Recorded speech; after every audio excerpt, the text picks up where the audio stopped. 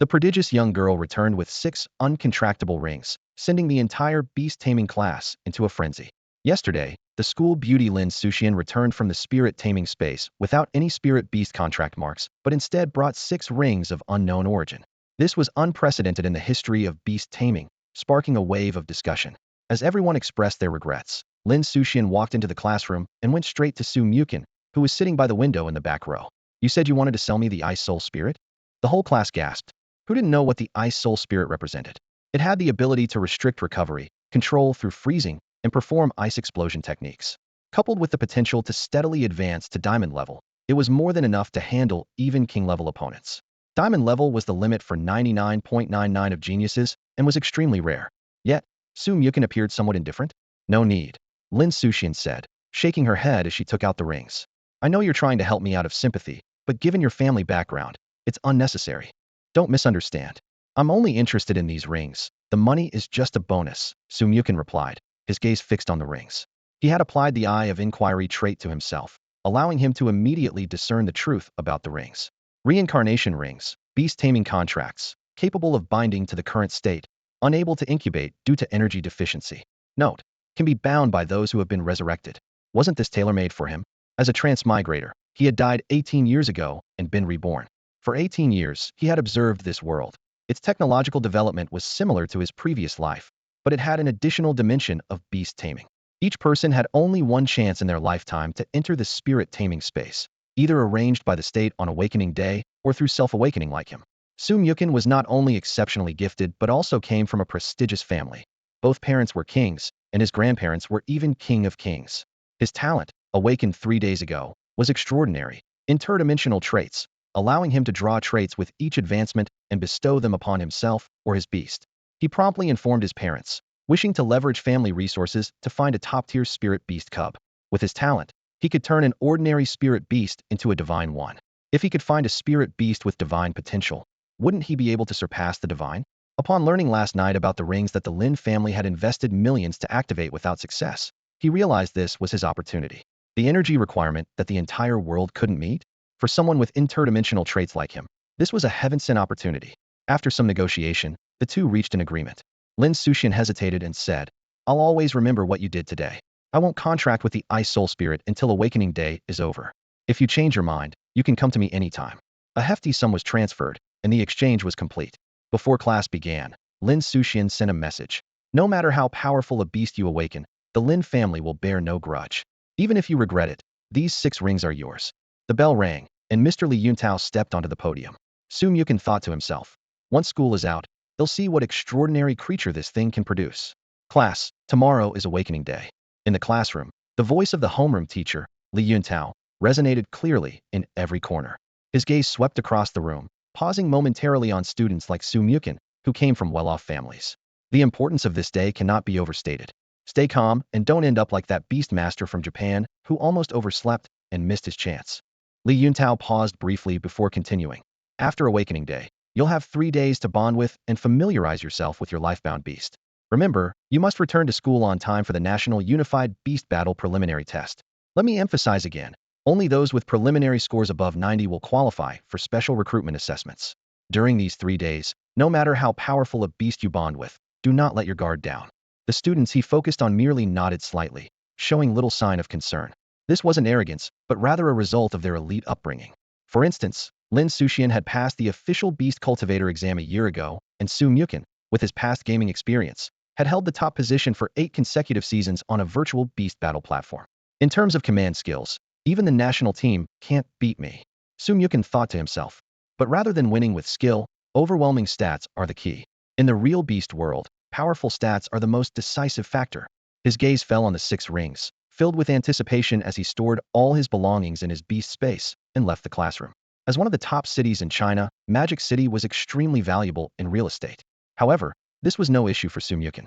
His father, Su Lin, was the mayor of Magic City. His mother, Shang Wanqing, was a world-renowned cultivator. His grandmother, Lin Huilan, was one of China's top beast physicians, and his grandfather, Su Qingsong, was one of China's 10 legendary beast masters. Such a family background made what others dreamed of easily accessible to him. When he returned to the family villa, Su Lin was already waiting in the living room. "Huh? Dad, where's Mom? Why isn't she here?" Yukin asked, looking around. The beast cultivation manual needs revising, so your mom went to Yanjing. Lin paused. Have you thought it through? Are you sure you want to sign a lifebound contract with those 6 rings? Yes. Yukin nodded. The conditions for contracting the rings are special, and I happen to meet them. As long as enough energy is injected, they can hatch a beast. Such strict conditions must mean they are extraordinary. Once confirmed, Lin didn't say more and immediately summoned his own Biasta graceful 6-tailed ghost fox. It exuded a faint purple glow, with its 6 tails swaying gently, showcasing its extraordinary aura. Since you have your own ideas, go ahead. As Lin's voice faded, the 6-tailed nether fox gracefully swayed its tails and instantly transported the father and son into the nether space. It immediately employed its ghostly stealth, racing towards a deserted island overseas at a speed surpassing that of a fighter jet. During the journey, Yukin closed his eyes, entering a meditative state, and immersed his consciousness into the beast taming space. He focused on 2 and used energy orbs, power of the 5 elements, and thunder and lightning. The former grants the ability to comprehend the elements of the 5 elements, while the latter provides mastery over thunder and lightning. The acquisition of these 3 entries was no accident. In this world, every prestigious family raises their offspring from a young age, using herbal baths and special diets to enable their bodies to absorb spiritual energy that ordinary people cannot. As a result, when Yukin awakened his beast taming talent, he had already reached the Black Iron 3rd grade, immediately gaining 3 entries. He did not use these 2 entries immediately, having given it careful thought. This world has its unique rules. Humans who have not become beast tamers, regardless of their exceptional talents or abundant resources, can never surpass the Black Iron realm. Only by contracting a spirit beast and becoming a beast tamer can one break through this barrier with the beast's feedback power. The feedback effect of the lifebound beast is the most significant. Soon, under the guidance of the 6-tailed nether fox at the king 1st grade level, the father and son arrived at a deserted island in international waters, devoid of any spirit beasts. Let's start. It won't matter if we cause a commotion here, Lin said. Yukin nodded in agreement, took a deep breath, and walked towards an open space with a ring. He condensed a drop of lifebound contract blood on his right index finger, and the ring of reincarnation immediately established a connection with him, showing the current number of beasts that could be hatched as one. Without hesitation, he infused the power of the 5 elements and thunder and lightning entries into one of the rings. In an instant, a dazzling light shot into the sky, and the spiritual energy of heaven and earth gathered wildly. 5 colored lights intertwined red like flames, blue like the ocean, green like jade wood, yellow like thick earth, and gold like a sharp sword. Lightning flashed, and thunder roared. What a kid, Lin marveled from a distance. This talent is truly terrifying. Even a common pig with big ears could probably fly with it. To prevent any accidents, Lin summoned all his beasts, and even the crystal necklace left by Yukin's grandfather, containing the protection of a legendary 3rd grade heroic soul, automatically manifested, transforming into a guardian spirit clad in icy blue armor. Meanwhile, Yukin was immersed in the beast taming space. One of the 6 giant stone rings gradually revealed its true form under the influence of the entry Power Grand Palace with beautiful patterns, exuding auspicious light. A majestic Qilin phantom emerged amidst the colorful clouds, a head like gold, eyes like stars, horns like ancient wood, mane like flowing water, scales forged like fire, and hooves as heavy as mountains. When the Qilin fully manifested, it raised its head and roared, shattering the barrier of the 6-tailed nether fox. The sky filled with dark clouds, lightning flashed, and the disturbance was felt for hundreds of miles. What the hell is going on? Such a terrifying commotion. Could someone be undergoing a tribulation? China Coast Guard, enter alert status. 3rd Patrol Fleet of the Japanese Navy, full alert. As various forces braced themselves, a thunderous sound echoed from the sky. Purple energy flowed in from the east, merging into Yukin's body. The phenomenon quickly dissipated, and beside Yukin, a Qilin cub, standing on clouds with a mix of majesty and cuteness, had appeared. Yukin slowly opened his eyes, his entire body emitting a series of crisp cracking sounds. With each stretch of his muscles and bones, a warm current flowed through his meridians, quietly dispelling any residual impurities of spiritual power within him. His aura became increasingly pure, akin to finely forged steel.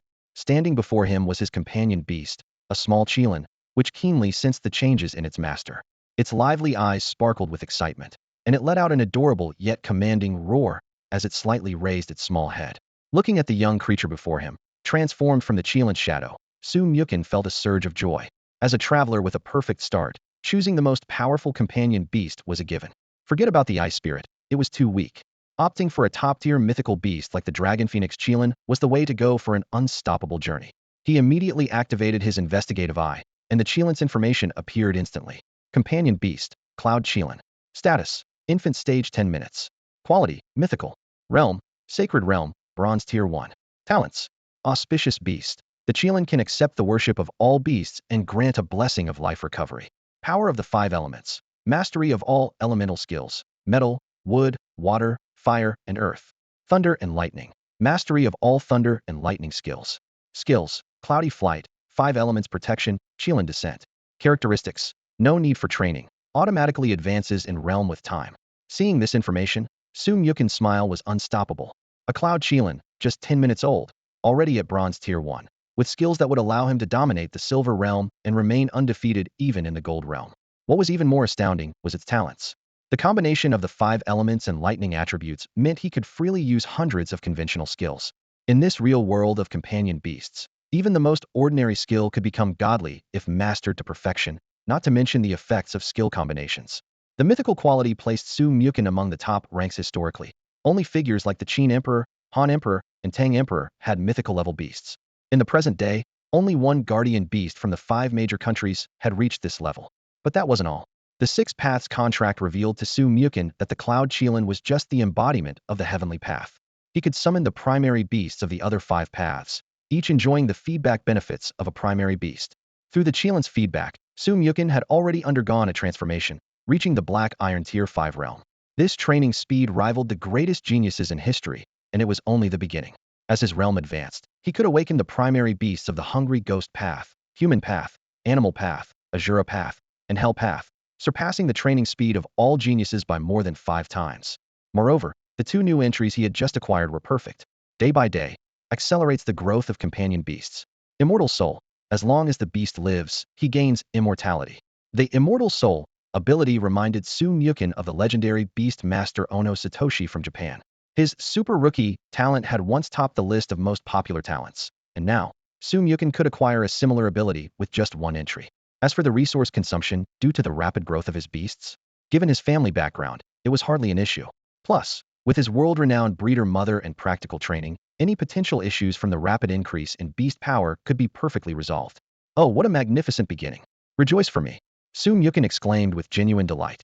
In a quiet courtyard in Yanjing, Su Qingsong was reclining in a grand armchair, watching the news broadcast on TV with intense focus, as steam rose from the strong tea in his blue and white porcelain cup. Suddenly, the screen of a specially made phone on the coffee table lit up with a crisp notification sound. Initially, he glanced at it casually, but in the next moment, his time-worn eyes widened in shock. Thud! The teacup hit the table heavily, spilling hot tea onto his clothes.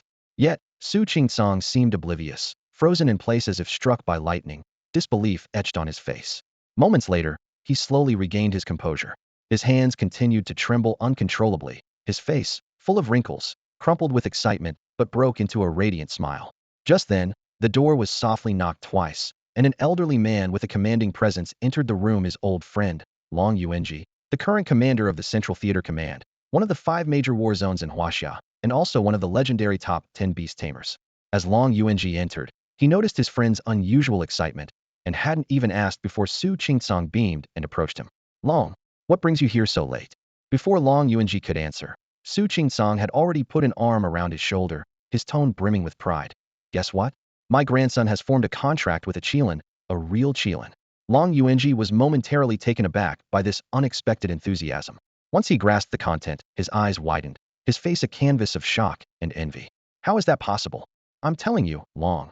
Su Qingsong continued, even more pleased with his friend's reaction. Mochen has been extraordinary since he was a child, gifted beyond measure. Not only did he awaken his beast taming abilities on his own, reaching Black Iron level 5 in just 3 days, but he also contracted with a Qilin. A Qilin. Just forming the contract has already helped my grandson cleanse and refine his body. I just wonder if this old man has enough resources to support him. Hearing this, Long Yuanji rolled his eyes, but internally was overwhelmed with astonishment. The Qilin was a mythical creature that even in Huaxia's history, only figures like the First Emperor or the Heavenly Khan could possess. Ordinary people couldn't even dream of such a comparison. But that cultivation speed reaching Black Iron level 5 in 3 days. Even accounting for the benefits of medicinal baths and the Qilin's nourishment, such talent was extraordinary. He couldn't help but recall how it took him a full 7 days to reach that level after awakening his own beast-taming abilities. Long Yuanji took a deep breath and looked at Su Qingsong with a furrowed brow. Old Su, we both know the significance of the Qilin in the realm of beast taming. The international situation is unstable, with various forces stirring beneath the surface, and even domestically, things are not entirely solid. Some people, for their own gain, might resort to desperate measures. Su Qingsong's lips curled into a disdainful smile. Who doesn't know there's money in the bank? For decades, who has dared to rob a bank within China? Unless those old guys make a move themselves, who could harm my grandson in the slightest? As he spoke, his gaze turned sharp, and a powerful aura emanated from him. If anything happens to my grandson, humph, let your son come to arrest me, I won't resist. The culprits of several massacre cases might just help your son climb the ranks. Listening to these resolute words, Long Yuanji couldn't help but smile wryly after contemplating them. Those capable of such actions are all seasoned foxes who've weathered countless storms. Who would be foolish enough to provoke Su Qingsong, this fierce tiger protecting his young? I guess I'm just overthinking things. Huh. Su Qingsong laughed heartily, patting Long Yuanji on the shoulder. Let's not talk about these unpleasant things.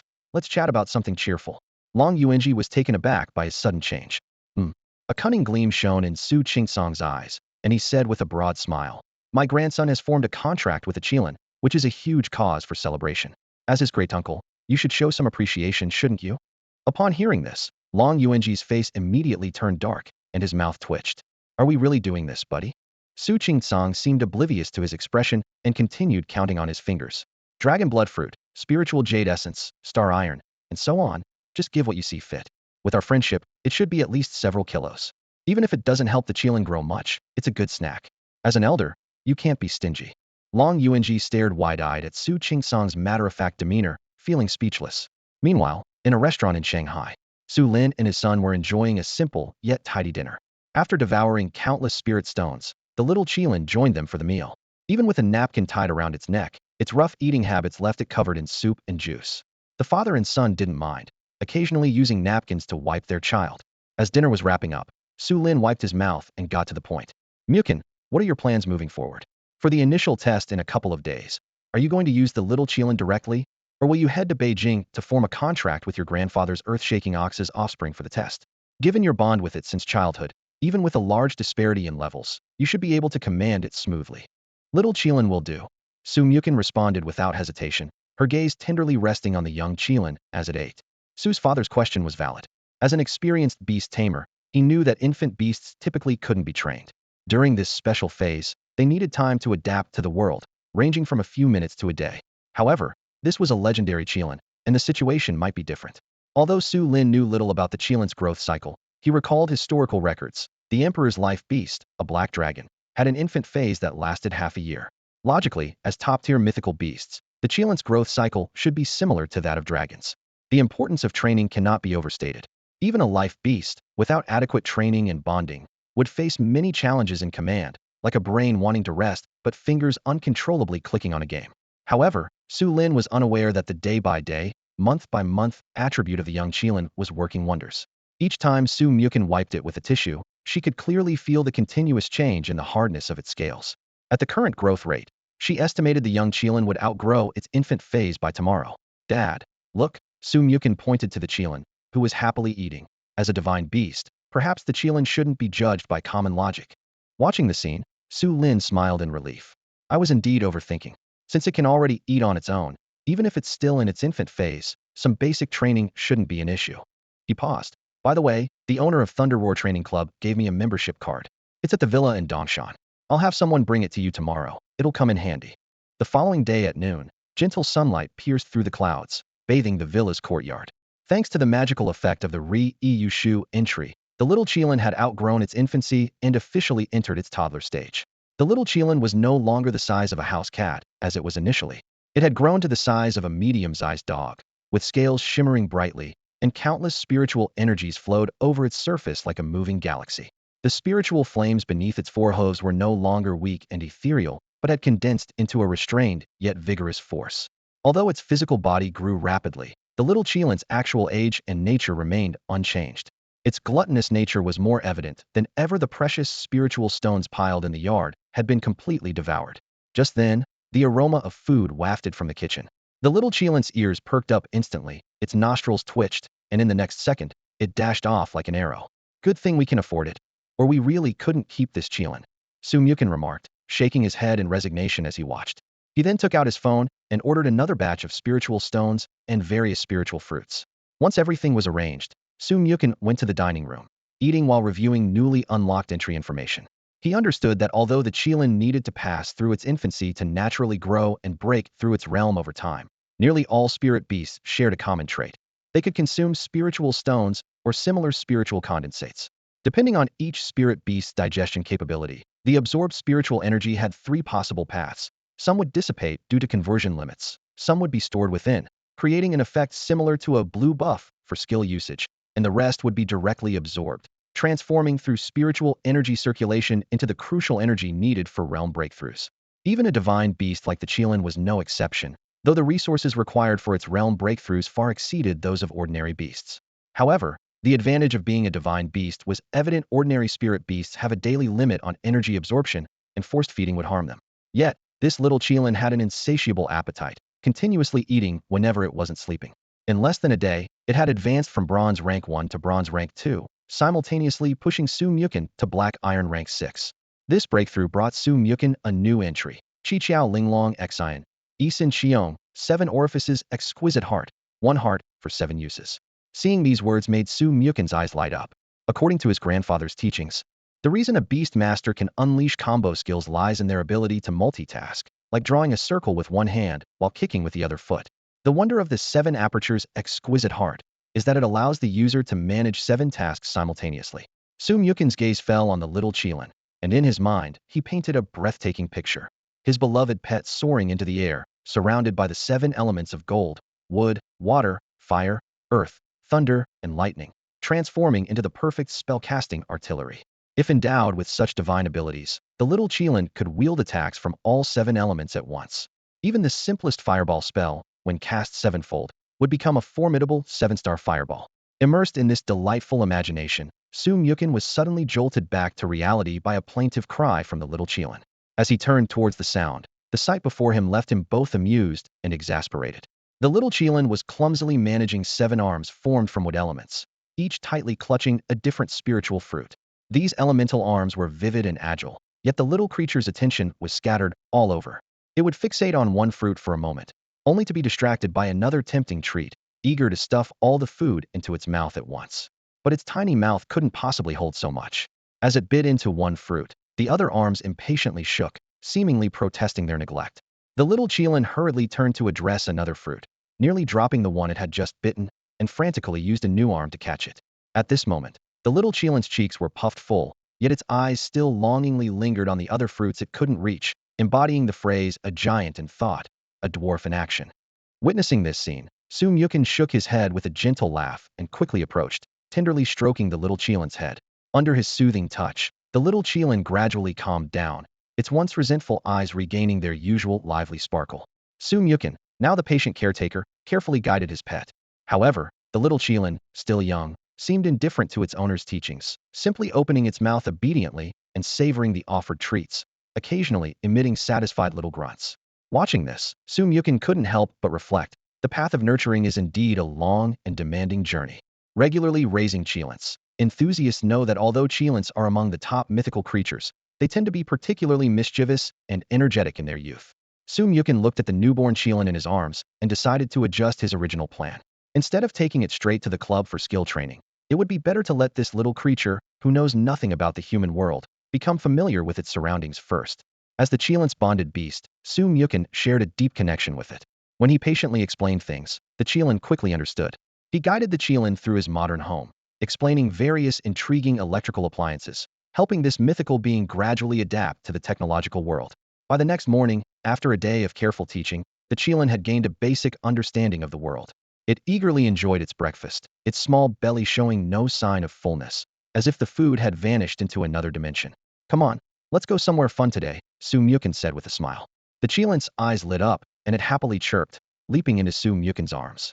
Led by the driver, Zhou Xiaowang, they soon arrived in front of a futuristic building. The bold letters, Thunder Roar Training Club, were etched on the massive doorframe. Even before entering, one could feel the powerful waves of spiritual energy emanating from inside, accompanied by the roars of beasts and the shouts of training. stirring one's blood. The club was bustling due to the wide variety of beasts.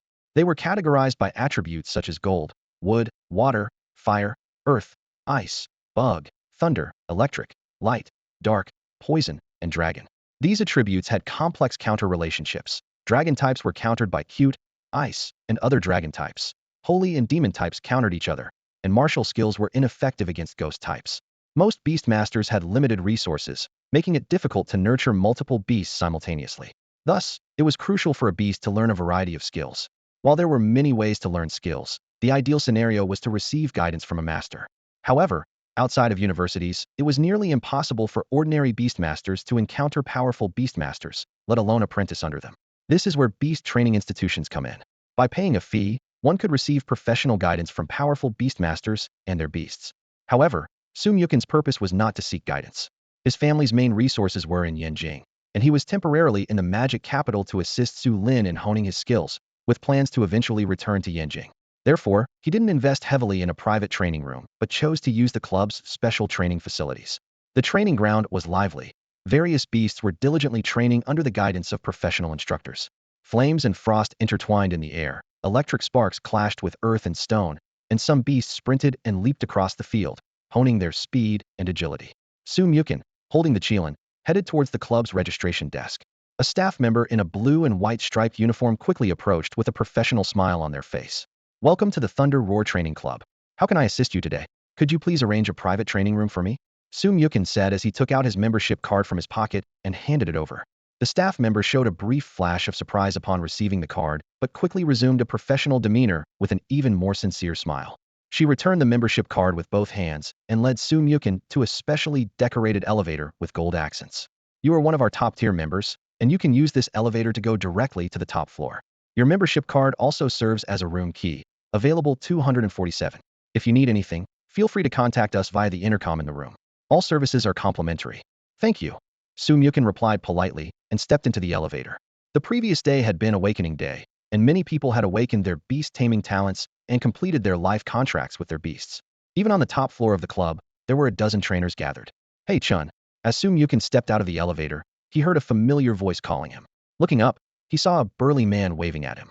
A group of teenagers surrounded the man, each accompanied by a beast of various forms. "Oh, what a coincidence. Did you just get here too?" Sun Yukin responded with a smile. This was his classmate In Hong, whose family owned several docks in the city. In Hong was one of the few who understood Sun Yukin's family background. He was always perceptive and ready to lend a hand whenever Sun Yukin faced difficulties, making him a friend Sun Yukin was happy to have. "Yeah, I just signed a contract with a Tide Echo Turtle and brought some friends for training," In Hong replied, pointing to a creature with shell patterns resembling ocean waves.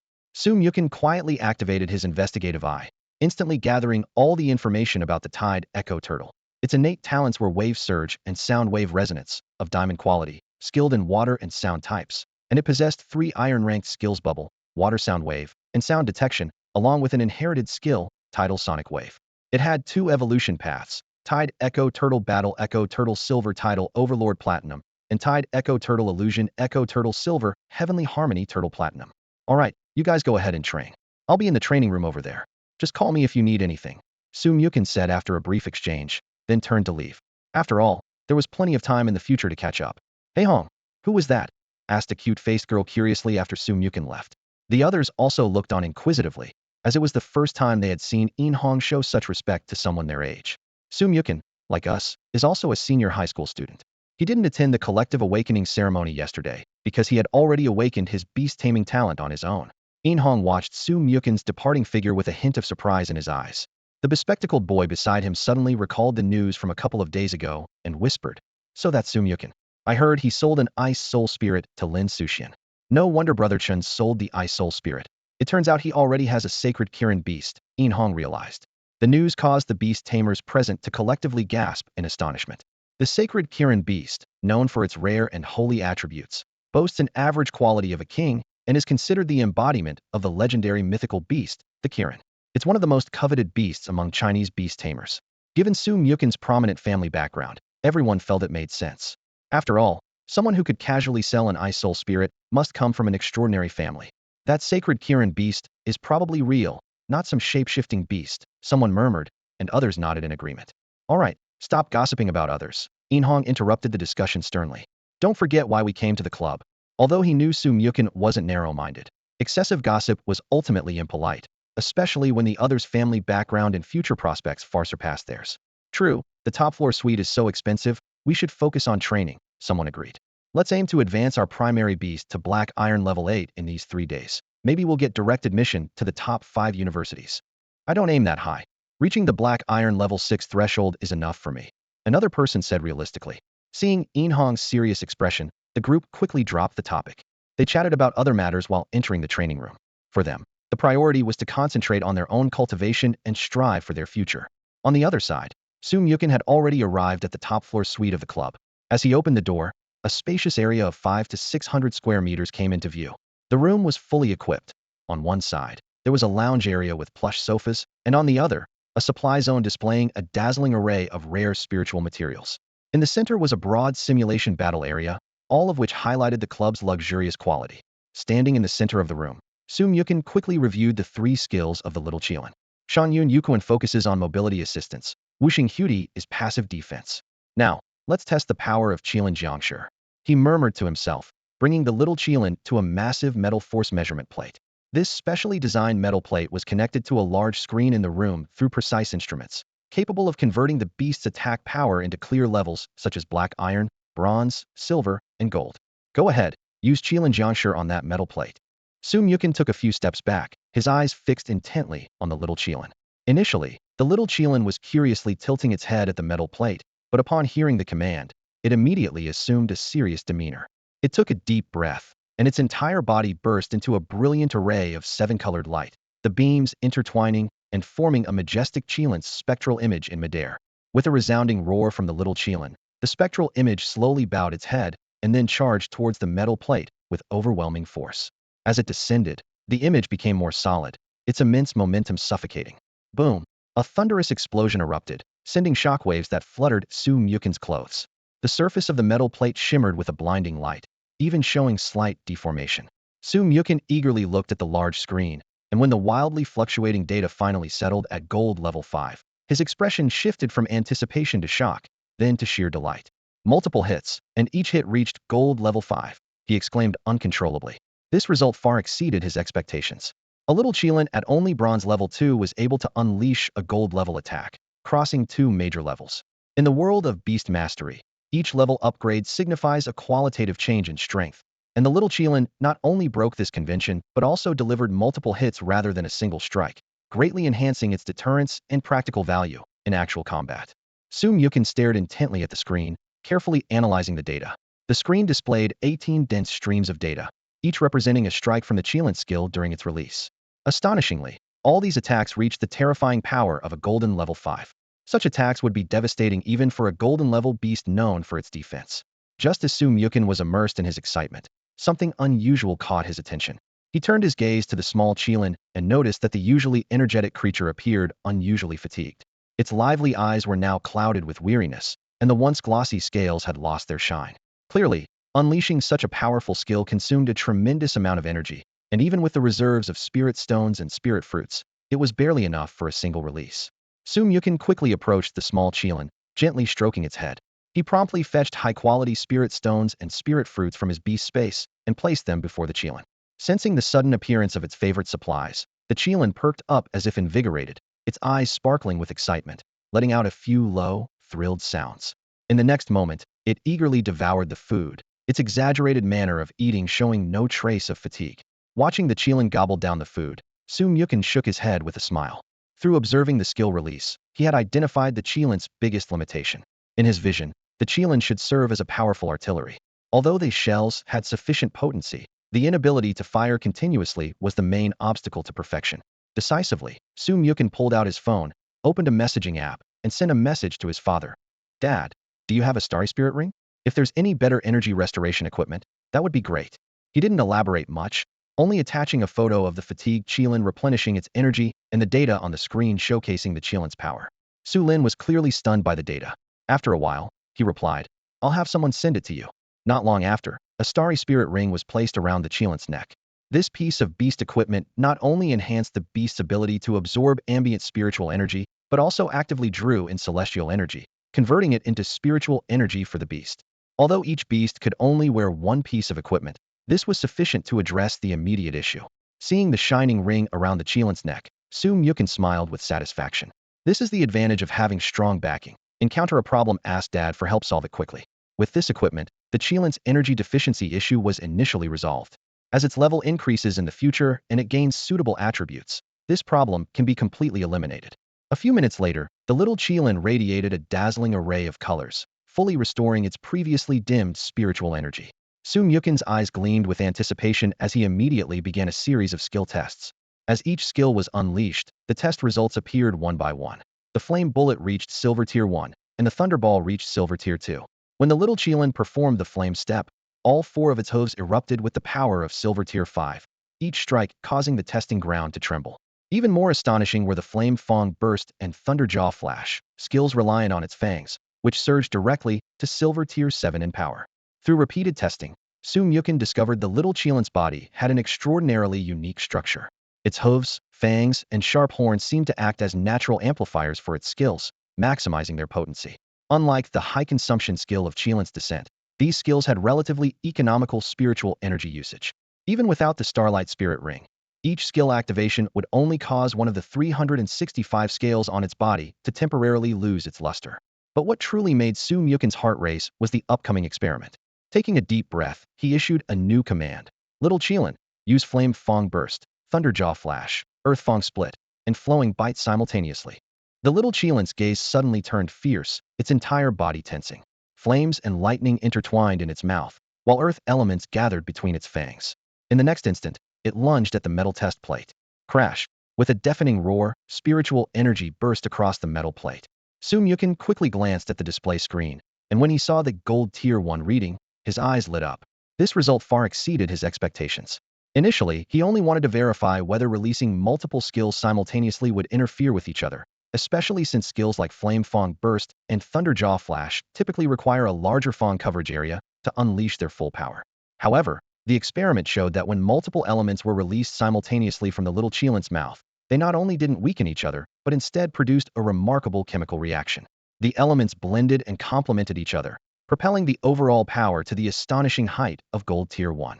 This discovery left Su Mukin barely able to contain his excitement, knowing that such a skill with relatively low spiritual energy consumption. The young Qilin's endurance in battle is truly astonishing. Even after casting hundreds of skills in succession, it remains energetic and shows no signs of fatigue.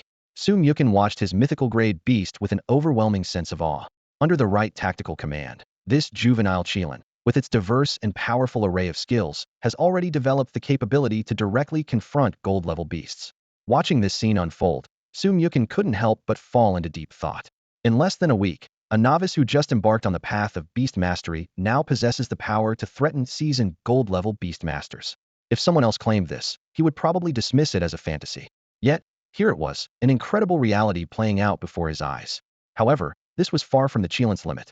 Su Mukin took a deep breath, his eyes gleaming with a fighting spirit. Wood feeds fire, wind stokes fire, fire melts metal, use the metal liquid attack, he commanded succinctly. Through intensive training, the bond between him and the Qilin had reached a level of seamless understanding, allowing it to immediately grasp the profound strategy behind his instructions. Upon receiving the command, the Qilin sprang into action, channeling its energy rapidly. The wood element energy within it surged forth first, merging instantly with the blazing flames. The fire intensified dramatically, as if fueled by the perfect source, its scorching heat causing the surrounding air to ripple. Then, the incoming wind element energy, like an invisible giant hand, vigorously fanned the growing flames. Under the intense heat of the flames, the metal began to soften, and in the blink of an eye, it transformed into scalding liquid metal. This seething metallic liquid, resembling boiling lava, suddenly broke free and surged toward the test plate made of memory metal. The liquid metal instantly enveloped the entire test plate, continuously flowing and spreading across its surface. The air was filled with the persistent hissing of corrosion, accompanied by the unsettling sound of melting metal. In the room, the large screen flickered wildly as a stream of data cascaded down like a waterfall. Silver Tier 9? Silver Tier 9? Silver Tier 9? These astonishing figures only flickered for 3 seconds before the metal plate was completely consumed, severing the special metal cables connecting to the screen and preventing any further damage data from being displayed. Hiss, Su Mukin gasped, too shocked to speak. Although he had anticipated that this skill would be anything but simple, the level of destruction he witnessed far exceeded his expectations. In his understanding, skills like Thunder Prison Cage, Shadow Curse, and Poison Mist, which can cover an area in 360 degrees without any blind spots, are not uncommon. However, they usually share a common trait. The larger the area, the lower the damage.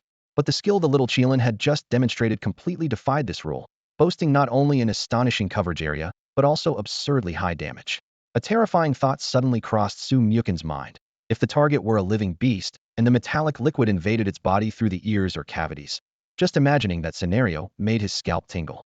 This kind of skill should never be used in sparring. Su Mukin nodded solemnly.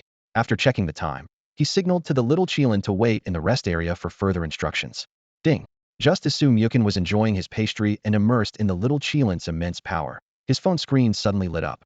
He glanced at it and immediately put away his leisurely demeanor, saying, "Little Qilin, let's go. We'll eat at home." Before leaving the training room, Su Mukin paused and turned to a nearby staff member. "I've damaged quite a bit of equipment in the premium training room. Do I need to compensate for it?" The staff member smiled politely and replied, "No need, sir. Our boss often says that those who can wear out the equipment are the most welcome guests at our club. As long as it's not intentional damage, he's willing to cover these costs." Hearing this, Su Mukin silently gave a thumbs up to the owner of the Thunder Roar Training Club. No wonder this club could stand out in the fiercely competitive market of China. Such a broad-minded approach is truly remarkable. After Su Mukin and the little Qilin left, the staff member entered the room and was stunned by the scene. The floor was riddled with pits burned by high-temperature metal, and the deformation marks were shocking.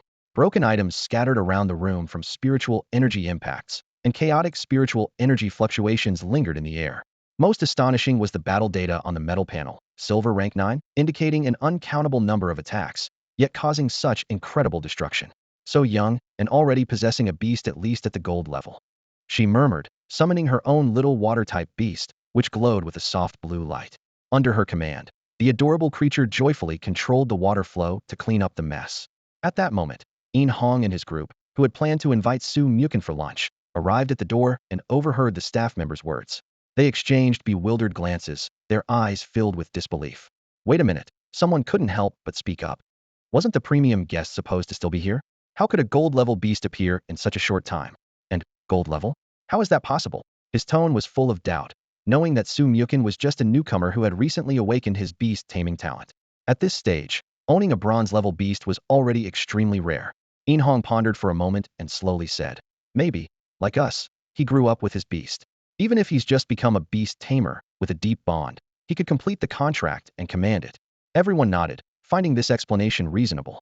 Yet someone still muttered softly, "Even so, it's astonishing." Yeah, another agreed. Spirit beasts rely entirely on time for growth before being contracted.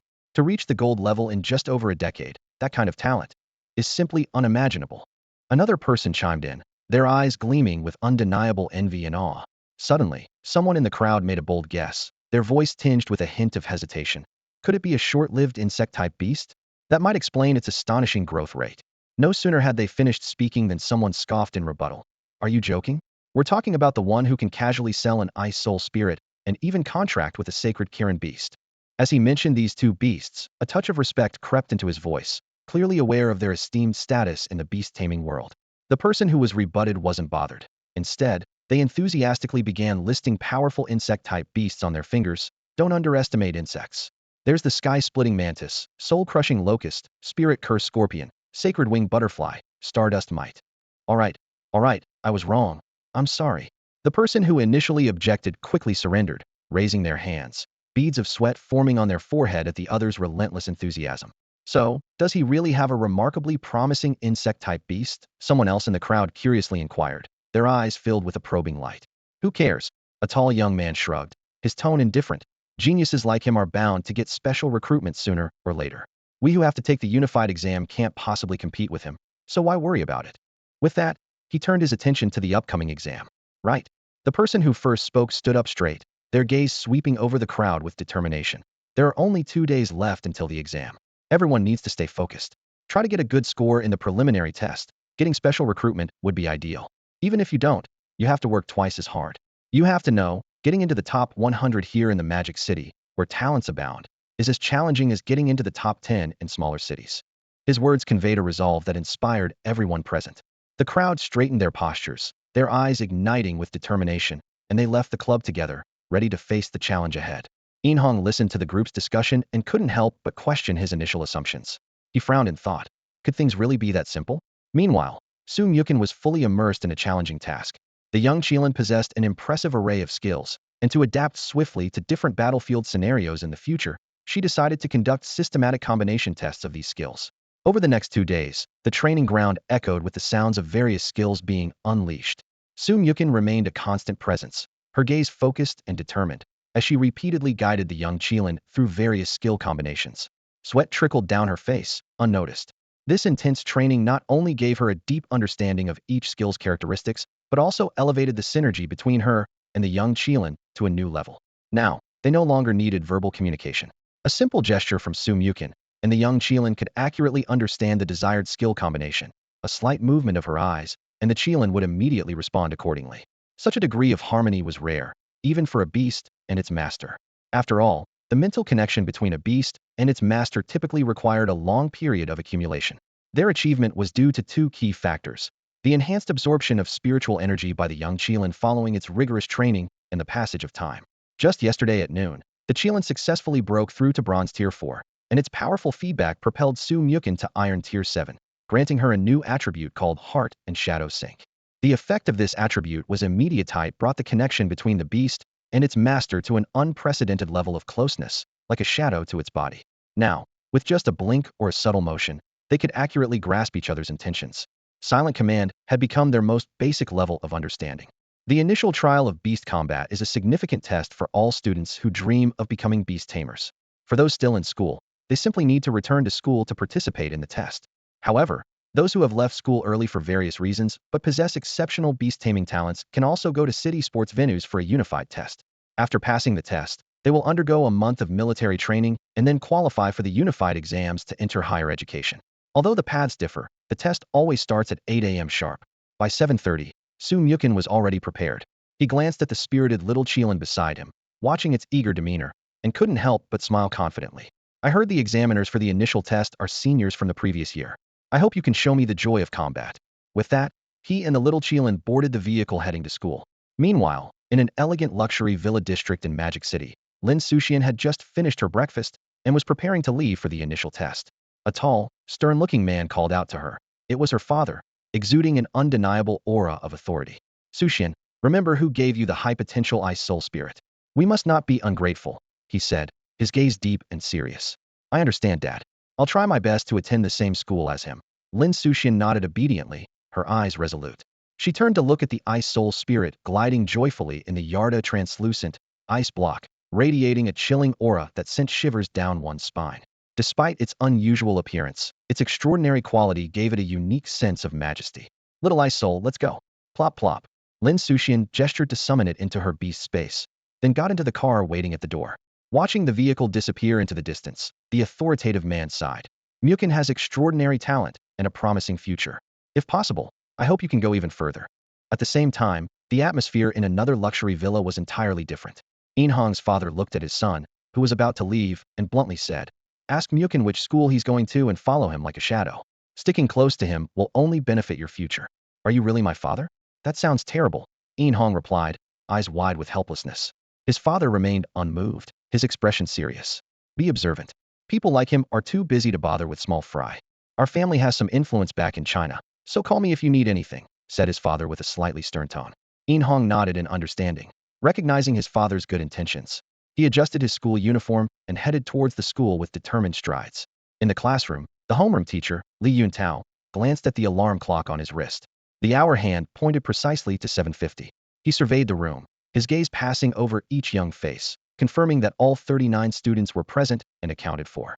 Grab your student IDs and gather at the indoor battle arena, Li Yuntao announced succinctly before striding out of the room. The classroom erupted with excitement as students clustered together and poured towards the door, their chatter and footsteps echoing through the hallway. Just outside the classroom, Myukin was greeted by the waiting Hong.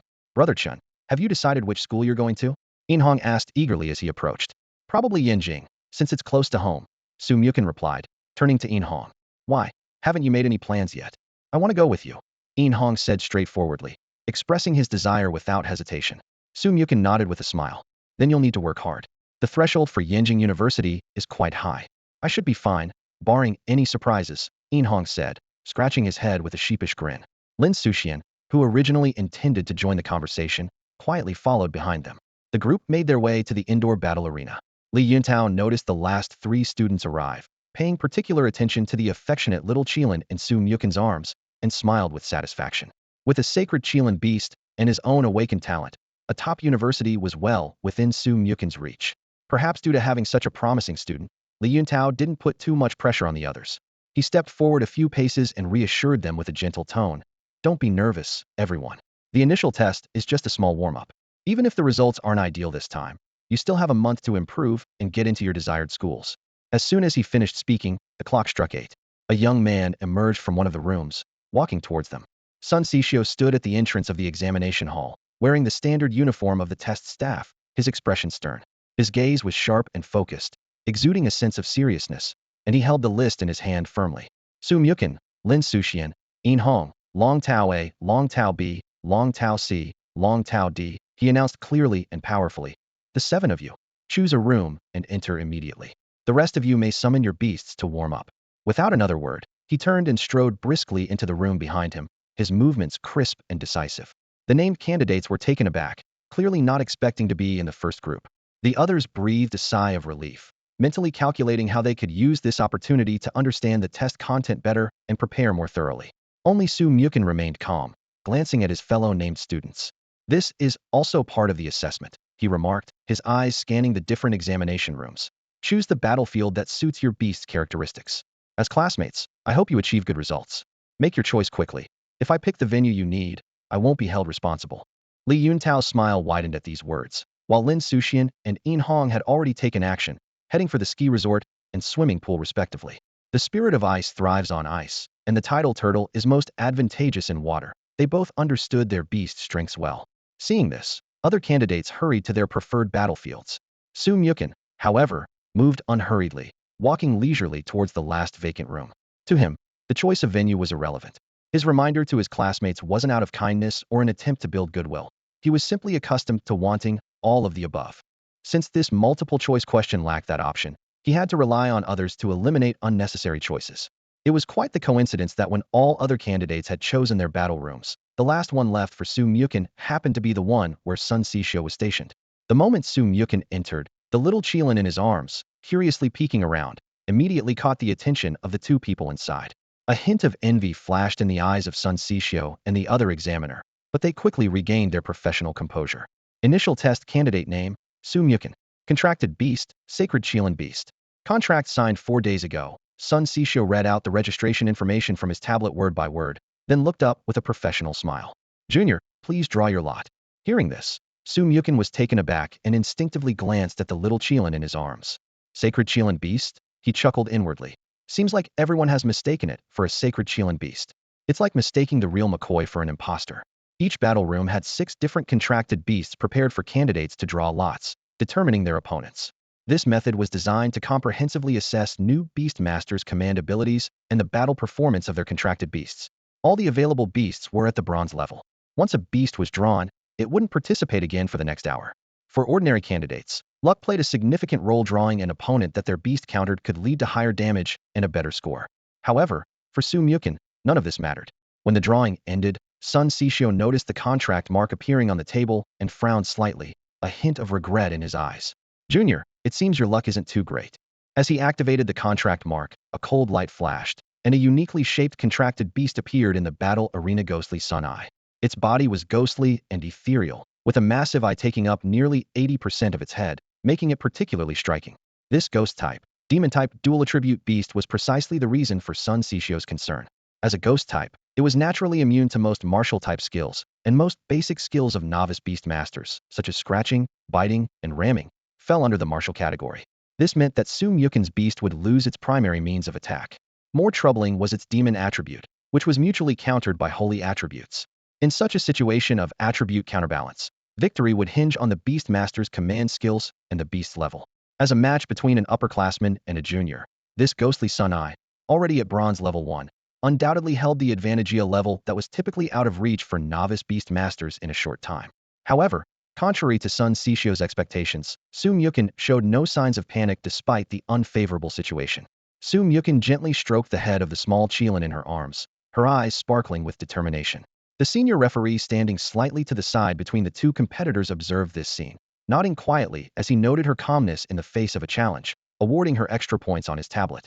The National Unified Beast Battle Preliminary Test officially begins. The referee's voice echoed across the arena. To everyone's surprise, the battle commenced in an instant. Before Su Muchen could issue any command, the small Qilin sprang into action. Bright lightning danced around its body, crackling with electric arcs. With a powerful push from its hind legs, its agile form blurred into a streak of light, vanishing from its original spot. In the next moment, the small Qilin reappeared in front of the ghostly sun eye, a perfect blend of the skills Swift Wind, Electric Flash, and Lightning Step. According to Su Muchen's previous tests, this speed was unbeatable below the gold rank 5, only rivaled by spatial attacks. A hint of panic flickered in the giant eye of the ghostly sun eye. Though it could barely track the Qilin's movements, its body couldn't keep up. With a dull bang, the Qilin's unstoppable charge knocked the opponent into unconsciousness. After the battle, the small Qilin held its head high with a proud demeanor, exuding a mix of cuteness and dominance, as if saying, "You still have a lot to learn, buddy." The arena fell into silence. The two examiners exchanged bewildered glances, their minds filled with questions. Sun Sisho internally exclaimed, "Is it over already?" No commands needed. He recalled the clumsy attempts of novice beast tamers he had seen before, issuing commands in a fluster and releasing skills awkwardly. But Su Muchen, without a word, had her beast execute a seamless attack. The other senior examiner was equally perplexed. They both knew the opponent was a bronze-level ghostly sun eye, and the move just now seemed like an electric and martial fusion skill. Such a battle style was truly astonishing. Were all new beast tamers this skilled now? Or was this sacred Qilin naturally endowed with such remarkable battle instincts? The characteristics of this skill are quite unique: half electric damage and half physical collision damage. Typically, such an attack should only inflict half damage on a beast like the ghostly eye. However, what unfolded before everyone completely overturned their understanding.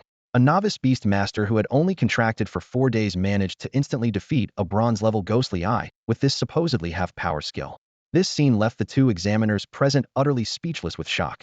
Sun Sisho finally snapped out of his daze, his voice filled with disbelief. "Student Su, are you sure? Your sacred Lin beast has only been contracted for 4 days? And not raised alongside you since childhood?" As soon as he spoke, he realized the redundancy of his question.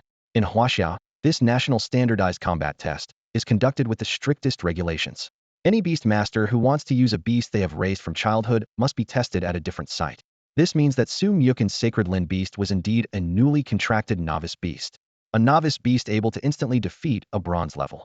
Sun Sisho was overwhelmed, unable to articulate his astonishment. The senior student nearby quickly composed himself and officially announced, "Congratulations, Junior. I've never seen a novice beast master as outstanding as you." Then, the large screen displayed Su Muchen's detailed scores. Field Factor Discovery, 15 points. Team Spirit and Friendship, 15 points. Independent Awakening of Beast Mastery Talent, 30 points. Intimacy with Beast Far Exceeding Norms, 15 points. Composure in Adverse Situations, 20 points. Beast Independently Executing Skills, 20 points. Instantly Defeating Bronze Level, 35 points. Final Comprehensive Score, 150 points. Perfectly Passing the Test, 150 points. Perfect scores across the board. The moment the preliminary results of the Beast Master Battle Test were announced, the classroom erupted in astonishment. Everyone's eyes were glued to the dazzling score, but what shocked them even more was the examiner's comment. Silent command. Instant defeat of a bronze level 1. How is this possible? Someone murmured in disbelief, rubbing their eyes as they stared at the score report. A novice beast master achieving such a level? In truth, many classmates had already sensed that Su Muchen was no ordinary individual. After all, anyone who could have Yinhong willingly follow them, casually sell a spirit of ice soul, and form a contract with a sacred Lin beast was not someone to be taken lightly. Yet, even with these expectations, the strength Su Muchen displayed far exceeded everyone's predictions. Before becoming beast masters, many had underestimated the bronze level 1, thinking it was an easily achievable milestone. However, once they faced beasts in battle and actually engaged with a bronze level 1 beast, they realized how insignificant and arrogant they had been. And Su Muchen, with just 4 days of bonding with his beast, he could instantly defeat a bronze level 1. Not only is he more handsome than Yanzu, but he's also a self-awakened genius with such strong beast mastery skills and wealth. A classmate shook their head with a wry smile. "Forget it, we can't compare. If we keep comparing, we won't be able to live." At that moment, Yinhong approached Su Muchen. "How did you and the Tide Sound Turtle do?" Su Muchen turned to ask. Yinhong smiled. "I got lucky and drew a soft meow." He briefly recounted the battle. Although the soft meow had keen hearing, it was countered by the Tide Sound Turtle's sound-based attributes. Before the opponent could release its charm, he commanded the Tide Sound Turtle to retract into its shell to evade. Against the soft meow skills that couldn't breach its defense, the Tide Sound Turtle held its ground and ultimately used a noise attack that forced the opponent to exit the field. Scoring 98 wasn't as perfect as Su Mucheng's, but it was impressive nonetheless. The surrounding classmates listened with newfound respect for the big guy. It's one thing for a novice to understand the weaknesses of common beasts, but predicting skills and dodging in advance was a technique even veterans found challenging. Su Mucheng knew that this was Yin Hong's talent. His intuitive insight allowed him to catch the slightest movements of the opponent's beast, from the sway of fur to the ripples of energy flow, all serving as a basis for his predictions. News quickly reached Su's father at work. There was no need for him to actively seek out such information. Someone would naturally bring it to him, perhaps with the suggestion of preparing a gift for the high-achieving child. Upon hearing the news, Su Lin immediately forwarded the results to Shang Guanqing and Su Qingsong in Yanjing. However, for this initial beast battle test, which seemed no more challenging than a primary school exam, they didn't pay much attention. Even if you don't get into a good middle school, it doesn't mean you can't get into a good university later. There are plenty of opportunities ahead. However, looking at his grandson's excellent report card, Su Qingsong couldn't hide his delight, the wrinkles at the corners of his eyes smoothing out. He eagerly took out his phone and began dialing his old friends one after another. "Hello, oldly." Su Qingsong's voice was tinged with unmistakable pride. "What are you up to?" "Oh, you've already heard that my grandson scored 150 on his preliminary test." He chuckled, his fingers unconsciously tapping the coffee table. "By the way, I remember the Qing Feng fruits in your backyard. All right, it's settled then. We won't leave until we're drunk." After making call after call, Lin Huilan, standing nearby, couldn't help but roll her eyes at her husband's gleeful demeanor. "You, showing off like this, aren't you afraid of affecting the camaraderie between you and your brothers?" Although her words were tinged with reproach, her eyes shone with the same joy. She knew these friends of decades all too well. It was all in good fun, and no one would seriously mind these ups and downs. These elderly beast masters, who had spent most of their lives in the field of beast mastery, found their competitiveness and desire to outdo one another undiminished, even though their own abilities had plateaued. Since they could no longer compete in terms of personal strength, their focus naturally shifted to nurturing the next generation. Meanwhile, outside the conference room of the first high school of Modu, Li Yuntao walked briskly down the corridor. With the envious glances of surrounding teachers on him, a smile crept onto his face.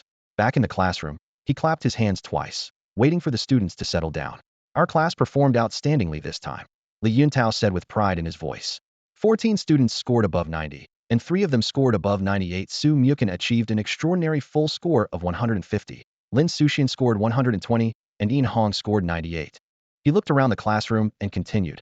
"In a week, early university admissions will begin. Our class's academic performance has always been the best in the school. I suggest that those who scored above 90 should give it a try. Getting into a university early and receiving higher-level guidance is a rare opportunity for you all." Standing at the front of the classroom, Li Yuntao scanned the young faces before him and spoke in a gentle tone. "There's no need for the rest of you to worry too much. Over the next month, the school will arrange for professional beast tamers to provide guidance. As long as you pass the national exam, there's still a chance to get into your dream college." He paused briefly before continuing. "Now, you need to decide whether to stay at the school for systematic guidance or make other arrangements. Class monitor, once you've gathered the results, just hand them to me so the school can make unified arrangements." With that, Li Yuntao turned and left the classroom, leaving behind a room buzzing with whispers. The classroom soon filled with lively discussions, with some students pulling out their phones to discuss with their parents, while others exchanged opinions with their seatmates. When the final tally was in, only a few students chose to stay at the school.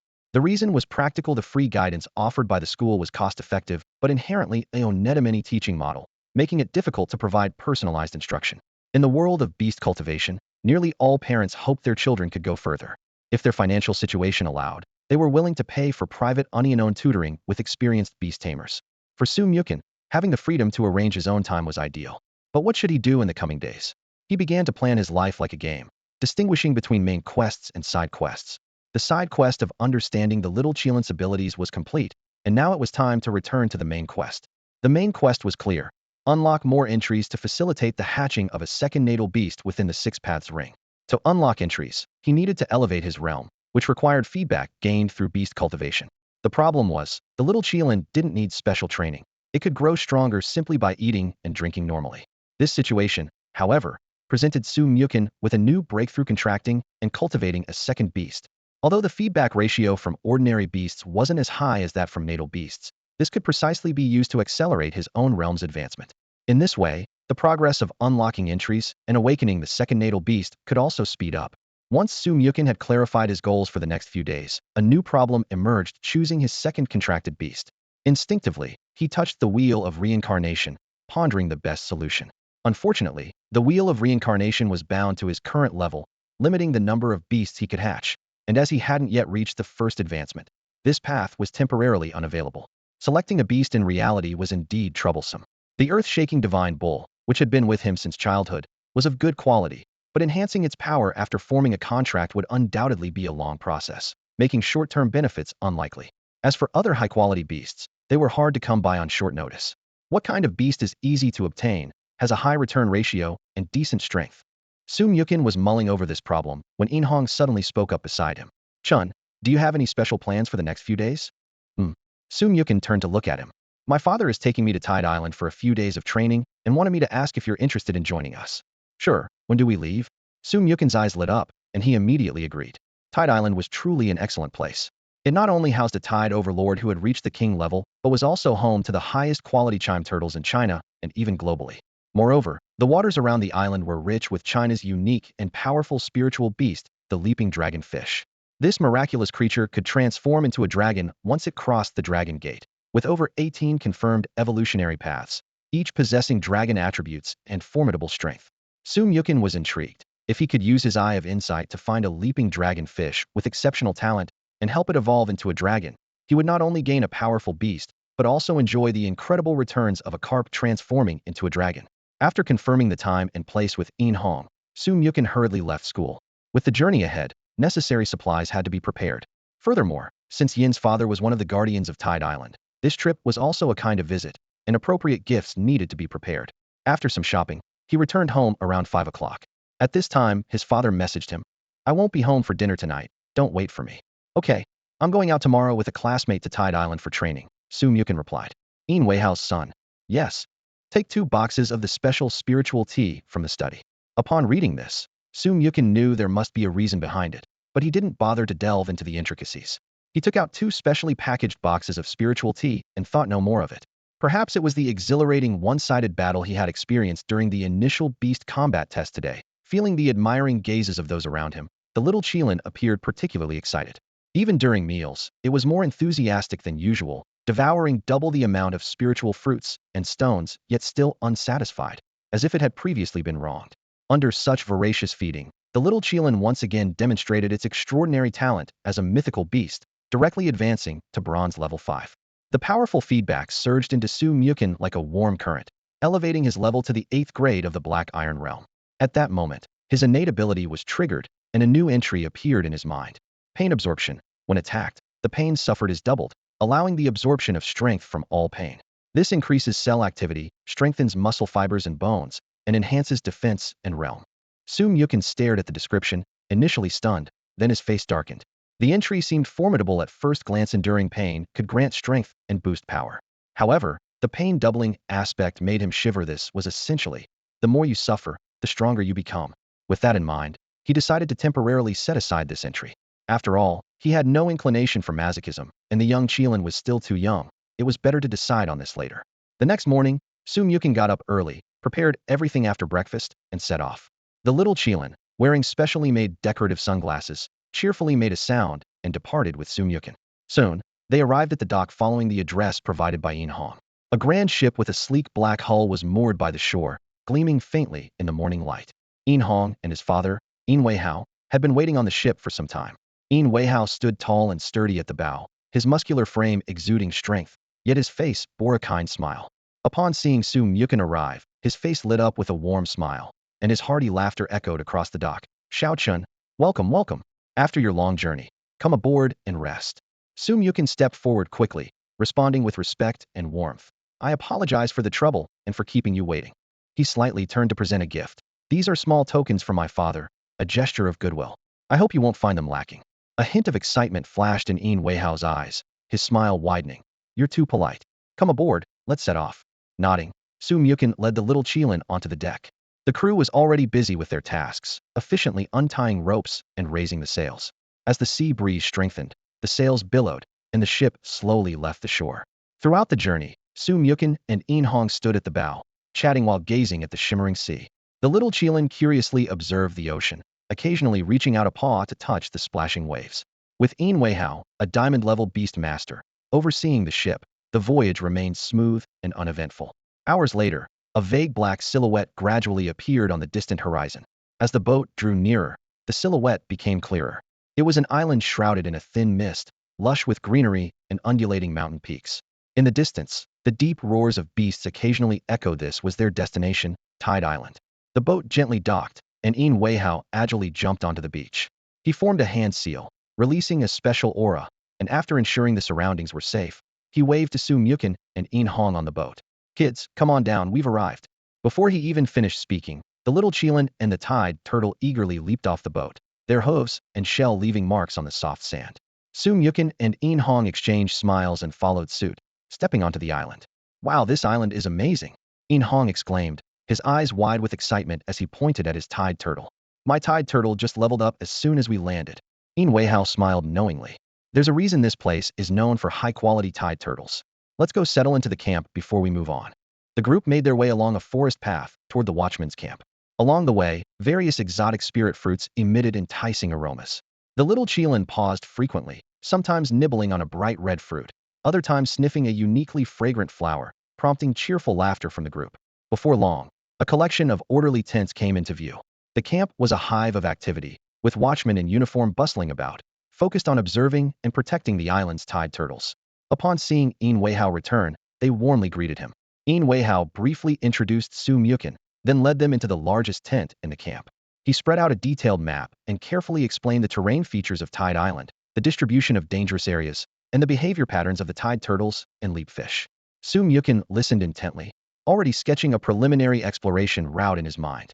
Once everything was explained, In Weihao looked at the two young people with a serious expression and solemnly cautioned. Remember, the island is relatively safe, but it's not without risks. If you encounter any unusual situations, send a signal immediately, and I'll be there as soon as possible. The Qilin turtles are a highly aquatic species, thriving in places rich with water elements. Although the spacious swimming pool at In Hong's home is considered luxurious, it pales in comparison to the natural environment of Tidal Island. As Su Mukon and his companion left the camp with their beasts, the Qilin turtle in In Hong's arms suddenly became lively. Its once lazy, small green eyes widened, sparkling with human-like excitement. Initially, it scurried a few steps toward the sea with its short legs, but finding the pace unsatisfying, it stopped and affectionately rubbed its head against In Hong's pant leg, making a series of eager, gurgling sounds. Let them have some fun first, Su Mukon suggested with a smile, noticing the turtle's excitement. Overtraining can be counterproductive. We've all been working hard on our cultivation recently, so a bit of relaxation might actually benefit our future training. In Hong looked down at the Qilin turtle circling his feet, nodded in agreement, and bent down to pick it up, striding forward. The turtle remained restless in his arms, persistently stretching its head in a particular direction. Guided by the turtle, they soon reached a spot of exquisite natural beauty. Here, mountains and water intertwined, with wild spirit beasts roaming freely. The area exuded a rare tranquility, hard to find in urban life. A significant number of wild Qilin turtles lived here, accustomed to human visitors. Upon seeing Su Mukon and his companion arrive with their beasts, many turtles paused, tilting their heads to curiously and amicably observe the newcomer in In Hong's arms. Go on, play with your friends, In Hong said, crouching to gently place the turtle on the ground.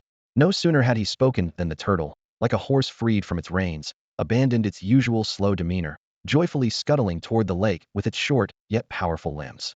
As it joined its companions, the lakeside resonated with a chorus of gurgling sounds, as if each turtle was enthusiastically introducing itself. Just as the cheerful chatter began to settle, a particularly large and imposing Jean-In turtle emerged slowly from the lake. With its head held high, it let out a deep, resonant gurgle, instantly prompting the scattered Qilin turtles to line up neatly. At another command from the Jean-In turtle, a series of plop sounds followed as the turtles dove into the water, splashing the once calm surface as they joyfully played underwater. Do you want to join in? Su Mukon asked the little Qilin at his feet. Moo moo. The little Qilin was tempted but only tentatively dipped half of its body into the water. Perhaps its unique appearance made it self-conscious, or maybe it was apprehensive about the underwater world. It wasn't until the Jean-In turtle emerged and issued a warm invitation that it mustered the courage to fully submerge. As a divine beast capable of harmonizing with any element, diving was a breeze for the little Qilin. With its innate auspicious affinity, it quickly bonded with a group of Qilin turtles. Using its impressive water skills, the little Qilin showcased its prowess, creating miniature water tornadoes, forming sparkling water balls, and even skillfully maneuvering 7 turtles in a drifting game. This display of talent immediately drew admiring gazes from the Qilin turtles, who gathered around the little Qilin, exclaiming in awe. Sitting on the grassy lakeside, Su Myukin and In Hong watched this harmonious scene unfold. Brother Chun, In Hong suddenly spoke. Do you think the significant decline in powerful spirit beasts is due to human pollution of the environment? Su Myukin furrowed his brows slightly, gazing into the distance. After a moment of contemplation, he replied, early humans indeed caused damage to nature, leading to the extinction of many spirit beasts. Although people are now aware of the issue and are making efforts to rectify it, the damage is undeniable. However, it's important to remember that nature follows the principle of survival of the fittest, not the strongest. Take the Taotai divine ox, for example. Who would dare call it weak? Yet, due to its excessive greed, it often consumed all the food in its territory, ultimately becoming despised and outcast by other powerful spirit beasts, leading to its downfall. That's true. In Hong agreed, nodding. What made you bring this up suddenly? Su Myukin asked, a hint of surprise in his voice. Nothing much, just a passing thought. In Hong shrugged, then added with a look of envy. By the way, Brother Chun, your holy Qilin is quite impressive, demonstrating over a dozen water skills just now. Su Myukin's lips curled into a teasing smile. It's all about talent. Exceptional people naturally attract exceptional beasts. I can't argue with that. In Hong replied with a helpless smile. Did you notice anything different about the energy flow in those skills? Su Myukin asked, his eyes gleaming with anticipation as he looked at In Hong. Your talent goes beyond just predicting skills. Whoa, Brother Chun, you know about my talent. In Hong's eyes widened in surprise. I was just guessing before, but now I'm sure. Su Myukin nodded slightly, a mysterious smile on his face. Amazing. In Hong was stunned for a moment, managing to utter just those words. I'll have the little Qilin slow down and demonstrate again. Memorizing the energy flow of these skills can help you not only better predict opponents' moves, but also teach your beasts to learn corresponding skills more easily. Plus, with the rich water element aura here, learning water skills will be twice as effective with half the effort, Su Myukin explained as he signaled the little Qilin in the water. The little Qilin, receiving the command, joyfully swam to the shore, ready to showcase those water skills once more. Soft light filtered through the leaves, casting a gentle glow on Su Myukin's tall figure. He was intently observing the scene before him, his eyes sparkling with intelligence. As a transmigrator, he not only brought with him the experience of numerous Petrifying games from his previous life, but also spent 18 years in this world of beast tamers, becoming intimately familiar with its workings. In this world, although the beast taming system is well developed and the evolutionary paths of various beasts have been thoroughly explored by predecessors throughout history, there remains a critical flaw: the absence of skill discs. Here, the methods for a beast to learn new skills are extremely limited. They either have to arduously explore through countless battles, seeking breakthroughs through insight, or learn from other beasts. Both methods are fraught with uncertainty, time-consuming, and labor-intensive. Despite significant resources being devoted by various nations to research more efficient methods of skill transmission, no substantial breakthroughs have been achieved so far. Just as the entire beast taming world seemed to hit a bottleneck, Su Myukin saw hope in In Hong's talent. This young man's unique ability to perceive the spiritual energy flow when beasts release skills sparked a bold idea in Su Myukin's mind. If these flows could be accurately recorded and imprinted on a specific medium, combined with other methods, could they create a miraculous item akin to a skill disc? If this idea could be realized, it would completely revolutionize the current skill learning model, sparking an unprecedented transformation in the beast taming world. Watching In Hong as he focused intently on observing a young Qilin releasing its skills, Su Myukin couldn't help but feel a surge of anticipation. However, 5 minutes later, a wry smile appeared on In Hong's face as he shook his head helplessly. It's not working, Brother Chun. I can only see the rough outline of the spiritual energy flow right now, barely identifying the skill type. Trying to discern the precise flow drains too much spiritual and mental energy. I can't sustain it for even a second. Su Myukin wasn't surprised by this result. He nodded calmly, offering reassurance. No worries, once you advance your level, you'll naturally overcome this limitation. By then, your talent will be invaluable. Could my talent have other uses besides prediction? In Hong murmured with a frown, a hint of confusion in his eyes. It certainly does, Su Myukin replied firmly. If we succeed, you might end up in textbooks, known worldwide. Seriously? In Hong's eyes widened in disbelief as he stared at Su Myukin. For any beast tamer, being featured in textbooks and gaining global recognition is the ultimate honor. Considering Su Myukin's typically steady demeanor, Hong couldn't help but get lost in thought, his intense gaze fixed on Su Mukin, making him somewhat uncomfortable. Seeing this, Su Mukin quickly waved his hand and said, "Let's not get ahead of ourselves now. In order to achieve that, you probably need to reach the gold level first. Let's focus on improving our strength," Hong said with a sense of urgency, leaning forward unconsciously. "So what are we waiting for? Let's get to training." Su Mukin's lips curved into a slight smile as he pointed towards the lakeside, not far away. There, a small Qilin was playing joyfully with a few tide sound turtles, splashing water amid cheerful calls. "Look, aren't we already training?" Hong was taken aback. His gaze shifted back and forth between Su Mukin's serious expression and the playful spirit beasts, his brows gradually furrowing. "Aren't we just playing? We're not really training." A meaningful smile appeared on Su Mukin's face as he spoke calmly. "You have to understand, the strength of a beast companion isn't just about its level. If two beast companions of the same level and species have different numbers of skills, which one do you think would have a better chance of winning?" Hong instinctively opened his mouth, then quickly shut it. He tilted his head slightly, his eyes becoming deep as he seriously pondered his past experiences with beast battles. After a moment, he hesitantly spoke, "That depends. Sometimes it also matters what skills they have, and..." Before he could finish, Hong's eyes suddenly lit up like a bulb being switched on. He turned abruptly to Su Mukin, excitement and realization in his voice. "Chun, are you saying?" "Exactly. The proficiency of skills is just as important," Su Mukin nodded lightly. "Look, what are the tide sound turtles and the little Qilin doing with them?" Hong focused his attention back on the lakeside, this time observing with particular intensity. The spirit beasts were engaged in an extraordinary skill exchange. Some tide sound turtles were shooting out brilliant water jets that refracted into a rainbow in the sunlight. Others were forming crystal-clear water spheres that floated lightly in the air. Still others stirred up small water tornadoes, sending splashes flying around. Each time a skill was demonstrated, the performer would emit a series of gurgling sounds, as if earnestly explaining their insights to their companions. The tide sound turtle and the little Qilin watched the demonstration intently, occasionally nodding in response, their eyes shining with a thirst for knowledge. Soon, they began to attempt to imitate the skills, cautiously releasing the same abilities. Hong's tide sound turtle, with its exceptional talent, had already mastered several basic water-based skills through this playful learning method. Su Mukin's little Qilin was not to be outdone. It was releasing skills more quickly, and the splashes of water were noticeably more powerful, showing significant progress. Observing this scene, Su Mukin thoughtfully remarked, "Interest truly is the best teacher." Many beast tamers use forced mechanical training to increase the number and proficiency of their beast skills.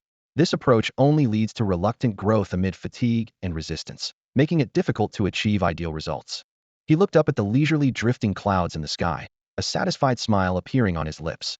Now, the tide sound turtle and the little Qilin seem to be playing, but in reality, they are growing in a way they enjoy.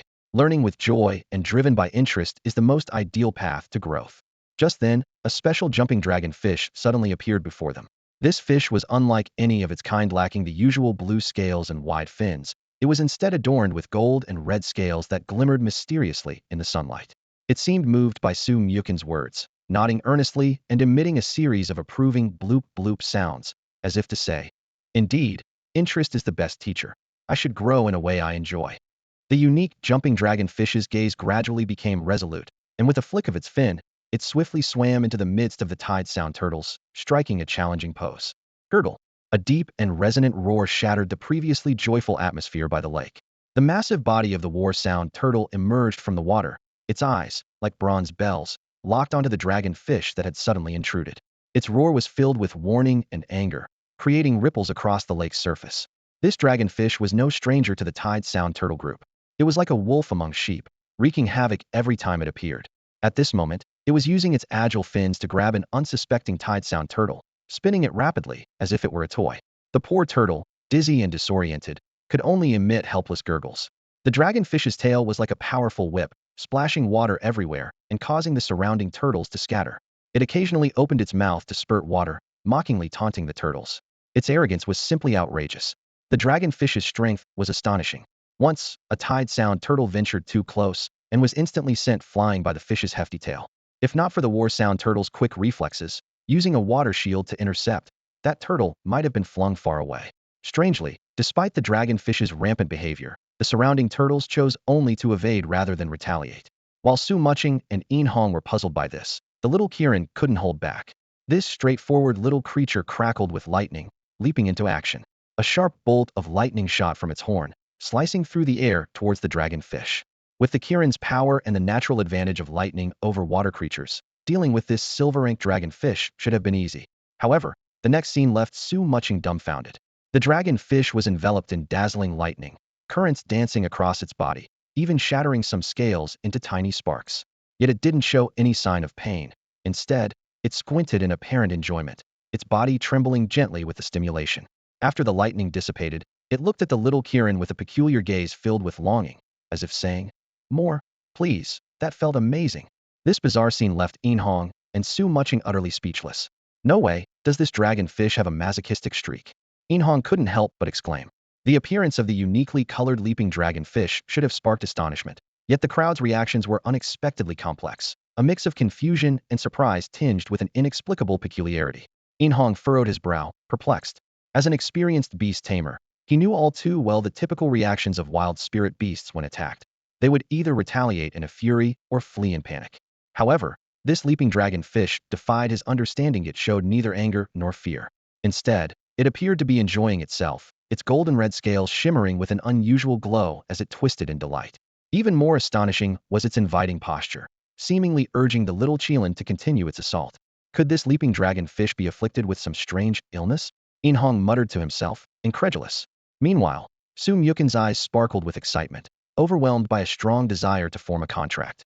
He immediately activated the Eye of Investigation, and the detailed information about the leaping dragonfish surfaced in his mind.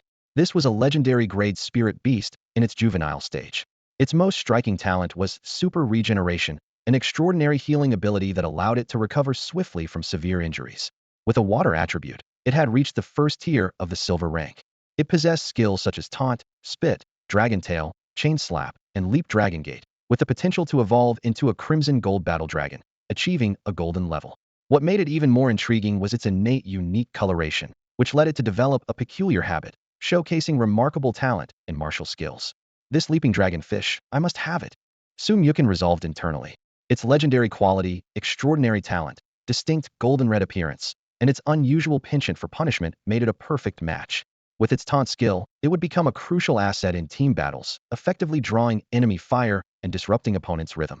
If combined with the pain absorption trait, this characteristic of growing stronger from taking hits would be even more formidable. However, Su Mochen's enthusiasm was soon dampened by reality. Although in the wild, Tide Island was under special protection by the Huaxia government due to the presence of powerful tide sound turtles and leaping dragonfish. Forming a contract with the spirit beasts here required following official procedures, unlike in other places where one could forcibly capture them through sheer strength. The contract between a beastmaster and their beast has a crucial condition. If either party is unwilling, the beastmaster must release the beast.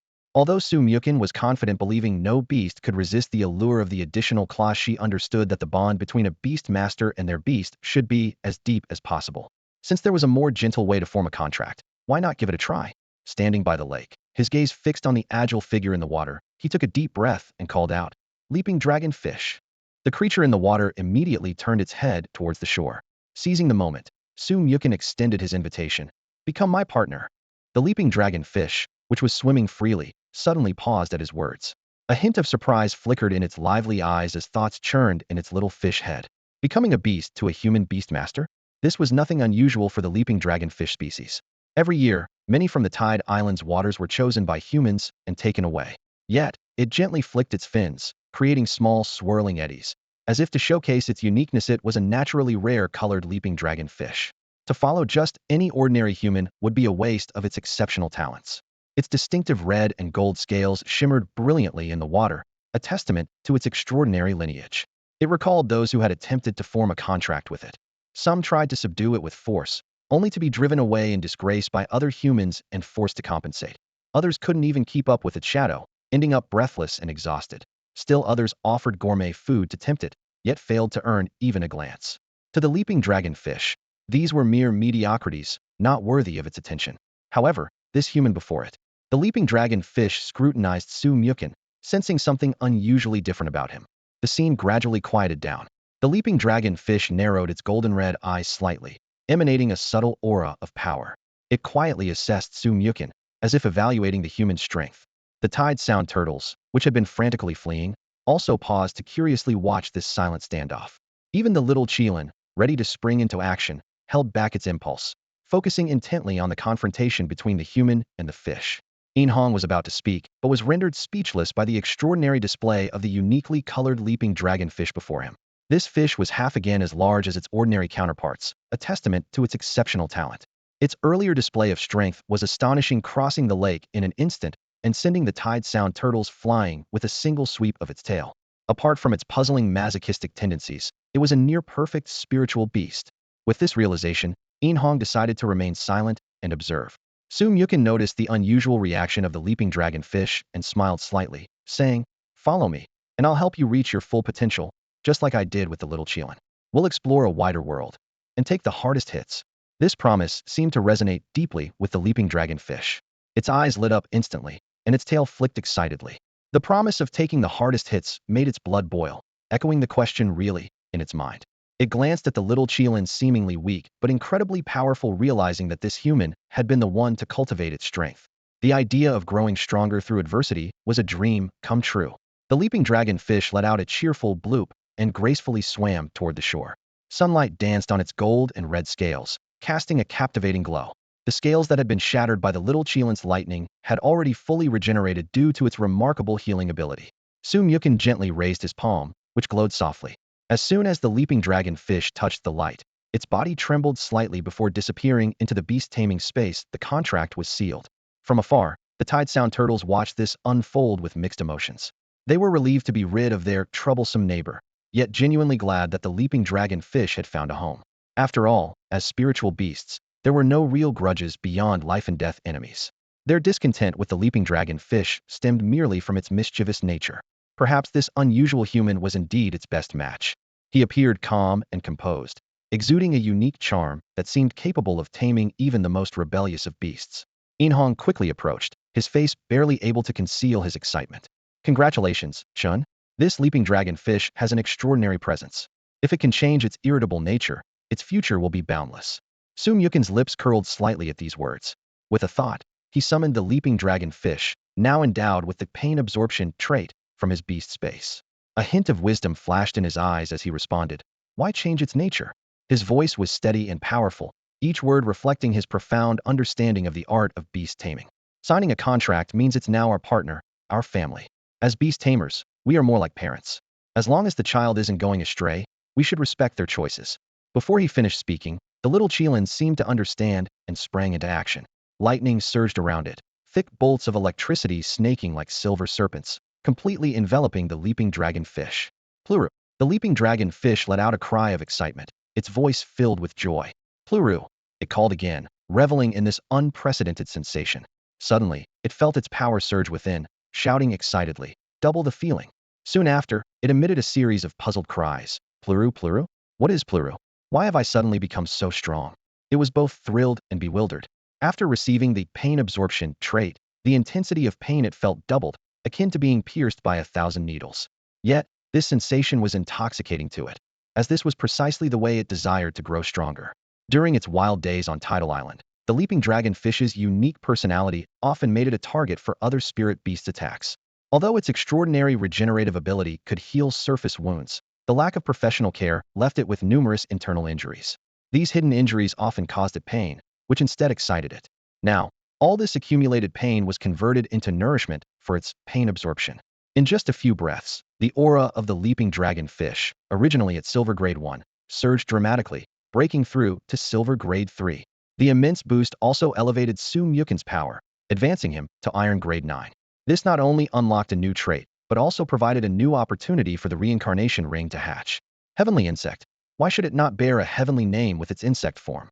Su Mukin pondered this new trait, frowning slightly, puzzled. But he soon let it go since the trait contained the word insect. It was related to the insect path of beasts, perfectly serving as an energy source for unlocking the reincarnation ring's beast.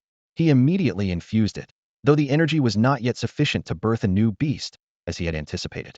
Returning his focus, Su Mukin observed the scene before him. Under the little Qilin's mediation, the group of tidal turtles gradually accepted this uniquely spirited new companion. The unique habits of the leap dragonfish made it an ideal training partner for the spiritual beasts. Floating on the water's surface, it willingly faced the attacks from the other beasts, emitting different tones of cries each time a skill landed on it. The other beasts listened carefully to these cries, using them to gauge the power of their skills, and then adjusted the strength and angle of their techniques, exploring the best path for advancement. Standing to the side, Inhong initially watched this bizarre scene with a face full of confusion. However, as time went on, his expression gradually shifted from puzzlement to astonishment. Despite the continuous attacks, the scales of the leap dragon fish not only remained unharmed but also became shinier, exuding an even stronger aura. This discovery made him involuntarily turn to Su Mukin, with waves of shock surging in his heart. Is this Brother Chin's talent? Inhong pondered to himself. To accurately identify the unique potential of each beast, allowing them to grow stronger in a way that suits them best. And this leap dragon fish, it truly becomes stronger the more it's hit. With this thought, he couldn't help but gasp, his admiration for Su Mukin deepening. Meanwhile, the battle sound turtle, which had initially felt pleased about gaining a new partner, was now deeply puzzled. Its eyes widened, darting between the battered leap dragon fish and its owner, Su Mukin, filled with doubt. How could this human just watch his beast being attacked? However, as the bodyguard of the tidal sound turtle, the battle sound turtle possessed keen perceptive abilities. Upon calming down and observing closely, it quickly noticed that the leap dragon fish's aura indeed grew stronger with each attack it endured. This realization forced the battle sound turtle to admit that this seemingly absurd training method was indeed helping the leap dragon fish grow stronger. Although this development direction was somewhat unbelievable, it recalled its owner's words that every beast is like a child and should have the right to choose its own path of growth. Enduring continuous attacks was precisely the unique way of cultivation for the leap dragon fish. As the evening descended, the sky blazed with fiery hues of sunset, casting a vibrant orange-red glow over Tidesong Island. Amid the chorus of gurgle-gurgle sounds from the Tidesong turtles bidding them farewell, Su Mukin and Inhong returned with their faces alight with uncontainable joy. The day's harvest left both of them thoroughly satisfied. Su Mukin had not only succeeded in taming his second beast, but also acquired a rare leaping dragon fish, a unique creature that grows stronger the more it is attacked. Once it evolves into a crimson gold battle dragon, it will become a formidable asset in team battles. Left unscathed, it can devastate foes with its dragon tail. When struck, it draws strength from the blows. This undoubtedly added a distinctive and powerful force to his beast team. The little Qilin also gained immensely from this experience. With its extraordinary talent, it made remarkable progress in mastering water skills through playful sparring with the Tidesong turtles, undergoing a transformative change. Inhong's Tidesong turtle also reaped substantial benefits, learning the water gun skill and the defensive water shield, and even starting to grasp the challenging water tornado, which it could master fully with a few more days of practice. On the way back, everyone was in high spirits, chatting and laughing. Suddenly, the little Qilin seemed to remember something important. Its bright eyes twinkled, and a colorful cloud appeared beneath it, lifting it gently into the air. It floated up to the leaping dragon fish, which was also hovering in midair, and asked with a serious tilt of its head, "Moo? Leaping dragon fish, will you steal my treats?" Blub. The leaping dragon fish was initially surprised, its eyes widening. It hadn't expected the little Qilin to fly too. Once it gathered its thoughts, it weighed its options. To frequently enjoy the pleasure of being attacked in the future, it couldn't mess this up. So, it shook its head vigorously like a rattle drum, secretly thinking, treats? What are those? This dragon fish only loves being hit, not caring for any delicacies. Boom. Satisfied with the answer, the little Qilin patted its chest, lightning crackling around it, and instantly summoned a thick bolt of lightning toward the leaping dragon fish. The electric light enveloped the fish entirely, crackling with dazzling brilliance. Blub. Blub. The leaping dragon fish cried out in delight amidst the lightning. That's the taste. That's the feeling. The sensation of being wrapped up. It's exhilarating, absolutely exhilarating. It called out while twisting joyously in the lightning, its ecstatic demeanor leaving everyone dumbfounded. Chun, Inhong couldn't help but say, "This leaping dragon fish seems a bit peculiar." Su Mukin chuckled wryly. "Suddenly, I feel like taking such a beast out is so embarrassing." By the time the group returned to the camp, dusk had settled over the area, with a few dim lanterns flickering between the tents. The camp guards greeted them warmly, their eyes briefly showing surprise upon spotting the leaping dragon fish above Su Mukin's shoulder, but they quickly returned to normal. Finally back, young Master In and young Master Su. How was today's harvest? Inhong greeted them with a gentle smile. Inhong briefly recounted the day's gains, while Su Mukin simply nodded and then followed the group towards the grand central tent of the camp. Before they even reached the tent, In Weihao's hearty laughter could be heard mingling with the lively conversations inside. As they lifted the heavy tent flap, they saw In Weihao sitting in a circle with several seasoned beast tamers, eagerly discussing the ecological changes on Tide Island and sharing insights on beast taming.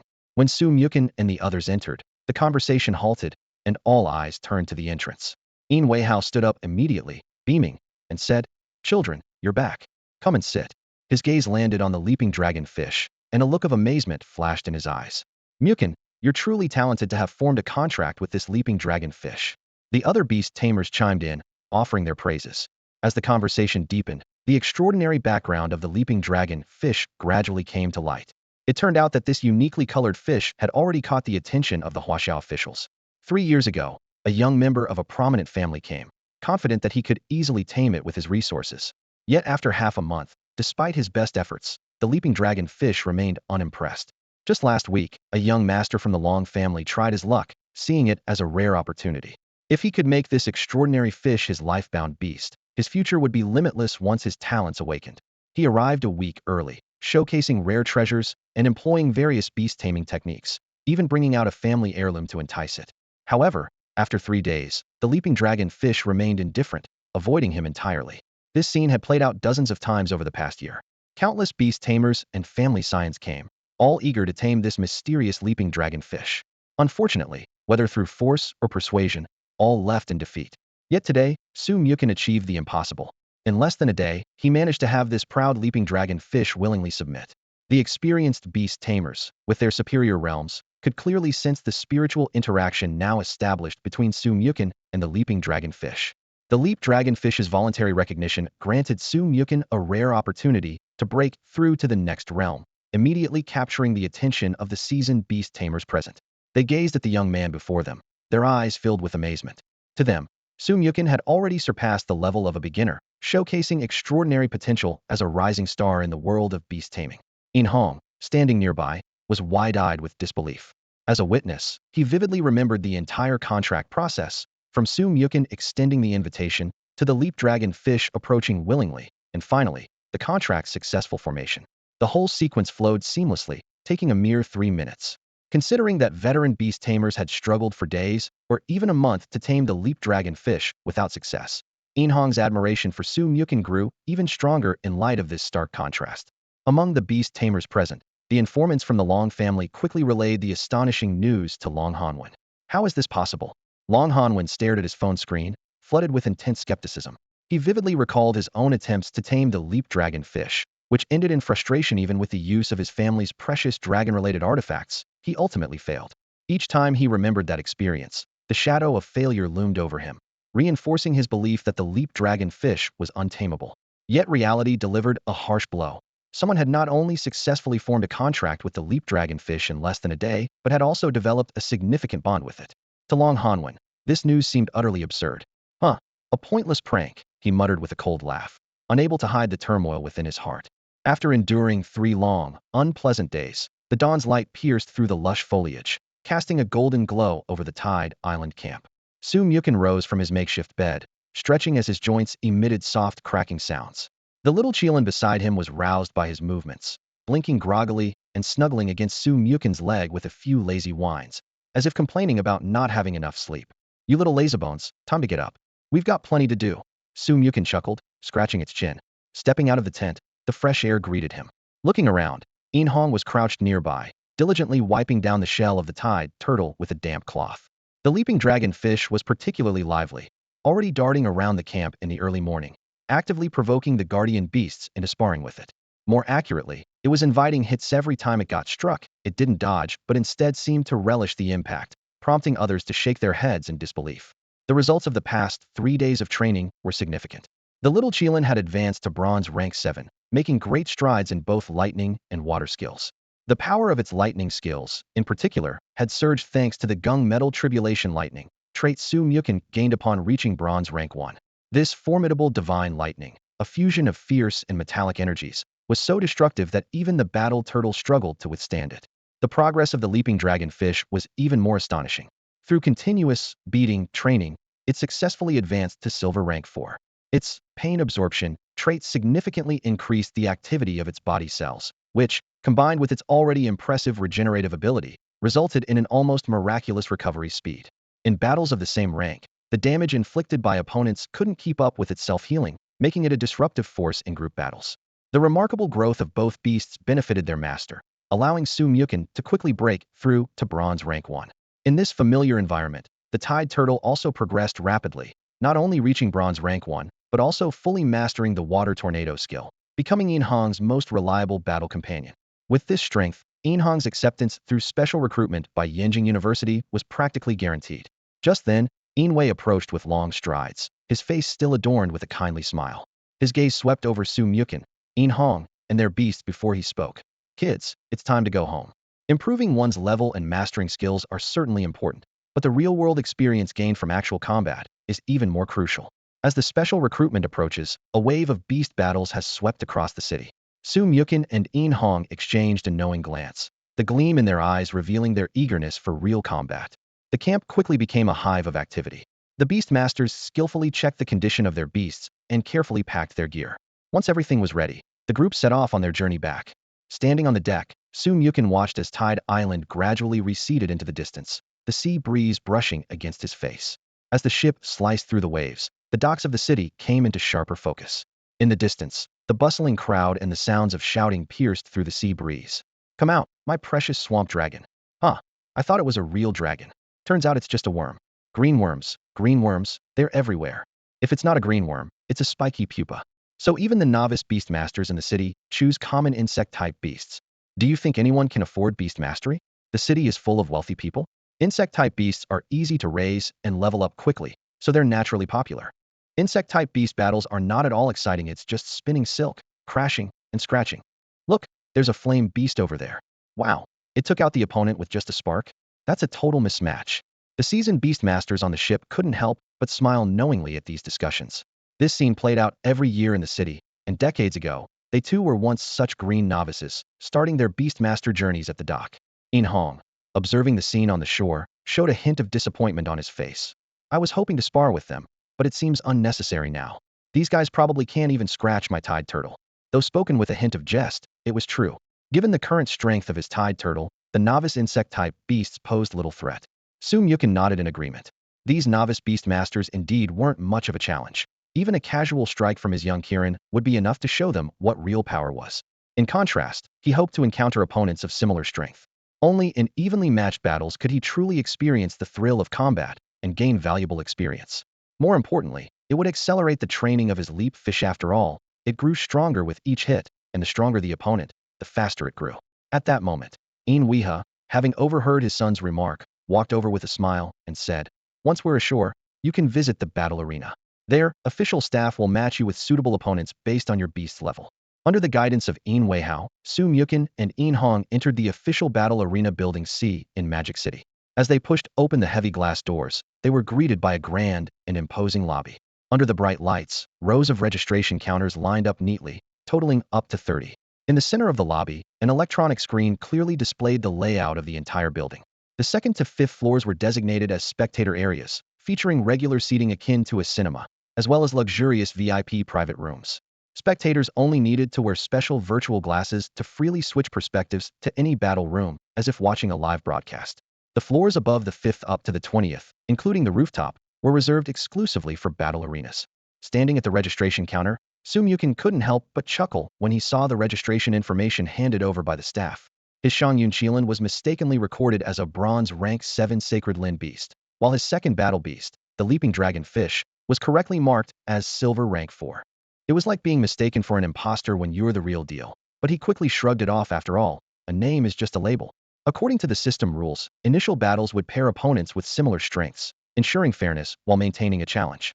As victories accumulated, the system would gradually increase the strength of opponents based on the contestants' actual performance, making the competitions more thrilling. When Su Mukin reached the elevator, Yin Weihao and his son had already completed their registration and were approaching him. Yin Weihao looked at the two young men, full of energy, with a gleam of satisfaction in his eyes. "Let's see the results of your training these past few days," Yin Weihao said as he pressed the elevator button. "Here, points are calculated based on 5 consecutive wins. The more consecutive wins, the higher the points. These points can be exchanged for spiritual fruits, beast equipment, and other items at official stores." The three of them took the elevator to their respective assigned floors. Su Mukin's battle room was laid out like a chessboard, with a river running through the middle and wide open spaces on either side. Soon, the system emitted a ding, and his opponent's information appeared on the screen. Beastmaster, Ji Jiuan. Battle Beast 1, Bronze Rank 9 Fire Cloud Beast. Battle Beast 2, Silver Rank 2 Thunder Lion. Due to the uniqueness and rarity of the leaping dragon fish and sacred Lin beast, the system quickly matched him with this equally skilled opponent. The moment the match between the sacred Qilin beast and the leaping dragon fish appeared on the spectator screen, the entire battle arena erupted into excitement. Holy cow, the sacred Qilin beast. The leaping dragon fish, an excited spectator shouted. We've got some serious contenders in the arena today. The sacred Qilin beast? Which room is it in? Room 1704. Hurry and take a look. It's said to be the embodiment of the legendary Qilin. The audience flooded into room 1704 and were awestruck by the majestic presence of the sacred Qilin beast. However, soon someone noticed an even more astonishing detail. Wait a minute, did anyone see who the owner of the sacred Qilin beast is? A voice broke through the crowd's fascination. On the screen, Su Mucheng's figure was clearly visible. The spectators' attention immediately shifted from the sacred Qilin beast to this young beast master. Isn't that Su Mucheng, who was selling the Spirit of Ice just a few days ago? Yes, that's him. I heard he's a rookie beast master this year and scored an extraordinary 150 points in the initial beast battle assessment. Are you saying he managed to train the sacred Qilin beast to bronze tier 7 in just a few days? This information hit the entire battle arena like a sledgehammer, plunging it into silence. Moments later, gasps of disbelief broke the quiet, and murmurs of astonishment spread through the viewing rooms. Even the seasoned beast masters in the VIP room, who had seen it all, sat up straighter, a flicker of shock crossing their otherwise composed expressions. They all knew exactly what a perfect score of 150 points meant. In the rigorous assessment system of Huaxia, that score comes with nearly impossible conditions. The Beastmaster must have independently awakened their beast-controlling talent, and their contracted beast must have either hatched or been obtained from the spirit beast space within 7 days prior to the awakening. This level of strictness was such that even in the feudal era, not even an emperor's son could find a loophole. If the time exceeded 7 days, half a month, or a year, the maximum score would be significantly reduced. The known sacred Lin beast, no matter how gifted, typically does not surpass the bronze rank in its initial stages. However, at this moment, everyone's attention was drawn to the majestic sacred Lin beast in the center of the arena, exuding an aura unmistakably at the level of bronze grade 7. In just a few days, to cultivate a sacred Lin beast to this level, it's unheard of, exclaimed a seasoned beast master with graying hair, his hands trembling slightly and eyes filled with disbelief. Standing in the audience, he watched the scene intently. I've spent most of my life in the beast mastery world, encountered countless geniuses, yet I've never seen such an astounding talent in cultivation. Indeed, another beast master beside him nodded in agreement, still showing traces of shock in his eyes. At this rate of cultivation, there's likely no one else in the entire beast mastery world who can compare. However, as everyone marveled at Su Muchen's extraordinary talent, a calm voice interjected. Even so, let's not forget he is still a novice beast master. In this level of competition, while the beast's strength is crucial, it ultimately tests the master's command ability. This remark immediately resonated with those around. Someone added, that's right, his opponent is Ji Jiuan, who has a 15-match winning streak. He's a veteran who awakened his beast mastery talent last year and has been through thousands of battles. Winning against such an opponent won't be easy. This suspense only heightened the tension in the atmosphere. Countless spectators held their breath, eyes glued to the large screen. This highly anticipated showdown was about to reveal whether the prodigious young Su Muchen would create a miracle with his incredible cultivation talent, or if the experienced Ji Jiuan would achieve his 16th consecutive victory through his seasoned command skills. The battle was about to begin. Under the influence of the special beast skill Inner World, the combat room underwent a remarkable transformation in an instant. The previously narrow venue opened up expansively, becoming as vast as a soccer field. The corridor-like narrow river also extended, turning into a wide, shimmering waterway, adding a touch of vitality to the impending duel with its gentle flow. Standing on one side of the field, Ji Jiuan's easy smile gradually faded, replaced by a serious expression. As an experienced beast master, he was no stranger to the name Su Muchen. Initially, when matched with this opponent, he had underestimated the newcomer's status, thinking that even when facing the combination of the sacred beast and the leaping dragon fish, victory should be easily attainable given his own thousands of battles worth of experience. However, when Su Muchen's little Qilin appeared, Ji Jiuan's confidence vanished into thin air. This little Qilin, compared to other sacred beasts of the same stage, was not only more robust in size, but also had fuller, more powerful muscle lines. Although appearances do not entirely represent strength, these details undeniably hinted at Su Muchen's extraordinary skills in beast cultivation. In the bronze and silver stages, when beasts have yet to master many complex skills, a strong physique often becomes the key factor in determining victory. However, Ji Jiuan calculated silently in his mind. Experience is the key to winning. As long as I don't let the opponent get close, victory is still within my grasp. As a standout with a 15-win streak, he remained confident in defeating this inexperienced novice beastmaster. Looking at Su Mukin across from him, Ji Jioen suddenly raised his chin and called out loudly, Su Mukin, plain victory or defeat is too dull. How about adding a little wager? What kind of wager? Su Mukin asked, slightly raising his head. 5 million, Ji Jioen said solemnly. If you lose, pay me 5 million. I'll wager a top-grade water spirit stone and 500 points, equivalent in value. In formal beast battles, setting a prize is not against the rules. All right. Su Mukin readily agreed to the opportunity presented. To ensure fairness, both signed a pledge in front of the referee, Mijia. Mijia, a beast healer, had a life-bound beast, Little Garland, which had reached the strength of gold rank 2, mastering 5 healing and recovery skills. Although artificial intelligence often officiated at the battle arena, professionals like Mijia could provide the most specialized treatment at critical moments, especially for bronze and silver level matches, ensuring the safety of the beasts. Under the watchful eye of Mijia, Su Mukin and Ji Jioen signed a battle agreement on the spot, and both parties immediately completed the transfer of 5 million chips. This scene sparked a flurry of discussions among the audience, with comments flooding in. Isn't the global economy in decline? How can they just drop 5 million like that? For trainers with a leap dragonfish and a holy Lin beast, 5 million is really nothing. Ji Jioen looks confident. He must be sure of his victory. The audience whispered among themselves. It was clear to any observer that for Su Mukin, 5 million was a drop in the bucket. But for Ji Jioen, this bet nearly wiped out his entire savings. Losing would mean bankruptcy. That's why many believe that he wouldn't bet so heavily unless he was absolutely certain of winning, leading the spectators to start favoring his chances. Both parties, prepare to release your first beast, Mijia declared solemnly after confirming both were ready. No sooner had she spoken than Su Mukin gave a gentle push, and the little Qilin leaped gracefully into the center of the arena, standing proudly. Across from him, Ji Jioen took a deep breath and summoned his fire cloud beast, a mysterious creature engulfed in flames, hovering like a cloud. Remember, once one side concedes or loses consciousness, the other must cease attacking immediately. Mijia reiterated the rules succinctly. After both nodded in agreement, the cold, artificial countdown began to echo in the room. 3, 2, 1. As the final number fell, the little Qilin transformed into a silver lightning bolt, launching an attack. It seamlessly combined the skills it had demonstrated during the initial beast test: whirlwind dash, lightning flash, and rapid step. In just a split second, the little Qilin vanished like a ghost from its original spot. Everyone present only saw a fleeting shadow, followed by a series of sharp, clear impacts echoing across the arena. The fire cloud beast, with a strength of bronze level 9, didn't even have time to make any defensive moves before it was hit at its vital points by a barrage of lightning-fast attacks, crashing heavily to the ground. The flames flickering on its body instantly dimmed, like a torch doused by water, leaving it lying weakly on the ground, unable to move. Everything happened so quickly that even Mijia, the judge who had reached silver level 8, couldn't clearly see the little Qilin's exact attacking movements. The first battle came to an abrupt end, taking less than a second, leaving the scene in momentary silence. The audience, watching through their battle glasses, witnessed everything yet struggled to process it. Although they had heard of Su Mukin's astonishing achievements during the initial beast evaluation, witnessing such an overwhelming disparity in power firsthand left them speechless. It's important to understand that the difference between bronze level 1 and bronze level 9 is as vast as the difference between 10,000 and 90,000. Yet, this bronze level 9 fire cloud beast couldn't withstand a single move from the little Qilin. Everyone was left wondering, is this the highly anticipated showdown they were expecting? Where is Ji Jioen's so-called certainty of victory? This wasn't just a matter of power disparity, it was a complete domination.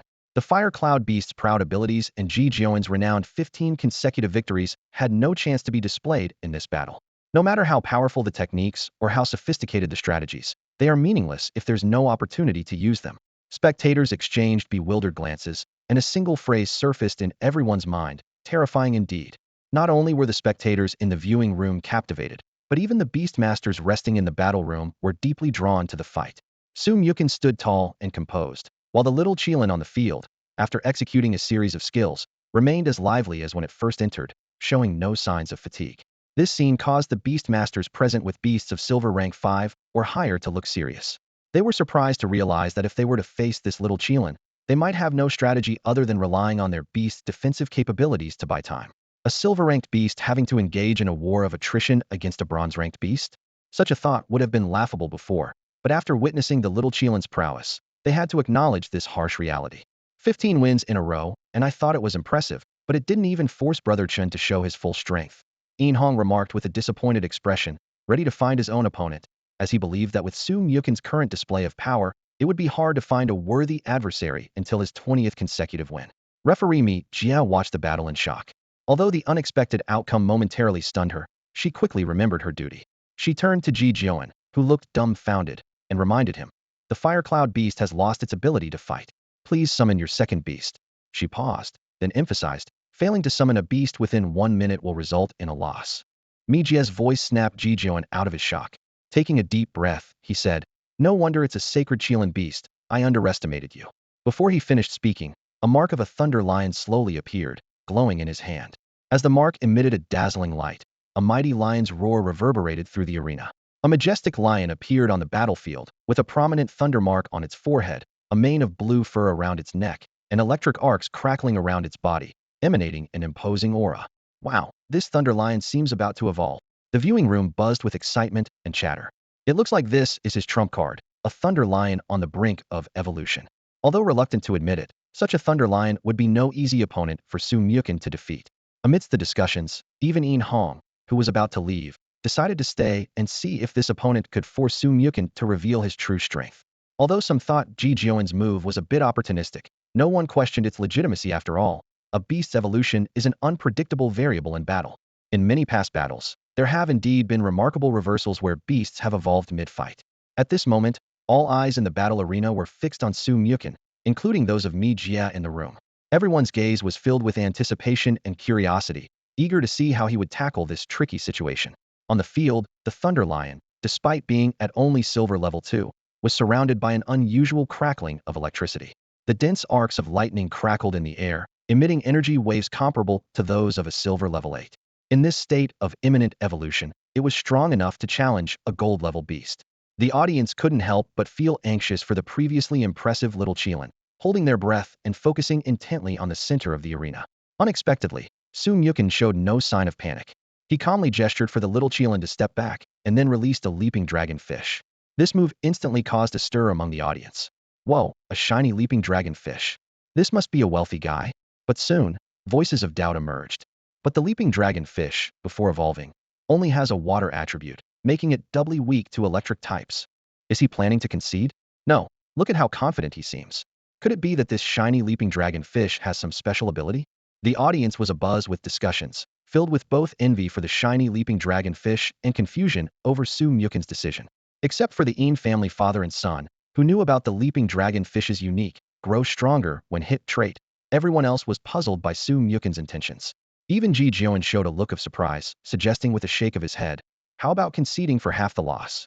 Su Mukin replied seriously, "It's no fun for an adult to bully a child. The leaping dragonfish is about on par with your thunder lion." His words left everyone even more confused. In reality, this was a very modest statement considering the little Qilin's Gungjin thunder attribute. Facing a thunder lion of this strength was like a 100-meter giant bullying a baby, offering no real challenge at all. Su Mukin's lips curled into a slight smile as he thought to himself that it wouldn't hurt for the leaping dragon fish to experience different tastes of lightning, using this opportunity to grow stronger. As if they shared a telepathic connection, the leaping dragon fish immediately sensed its master's thoughts. The anticipation of the forthcoming delicious lightning made it tremble with excitement. It plunged into the water with a swift flick of its fins, creating a splash of shimmering droplets. Its eager demeanor was even accompanied by a slightly provocative smirk, as if daring someone to challenge it. This scene utterly infuriated Ji Jiuan on the opposite side. He was momentarily taken aback, then let out a cold laugh, his chest burning with anger. To him, Su Mukin's actions were a blatant insult. "If you insist on letting your beast humiliate itself, don't blame me for being ruthless. Thunder Lion, use Thunder Strike and end this battle." Ji Jiuan's eyes sharpened as he barked the command. Before his words had fully left his mouth, Thunder Lion was already surrounded by wild arcs of electricity, which quickly coalesced into a thick bolt of lightning aimed straight at the leaping dragon fish. The sheer power of the strike seemed capable of reducing its target to ashes in an instant. Some of the seasoned beast tamers on the sidelines, with their keen eyes, recognized from the initial flash that this strike had the power of a silver tier 9 potentially enough to fulfill Ji Jiuan's claim of a decisive victory. However, what happened next defied everyone's expectations. Instead of dodging the oncoming lightning, the leaping dragon fish's eyes gleamed as it willingly faced the blinding bolt. The spectators collectively gasped, seeing this as a suicidal move. Plop. At the moment of collision, the leaping dragonfish let out a low, slightly disappointed hum. Although lightning is naturally strong against water, meaning the damage should be significant, the fish's defense had been honed through countless painful tempering sessions, combined with its extraordinary regenerative abilities. This level of lightning, despite doubling the pain, was far from the delicious experience it was hoping for. How can this be possible? The moment the strike landed, Ji Jion and countless spectators held their breath. They anticipated seeing the leaping dragonfish fall, but instead, an unexpected scene unfolded. The leaping dragonfish remained unscathed, standing in place, with a hint of mockery in its eyes, as if to say, "Is that all?" Sum Yukin stood calmly nearby, understanding the situation internally. This fish, accustomed to gourmet delicacies and able to withstand the electric shocks of a young Qilin, wouldn't be fazed by Leisher's attack. It was like asking a gourmet used to fine dining to eat plain rice. "In the battle," Sum Yukin said calmly. Before the words finished, the leaping dragon fish shot like an arrow towards Leisure. Its strong, powerful tail swung fiercely, carrying tremendous force as it struck at Leisure. "Get out of the way," Ji Jion shouted instinctively, his pupils constricting. But Leisure, already angered by the fish's earlier mocking gaze, stomped heavily on the ground, arcs of electricity dancing around it, and let out a thunderous roar. Boom! As the two beasts collided, dust swirled up, and electric sparks exploded. The powerful impact sent Leisure tumbling to the ground. "What kind of monster is this?" Ji Jion exclaimed in horror. This was a Sunto-evolved silver second-grade Leisure, with significantly enhanced physical strength, yet it was completely outmatched in direct combat, even with the advantage of elemental strengths. Unwilling to concede, Ji Jion gritted his teeth and ordered, "Leisure, Thundernet." The enraged Leisure howled skyward, and the battle room was suddenly shrouded in dark clouds. Bolts of lightning descended like a massive net, enveloping the leaping dragonfish. This skill was highly refined, intimidating even to beasts of the gold tier. Yet, the leaping dragonfish remained composed, emitting a contented hum amidst the dense lightning, as if to say, "I'm not picky. If there's enough plain rice, it'll do." Although the lightning couldn't penetrate its defense, the paralysis effect it carried left the leaping dragon fish momentarily immobilized. Those in the observation room watched with bated breath, fully aware that this fish was akin to a super tank disguised in fish scales. The situation was akin to a tank being controlled by a mage, but the mage's attacks couldn't penetrate the tank's defenses. Ji Jion understood this too and took advantage of the fish's immobility, directing Leisure to unleash powerful attacks continuously. However, he underestimated the fish's hidden strengths. With abilities like super regeneration, pain absorption, and the natural activation boost from electricity, these powers combined perfectly. The leap dragon fish displayed incredible defense and regenerative abilities. Every time Leisure's attacks landed on it, the wounds would heal at a speed visible to the naked eye. Leisure unleashed powerful skills repeatedly, yet he could never inflict lasting damage on his opponent. As the battle dragged on, Leisure began to show signs of fatigue from the frequent use of high-intensity skills. His breathing grew rapid, and his movements started to slow. In contrast, the leap dragonfish's scales remained unscathed, growing even more radiant, exuding a powerful aura that was both daunting and mesmerizing. Ji Jion watched the scene unfold, his face gradually turning pale, and the confidence in his eyes replaced by unease. At that moment, Sum Yukin sensed the opportunity had arrived, a confident smile curling at the corners of his mouth. On the battlefield, the leap dragonfish seemed to have a telepathic connection, suddenly breaking free from the lightning and twining its body. Its gold and red scales burst forth with dazzling light, channeling all its accumulated power to its tail. The sleek form of the leap dragon fish transformed into a golden-red lightning bolt, dashing toward Leisure with incredible speed. The air trembled in its wake, resonating with thunderous roars. Leisure's eyes widened in terror as he tried to evade the lethal strike, but found himself firmly bound by some invisible force. In this life-or-death moment, he mustered his last ounce of strength to release lightning, hoping to block the opponent's attack. However, the leap dragonfish cut through the defense effortlessly. Its tail struck Leisure with tremendous force, accompanied by a deafening crash, sending him flying like a snapped kite and crashing heavily to the ground, raising a cloud of dust. Leisure lay there, unable to rise again. The entire battle arena fell into a sudden silence, the audience stunned into speechlessness by the astonishing conclusion. Seconds later, cheers and exclamations erupted like a tidal wave. "Amazing! No wonder it's a rare-colored leap dragonfish. Truly extraordinary. How did Sum Yukin train it? His beast companions are all incredibly powerful." This was a complete domination. When Ji Jion summoned the Leisure, which was on the verge of evolution, many in the audience thought he could turn the tide. Yet, the outcome was a decisive victory for Sum Yukin. Even more shocking was the fact that he won using a leap dragon fish, which should have been at a disadvantage due to its elemental weakness against Glacier. Achieving such a victory while enduring double damage significantly enhanced the triumph's value. Did you notice? The leap dragon fish freed itself from the paralysis, someone exclaimed. This discovery sparked a new wave of discussion. Paralysis is one of the few negative status effects that can be self-resolved, as it involves disrupted nerve conduction. By accelerating blood circulation within the body, breaking free from this state is possible, and the leap dragon fish possesses this capability. Why endure the attacks if it could break free from paralysis? A young beast master questioned, with a hint of sarcasm in his tone. Sumyukin couldn't have deliberately let the leap dragon fish take hits, could he? It probably needed time. A calm beast master pondered for a moment before answering. After all, the leap dragon fish is only at silver level 4 and can't instantly dispel paralysis. This explanation gained the approval of most present, who nodded in agreement. In beast battles, the hierarchy of power often dictates the course of the conflict. However, at this moment, some keen observers among the beast tamers noticed an unusual detail. They exchanged significant glances, a bold idea forming in their minds. This leaping dragon fish seemed to enjoy the process of getting hit. This thought startled even them. But recalling the leaping dragon fish's behavior in battle, especially its almost ecstatic expression when being struck, made this speculation seem not entirely unfounded. Meanwhile, the attention of the seasoned beast tamers in the VIP viewing room was focused on another crucial aspect. Throughout the prolonged and intense duel, Sumyukin hardly uttered a command. This was in stark contrast to the typical scenes of beast battles. Something's off, Yenin, the admissions director of Yenjing University, muttered with a slight frown, a hint of gravity in his sharp gaze. As a seasoned beast tamer with a prestigious background, he was well acquainted with the habits of this uniquely colored leaping dragon fish. This leaping dragon fish, while intelligent, would never initiate a counterattack. When being hit, it only indulges in the experience.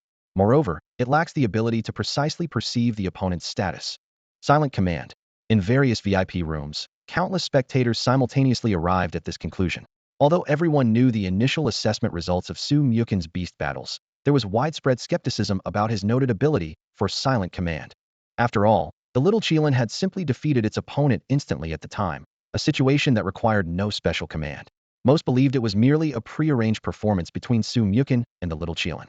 But the current battle clearly validated the authenticity of this ability. Sumyukin had indeed mastered the advanced skill of silent command even at the novice stage. Well done, kid.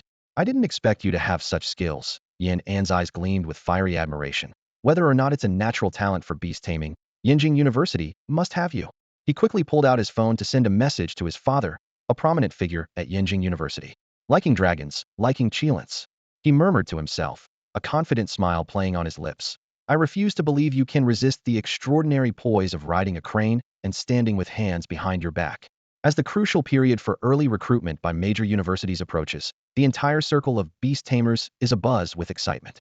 Yenjing University, a leading institution in the field of beast taming, is particularly focused on one piece of Nuza prodigious young talent named Sumyukin from the city of Modu, who has achieved an outstanding perfect score in the initial test of beast combat.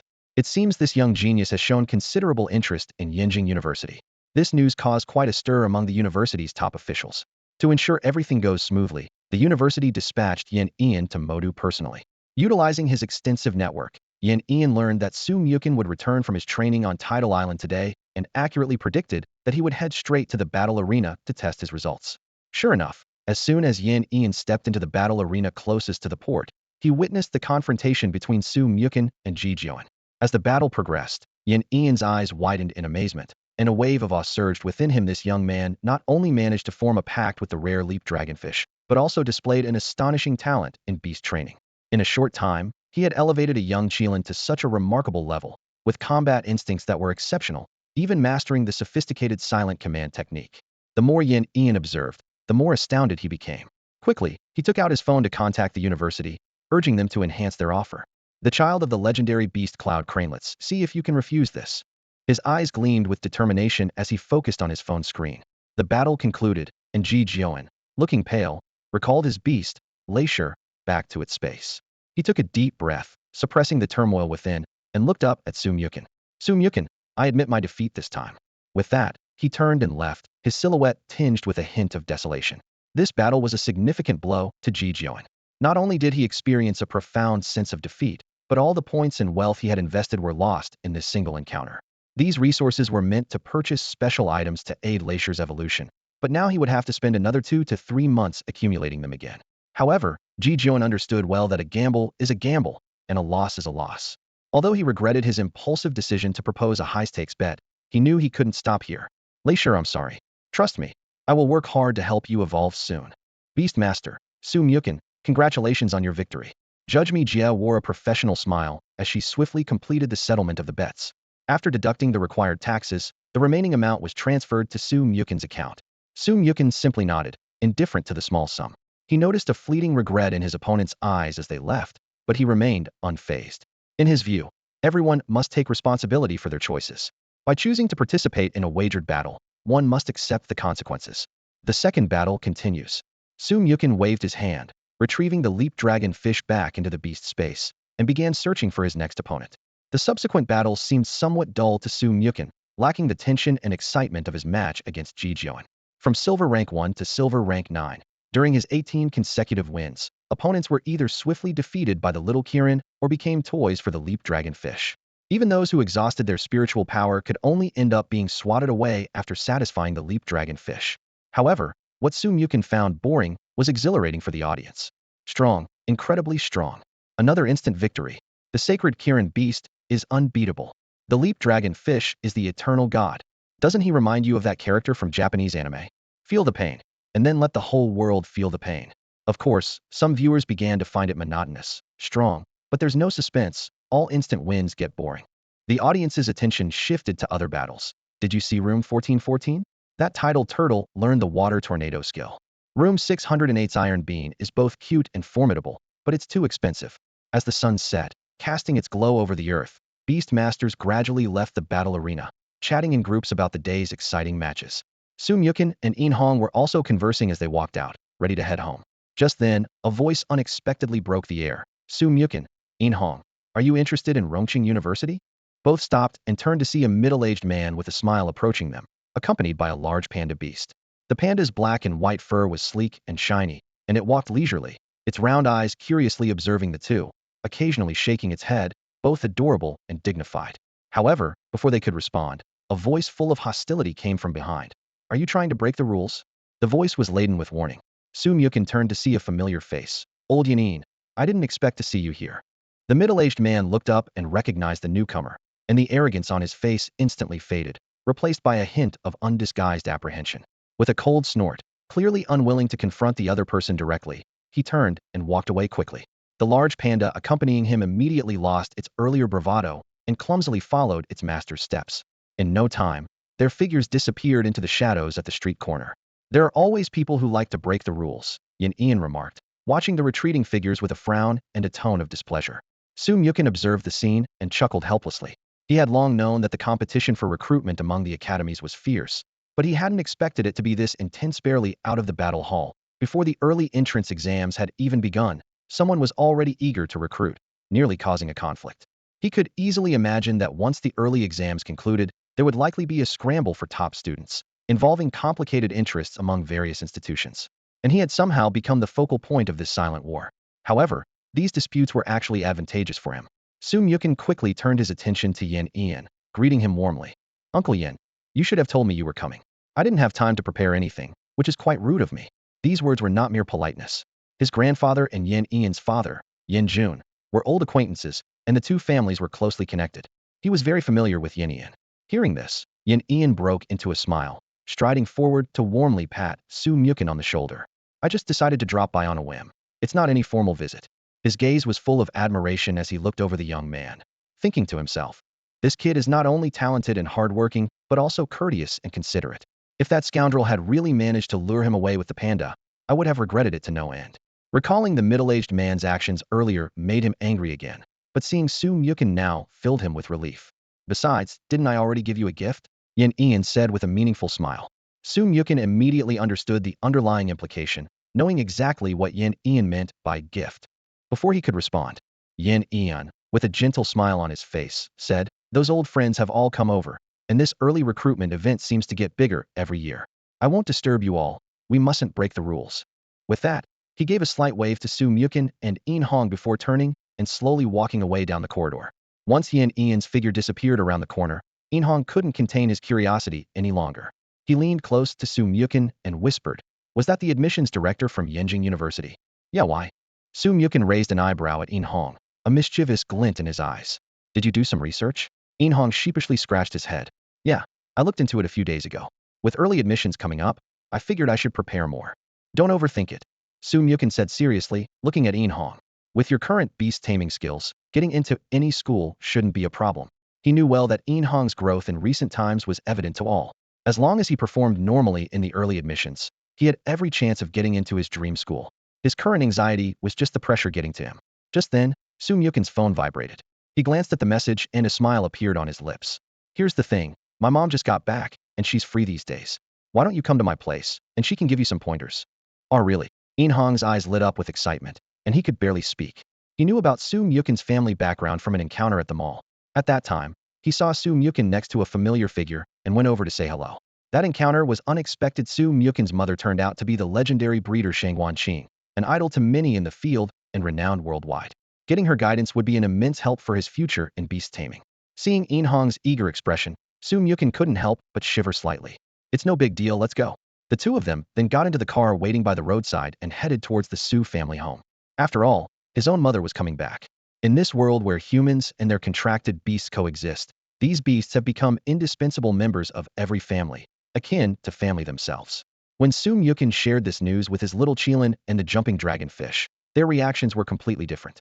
Upon hearing Su Myukin describe his mother's exceptional cooking skills, particularly her ability to transform bland spirit stones and ordinary spiritual herbs into delicious treats beloved by the beasts, while also enhancing the absorption of spiritual substances, the little Qilin became so excited that it bounced around the car, joyfully emitting meow sounds.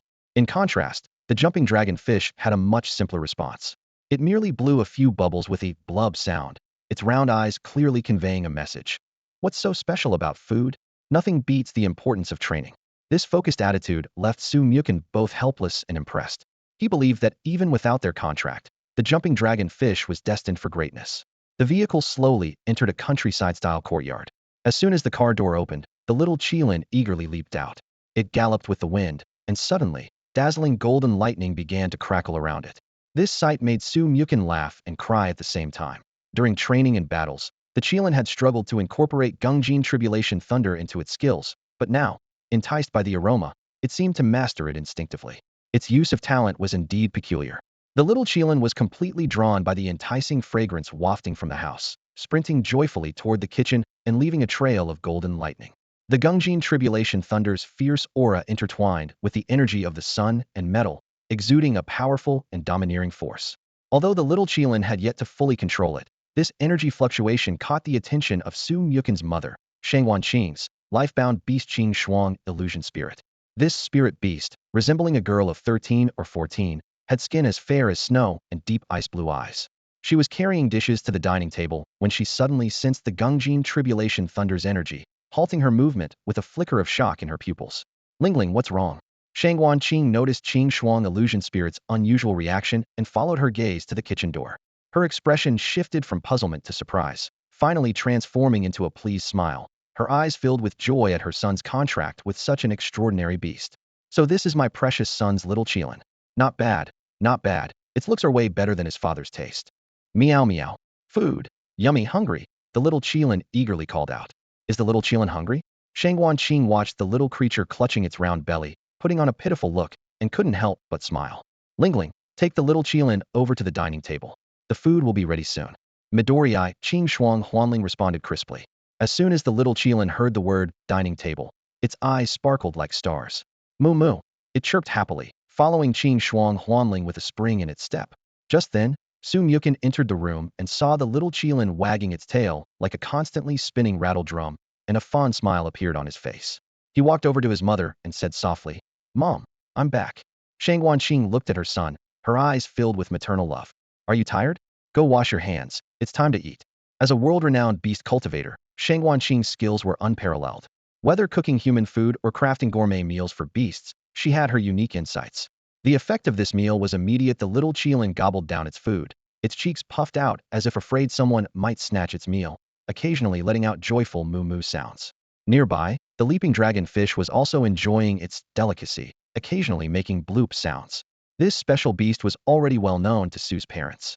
After understanding its unique habits, Shang Wanqing prepared a special meal for eat a perfect blend of insanely spicy, universe-defying bitter, and world-spanning sour.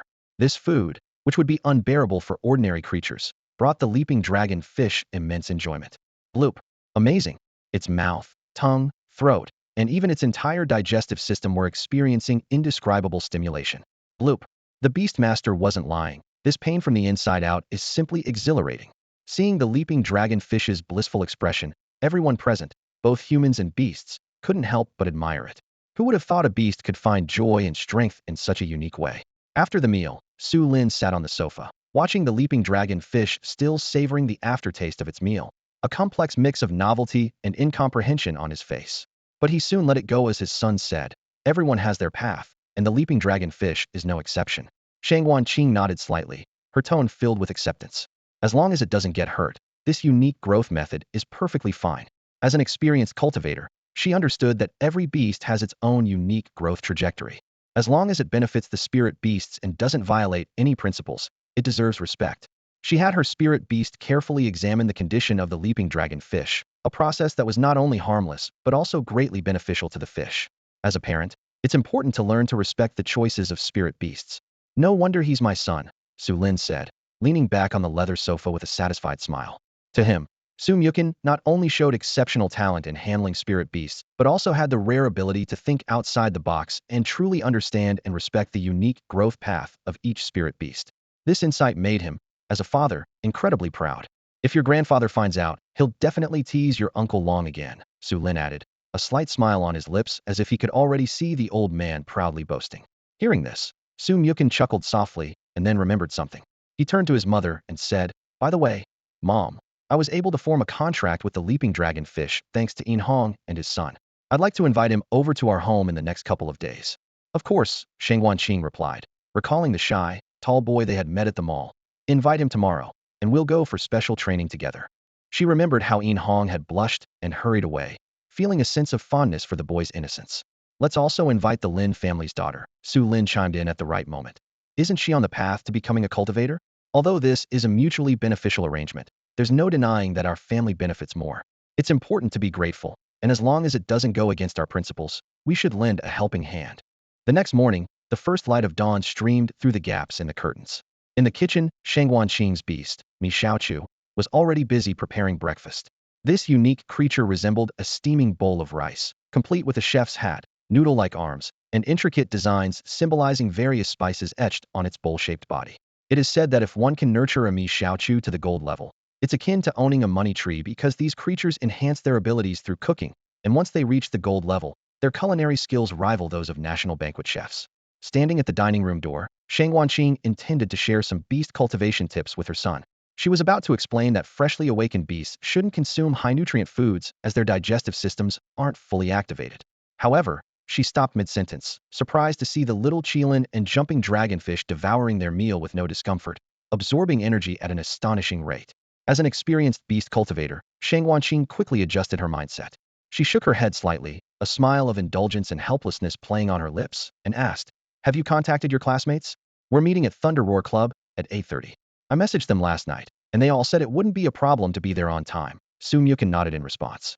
"All right then, let's get ready and head out," Shang Wanqing said, glancing at the time. Though it was still early, the morning rush in the city was notoriously congested, and with the special admissions tests and unified exams approaching, many beast trainers would be heading out to train, so it was best to leave early. An hour later, they arrived at the Thunder Roar Training Club. The hall was particularly empty in the early morning, with only a few early birds already there preparing to train. However, all attention was drawn to the scene at the Entrancia man with a missing arm and a young boy were waiting there. "Isn't that Lei Zhenghong, the guardian of Thunder Valley?" "Yes, that's him. His distinctive thunderous aura is unforgettable. I heard the club owner is his cousin. Could he be here for something important?" Judging by the scene, it seems they're waiting for someone significant. The beast trainers whispered among themselves. Meanwhile, Yin Hong and Lin Suxian, who were waiting nearby, felt particularly moved. Unlike the others, they knew more about what was about to happen due to their connection with Su Mukin. Knowing the situation more clearly only intensified the shock. The middle-aged man in front of them, dressed in an impeccable suit and with a composed demeanor, was none other than Lei Zhenghong, the guardian of Thunder Valley. Thunder Valley is renowned across China and even globally for its frequent thunderous roars and exceptional average strength. As the protector of this sacred place, Lei Zhenghong holds a position of such high esteem that even mayors have to show him respect. Yet here he was, personally waiting for a student's mother, a scene that was truly unbelievable. As the two were privately marveling at this, a passionate shout suddenly shattered the silence of the hall. "Qingjie, I'm your biggest fan." This unexpected voice immediately drew everyone's attention. Lei Zhenghong, looking somewhat awkward, led a woman into the hall. This woman was Shangwan Qing, who carried a unique aura as she walked, exuding elegance and composure in every gesture. Surprisingly, she was scolding Lei Zhenghong for making such a fuss, and the usually authoritative guardian could only nod helplessly, not daring to argue. Shangwan Qing casually waved in the direction of the voice and headed straight for the elevator. She was accustomed to the surprised and curious glances from the surrounding crowd. Following her, Su Mukin entered the hall, recognized Yin Hong and another person, greeted them briefly, and then joined her in the elevator. The beast tamers in the hall remained in place, watching as the elevator doors slowly closed, still immersed in the surreal scene. Once they snapped back to reality, discussions erupted. Was that really Shangwan Qing? One beast tamer whispered incredulously, rubbing his eyes. Absolutely, I wouldn't mistake her, someone nearby replied emphatically. No wonder Boss Lei personally greeted her. It was Qingjie. Those people are so lucky, probably going to get guidance from Qingjie. One beast tamer said enviously, his eyes filled with longing. Yeah, I wish I could be in there too. Another sighed in agreement, eyes lingering wistfully in the direction of the elevator. Meanwhile, on the top floor of the Thunder Roar Training Club, Shangwan Qing raised an eyebrow slightly, her gaze scrutinizing as she looked at her old acquaintance Lei Zhenghong. So, tell me, what's with the grand reception? She knew this old friend's character all too well. Today's elaborate effort surely means there's an important favor to ask. Lei Zhenghong stood before Shangwan Qing, rubbing his hands nervously, his brow furrowed, as if he wanted to speak but held back. His gaze shifted between the floor and Shangwan Qing, and finally, he took a deep breath, as if making a decision. Sister-in-law, well? His voice was hesitant, but he continued with determination. Please, could you guide my son? Mentioning his son, Lei Zhenghong's expression became even more resigned. My boy, he doesn't want to follow in my footsteps, constantly talking about flesh is fleeting, mechanical ascension. But when it comes to training mechanical beast tamers, I'm completely clueless. He sighed deeply, a bitter smile appearing on his face. As the guardian of Thunder Valley, Lei Zhenghong had spent years honing his skills in the field of thunder beast taming, amassing a wealth of practical experience. Moreover, he had access to a vast number of high-quality thunder bear cubs. In his mind, if his son would learn from him, the future would be incredibly promising. However, after witnessing the aging and passing of many thunder roars in the valley, his son became enamored with the eternal nature of mechanical beast taming. This choice was worlds apart from Lei Zhenghong's expertise. Knowing Shangwan Qing's extensive knowledge and profound achievements in beast cultivation, he sought her help. After listening, Shangwan Qing smiled slightly, with a hint of teasing. It's rare to hear such words from you, Mr. Quiet. After all, he's my child, and I'm worried he might take the wrong path. I really can't help him in this area. Lei Zhenghong's words were filled with a father's deep concern for his son. Although he knew nothing about mechanical beast taming, he couldn't bear to see his son struggling alone on this unfamiliar path. All right, it's a small favor. Next time, just say it directly.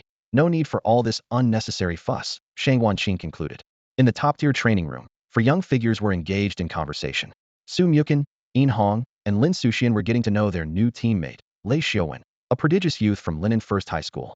Like the others, he was set to participate in the early admission exams. Lei Xiaowen had scored an extraordinary 130 points in the preliminary test, surpassing the maximum score, and his primary beast was a unique mechanical creature iron being.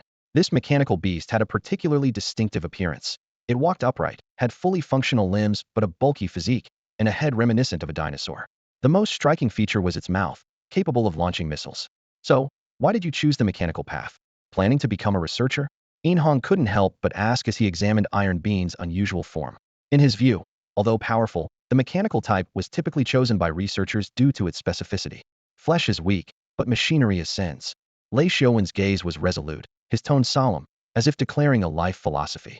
Ordinary beasts, no matter how strong, face the inevitability of life and death, eventually fading from the world when their time comes. At this point, his eyes softened as they fell on Iron Bean. Mechanical types are different. As long as the core remains intact, they can exist indefinitely. Lost limbs can be repaired and upgraded, always staying by the Beastmaster's side. The three of them nodded in agreement, while Su Mukin delved into deeper thoughts. Machinery is the fruit of human wisdom. If he were to acquire mechanical-related entries in the future and use them as an energy source to awaken the human path, What kind of scene would unfold? Would it be warriors clad in mechanized armor or space carriers from science fiction movies? Just then, Shang Wanqing entered the room and got straight to the point. Each of you has a different beast direction, requiring unknown instruction. Who wants to go first? Let Lin Suxian go first. She's also a novice breeder, Su Mukin suggested, snapping back to reality. The other two agreed readily, as they were here to learn by observing. Lin Suxian stood frozen, as if in a dream. Receiving unknown guidance from a world-class breeder was a rare opportunity, worth a fortune. Such teaching sessions on the market could cost millions for just 10 minutes and weren't easily available even with money. Don't be so excited. You can't learn in that state. Su Mukin noticed her nervousness. How can I not be excited? Lin Suxian internally screamed. Any beast master, especially part-time breeders, would be nervous in such a situation. She took a deep breath to calm herself, but her trembling hands betrayed her excitement. I'm not going to eat you. Come on over. Shang Wanqing laughed at her reaction, then turned to the others. Mukin, Yinhong, Xiaowen, you can start sparring among yourselves. There's always something to learn from each other. With Shang Wanqing leading Lin Suxian away, only the three of them and their beasts remained in the training room. Suddenly, Iron Bean emitted a metallic scraping sound. Its eyes, set in white sockets like black gemstones, fixated on the newly released leap dragonfish from Su Mukin. It can fly. It can actually fly. Lei Xiaowen immediately understood his beast's thoughts. Iron Bean wanted to spar with the flying beast. Could I have your leap dragonfish battle my Iron Bean? Lei Xiaowen eagerly looked at Su Mukin, explaining that Iron Bean's evolved form was Jet Dragon, which would grow jet engines and helicopter-like rotors. Because of this, Iron Bean had always yearned to fly. Generally, Iron Beans would observe flying spirit beasts like attentive students, but his was particularly combative, always wanting to grasp the essence of flight through battle. Plu? A fight? Sounds great. Leap Dragonfish perked up at the mention, its eyes gleaming with excitement. Su Mukin was intrigued as well. The attack style of mechanical beasts was unique, capable of displaying significant power early on through their structure and energy. Noticing that Iron Bean was already at Silver Grade 1, he thought it might provide a good challenge for Leap Dragonfish. Plus, with the backlash from the little Qilin's promotion to Bronze Grade 8 earlier that morning, he was just a step away from advancing to Bronze Grade 2. Perhaps this battle could push Leap Dragonfish to Silver Grade 5, helping him complete the breakthrough. In that case, Leap Dragonfish, prepare for battle. The dragonfish let out a low hum, energetically flicking its tail fin. The word battle made its round eyes sparkle with excitement.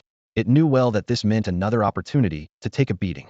For the dragonfish, every hit was a chance to grow stronger, the most wonderful thing in the world. The scales on its body stood slightly on end, its fins tensed, and its whole body was poised like a drawn bowstring, ready to spring into action.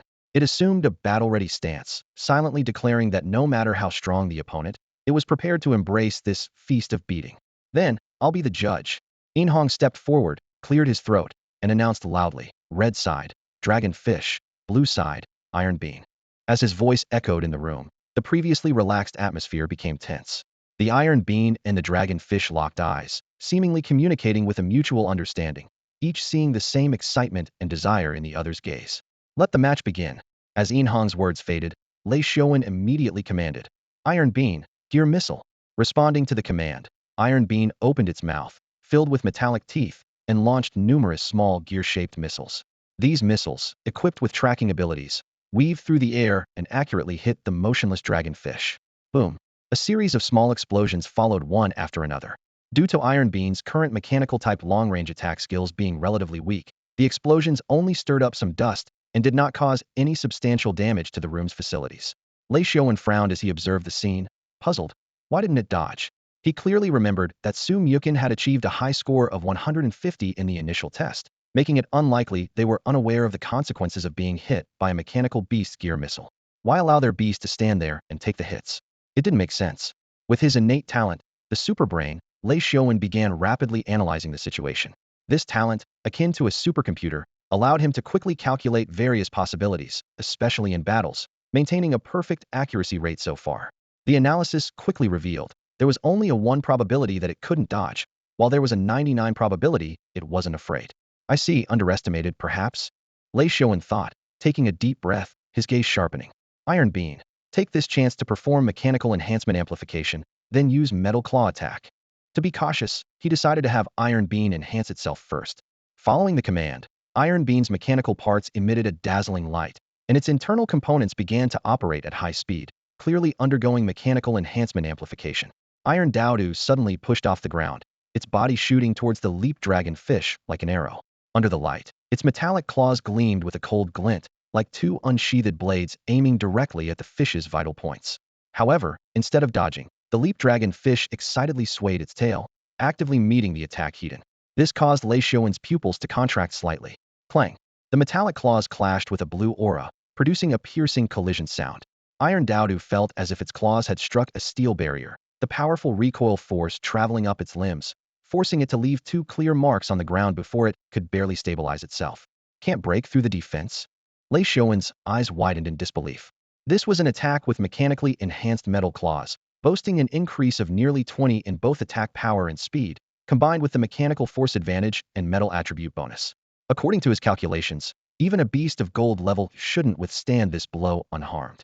Yet the reality before him was a harsh slap to his assumptions. The leap dragon fish not only effortlessly neutralized the attack, but its lively eyes sparkled with eagerness, as if the assault was merely a casual test.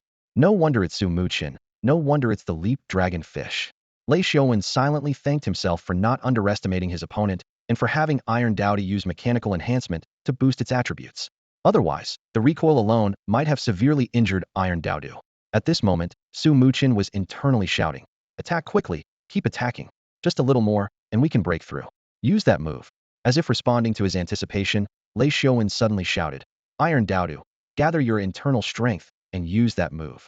He was well aware that from the moment the leap dragon fish effortlessly blocked the metallic claws, the outcome of this battle was already decided. But he still harbored a sliver of hope. After the earlier gear missile struck, it should have reduced the leap dragon fish's magic resistance somewhat. He was curious to see if, under these conditions, the leap dragon fish could withstand Iron Dowdu's most powerful attack, the laser beam. Is it coming, the new entry? Mochen stood calmly, unmoving, as he eagerly awaited this moment. His heart began to race uncontrollably, a surge of excitement welling up inside him. The scene before him made him certain that the Yuelong fish was just a step away from breaking through, and the impending strike from Iron Dowdu might be the key to shattering that barrier. Receiving the command, Iron Dowdu sprang into action, swiftly retreating to create tactical distance from the Yuelong fish. Its metallic surface glowed more brilliantly as energy rapidly accumulated within. Suddenly, a piercing buzz erupted from its mouth, and a bluish energy beam shot out from its open mechanical jaws. However, Iron Dowdu's mastery of this skill was not yet perfect, and the beam, which should have been straight, veered off course, flying crookedly to the side. Just as the attack seemed destined to miss, the Yuelong fish's reaction was unexpected. It widened its eyes as if to say, "No, this attack must not miss." With a powerful flick of its tail, it surged forward at unprecedented speed, heading straight for the deviating laser beam. What is happening? Lei Xiaowen was utterly bewildered. Just as I thought. Inhong seemed to have anticipated this. At this moment, Lei Xiaowen was in turmoil. The Yuelong fish's behavior completely defied his understanding. What kind of beast would willingly face its enemy's strongest attack? It seemed utterly illogical. Inhong's face was equally filled with shock, but he was thinking, wow, what a crazy fighting style. This Yuelong fish is incredible. He knew well the Yuelong fish's unique trait: the more pain it endured, the stronger its combat power became. This distinctive fighting style was a torment for any opponent because you never knew when Mochen would launch a counterattack, always having to watch out for the Yuelong fish gaining strength from taking hits. Boom. The moment the laser beam hit the leap dragon fish heat-in, a blinding light erupted. It was more dazzling than car headlights, forcing everyone present to squint or close their eyes. Pulu. Refreshing. Instead of showing any pain, the leap dragon fish let out a sound of delight. A faint, shimmering glow danced between its scales, as if the attack was not a harm but a rare feast. As the light shimmered, the aura of the leap dragon fish suddenly changed. Lei Xiaowen widened his eyes, staring intently at the scene before him. The scales on the leap dragon fish's head became denser and more lustrous. It broke through. Inhong exclaimed, voicing Lei Xiaowen's thoughts. Although they anticipated that the leap dragon fish might grow stronger from this opportunity, witnessing such a swift and decisive breakthrough was astonishing. Pulu. The leap dragon fish let out a triumphant cry, fully embracing the power of silver level 5. Mochen had foreseen all of this, yet he couldn't contain his excitement. He tried to control his facial expressions to avoid appearing too exuberant, but his lips involuntarily curled up. This joy was not only due to the leap dragon fish's breakthrough, but also because the power feedback allowed him to advance to bronze level 2. What thrilled him even more was acquiring a powerful new ability, Dragon Battles in the Wild. Its blood dark and yellow. This ability accelerates blood flow after being attacked, continuously restores stamina, grants immunity to control effects, and emits a dragon's blood aura that attracts opponents within 2 major levels of its own to attack. This ability perfectly matched the Leap Dragonfish's combat style. Sumyukin had previously designated the Leap Dragonfish as a disruptor on the battlefield, using its trait of growing stronger when hit to draw enemy fire and create opportunities for teammates. As long as it withstood enough damage, it could absorb more energy and unleash astonishing output, becoming the ultimate wild card in battle. However, there was a critical weakness in this strategy control skills. Just like during the battle with Ji Jiuan, when Lei Shi's Thunder Web paralyzed the Leap Dragonfish, it could only break free after absorbing enough thunder energy. A disruptor unable to move certainly couldn't perform its role effectively, as opponents could simply keep it immobilized and ignore it. Now, this major shortcoming had finally been addressed. The term that the Leap Dragonfish acquired completely changed the dynamics of the battle. Not only did it gain immunity to control effects, but more importantly, regardless of the type of attack the enemy launched, whether it was a physical attack or a skill with control effects, any attack would trigger the term's effect, rendering the Leap Dragonfish completely immune to control. As for the dragon blood aura that came with the term and its taunting effect, the Leap Dragonfish couldn't be happier, as it wanted all enemies to target it. With this term's blessing, Sumyukin's team had a near-perfect disruptor in team battles. Pull. The Leap Dragonfish's usually lively eyes now showed a hint of disappointment as it blinked at the battlefield after the fight ended. Was it over already? It hadn't had enough. The burning thrill of battle left it wanting more, as if it could fight 30 more rounds. It looked pitifully at Lei Xiaowen, its eyes full of eager anticipation for another fight. However, Lei Xiaowen's attention was focused on Iron Daodu. He crouched beside his beast companion, taking out a large piece of gold from the beast's base, and gently reassured it. Iron Daodu, here, eat some gold to replenish your strength. You performed excellently in this battle. Hiss, Sumyukin and the others couldn't help but gasp at this scene. In this world, gold was a rare medium for storing spiritual energy, with a price so high that even the cheapest cost 1,000 per gram. Ordinary people treated gold jewelry like treasures, but Lei Xiaowen used it to feed his beast companion, which was truly astonishing. Meow meow. The previously lazy little Qilin suddenly perked up. Seeing Iron Daodu enjoying the gold, it immediately approached, its big round eyes fixated on the gold with a covetous look. Seeing this, Lei Xiaowen chuckled and explained, "This is gold nurtured with spiritual energy, specifically used to replenish energy for mechanical-type beast companions." However, he cautiously stepped back a bit, turning to ask, "Sumyukin, can the sacred Qilin beast eat this? Although it's spiritual energy gold, it's still metal at its core. If it can't digest it and it remains in its body, it might affect its cultivation speed." "No problem." Sumyukin nodded calmly. The little Qilin has a 5 elements power term, and with the Gung metal tribulation lightning, metal elements are fully within its digestive range. If you're not worried about it eating everything, you can let it try. Things from home, not worth much. Lei Xiaowen nonchalantly placed another large piece of gold in front of the little Qilin. With its owner's approval, the little Qilin immediately turned into a glutton, biting off a small piece of gold. Seeing that the little Qilin had no trouble eating it, Lei Xiaowen no longer paid it any more attention. Lei Xiaowen turned to Sumyukin with a hint of shyness on his face. "By the way, Sumyukin, could you ask the Yulongyu to help train Tai Daodu? Its laser beam control isn't quite ideal yet." He explained that compared to regular training, facing an opponent like the Yulongyu could better unleash Tai Daodu's potential. Although he usually didn't pay much attention to rumors, and still didn't fully understand what kind of creature the Yulongyu was, or why it got stronger after being hit, he knew one thing for sure: the Yulongyu could withstand laser beams unscathed, and seemed to enjoy being targeted. This unique trait made him think of asking it to train Tai Daodu. "Sure, that's possible." Sumyukin nodded in agreement, then shifted her gaze intently to Lei Xiaowen. "But have you considered one question?" Lei Xiaowen looked puzzled. "Does a skill like the laser beam really have to be used from a distance?" Sumyukin asked, looking him straight in the eye. "If you use metal claws to hold your opponent, and then release the skill at close range, is there still a chance of missing?" Lei Xiaowen chuckled wryly and shook his head. "I've thought about that too. While mechanical beasts are indeed good at multitasking." He paused, then continued, "It takes at least a minute for Tai Daodu to gather both the metal claws and the laser beam. Finding an opportunity to release at close range during a battle is too difficult. The opponent won't give me that much time to prepare." He spread his hands helplessly, fully aware that a minute was enough for an opponent to counter in various ways, making this tactic too unpredictable and currently impractical. Sumyukin nodded thoughtfully after hearing his explanation, realizing she might have been a bit naive. Unconsciously, she had been comparing everyone's beasts to her own little Qilin. It seemed that these beasts still had a way to go, as they couldn't even execute skills instantly. An hour slipped by quietly. The once serene room buzzed with activity again, as 3 pairs of eyes fixated on the little Qilin, each expressing a different emotion: resignation, surprise, and sheer astonishment. All this stemmed from the special ability inscribed on the little Qilin, known as the Gungjin Tribulation Thunder, which not only endowed it with unique powers, but also made it unusually sensitive to certain energy sources. At this moment, the pile of aura-rich metal spiritual aura gold was like candy to a child, making it impossible for the little Qilin to look away. Initially, it obediently stayed to the side, savoring the portion Lei Xiaowen had given it, its cheeks puffing as it chewed with delight. But soon enough, that small amount of gold was nowhere near enough to satisfy its appetite. The clever little Qilin quickly turned its gaze to Tai Do's share of the gold. Remembering Lei Xiaowen's earlier remark about Tai Do's fondness for flying beasts, it twinkled its large eyes and began its performance. It stepped onto a cloud, gracefully spiraling through the air, twisting and diving with breathtaking aerial acrobatics. This spectacle immediately captured Tai Do's full attention, leaving it spellbound. After a discussion between Lei Xiaowen and Su Muchun, a duel between the two beasts unfolded. From the start, the little Qilin demonstrated an astounding talent for combat.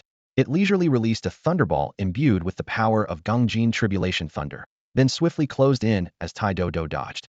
A sharp thrust from its horn was followed by a fierce kick, the fluid sequence of movements as quick as lightning. Tai Do had no time to mount any effective defense before it was defeated. This scene left everyone present in shock. Lei Xiaowen's eyes widened. Is this really a newbie beast that's only a few days old? Yin Hong gasped. Brother Qin's sacred Qilin beast is already this strong? Actually, it's always been impressive. Maybe that gold-ranked beast the club recently recognized is Brother Qin's sacred Qilin beast. Su Muchun watched helplessly as the eager little Qilin, wagging its tail, dashed toward the spiritual aura gold. Fortunately, he had anticipated this and had already messaged his father to prepare more after Lei Xiaowen took out the gold. Little Qilin, hold on, wait a moment.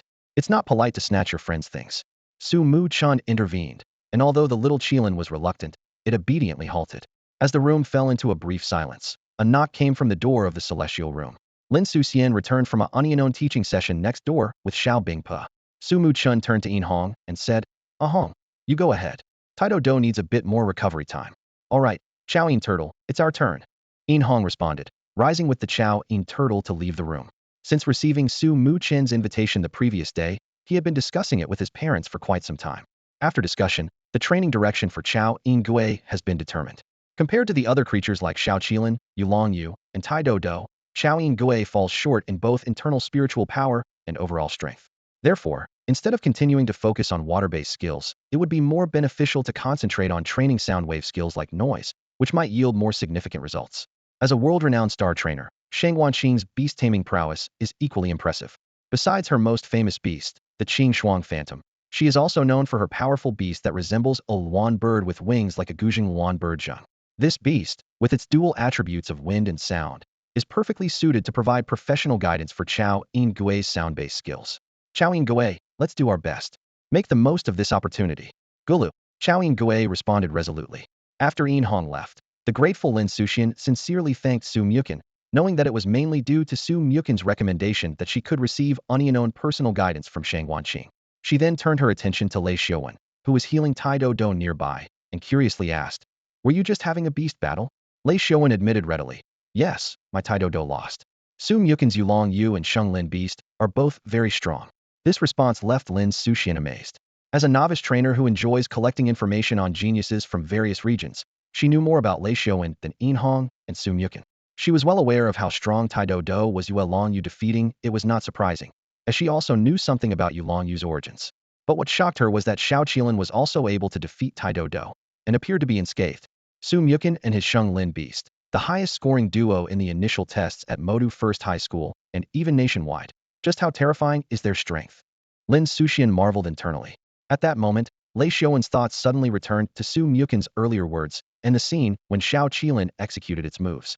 As the sacred Qilin beast's four hooves touched the ground, flames roared beneath them, and lightning danced between the sharp horns atop its head. Its entire form streaked past like a shooting star. Lei Xiaowen's eyes followed its movements intently, his pupils narrowing as his innate ability automatically analyzed what he saw. Su Muchen, your sacred Qilin beast can now release 3 skills at once. Lei Xiaowen asked with a hint of amazement in his voice. Blazing hoof, horn lightning strike, and was it lightning speed? His analysis had an accuracy of 88.88, yet his tone still carried a trace of inquiry. It's not lightning speed, Su Muchen corrected, shaking his head. The rest is right. He deliberately didn't mention that it was actually a perfect combination of lightning speed, gale step, swift as wind, blazing hoof, and Horn Lightning Strike. A terrifying 5-skill combo in 1 second. A feat even seasoned beast tamers found hard to replicate. Wasn't something he needed to flaunt. By the way, Mukin continued, changing the subject, I suggest you seriously consider what I mentioned earlier. Mechanical-type beast tamers have an innate talent for multitasking. If you can fully harness this, your abilities will see a significant boost. Thank you, Brother Suchan. I will give it serious thought. Lei Xiaowen nodded earnestly. Nearby, Lin Suxian listened to their conversation, her mind momentarily overwhelmed. Combo skills, multitasking, weren't these concepts supposed to be far beyond the reach of a novice beast tamer? Weiqi suddenly recalled the astonishing display by the sacred Qilin beast moments ago, her eyes widening as she looked towards Su Mukin and the little Qilin. The perfect coordination of 3 skills, a feat even diamond-level or king-level beast tamers struggled to achieve, had been accomplished by a novice? This. Lin Suxian stammered, unable to find her words, her heart churning with an uncontainable sense of awe. Just how powerful has Su Mukin become now? In the adjacent room, there was a profound silence, broken only by Luan Yaojing's focused guidance on sound-based skills for the Chaoyin turtle. During the training, Shang Wanqing suddenly turned her gaze to Yin Hong and asked, Yin Hong, what do you think is the most important aspect of beast combat? Yin Hong furrowed his brow at the question, pondering deeply. After a moment, he looked up with determination and answered, it's growth, it's victory. A satisfied smile appeared on Shang Wanqing's lips as she nodded gently. Indeed, the purpose of combat is varied. It not only strengthens the bond between a beast master and their beast, but also helps the beast discover its weaknesses through battle and training, continually improving itself. As for victory, she paused briefly. That is the ultimate goal every beast master and beast strive for, the best testament to their efforts. She turned to face Yin Hong, her eyes shining with the wisdom of a sage. Every stage of a beast master's journey brings a different understanding of combat. At your age, the desire for victory is natural. But remember, there are many paths to success. The simplest way is to fully leverage the unique advantages of your beast at each stage. Advantages? Yin Hong was momentarily taken aback. The advantages of the Chaoyin turtle? He began to think.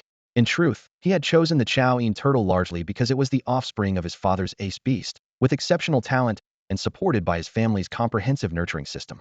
Yet, he hadn't seriously considered its specific advantages. Is it sound-based skills? Or defense? He tentatively asked, vaguely sensing that these might be the Chaoyin turtle's strengths. Shang Wanqing smiled and nodded. Correct. The greatest feature of sound-based skills is their ability to disrupt the auditory senses of the opponent's beast. She walked over to the Chaoyin turtle, gently tapping its shell as she continued.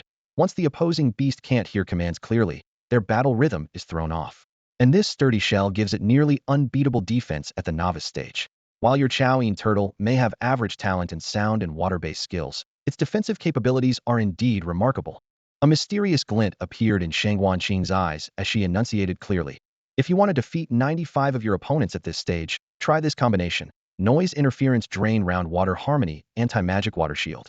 As Yin Hong heard the names of these skills, a spark of understanding flashed in his mind, and he instantly grasped the essence using noise interference to disrupt the combat rhythm of the opponent's beasts, plunging them into a state of chaotic attacks.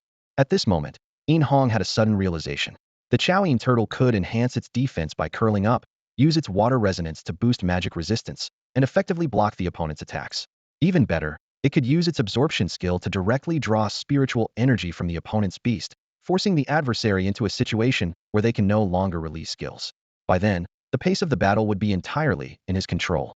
With these insights in mind, Yin Hong turned to look at the Chaoyin turtle beside him, his eyes shining with gratitude. He bowed deeply in thanks to Shang Wanqing and Luan Yaozhong, accompanied by his beast. Although there are many training guides shared by beast tamers online, not all methods are universally applicable. Each beast is a unique individual with its own habits, talents, and growth trajectory. The most important thing for a beast tamer is to identify the development direction of their beast and focus on moving towards that goal. Today, Shang Wanqing's guidance gave Yin Hong a clear understanding of the future direction for the Chaoyin turtle. Next, it was Lei Xiaowen's turn for unknown guidance. He entered the room, eager to consult Shang Wanqing. Annie, Chen just told me that mechanical beasts can work on multitasking and combination skills. I think this approach suits me well. Do you think I can develop in this direction? His eyes were bright with anticipation for professional advice. Mochen's suggestion is indeed very suitable for mechanical beasts. Shang Wanqing nodded slightly, her eyes showing approval. This indicated that her child already had a deep understanding of beasts. She continued, however, have you noticed a particular trait of Iron Beanie? Lei Xiaowen was momentarily taken aback, then quickly focused, ready to absorb Shang Guanqing's guidance. Shang Guanqing carefully observed Iron Beanie's mechanical structure, walking around it before speaking. The unique aspect of mechanical beasts is their precise construction that allows for diverse functionalities, such as combination skills. But this also means that training requires more attention to detail and coordination. Expecting quick results is unrealistic. Lei Xiaowen listened intently, afraid to miss any detail. Shang Guanqing went on. Iron Beanie currently has skills like laser beams and gear missiles. However, the power of mechanical beast skills depends not only on energy output, but also on the compatibility of mechanical parts, launch angles, and calibration abilities. She crouched down and pointed to the toothed mechanism in Iron Beanie's mouth. Does it usually prefer to bite with its left side? Lei Xiaowen nodded affirmatively after recalling. Shang Guanqing then revealed the issue. That's why Iron Beanie's laser beam tends to deviate. Like ordinary beasts, mechanical beasts that habitually use one side can become unbalanced. But the solution is simple. Just adjust the internal mechanical parts, such as spring tension, to calibrate it. She emphasized two major advantages of mechanical beasts. First is energy supply as the core, not only supporting skill combinations, but also enabling firepower coverage once a certain stage is reached. As long as there is sufficient spiritual energy, almost all skills can be instantly cast for continuous bombardment. Second is mobility. Iron Beanie might evolve to have a jet and rotor in the future, so now is the time to start training its aerial balance and maneuverability. After receiving this professional guidance, Lei Xiaowen felt enlightened and finally found a clear training direction. He expressed his heartfelt gratitude. Auntie, thank you so much.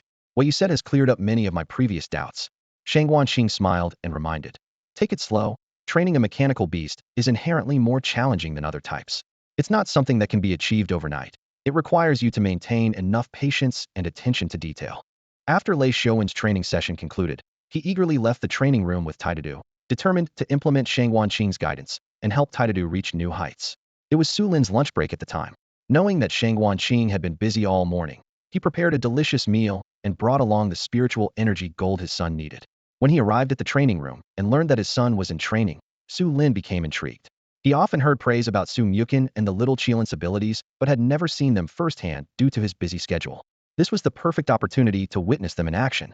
Son, I heard from Lei Xiaowen that your little Qilin has mastered multitasking? Shang Guanqing asked with curiosity, recalling Lei Xiaowen's earlier words. Su Mochen nodded confidently and then gently gestured to the little Qilin to follow his command. The Qilin immediately understood, unleashing an astonishing aura. Golden lightning coiled around like an enraged dragon, while blue and white bolts of electricity intertwined like agile serpents. Red flames erupted fiercely, and brown stones appeared, floating and rotating slowly. 7 elemental skills erupted simultaneously, launching a fierce attack at a metal plate nearby. In an instant, the colorful energies converged into an explosive orb of light, hurtling towards the metal plate. Boom! The deafening explosion shook the entire training room, with the echo lingering for a long time. The test screen immediately displayed shocking data. Golden 9th rank flashed in bright letters. 7 skills, and with such power. Shang Guanqing murmured, clearly moved despite knowing the little Qilin's extraordinary capabilities. Witnessing it firsthand was still awe-inspiring. A beast not even half a month old could not only unleash 7 elemental attacks simultaneously, but also achieve the incredible power of the golden 9th rank. Such an accomplishment would be difficult even for experienced beastmasters with 2 or 3 years of training. In the talent-rich environment of the top 5 universities, most students only reach this level near graduation. The little Qilin, even at the bronze level, already stands unmatched in the golden realm, achieving the strength that most only reach upon graduation, even before starting school. Truly worthy of being a divine Qilin, it is indeed extraordinary. Shang Guanqing gazed at the scene before her, her eyes filled with awe. In the recent battle, Su Mochen had merely raised his hand slightly, and the little Qilin executed the attack with precision, without any verbal commands. This was clearly a highly challenging form of silent command. As an experienced beast master, she knew exactly what this meant. It required an almost perfect harmony between the master and the beast, and tested the beast's intelligence and obedience. My own son has reached such a level. Shang Guanqing's heart was in turmoil. Beside her, Su Lin also widened his eyes in shock, his expression revealing his surprise. The little Qilin's display of power exceeded his expectations, and he couldn't help but feel proud and gratified as he looked at his son. As expected of my son. After calming down a bit, Shang Guanqing took a deep breath and summoned the Qing Shuang illusion spirit. The spirit beast immediately used its ability to create a special barrier of spiritual power, isolating the space from the outside world. That golden lightning, it's your innate talent, isn't it? She asked confidently. This was not a baseless assumption yesterday. Through the Qing Shuang illusion spirit, she had sensed an unusually strong and unique pressure from the golden lightning released by the little Qilin. In the recent attack, she judged that nearly half of the power came from that golden lightning. Su Mukin nodded calmly. The little Qilin's level is too low to fully unleash its power. He knew that the Gungjin Tribulation lightning within the little Qilin, one of the 5 elements divine lightning, had potential power even surpassing the Qilin itself. Logically, since the Qilin's descent could cause a gold-level damage, the Gungjin Tribulation lightning should be even more potent. The limited effect was due to the little Qilin's insufficient level to fully harness this power. These words left Shang Guanqing and Su Lin exchanging glances, speechless with shock. They never imagined their son had such an astonishing ace up his sleeve, and it was only limited by his current level. So, what level have you reached now? Su Lin couldn't contain his curiosity. Bronze, 2nd rank, Su Mukin answered straightforwardly. This answer left Su Lin momentarily stunned, then he chuckled wryly. I shouldn't have asked. Back in the day, he was also called a genius, but compared to his son's age when reaching the bronze level, it was like night and day. But he quickly adjusted his mindset. Oh well, he's my own son after all. There's no point in comparing. You're always my pride. Shang Guanqing gave her husband a sidelong glance at his demeanor, then turned to ask, so, the silent command, including the special nature of the leaping dragon fish, is because? Facing his parents' inquiries, Su Mukin replied honestly, yes, I can now communicate with all my beasts telepathically. As for the leaping dragon fish, it naturally prefers this growth path and has the corresponding talent. Enough, no need to say more, Su Lin interrupted seriously. Even though we're family and you can trust us, sometimes there's no need to know everything, even among family. Knowing you're getting better is enough. Su Lin pondered to himself. Who knows what the future holds? If, like in novels or TV shows, a world-destroying villain emerges, causing chaos everywhere, it might be up to his son to resolve it. If he knew too much and got captured for interrogation, it might endanger his son instead. Thinking of this, he couldn't help but reflect. Who didn't read novels or watch shows in their youth? Now it seems his son's growth path is just like a typical protagonist template: extraordinary background, exceptional talent, always encountering various adventures, with strength skyrocketing a true protagonist's aura. The more he thought about it, the more delighted he became. This is great. I lived a smooth life in my youth relying on my father, and now in my old age, I can rely on my son. What a life. Just keep it to yourself. Shang Guanqing couldn't help but give him a light slap. Do you really need to say it out loud? Your son's right here. Aren't you afraid he'll laugh at you? Oh, did I say that out loud? What else? Talking about protagonist templates, great villains, saving the world, someone who doesn't know might think you have some serious issues. The contrast between a mayor and a daydreaming teenager. TSK, TSK, TSK. What do you know? Men remain boys until they die. Su Mukin watched his parents' warm interaction, and a slight smile appeared on his lips. After the playful banter, Su Lin's expression suddenly changed. He composed himself, and the characteristic calm and efficiency of a mayor returned to his features. With a quick glance at his watch, he realized it was almost time to attend to municipal affairs. Rising swiftly, he gave a few brief instructions to Shang Guanqing and Su Mukin before hurriedly departing the club. Shang Guanqing's gaze sharpened immediately, detaching herself from the warm atmosphere and focusing entirely on the special training. She quickly reviewed the key points of the special recruitment assessment in her mind. The theoretical exam would be a breeze for the talented Mukin. As for the beast battle, the impressive strength and seamless teamwork displayed by the young Qilin had completely reassured her. Now, the final focus was on the extreme test for the Dragon Leap fish. According to her son's tactical plan, the Dragon Leap fish would play the role of a disruptor, tasked with breaking enemy formations and dividing the battlefield. This made its damage resistance crucial. Silver level? Or could it reach gold? If gold, then what grade? More importantly, the ability to withstand burst damage versus sustained damage were two entirely different concepts, like a raging storm compared to a gentle drizzle. Son, let the Dragon Leap fish out. Let's first test its limit for resistance to sustained damage, Shang Guanqing said with a tone of seriousness and focus, her eyes sparkling with a thirst for knowledge. This proposal was exactly what Su Mukin had been hoping for, and his eyes lit up instantly. He had wanted to conduct this test for a while, but various tasks had always gotten in the way. Now, with his mother's suggestion, he eagerly called out, Dragon Leap fish, time to come out and take a beating. As soon as he spoke, the Dragon Leap fish, which had been leisurely spending its days in the beast space, jolted with excitement. Its round eyes sparkled with enthusiasm, as if it had just heard some fantastic news. Plop. Its reaction was akin to a fervent warrior about to charge into battle, exuding an aura of excitement, with its tail wagging more energetically than ever. In a flash, it darted out of the beast space, landing firmly in the center of the training room, poised and ready for the upcoming beating session, its face full of eager anticipation. Shang Guanqing watched the eager movements of the leaping dragon fish and couldn't help but chuckle. This certainly saved her the effort of stimulating its fighting spirit.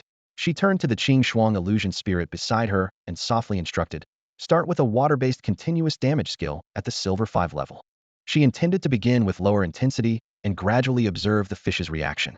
The Qing Shuang illusion spirit nodded slightly, emanating a gentle blue glow. Instantly, numerous water arrows, thin as raindrops, shot through the air towards the leaping dragon fish. Though appearing delicate, these water arrows harbored hidden power. Once they hit, they adhered firmly to the scales, continuously releasing spiritual energy to erode the fish's body. Plop! Far from being intimidated by the barrage of water arrows, the leaping dragon fish let out an excited cry. It moved nimbly within the arena, sometimes leaping, sometimes turning sideways, even deliberately allowing some arrows to hit it. Each hit caused its body to tremble slightly, but the light in its eyes grew brighter, as if it was relishing the transformation of pain into strength. As time passed, the power of the water arrows escalated to the Gold 1 level. The fish's body was covered with various watermarks, and spiritual energy flowed over its scales, attempting to penetrate its defenses. Yet, the leaping dragon fish remained as steady as a rock, merely flicking its tail and breathing heavily, its eyes filled with excitement. Plop! It hurts, it really hurts. Plop! It's exhilarating. Shangguan Qing frowned slightly, noticing that the Gold 1 level of continuous damage had limited effect. She told the Qing Shuang illusion spirit, "Let's try increasing it to Gold 3. She had a newfound respect for the fish's resilience. Its endurance was indeed surprising. Upon receiving the order, the Qing Shuang illusion spirit's blue light intensified. The water arrows became more powerful, faster, and more corrosive, striking the leaping dragon fish like steel needles. The air was filled with the sound of puff, puff, puff, as water splashed everywhere. This time, the leaping dragon fish finally felt the pressure. Although labeled as Gold 3, the skills released by a beast nearly at the legendary level had an energy quality far superior to ordinary beasts. The fish's movements slowed noticeably, yet it did not retreat. Instead, it swam towards the densest area of water arrows, occasionally emitting joyful plop sounds, as if saying, "Come on, hit me harder."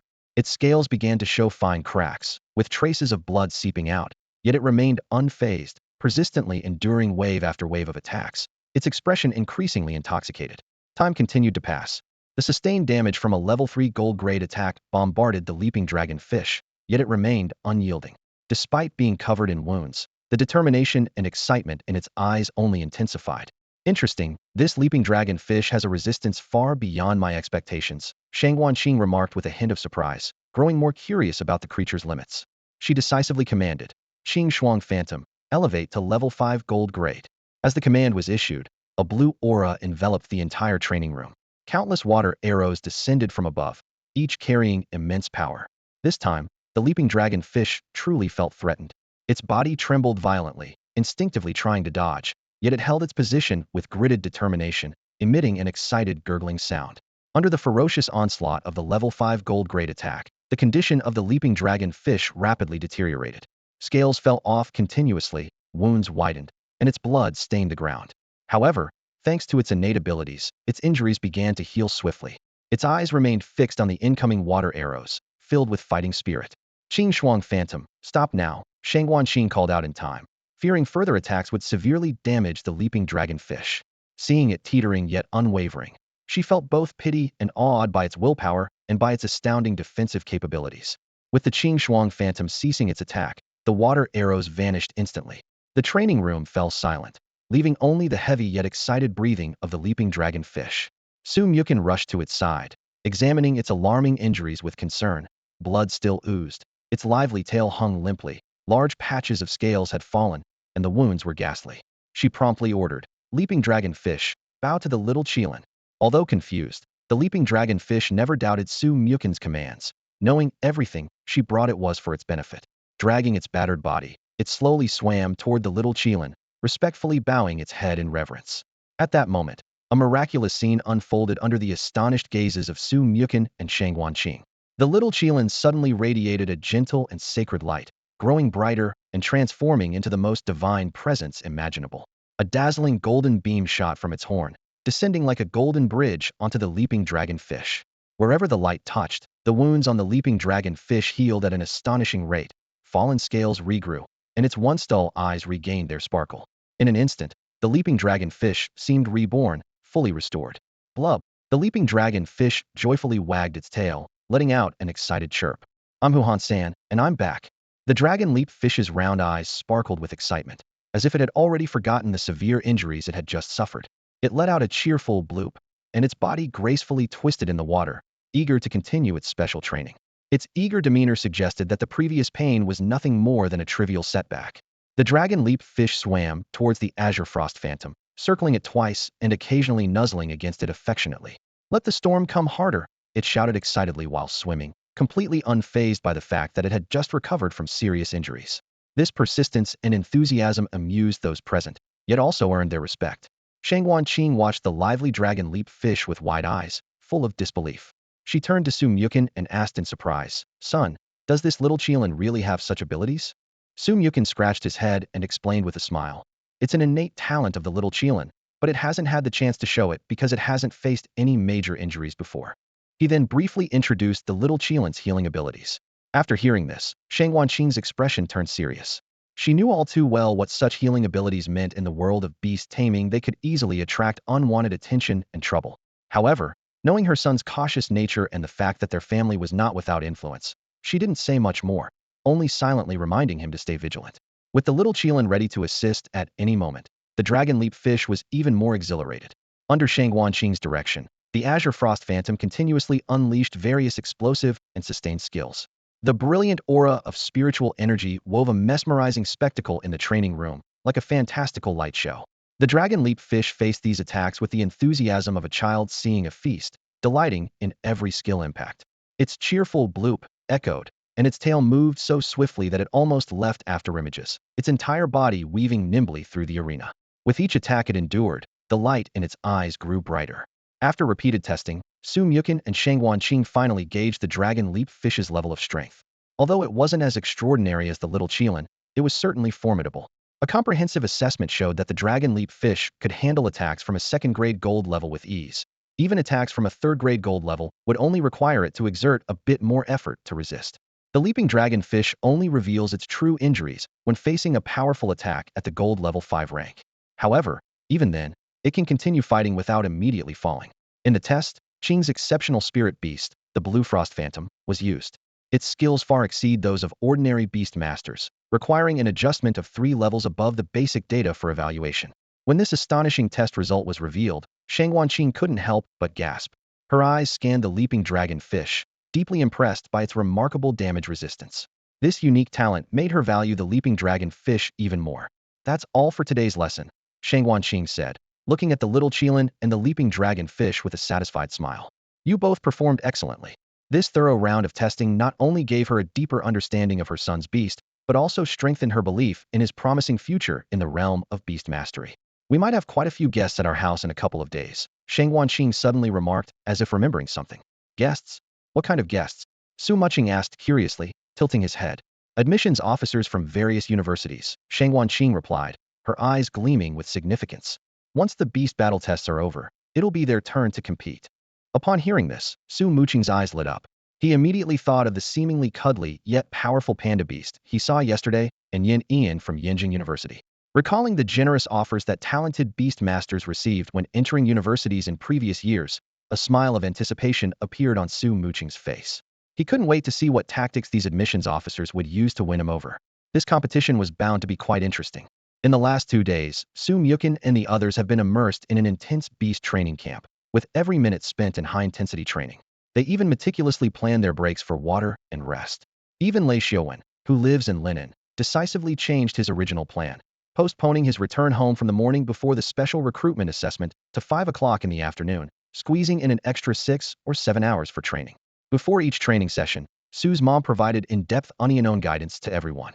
With her insights, they all gained a clear understanding of the short-term development direction and long-term planning for their beasts. Over these 2 days, Su's mom, unusually free, stayed by the training ground, ready to answer any questions.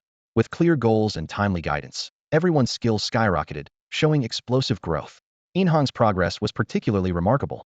In a sparring match just before going home, his performance left Lin Suxian astounded. Even though Lin Suxian's beast talent, Purification, could exempt her ice spirit from all control effects and negative statuses except violence, making it immune to the tidal turtle's noise and absorption skills, she still found herself in a predicament during the match. Thanks to his talent for intuitive insight, Hong could always predict Lin Suxian's intentions and the Ice Spirit's skill releases in advance. Whether the Ice Spirit launched physical or magical attacks, the Tidal Turtle could neutralize most of them with corresponding reduction skills. Additionally, the Tidal Turtle was adept at defense-enhancing skills like rounding and hardening, causing the Ice Spirit's fierce attacks to be ineffective, unable to even breach its defense. Hong, your tactics are so unfair. I can't break through at all, Lin Suxian complained, intending to test her training results and gain practical experience, only to be thwarted by Hong's new tactics. Hong chuckled proudly. This is all thanks to the training over the past few days, just applying what I've learned. But soon, he became serious and said, however, I can only defeat you now. Once your Ice Spirit masters its exclusive skill, this tactic won't work. You know about the Ice Spirit's exclusive skill? Ice Crystal Explosion? Lin Suxian raised her eyebrows, a hint of surprise in her eyes. I've been putting in the effort, okay?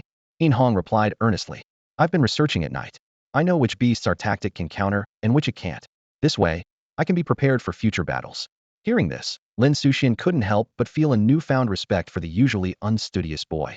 In the matter of beast training, Hong demonstrated unexpected dedication and focus. Su Muchen quietly listened to the two of them delve into tactics and the relationships between beasts, but he never joined the conversation. As night fell and dinner time approached, he bid them farewell and left the club with his mother. On the way home, he began to assess the results of his training over the past few days. The training method for the leaping dragonfish was quite unique, involved constant beatings. It experienced all kinds of skills from his mother's beast to his father's beast firsthand. This unusual growth method proved highly effective, as it had now advanced to silver rank 7, an astonishing breakthrough speed that even left his mother amazed. The little Qilin, on the other hand, lived a carefree life. Thanks to its exceptional talent, whatever skill Su's mom or Su Muchen wanted to teach it, it could master effortlessly after just one attempt. Over the past few days, it hardly trained at all, spending its time indulging in food, drink, and play, fully enjoying the meticulous care of Su's mom. However, as a naturally divine beast, it didn't need deliberate training. With its ever-changing ability, it easily reached bronze rank 9 just by eating and drinking, only a step away from the silver realm. The rapid advancement of the two beasts also benefited Su Muchen, allowing him to rise to bronze rank 3 and acquire a new skill, Petrifying Eye. This ability not only releases a petrifying beam to control enemies, but also lowers their defense capabilities. This skill is perfect, Su Muchen marveled to himself. In this world without specific numerical values, battles are highly variable, and control-type abilities often become the key to victory. Once the enemy is controlled and combined with a defense-breaking effect, it can turn the tide of battle. Whether in unknown duels or group battles, if used correctly, it can have a remarkable impact. He began to consider whom to assign this skill to. As a beast master, he didn't need to fight personally, so it wasn't suitable for him. The leaping dragonfish could use it, but its role was to draw fire and grow stronger through taking hits as a disruptor. While having an additional control skill would be nice, considering its unique personality and the other skills better suited to its tank style, it seemed more fitting for it to focus on absorbing damage. After much thought, the skill seemed most suitable for the powerful and frequently battling little Qilin. However, just as Su Muchen was about to transfer the skill to the little Qilin, an anomaly occurred in the beast space. A cracking sound echoed in his mind, accompanied by a strong sense of longing. Startled, Su Muchen immediately focused and entered the beast space to investigate. The sight before him was astonishing. The stone surface of the beast path, previously infused with the celestial worm skill, began to peel away. As the sound of crumbling stone subsided, on the wheel of reincarnation in the animal path, a third of the stone shell quietly fell away, revealing a delightful pattern the head of a small, exquisite creature, round and adorable. The most striking feature was its unique eye structure, a pair of crystal-clear compound eyes and 3 lively simple eyes. From the god's eye view provided by the beast taming space, Su Muchen could clearly see thousands of tiny eyes densely packed within each compound eye, with every detail vividly distinct. I see now, he realized. No wonder there was a sense of longing. The petrified eye entry is tailor-made for you. Connecting these key features, a pair of compound eyes, 3 simple eyes, the heaven insect entry, and the animal path attribute, the answer was obvious. It was a dragonfly. And not just any dragonfly. Each compound eye contained nearly 30,000 tiny eyes. If each of these tiny eyes could harness the power of the petrified eye, just imagining the scene made Su Muchen gasp. Once this mysterious dragonfly beast activated the petrified eye, tens of thousands of petrifying rays would pour down like a torrential rain, turning everything in their path to stone statues. Such power was truly astounding. Without hesitation, Su Muchen immediately infused the entry into the animal path. In an instant, the stone outer layer of the ring peeled away again, revealing the upper half of an adorable little dragonfly. Just as he anticipated, each tiny eye within the dragonfly's compound eyes exhibited a mottled brown and white hue. The power of the petrified eye had awakened. This discovery filled Su Mukin with excitement. In this beast taming world, our related skills were abundant.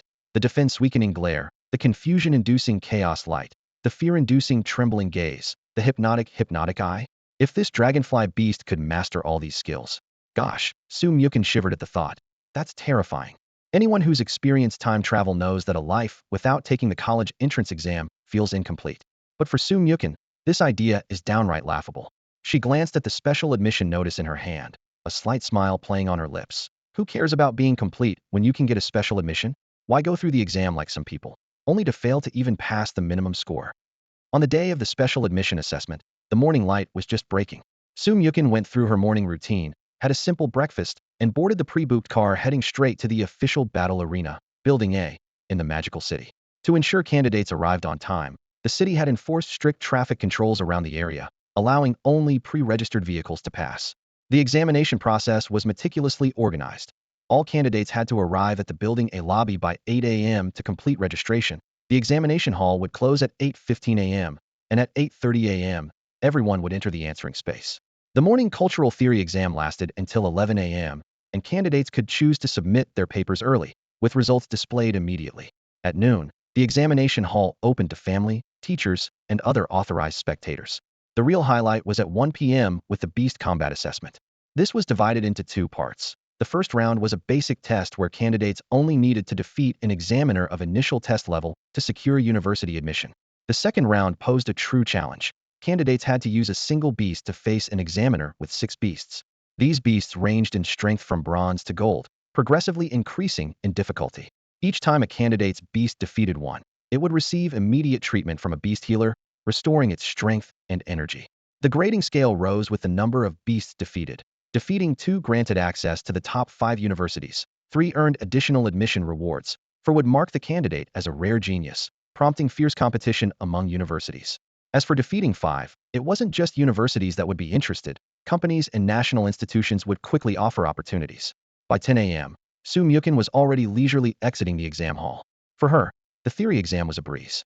The questions mainly tested the candidate's knowledge of beast law, psychological resilience, and basic common sense. For instance, if Zhang San's Thunder Tiger defeats Li Si's Hosai Lei during a robbery, what should be done next? Or an analysis of the outcome between a battle-axe dinosaur and a gymnast cat in the same realm. As someone with a strong moral compass and a love for learning, Su Mukin found these questions easy. It was only the math problems that gave her a headache.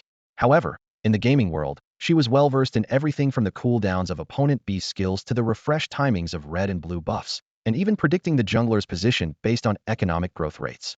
He might even be desperate enough to attack the president. But in the exam room, it was the math problems that really stumped him. Faced with true or false and multiple-choice questions, he just glanced at them blankly, filled them out quickly, and submitted the paper. As soon as he hit the confirm button, his score appeared. Out of 300 points, he scored 227. Passing is enough, Su Mukin muttered to himself, putting the morning exam behind him. For him, the real challenge was the practical assessment in the afternoon.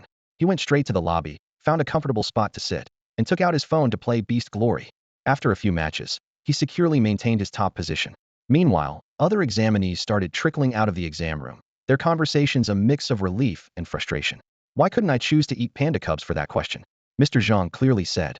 One examinee complained, ruffling his hair in annoyance.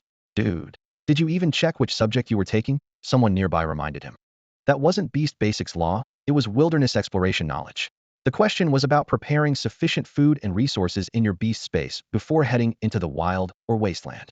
Overhearing this, Su Mukin couldn't help but chuckle and silently gave a thumbs up to the genius, who hadn't even checked the exam subject. Just then, Inhong finished his exam and approached him directly. Hey, Chun, how did the morning exam go? Inhong asked. Just over 200, as long as I pass, it's fine. Su Mukin replied casually. Exactly, the main focus is the practical assessment this afternoon. At this moment, Lin Suxian joined them, her brow slightly furrowed, a hint of worry in her eyes. Aren't you guys nervous about the practical assessment? She asked, her voice tinged with anxiety. It's not like the written exam where you just need to use a pen. In the practical, you have to really face off against other beast masters. There are so many variables, and one wrong move could mean being eliminated. Hearing this, Inhong shook his head. There's no need to be that nervous. Our goals don't need to be too ambitious. Securing a spot in the top 3 means defeating 2 mythical beasts, which would secure a place in one of the 5 prestigious universities. Lin Suxian listened intently to Inhong's analysis, a glimmer of understanding flashing in her eyes. Inhong's tactical approach was clear focus on maximizing buffs during the first match to build strength for potentially facing a bronze level 5 mythical beast later on. This strategy sparked an idea for Lin Suxian. Although her little ice soul didn't yet have self-buffing abilities, its unique field control could be a winning factor. By transforming the battlefield into an icy terrain, the ice soul could significantly enhance its speed and casting ability. In a war of attrition, this would greatly increase their chances of victory. With this realization, Lin Suxian's previously tense nerves began to relax, and her expression softened. Instead of worrying excessively about the practical assessment in the afternoon, she decided to tackle the immediate concern lunch. Let's go. Check out the restaurant outside first, Su Mukin suggested with a smile, gesturing for them to head out. By 12:30, sunlight streamed through the large floor-to-ceiling windows of the battle arena. The venue was alive with chatter principals from various schools in Shanghai, official Beastmaster examiners, parents of candidates, and admissions officers from universities across the country were all in attendance. Their conversations were filled with both tension and anticipation. In this lively atmosphere, time flew by. When the clock struck 1, a solemn voice echoed throughout the arena. The mythical beast practical assessment officially begins. In an instant, the bustling arena fell silent briefly, only to erupt into an even more enthusiastic buzz. Candidates in each battle room quickly entered matching mode. As the light flickered, the space before Su Mukin transformed, and a system prompt announced, Candidate, Su Mukin, Mythical Beast, Sacred Qilin Beast vs. Examiner, Long Tao Jia, Mythical Beast, Toxic Powder Butterfly. As the battle information appeared, the scene before Su Mukin's eyes transformed instantly. The open field turned into a dense forest, with a winding path dividing it in two. He and the examiner, Long Taojia, stood at opposite ends of the path. Long Taojia, an officially appointed examiner, had profound expertise in real combat experience and situational control. His professional level ensured no unexpected incidents during the assessment, thus eliminating the need for an additional referee. Candidate, Su Mukin, please prepare yourself, the cold mechanical voice of the battle room system announced. Su Mukin nodded slightly. The small Qilin beside him let out a low, battle-ready growl, leaping gracefully onto the battlefield with its 4 hooves landing steadily. Against the backdrop of the forest, its extraordinary presence was even more striking. Although Long Taojia was already aware that Su Mukin possessed the rare and legendary beast, the sacred Qilin, witnessing it firsthand still sent a shiver through him. However, his years of experience as an examiner allowed him to remain composed as he quickly activated the beast seal in his hand. A flash of light revealed an elegantly appearing butterfly with a mix of green and purple.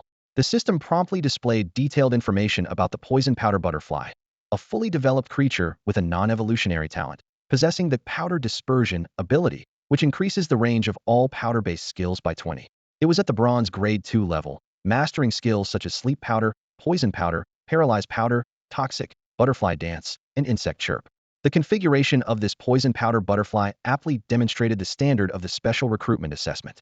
Although its level was not high, if it could time the 3 powder combo skills correctly, it could make an overconfident novice beastmaster suffer. The countdown began, with red numbers flashing in the air. 3, 2, 1. Poison powder butterfly, hide behind the tree and use sleep powder. Long Taojia ordered decisively. He knew the small Qilin's power could easily defeat the poison powder butterfly, so he intended to use the trees as cover to release sleep powder. If it could put the Qilin to sleep even briefly, there might be a chance to turn the tide. However, in the face of absolute power disparity, any tactic seemed futile. A streak of golden light flashed by like lightning, almost too fast to track. With a bang, the poison powder butterfly, attempting to evade, was struck and sent flying, landing heavily on the ground, unable to continue fighting. The battle is over. Winner. Candidate Su Mukin, the system's indifferent voice announced the result. Long Taojia's eyes widened in disbelief as he watched the scene unfold, his face filled with shock. Until the sound of the battle system chimed again, Long Taojia's eyes were still filled with astonishment. He stood there, his mind racing to comprehend what had just happened. What was that move? Lightning fast? As swift as the wind? As an experienced examiner, he knew that even with speed-based skills, the poison butterfly should have had a chance to react. After all, the poison butterfly is a naturally agile insect-type beast, its wings granting it excellent maneuverability and a remarkable reaction speed. But what he witnessed completely overturned his understanding. The poison butterfly didn't even have time to dodge before being instantly defeated. Is this really a novice beast tamer? Long Taojia muttered to himself as he recalled the poison butterfly back into its beast space. forced to reassess Su Mukin's abilities. This generation of young people truly defies conventional expectations. Meanwhile, the observation room was buzzing with excitement. The battle screens from various arenas were capturing everyone's attention. Suddenly, a parent spoke up in confusion. Huh? Where's Su Mukin's screen? I just want to check on my son's match. And this one's already gone black. It's already over. Another parent shrugged, speaking as if discussing the weather. Over? How long has it been? The first parent asked incredulously, eyes wide in disbelief. In his mind, even the fastest novice Beast Tamer battle should take a few rounds. Just look at the results. The second parent pointed to the real-time score display screen. The screen showed a solitary line of information. Candidate, Su Mukin. Beast, Sacred Qilin. First Beast battle, passed. A gasp escaped the first parent's lips. In normal circumstances, defeating a bronze-level beast in an instant might not be surprising, but this was a novice exam. Meanwhile, battles in other arenas were in full swing. Fire Punch Monkey, use Fire Punch. Darn it, dodged, quick, dodge it. Big Tail Bee, use Sleep Powder. Use Poison Sting. Pixie, show him what we're made of. Use Link, weaken his attack. Heart Kitty, lucky to face a decorative opponent. Mighty Ape, get serious, punch her to tears. Though many candidates were performing well, some even putting the examiners on the defensive, even the fastest battles took at least a minute or two to conclude. But Su Mukin? Not even 10 seconds. This was nothing short of a dimensional strike. Seeing Parent 1's face full of shock and disbelief, Parent 2 couldn't help but smile knowingly. Yes, when your child has a good talent for beast control, as a father, you naturally have to pay more attention. You can't let your child fall behind. Parent 1 sighed helplessly, but there was an unmistakable pride in his voice. No wonder you know nothing about Su Mukin's abilities. Parent 2 nodded slightly. Is this kid famous? Parent 1 frowned, noticing the particular reactions of people around when the name was mentioned, growing more puzzled. Yes, Parent 2's eyes showed a hint of amazement. A few days ago, I saw his performance at the Battle Arena Block C. A bronze level 9 grade beast couldn't last a single round against his Holy Lin beast. It was defeated instantly. This news has already spread online. Parent 1 gasped. And he's just a newcomer? At this point, Parent 3 chimed in. With such a large population in China, isn't it normal to have a few geniuses? He turned to Parent 1, asking thoughtfully, haven't you noticed something? Although Su Mukin has excellent results, few people here talk about him. Parent 1 paused, recalling that it was true. The room was abuzz with discussions about various candidates' performances, but Su Mukin's name was rarely mentioned. Parent 3 crossed his arms, smiling as he explained, it's easy to understand. With his abilities, the first battle is usually a quick win, so there's not much exciting content to discuss. Everyone is eagerly waiting for his second assessment. That's right, Parent 2 continued. With his extraordinary silent command skills and the power of the Holy Lin beast, he can handle at least 4 beasts simultaneously. Hearing this, Parent 4 in the front row turned around, gesturing animatedly. I think he could handle 5. Just imagine, the Holy Lin beast can instantly defeat a bronze level 9 grade opponent, and with his silent command, who below gold level could stand a chance. With this statement, the surrounding parents nodded in agreement, filled with anticipation for the upcoming impressive performance. Everyone wanted to witness firsthand what legend this acknowledged genius would create in the special recruitment assessment. The afternoon sunlight streamed through the large floor-to-ceiling windows, casting dappled shadows in the observation room. Just as parent number 3 anticipated, Su Mukin's first beast battle assessment didn't garner much attention from the teachers. They merely glanced over and quickly looked away. This battle was like a shark entering a school of shrimp, with the outcome already a foregone conclusion. The brief seconds of combat failed to pique their interest. The teachers soon shifted their focus to other candidates. After all, those participating in the special recruitment assessment were the most outstanding novice beastmasters from the city. During their observation, each teacher noted several standout names in their notebooks. Besides the indisputable Su Mukin, there were Yin Hong, Lin Suxian, Qi Xianglu, and Xiao Moyu, along with their respective strengths and advantages. Weirafeng, the admissions director of Moda University, raised his chin slightly after watching Yin Hong's battle, his eyes gleaming with determination. We'll take this Yin Hong from Moda University. His voice was not loud, yet it carried an undeniable authority, causing a stir in the observation room. The admissions officers from regular universities exchanged looks of resignation and silently crossed out Yin Hong's name. They knew well that they couldn't compete with the financial power of Moda University. Only Yin Ian, the admissions director of Yenjing University, maintained a calm smile. You can have him. Yenjing University has only one key target this time. You think this is a single-choice question? Weirafeng glanced at Yin Ian. Everything depends on strength. So, Mr. Wei, you seem well prepared? Yin Ian continued to smile, probing for information. In this war, without smoke, knowing the enemy and oneself was crucial. The other 3 of the top 5 universities, Jilin University, Zhejiang University, and Shanghai University had sent deputy directors due to other commitments, which gave Ian more confidence. He was sure that the resources he prepared would not fall short, and he could increase them at any time. Don't pretend you don't know about the relationship between Ian Hong and Su Mukin, Wirefeng laughed, exposing his thoughts. As admissions directors of the top 5 universities, they had their information channels, fully aware of Su Mukin and Ian Hong's recent activities. Everyone knew Su Mukin was the key if they could recruit him. The chances of Ian Hong and Lin Suxian following were as high as 90%. Ian, caught in his thoughts, only smiled more brightly. You're right, Mr. Wei, but recruitment still depends on one's abilities. In the end, it's about whether the conditions offered are attractive enough. Wirefeng puffed out his chest. In this regard, Modi University never falls short. In terms of heritage and resources, Yanjing University is not lacking, Ian retorted without backing down. Moreover, these excellent students value more than just material conditions. While the two engaged in verbal sparring, the admissions officers from other universities wisely remained silent. They couldn't help but marvel that the fierce competition, usually seen after the second practical assessment, was unfolding early this year, due to Su Mukin. Indeed, Su Mukin's talent was astounding: silent command, nurturing techniques, and the ability to tame the leaping dragon fish, any one of which would be considered a trump card, yet he possessed them all. His only shortcoming might be scoring just 12 points in math, but that hardly mattered. After all, there are many paths in life, and mastering one is enough. Everyone present agreed that if a few legendary beastmasters were to emerge in the coming decades, Su Mukin would undoubtedly be among them. This realization tempted even the admissions officers from ordinary universities, but recalling the news from Rongqing University and assessing the situation, they could only turn their attention to other candidates, hoping to discover the next Yu Yuanhuath legend who elevated Shanghai University into the top 5. At that moment, a new announcement echoed in the battle arena. The second special recruitment beast battle assessment is about to begin. All eyes were instantly drawn to Su Mukin's battle room, eager to see what astonishing abilities he would display next. The rules for the second round of the beast battle are largely the same as the first, one examiner per candidate, with all assessments conducted simultaneously. After defeating the first beast, candidates must wait 15 minutes before starting the second round. This means the faster they defeat the first beast, the more rest time they have, allowing their beasts to be in optimal condition for the next battle. Most candidates understand this strategy and aim to quickly finish the first round so their beasts can rest and replenish their energy, thereby increasing their chances in the second round. However, Su Mukin doesn't share this concern. After his little Qilin effortlessly defeated the first bronze-tier beast, a bubble tadpole, Su Mukin looked up at the middle-aged female examiner across from him and calmly said, "Please release the second beast, teacher." The examiner, Bao Qingman, is an employee of the Water Management Unit in the City of Magic. Since they are strangers, Su Mukin chose to address her as teacher. Neither Bao Qingman nor the audience was surprised by Su Mukin's decision to forego the break. After all, the little Qilin had easily dispatched the first beast, making the rest period irrelevant for them. Bao Qingman took a deep breath, and the mark of the second beast appeared in her hand.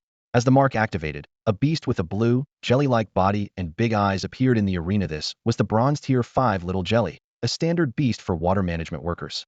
It not only consumes water waste as food, but also has an 80 immunity to physical attacks, making it a challenging opponent for martial beast masters. Boing! The little jelly slowly wobbled on the ground, occasionally moving its soft, jelly-like body, producing a soft, squishy sound. Bao Qingman fixed her gaze on Su Mukin with a serious expression. You should be aware of the little jelly's characteristics. Without an effective strategy, winning this match will be difficult.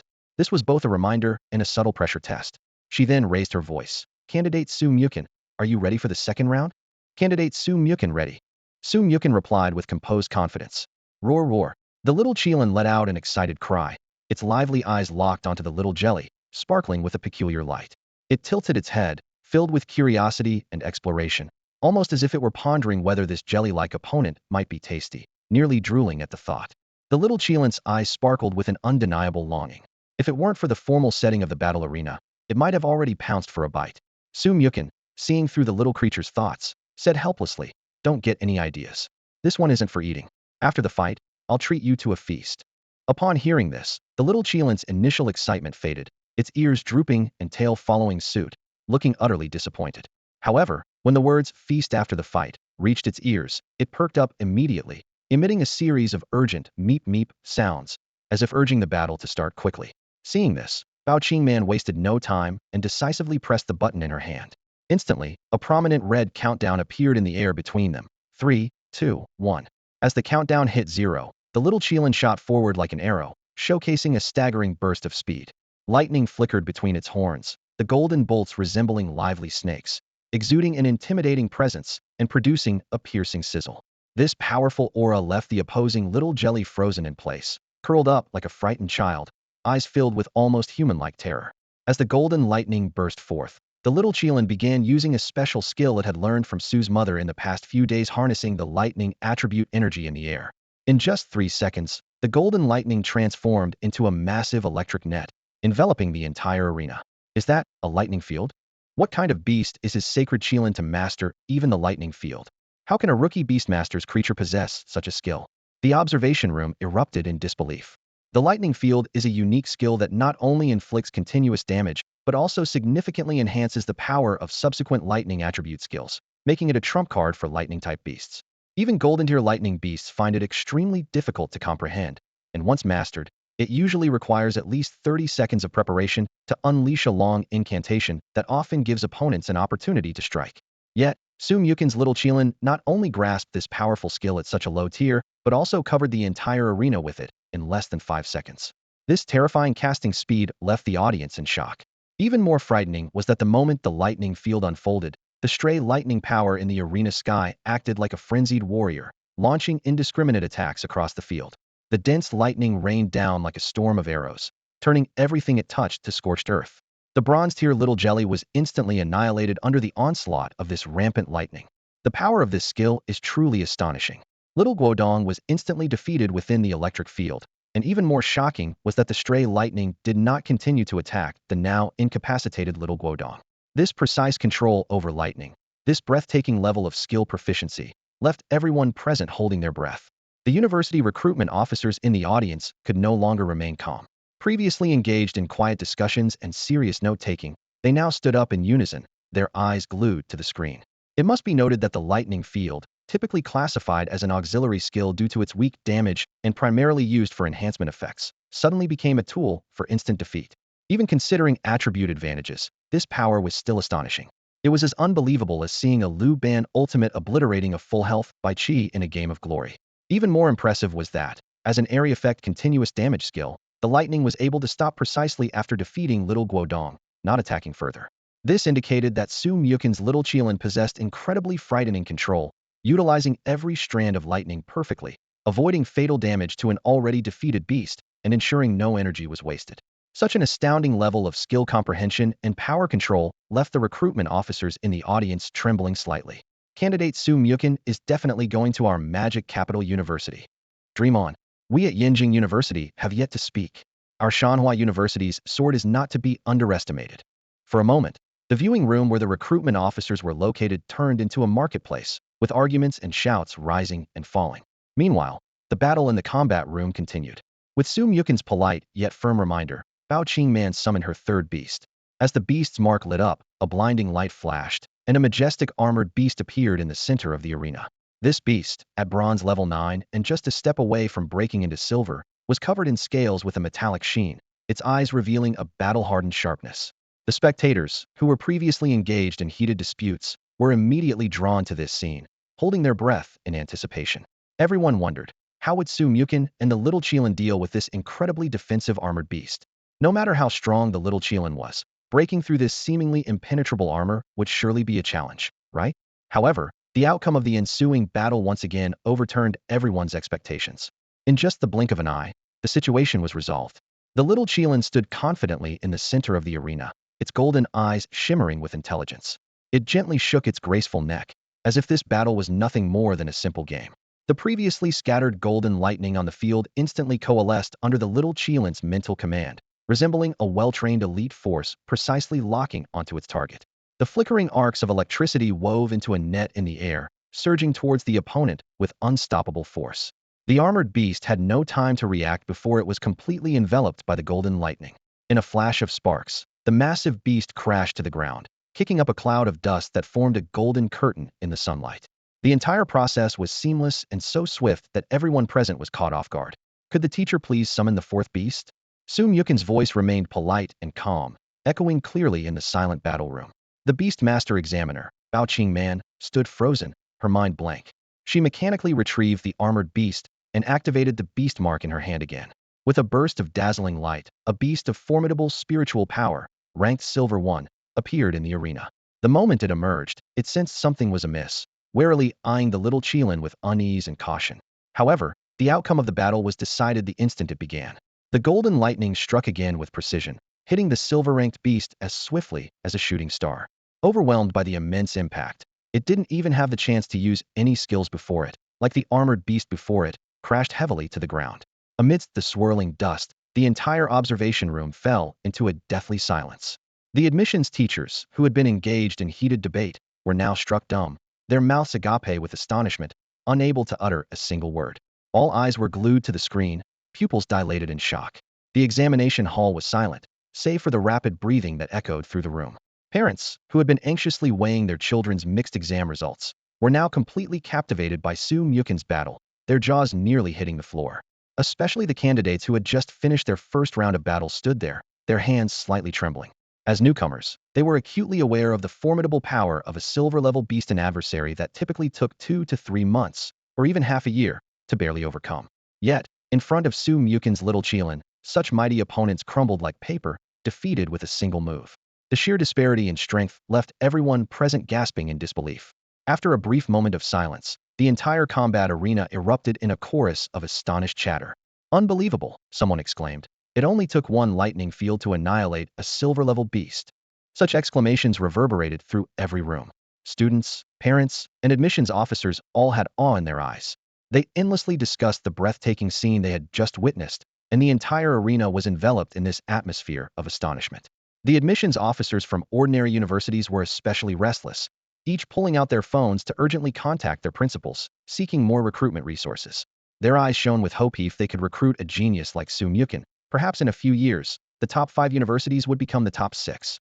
"That is definitely not just a simple lightning field," Wei Ruffing said with a furrowed brow, deep in thought, but with a tone of absolute certainty. As soon as he finished speaking, the room was filled with murmurs of agreement. Everyone was whispering to each other, their eyes reflecting the wonder of the miraculous scene they had just witnessed. Even though everyone had witnessed Su Mukin and the little Qilin's power firsthand, this scene was still hard to believe. It's common knowledge in the world of beast tamers that Earth-type beasts have a natural resistance to lightning-type skills. Not to mention a simple lightning field. Even other explosive lightning skills require significant power to overcome. But, forgive my lack of insight, I truly couldn't see what skill the sacred Qilin beast just used, Wei Ruffing admitted with a wry smile, feeling defeated. As a seasoned beast tamer with a keen eye, it was frustrating not to understand the methods of a novice. Everyone present was at least a gold-level beast tamer, and many were recruitment teachers from various universities, familiar with countless beast battles. Even platinum-level beast tamers' skills often couldn't hide their mysteries from them. Yet today, a young man who had just awakened his beast-taming talent and a sacred Qilin beast only half a month old had managed to leave them baffled. "This kind of talent is still astonishing to see again," said Shang Wanqing, sitting in the VIP room on the sofa, her eyes fixed on the screen showing the little Qilin, filled with pride and amazement. As the one who taught the skill, she knew exactly what was happening. Her Thunderbird had taught the little Qilin the power-gathering skill, which absorbs the electric elemental aura from the air to enhance magical attacks. Back then, her Thunderbird took 2 whole weeks and numerous attempts to master this skill. Yet the little Qilin learned it instantly, and, under Su Mukin's guidance, creatively combined it with the lightning field to turn the 2 support skills into a powerful finishing move. In the battle room, Bao Qingman was stunned. She was about to follow the procedure to ask Su Mukin if he needed a break, but he looked composed and determined as he said, "No need. Teacher, let's continue. Please release the 5th beast." The little Qilin cooperated with a spirited cry, "Moo." Bao Qingman nodded and summoned a silver tier 5 muddy bell deer. This beast, towering at 2 meters, had antlers and a mane resembling flowing mud, exuding a formidable presence. "It's a muddy bell deer. This time it won't be a one-hit wonder, right?" A parent in the viewing room couldn't help but comment. "How could it be?" Another parent immediately countered. "The muddy bell deer is a special beast with indiscernible attributes. It has the earth-type resistance to lightning and the water-type's strong regenerative abilities. Coupled with silver tier 5 strength, even Su Mukin's sacred Qilin beast would have to put in some effort to win." The surrounding parents nodded in agreement, all anticipating an exciting match. However, in the next moment, they gasped in unison, "How? How is this possible?" The moment the countdown ended, the atmosphere inside the battle arena became tense. Aside from a few beast tamers like Yin Hong and Lin Suxian, who were fully absorbed in their own battles, everyone's attention was involuntarily drawn to Su Mukin's 5th match. Bao Qingman stood on one side of the field, her expression serious. The images of her previous opponents being instantly defeated still flashed before her eyes. She knew well that facing the formidable duo of Su Mukin and the little Qilin, she couldn't afford to relax even if she had the upper hand. Mudling Deer, use Mud Shield, Bao Qingman commanded. The Mudling Deer immediately responded, its fur flowing like mud, quickly forming a thick layer of mud armor on its body. This dark, gleaming shield significantly boosted its defense. Opposite her, Su Mukin remained calm and silent. However, the little Qilin had already sprung into action. Noticing the trees at the edge of the field, its body flashed green as it unleashed a powerful wave of spiritual energy. The leaves from the surrounding trees seemed to heed its call, detaching and swirling toward it, creating a mighty leaf storm. The little Qilin skillfully combined its tornado skill with the leaf storm. The howling green vortex, filled with sharp leaves, resembled a raging dragon charging straight at the Mudling Deer. This leaf tornado not only combined the Wu type's advantage over earth and water types, but was also near gold level in power, making it extremely formidable. With a thunderous crash, the green tornado struck the Mudling Deer's protective layer. Mud splattered and leaves scattered as the immense force overwhelmed the Mudling Deer. Its massive body swayed before crashing to the ground, signaling the end of the battle. The arena fell into a stunned silence.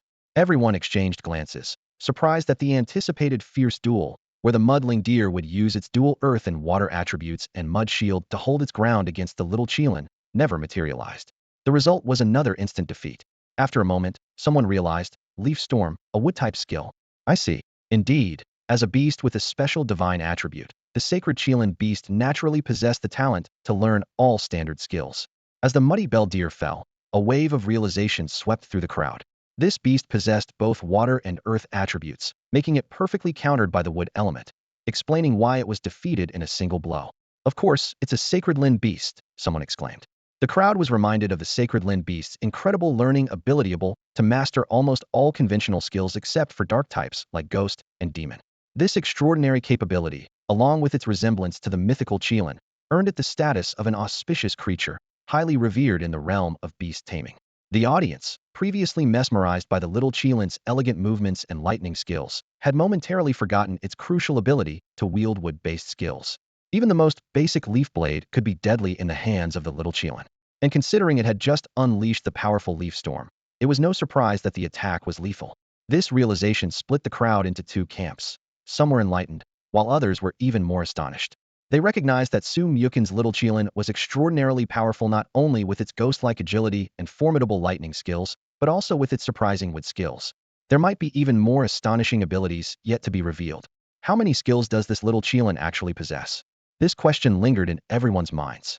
Simultaneously, another intriguing question emerged. Could Su Mukin defeat the sixth beast? Yan Yan couldn't hide her excitement. Her cheeks flushed as she eagerly posed this question. The teachers in the room were momentarily silent before collectively shaking their heads. To them, this seemed an almost impossible task. After all, the examiner's sixth beast was no ordinary creature. It was a bona fide powerhouse at the golden level of rarity, even in small towns. Owning a beast of the golden realm is enough to make anyone a distinguished guest of the county governor. Everyone present was familiar with Bao Qingman's sixth beast, a prideful personal beast of hers, a ghost dolphin that evolved uniquely from a dolphin treasure. Despite being only at the first level of the golden rank, its unique ghost water attribute, combined with its extensive skill set and years of battle experience, made it nearly unbeatable within its realm. Facing such a formidable opponent, Su Mukin's ambition to achieve another victory seemed as daunting as reaching for the sky. Although the audience had yet to fully understand the true strengths of Su Mukin's little Qilin and Bao Qingman's ghost dolphin, one fact was undeniable. Throughout the long history of the special recruitment assessments, countless talented candidates with dreams of mastering beasts had come and gone, yet none had ever defeated the examiner's sixth beast in the novice beast battle assessment. This challenge stood like an insurmountable barrier before every candidate. At this moment, standing at this historical juncture, if Su Mukin could break this taboo, the impact would extend far beyond the examination itself. Not only would it cause a significant stir in the entire Chinese beast mastering world, but it would also leave a lasting mark in history, celebrated by future generations. In the observation room, everyone's eyes were fixed on the screen. On the display, the ghost dolphin and the little Qilin were locked in a tense standoff. Although logic dictated that Su Mukin was unlikely to create a miracle, a shared sense of anticipation arose in everyone's hearts, hoping to witness a historic moment firsthand. The air in the battle room seemed to solidify. Bao Qingman stared at Su Mukin across from her, whose face maintained its usual calm demeanor. After a moment of hesitation, she finally spoke. The match hasn't started yet. You can still take a rest. I don't know how much spiritual energy your sacred Qilin beast has used, but battling my ghost dolphin, while fatigued, isn't wise. She knew that once the battle began, there was no turning back. If Su Mukin ran out of energy at a crucial moment, it would be a huge regret. She didn't want to see this talented young man leave with such a flaw. She hoped he would face the challenge in his best condition. To her surprise, Su Mukin simply nodded politely, showing no need to rest.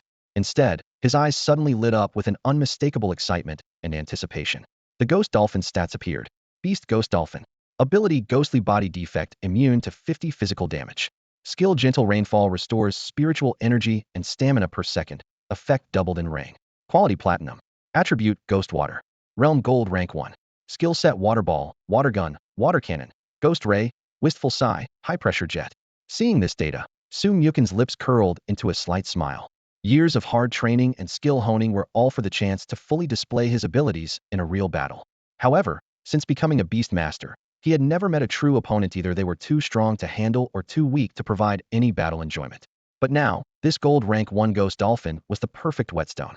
Sensing its master's fighting spirit, the little Qilin's spiritual energy surged rapidly, with golden lightning weaving across the arena, accompanied by thunderous roars. In this increasingly tense atmosphere, the audience held their breath.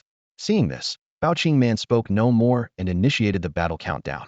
3, 2, 1. With the countdown over, the battle erupted instantly. Ghost Dolphin, Sacrificial Rain. Little Qilin, Thunderball.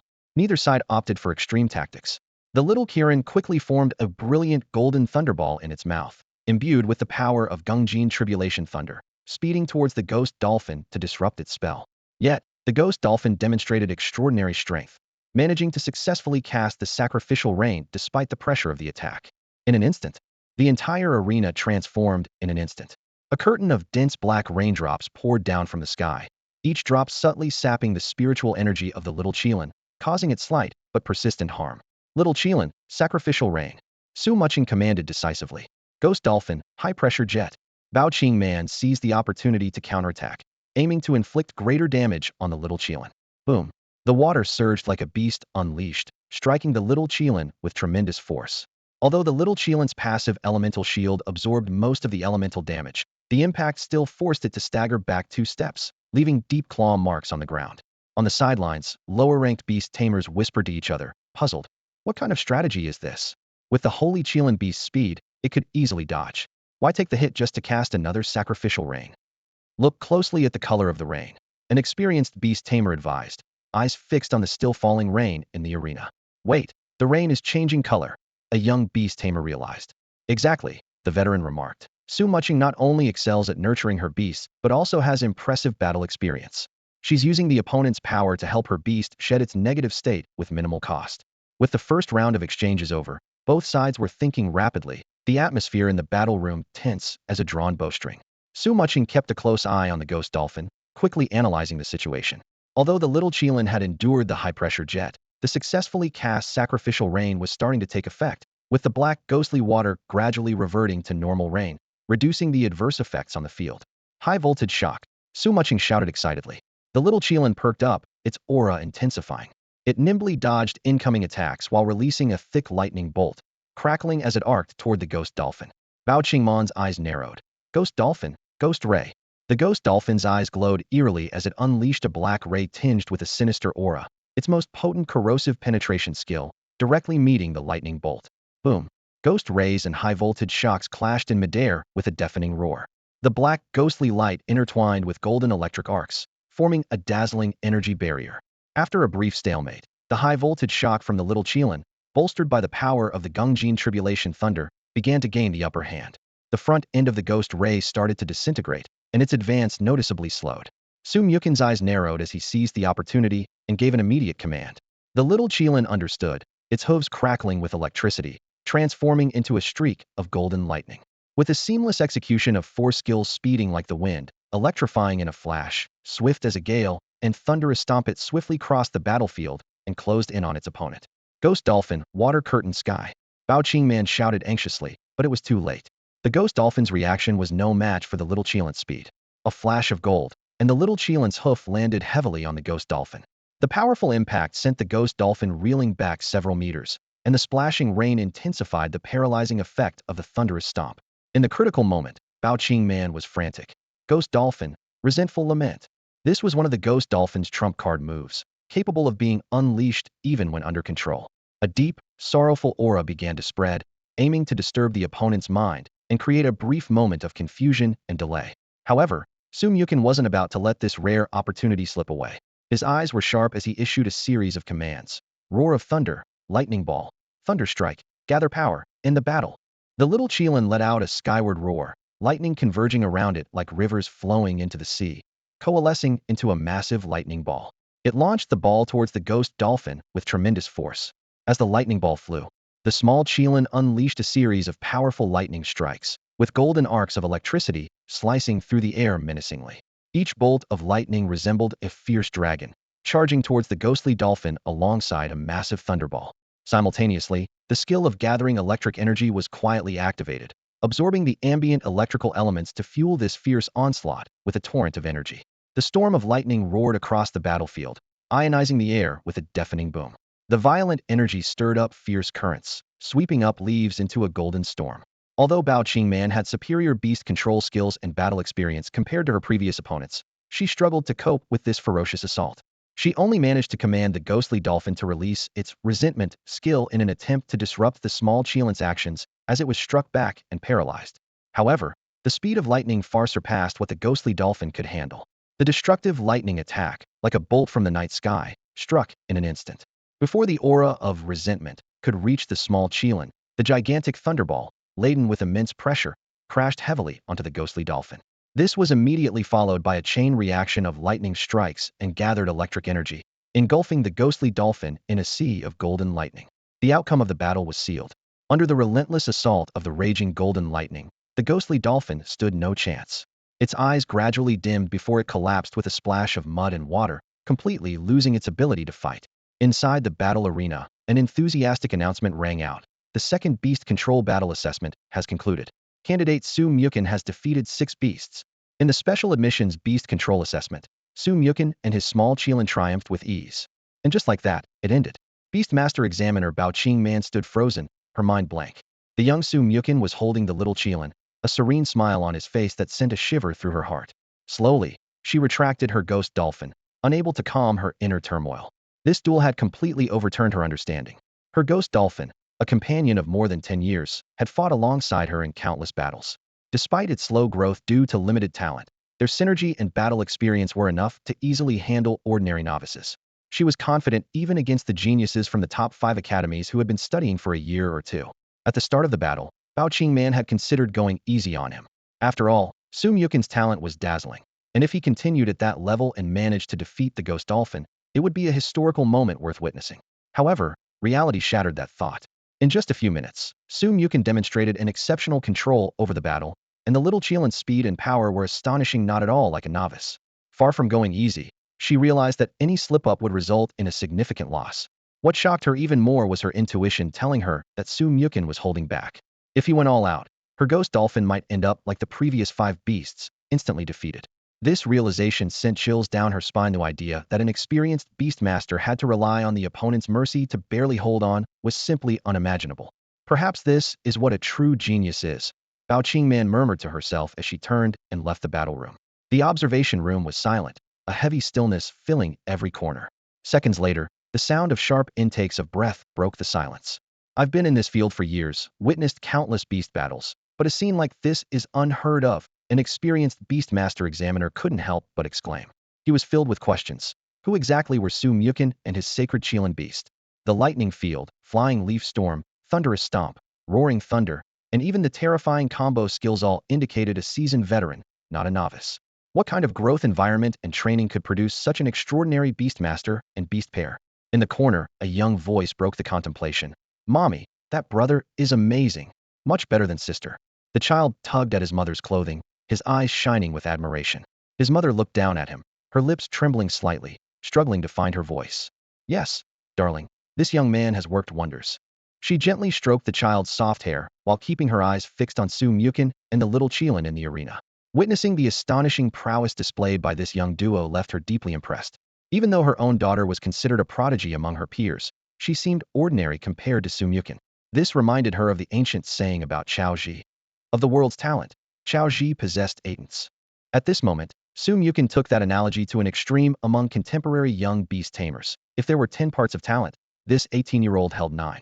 Throughout the battle arena, similar expressions of shock echoed. Some beast tamers clutched their hair, their voices trembling with disbelief.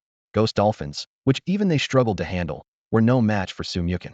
Years of rigorous training seemed futile compared to this barely adult boy, a realization that was hard for them to accept. The surrounding parents looked at Su Mukin with envy. Now that's what you call a prodigy. If my kid were half as impressive, I'd be content. Despite their words, they knew that without the conditions Su Mukin's parents could provide, like selling the spirit of Ice Soul or contracting a sacred Lin beast, they couldn't offer their children the same opportunities. Thus, these thoughts quickly turned into a sigh, as they were reluctant to burden their children with too much pressure. Meanwhile, in the VIP room, Shang Wanqing, having witnessed her son's historic victory, immediately shared the exhilarating news with Su's father, still at work, as well as with the grandparents in Beijing and Guangzhou. After doing so, she smiled and stood up, leaving the room to summon her own beast. Su Mukin must join our Yenjing University. Yin Ian, the admissions director of Yenjing University, exclaimed, full of excitement. He envisioned Su Mukin leading Yenjing University's beast taming team to victory in various competitions. Such talent, such potential missing out on him would be a tremendous loss for our university. Humph, Director Yin, you're speaking too soon, interrupted Wei Rufeng, the admissions director of Moda University, unwilling to concede. He stood up with a cold snort, his gaze as sharp as a knife locking onto Su Mukin, eyes gleaming with determination. Su Mukin is a perfect match for Moda University, he declared with confidence, straightening his posture. The resources we can offer will allow his talent to fully blossom. As he spoke, he unconsciously lifted his chin, fully confident in his school's strong foundation. His words seemed to ignite a fuse. The other university recruiters immediately erupted, joining the fray with a cacophony of voices. The room was suddenly filled with a clamor of arguments, but they all knew the final decision lay with Su Mukin and his family. Anxiety brewed within everyone, and no one was willing to wait a second longer. The recruiters quickly checked Su Mukin's competition room number and dashed out of the meeting room like wild horses. As for the other candidates still competing, they were of no concern. They could catch the reruns in the evening. The priority was to secure this prodigy. In the elevator, several teachers anxiously pressed the buttons repeatedly, eyes fixed on the floor indicator, muttering under their breaths to hurry up. Some impatient ones headed straight for the stairwell, taking steps 2 at a time in a mad dash upward. If not for strict regulations, someone might have even summoned their beast and crashed through a window. However, no matter which route the teachers chose, they were all stopped at the same moment. Those in the stairwell encountered the ethereal spirit of Qing Shuang, while those in the elevator were greeted by the calm face of Shang Wanqing as the doors opened. I am well aware of your capabilities, Shang Wanqing said unhurriedly. To prevent you from breaking down my door and having to pay for it, why don't we settle things right here? The atmosphere in the room froze the moment Shang Wanqing and the Qing Shuang phantom spirit appeared. The teachers who were previously unaware of Su Mukin's family background showed a flicker of shock in their eyes, which quickly turned into understanding. Shang Wanqing, a name renowned in the beast cultivation world, had already etched her legendary feats into the minds of everyone present. As a world-class star cultivator, the beast she trained consistently performed miracles in top-tier competitions. Her unique training methods, her almost instinctual understanding of beast habits, and her extraordinary ability to unlock their potential left her peers in awe. The teachers from the ordinary schools showed subtle changes in their expressions, with a hint of despondency in their eyes. With such a master-level mother, Su Mukin's talent in beast cultivation was naturally expected to be exceptional. More importantly, the standard resources that their school could offer were easily accessible to him. Even those rare, top-level resources were not out of reach, thanks to Shang Wanqing's extensive network. Realizing this, many teachers quietly withdrew from the competition and returned to their respective rooms. Ultimately, only 9 teachers followed Shang Wanqing and the Qing Shuang phantom spirit into the VIP suite. As soon as they entered, Shang Wanqing's beast, Mi Xiaochu, cleverly served each teacher a steaming cup of tea. Shang Wanqing calmly surveyed each person present and politely said, "Please wait a moment, teachers. I've notified Mukin, and he'll be here shortly." "No rush, sister-in-law," Yin Ian said with a deliberately cheerful smile, speaking first. His gaze swept meaningfully over the others, with a childlike sense of pride, as if silently proclaiming the advantageous position of Yenjing University.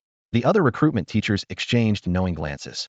Although a trace of concern flickered in their eyes, they quickly regained their composure. In this talent war, connections were indeed important, but they were not the only leverage. What truly attracts outstanding students is always the strength and development platform of the school. The suite was filled with the elegant fragrance of tea, and everyone waited in their own way. Some sipped their tea slowly, while others discreetly took out their phones to contact their superiors for more leverage. The air was thick with anticipation, tension, confidence, and apprehension, as everyone awaited the young man who could potentially change the future of their school Sumyukin. This assessment was not an exaggeration. In terms of both appearance and ability, Sumyukin had the potential to become the new face of any school. In a month, the National University Competition will take place, followed by the World University Competition in 6 months. The impressive skills Sumyukin has displayed have made everyone believe he has the potential to win both events. If he truly claims victory, it would not only bring immeasurable resources to his school, but, more importantly, his growing fame in the world of beast taming would attract a multitude of talents, injecting continuous vitality into the school's long-term development. As everyone was lost in thought, the sound of approaching footsteps broke the slightly oppressive atmosphere in the private room. All eyes turned to the door, filled with anticipation. Moments later, after a knock on the door, Sumyukin stepped in. Dressed in a sleek black outfit, his posture was as upright as a pine tree. His youthful and handsome face was complemented by bright, keen eyes that exuded a maturity beyond his years. Following closely was his tamed beast, a small Qilin, majestic yet gentle, its scales glistening with golden hues under the light, resembling a mythical creature of good omen. "Sorry to keep you waiting, teachers," Sumyukin said with a humble smile, slightly bowing. His mother, Shangwanqing, watched him with eyes full of pride and nodded gently, signaling him to sit. Sumyukin took the seat next to her, while the little Qilin affectionately lay at his feet, occasionally nudging his leg with its head, showcasing their close bond.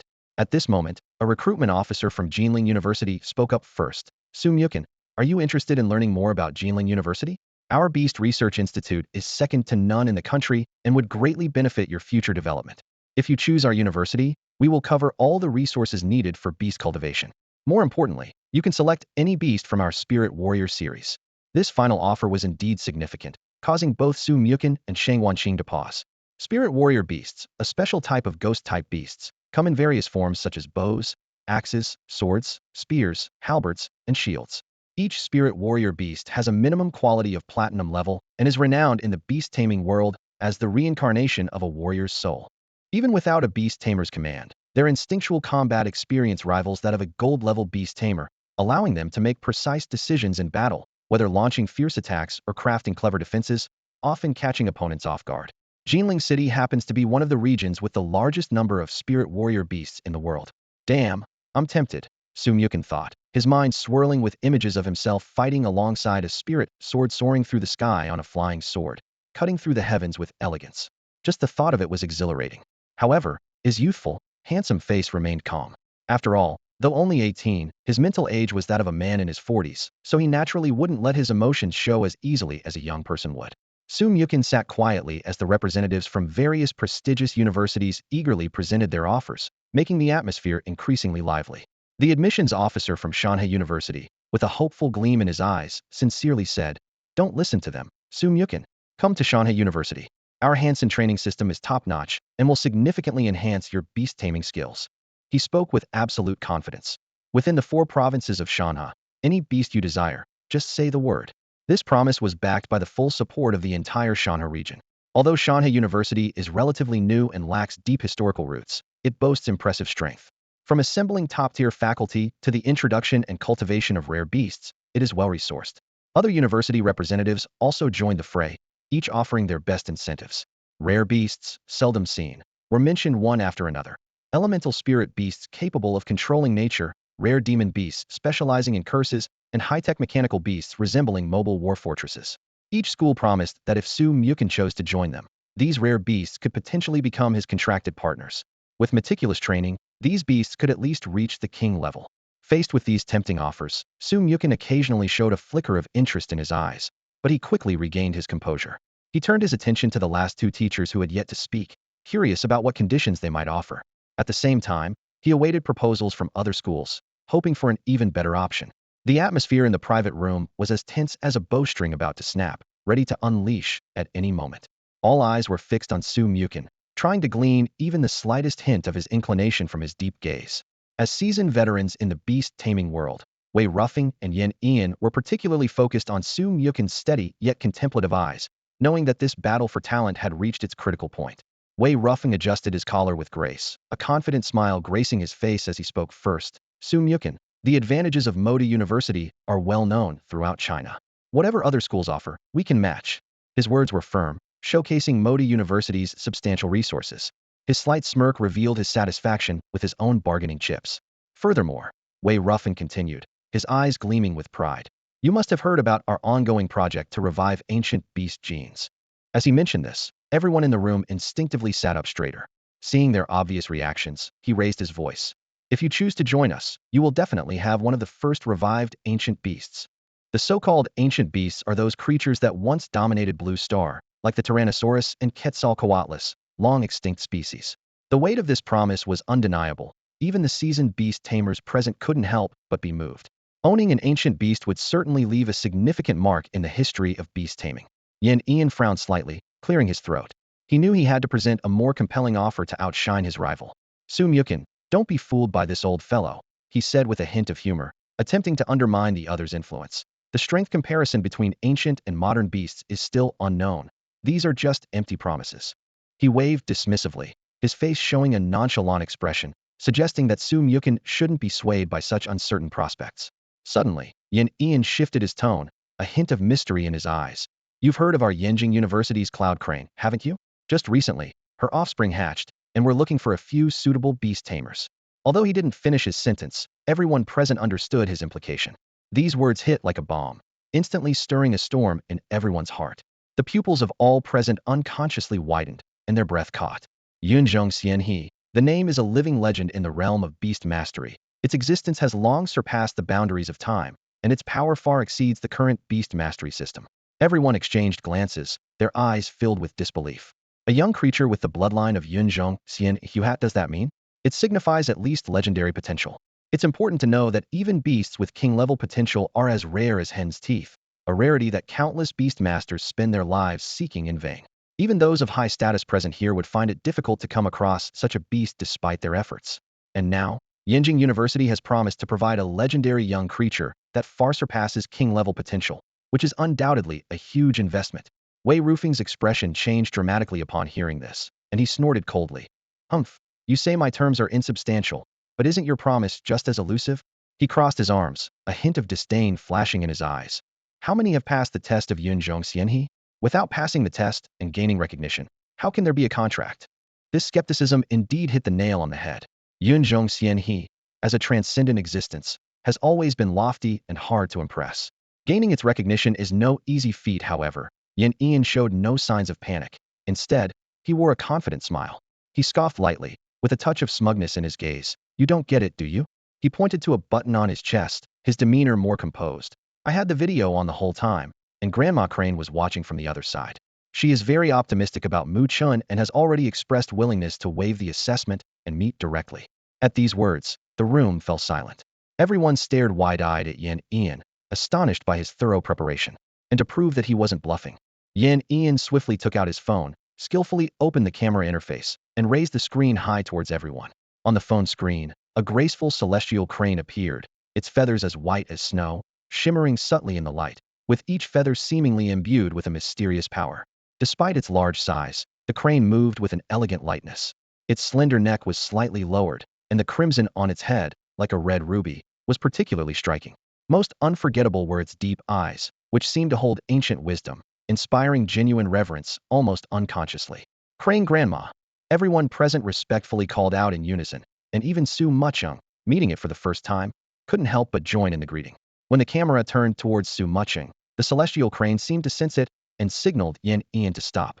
The image froze on the crane's dignified and expectant face. It paused for a moment.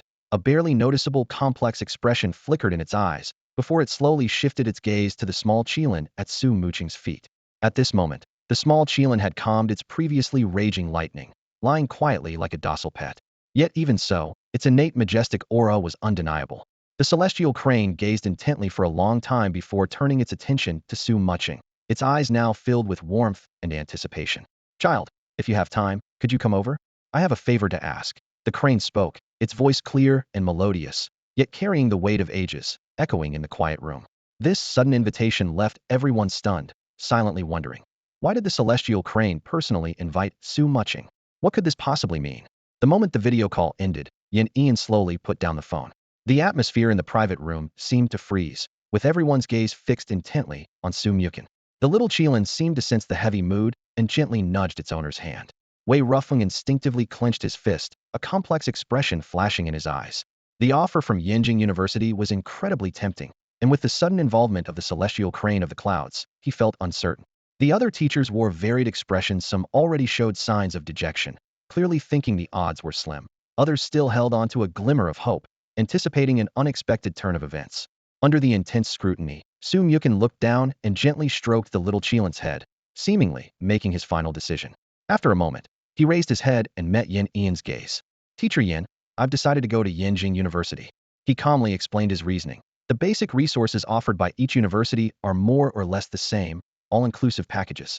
As for the unique beast resources of each location, if I need them, I can always ask my dad or grandpa for help. But the offspring of the celestial crane of the clouds, that's a once-in-a-lifetime opportunity. His eyes glimmered with longing as he continued. "Imagine riding a celestial crane across the sky, with a sword on my back, a majestic crimson gold battle dragon on my left, and a cloud-stepping little Qilin on my right. That scene, it's simply awesome." He paused for a moment before adding, "Plus, the celestial crane of the clouds said it has a favor to ask. Since it came to me, it means I should be up to the task. It's like receiving a quest from a top player in a game. Regardless of the outcome, the reward won't be shabby. Going to Yenjing University not only allows me to connect with the celestial crane of the clouds sooner and uncover what this matter is about, but it's also closer to home, so why not?" Hearing this decision, a trace of disappointment flashed across the faces of Wei Ruffeng and the other teachers, like a carefully prepared gift being politely declined. But Wei Ruffeng quickly composed himself, a genuine smile returning to his face. "Muchen, although it's a pity you didn't choose Shanghai University, you're always welcome to visit and exchange ideas. The doors of Shanghai University are always open for you." The other teachers also offered their congratulations. Although there was inevitable disappointment in their hearts, they all understood that faced with the allure of a celestial crane of the clouds' offspring, it would be difficult for anyone to refuse. Everyone acknowledged Muchen's decision and, after a brief exchange of pleasantries, took their leave. Although they missed out on this exceptional opportunity, Yin Hong, Lin Suxian, and others were determined to pursue other chances, knowing they couldn't put all their eggs in one basket. Ian watched them depart, unable to hide the smile on his face, his excitement and pride evident. Once the crowd dispersed, he turned to Muchen with a serious expression and said, "Muchen, since you've chosen to trust us, we will do our utmost to help you advance on your path as a beast master." As he spoke, he retrieved a bag from behind him, enhanced with his sleeve universe spell, and handed it to Muchen. "This contains resources specifically gathered for the daily training of your Shenglin beast and Yulong fish. It should last them a while. Once you enroll, you can replenish supplies from the treasure vault at any time." Muchen accepted the bag but frowned and asked, "Mr. Yan, don't I need an admission letter?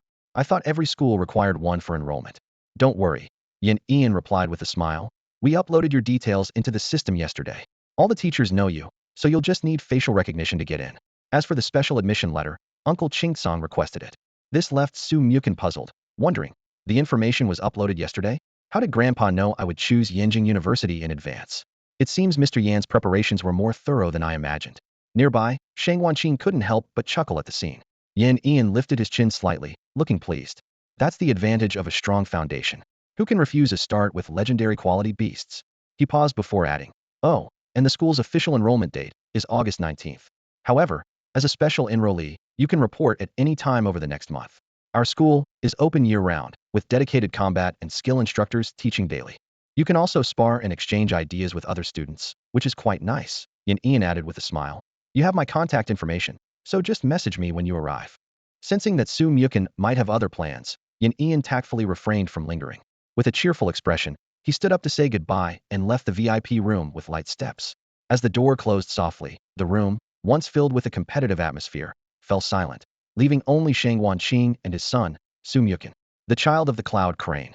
Shang Wanqing relaxed into the leather sofa, shedding his earlier stern demeanor. He shook his head slightly, speaking with a touch of admiration. Yenjing University really spares no effort. He then turned his head to look at his son, his eyes inquiring, "When do you plan to go to Yenjing University?" "I'll see," Muchen replied, taking a deep breath and slowly exhaling the words. He leaned back in his chair, his brow furrowed in thought. Although deciding to attend Yenjing University eased his tension considerably, a troubling issue soon came to mind. He considered the situation. The Suntahatch beast from the animal realm, The earth-shaking divine ox living with his grandfather and father, and the child of the cloud crane suddenly. He would have 3 beasts to manage. The more daunting aspect was that 2 of these beasts were still in their infancy. No, actually it's 3. Sumyukin corrected himself silently. The young Qilin, despite its formidable power, was essentially a mischievous child needing care. Imagining the future responsibilities of tending to these 3 children, their feeding, training, and growth, along with managing their interactions made Sumyukin inwardly groan. He drew a sharp breath.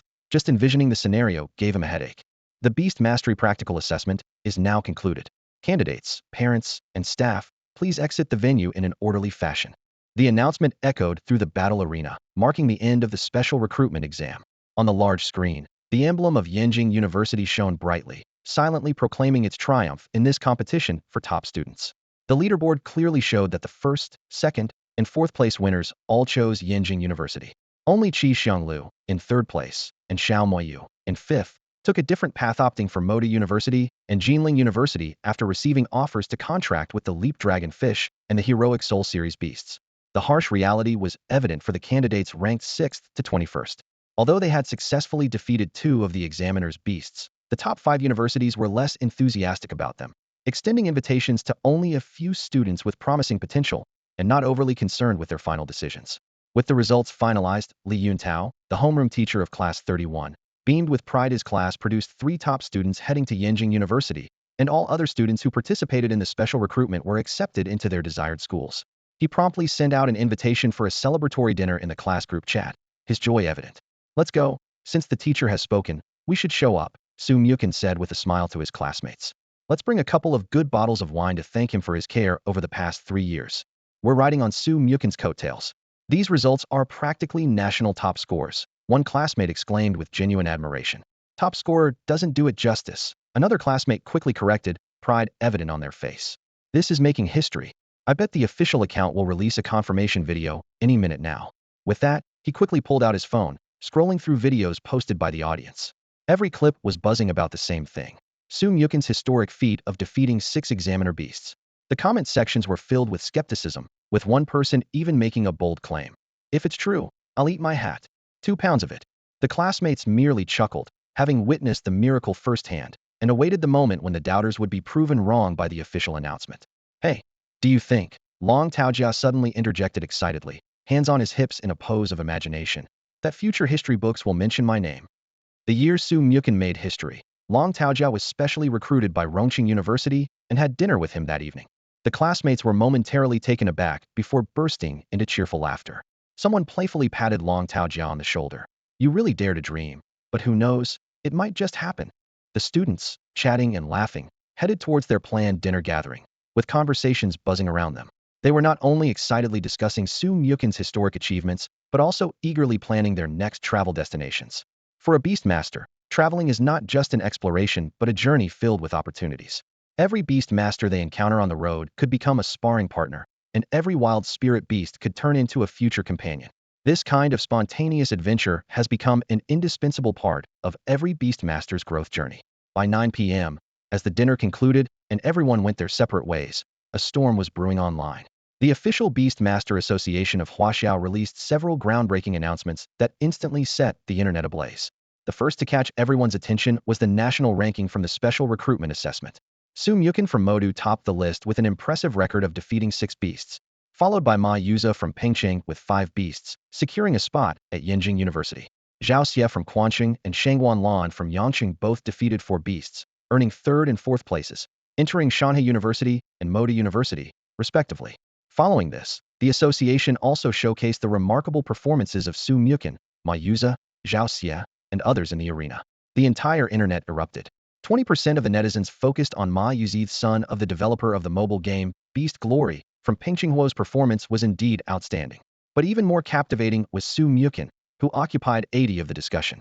Within just a few hours, news and videos about him emerged like mushrooms after the rain. He did it. He made history. We witnessed the birth of a legend. He is destined to be among the top 10 legendary beast masters in the future. Netizens were in awe of his combination of the sacred Lin beast and the leaping dragon fish, a unique path of growth that is impossible to replicate. The comment, "People with better conditions than you are working harder, and they are better than you," repeatedly appeared under various videos. Numerous posts trying to capitalize on the trend emerged, and the number of comments grew exponentially, causing a temporary chaos. I knew this comment would appear. Where are the people who doubted me earlier? Now that the official news is out, what more is there to say? I'm sorry, Boss 999. Stand firm when you're being criticized. I promise to eat on live stream. Getting ready now. These comments bore witness to this extraordinary night, marking the birth of a new legend. After the assessment period ended, the online community erupted with discussions. Many netizens were skeptical about Su Mukun possessing the sacred Qilin beast and the leaping dragon fish, and doubts were expressed continuously. If I had a sacred Qilin beast and a leaping dragon fish, I could achieve the same. He might be cheating, one netizen commented disdainfully.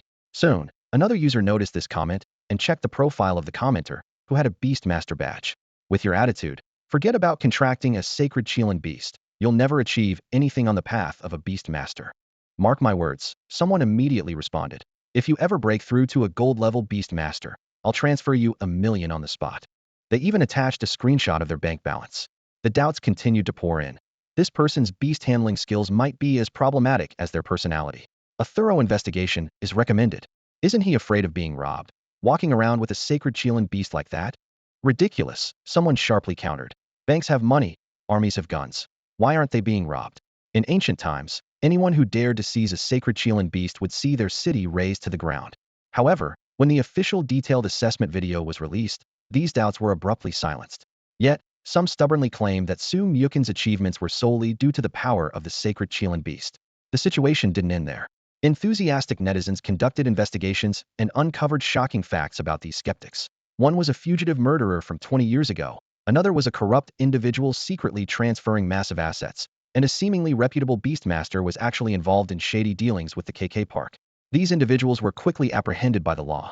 At 10 that evening, the news reached Su Mukun. He paused, then mused. Could this be the legendary intelligence-lowering aura? The next day, news about Su Mukun spread like wildfire across the internet. According to data from Modu's Cultural and Tourism Department, ticket bookings to Modu reached an all-time high, with beast tamers and media personnel from all over flocking to the city. Anticipating this, Su Mukun chose to stay out of the public eye. He knew that appearing now would be akin to walking into a trap. The media would pursue him relentlessly, microphones and cameras in tow. Yet, many people were eager for the attention. You could frequently hear cries of "interview me, I know him well," on the streets, as even those who had only exchanged a few words with Su Mukun clamored to be on camera. The principal of First High School and homeroom teacher Li Yuntao became prime targets for the media. Faced with a barrage of interview requests, they seemed well prepared. The principal, with a proud expression, stated, "Student Su Mukun is the pride of First High School. His achievements are primarily due to his own efforts." Then he added, "Of course, the school's support also played a part. To honor his outstanding achievements, the school will provide a cash reward of 1 million and 2 million worth of beast cultivation resources." This announcement caused a sensation in the live broadcast, earning the school widespread praise for its generosity. Soon after, the Ministry of Education and the municipal government also revealed their reward plans. In addition to an abundance of beast cultivation resources, they offered a complete set of top-quality evolution items, including rare artifacts like the Mark of the King, Reverse Dragon Scale, Exquisite Crystal, and Angel Wings. Even the lower-grade versions of these items are worth millions, let alone the top-tier ones, which are practically priceless. In the live stream, beast tamers nationwide watched with envy.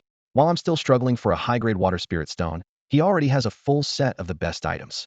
The gap is truly disheartening. I'm so jealous. Does anyone know Su Mukun? Ask if he's selling the Reverse Dragon Scale. I'm willing to negotiate the price. This set of evolution stones is something I couldn't afford even if I worked from the Qin dynasty until now. Seizing the momentum, Moda University also made a move. Through an official spokesperson, they not only announced that the ancient beast revival technology was in its final stages, but also promised to gift Su Mukun a high-quality ancient beast. This generous offer immediately won widespread acclaim and attracted many talented applicants. After all, if even an unenrolled Su Mukun received such benefits, the opportunities would surely be greater once officially enrolled at Moda University. Unaware of the outside commotion, Su Mukun was at home, taking stock of these generous rewards, a bright smile on his face.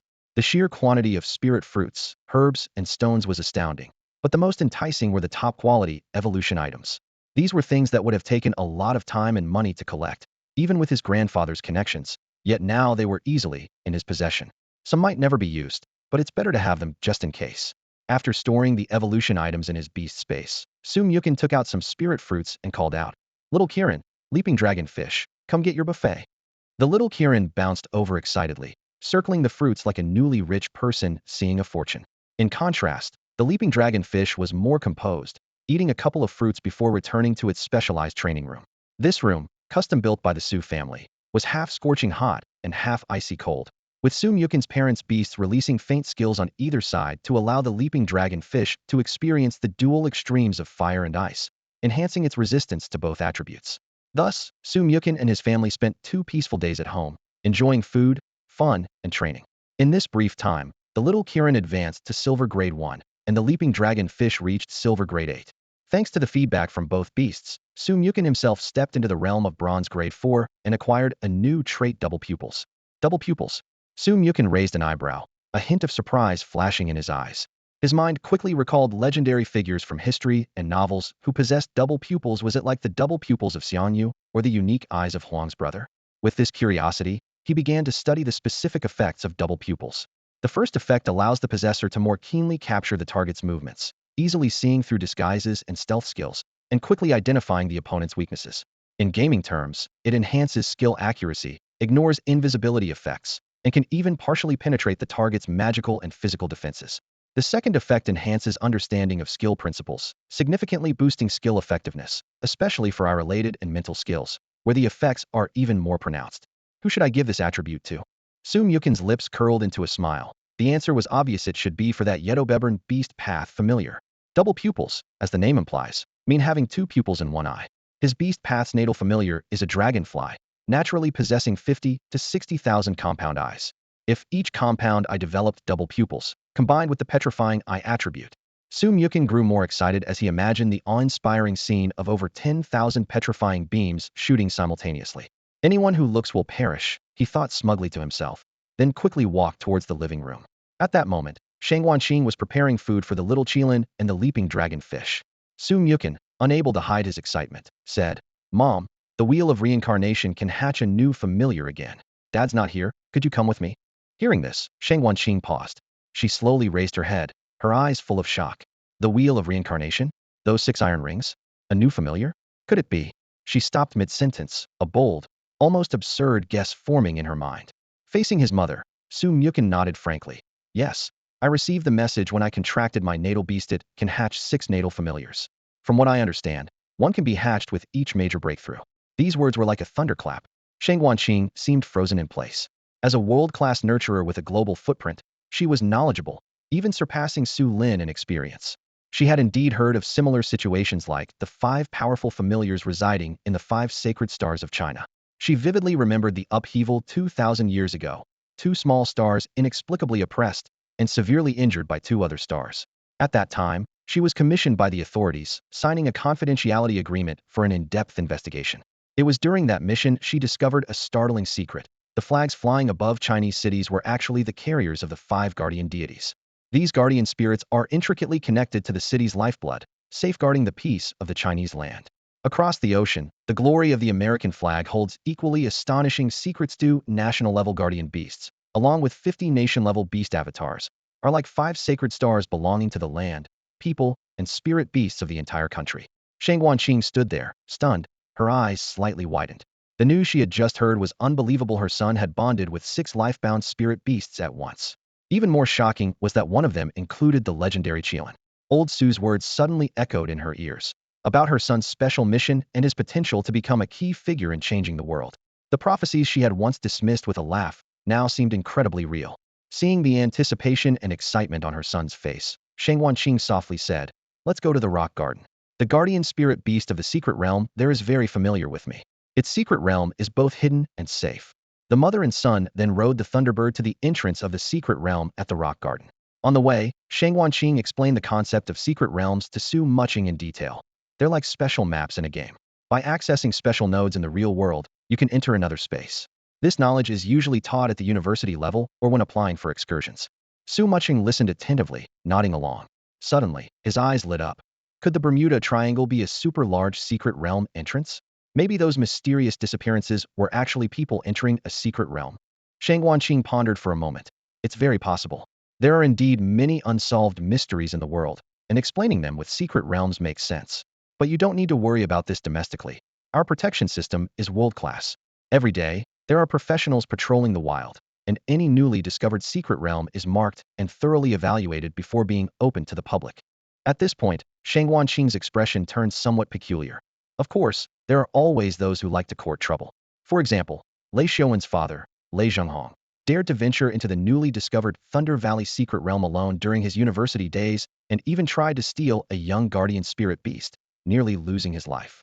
After hearing this, Su Muching sincerely exclaimed, in a word, brave. The Thunderbird soared high into the sky, slicing through the air with its powerful wings, its piercing cries echoing across the horizon. Su Muchen and Shang Wanqing sat steadily on the broad back of this majestic creature, inching closer to their destination with each beat of its wings. The secret realm is an excellent place for training, Shang Wanqing explained to Su Muchen, her eyes bright with enthusiasm. Once you're in college, there will be plenty of opportunities to explore and complete missions in the peaceful secret realms. They not only have rare mystical beasts, but are also rich in resources. Throughout the journey, Shang Wanqing eagerly shared her extensive knowledge of the secret realms. She meticulously described the characteristics and precautions of the major secret realms in the country, her words full of wisdom. Su Muchen listened intently, occasionally nodding and asking questions, their conversation making the journey fly by. 2 hours later, the Thunderbird began to descend, diving towards a rocky canyon below. The valley was filled with towering stones of various shapes, some resembling eagles in flight, others like roaring lions. We're here. This is the rock garden. Shang Wanqing pointed to the end of the canyon. There stood a massive stone wall, with a circular entrance in the center emitting a gentle blue light. The Thunderbird landed smoothly before the stone wall. Shang Wanqing dismounted gracefully, with Su Muchen following closely behind. The little Qilin curiously surveyed its surroundings, humming contentedly at the rich spiritual energy in the air. Follow me, and don't wander off, Shang Wanqing instructed, leading them towards the blue-lit entrance. As they approached, she retrieved a unicorn horn from her beast space and stepped through first. Su Muchen took a deep breath, held the little Qilin tightly, and followed. In a flash of light, they found themselves in a completely different world. A vast grassland stretched out before them, lush and green, with colorful wildflowers swaying gently in the breeze. In the distance, rolling hills framed a clear river that sparkled as it meandered through the landscape. It's beautiful, Su Muchen exclaimed in genuine admiration. Just then, a melodious and clear sound came from the sky. Looking up, Su Muchen saw a spirit beast, snow-white in color, flying swiftly towards them.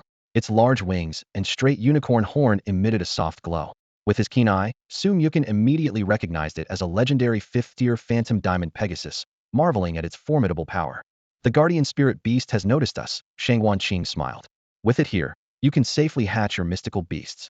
She then summoned her own beast, a creature resembling the phantom diamond Pegasus, but without wings, its entire body shining with a platinum hue, exuding an understated elegance.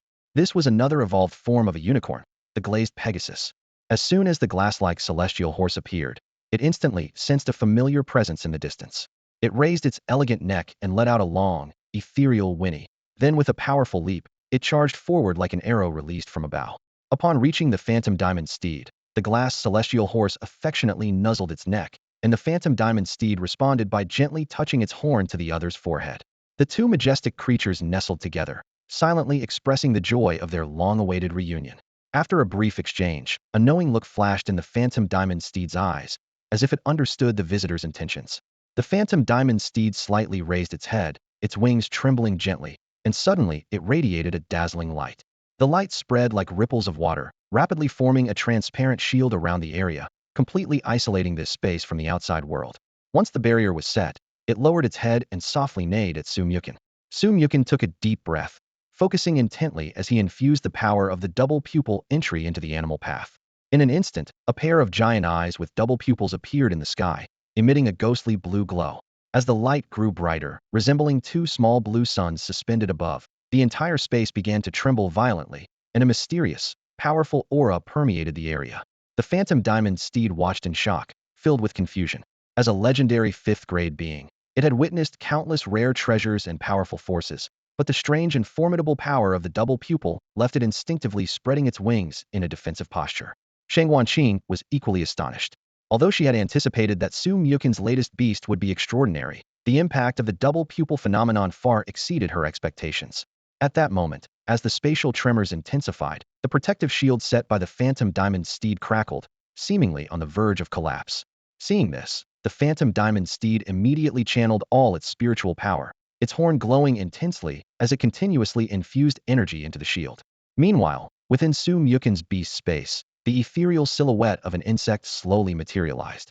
Despite its hazy form, it exuded a chilling aura, with its eyes glistening with the double pupils' ghostly blue light. Suddenly, the insect's spirit beasts throughout the entire secret realm became agitated. Beetles nestled in the grass, butterflies fluttering in the air, and even earthworms buried deep underground seemed summoned and intimidated by some overwhelming force, revealing themselves and plunging the secret realm into chaos. The chorus of insects chirping and the fluttering of wings filled the air, echoing throughout this mysterious realm. As the guardian spirit beast of this land, the illusion diamond steed sensed the disturbances around it but remained confident. In this realm, its power far surpassed its current level, enough to handle any unforeseen events. As the alarming phenomena gradually subsided, the world returned to tranquility. Yet, the illusion diamond steed remained vigilant, its clear and profound eyes fixed on Su Mukin, or more precisely, on the mysterious creature slowly manifesting on his shoulder. It was a small and charming creature, enveloped in a soft glow. Its wings, as delicate as cicada wings, reflected a dreamy light. Most striking was its head, adorned with 5 eyes that resembled sparkling gems, each shining with the same colors as the previous phenomenon, radiating intelligence and cunning. This many-eyed sprite curiously surveyed its surroundings, its lively eyes constantly darting around. Sometimes it gazed at Su Mukin, and other times it cast its eyes toward the illusion diamond steed in the distance. Whenever it looked at the latter, there was a mischievous glint, as if ready to challenge the realm's guardian at any moment. The illusion diamond steed was taken aback by this little creature that had caused such a stir upon its birth. Having guarded the realm for countless ages, it had witnessed the birth of innumerable spirit beasts, but never one capable of inciting such phenomena. What amused it even more was the sight of this adorable creature eyeing it with a playful eagerness, seemingly intrigued by the horn on its head. The illusion diamond steed couldn't help but reflect. In human terms, this must be what they call the younger generation surpassing the older. The illusory diamond steed gazed intently into the distance. The many-eyed cute dragonfly noticed this look and playfully tilted its nimble little head, raising its slender forelegs high and waving them in the air. Its wings quivered gently, emitting a faint hum, and its eyes sparkled with a gleam of anticipation. Not far away, Shang Wanqing watched this scene, a smile of surprise and pride unconsciously spreading across her face. Although she was not yet sure of the exact capabilities of the many-eyed cute dragonfly, recalling the awe-inspiring phenomenon from earlier, she was convinced that this little creature was no ordinary being. At this moment, Su Mukin was slowly awakening from the mysterious state of bonding with his beast. A gentle breeze tousled his hair, and his gaze immediately locked onto the many-eyed cute dragonfly, fluttering joyfully nearby. This young beast, newly reached bronze grade 1, was still quite weak. Even completing a contract couldn't elevate him beyond his current bronze grade 4 level. But Su Mukin wasn't in a hurry. He understood that growth requires gradual progress. Calming his inner excitement and joy, Su Mukin immediately activated the Eye of Inquiry to carefully examine the detailed information of the many-eyed cute dragonfly. Beast, many-eyed cute dragonfly. Talents, heavenly insect, double pupils, petrifying eye. Traits, with an insect's body and a heavenly name, it can absorb extraordinary energy without harm to strengthen itself. Quality, mythical. Attributes, insect, psychic. Realm, bronze grade 1. Skills, petrifying eye, double pupils activation, glimmering illusion pupil, psychic reversal, dazzling assault. Evolution path, many-eyed cute dragonfly bronze illusory, pupil dragonfly silver illusory, gaze dragonfly shadow diamond. Description, the many-eyed cute dragonfly of the beast path, humble in the dust, yet with a heart to ascend the 9 heavens. Looking at this information, Su Mukin was first taken aback, then shook his head with a wry smile. So, this little guy has been eyeing the illusory diamond steed because of its horn. What a little treasure hunter. But soon, his eyes burned with intensity.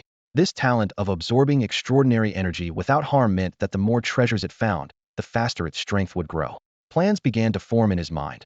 Once they reached Yanjing, he would first take the many-eyed cute dragonfly to his grandparents' warehouse for a tour, and then visit the treasure vault at Yanjing University. There were at least dozens of extraordinary items, and letting it absorb their energy would surely lead to a rapid increase in its realm. With this thought, Su Mukin's lips curled into a smile as he gently stroked the many-eyed cute dragonfly's head. The little creature let out a contented lily sound, closing its eyes in enjoyment. Suddenly, it flew towards the illusory diamond steed, emitting an inquisitive lily sound. The steed lowered its head to regard the bold little dragonfly and responded with a woolly. Receiving this acknowledgement, The many-eyed cute dragonfly excitedly flapped its wings and settled steadily on the steed's gleaming horn. After steadying itself, the multi-eyed dragonfly eagerly extended its slender antennae towards the illusory diamond steed.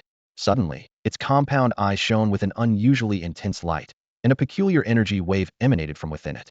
This force caused the illusory diamond steed to tremble slightly, a hint of surprise flashing in its eyes. Previously, when the multi-eyed dragonfly requested to taste the unicorn's energy, the illusory diamond steed didn't pay much attention. After all, in this secret realm, its energy was nearly limitless.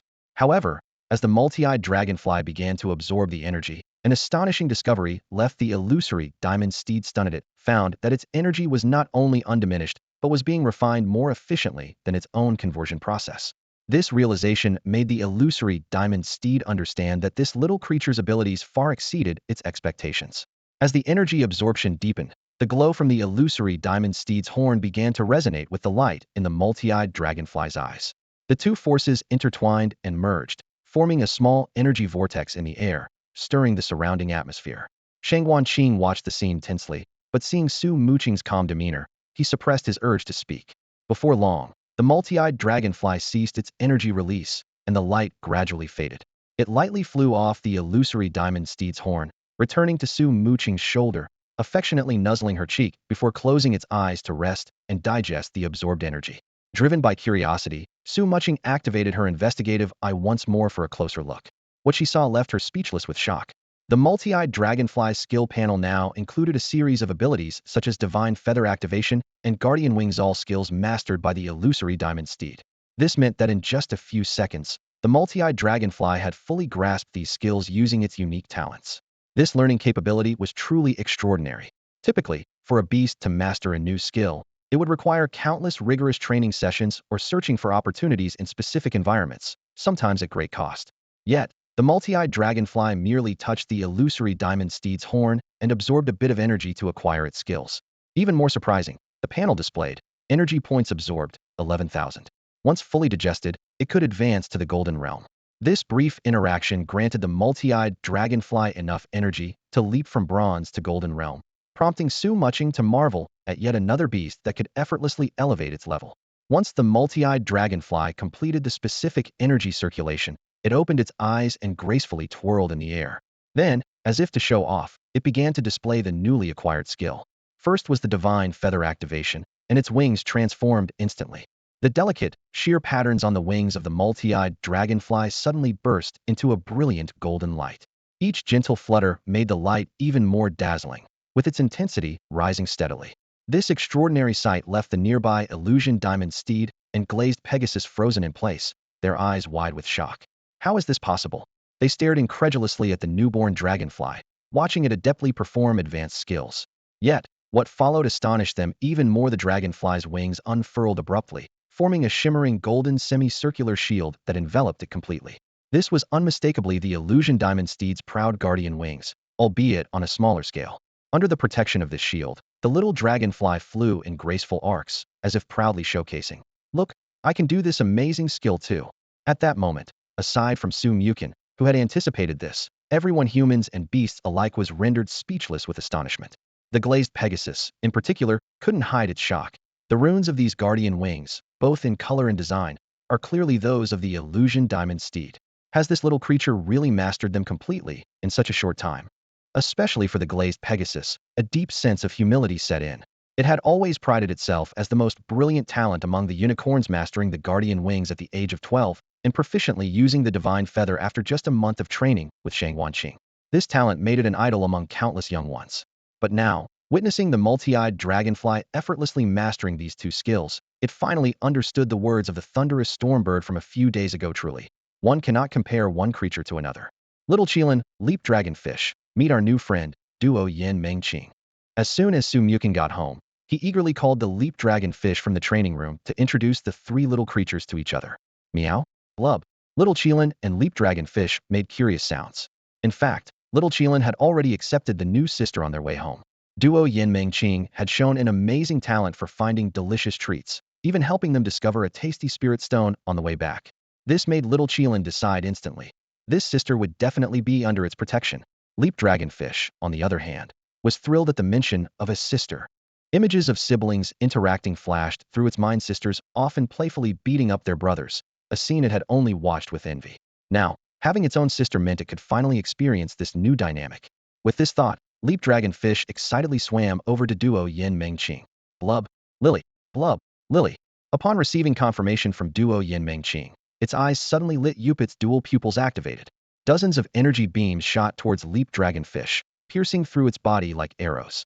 Crimson blood splattered, forming a misty cloud in the air. Surprisingly, instead of showing pain, Leap Dragonfish excitedly chirped, "Blub. Oh, what a different feeling. Blub. Awesome." Su Mukin and Shangguan Qing simultaneously covered their faces with a helpless expression.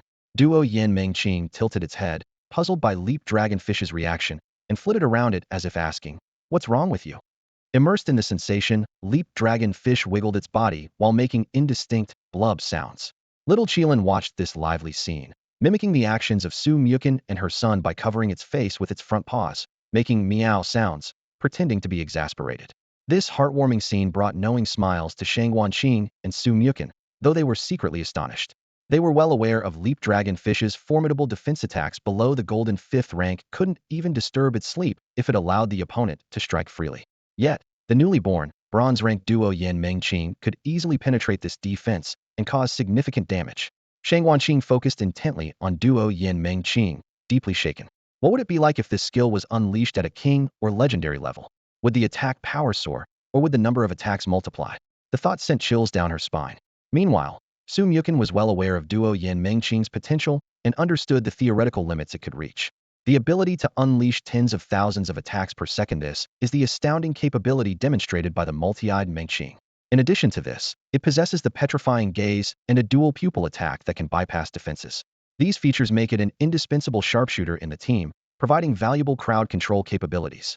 However, due to its current relatively low level, its stamina and spiritual power reserves are still lacking, and it will require a long path of cultivation to truly unleash its theoretical potential.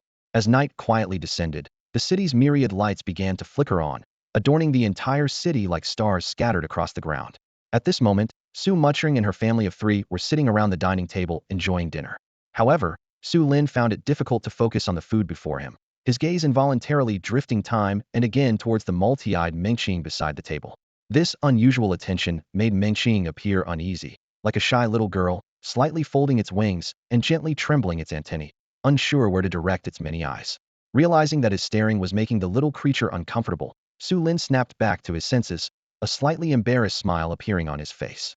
This little guy's spiritual power is increasing at an incredible rate, Su Lin thought to himself as he picked up a piece of braised pork and put it in his mouth. Even though he tried to control himself, his eyes kept wandering back to Mengqing.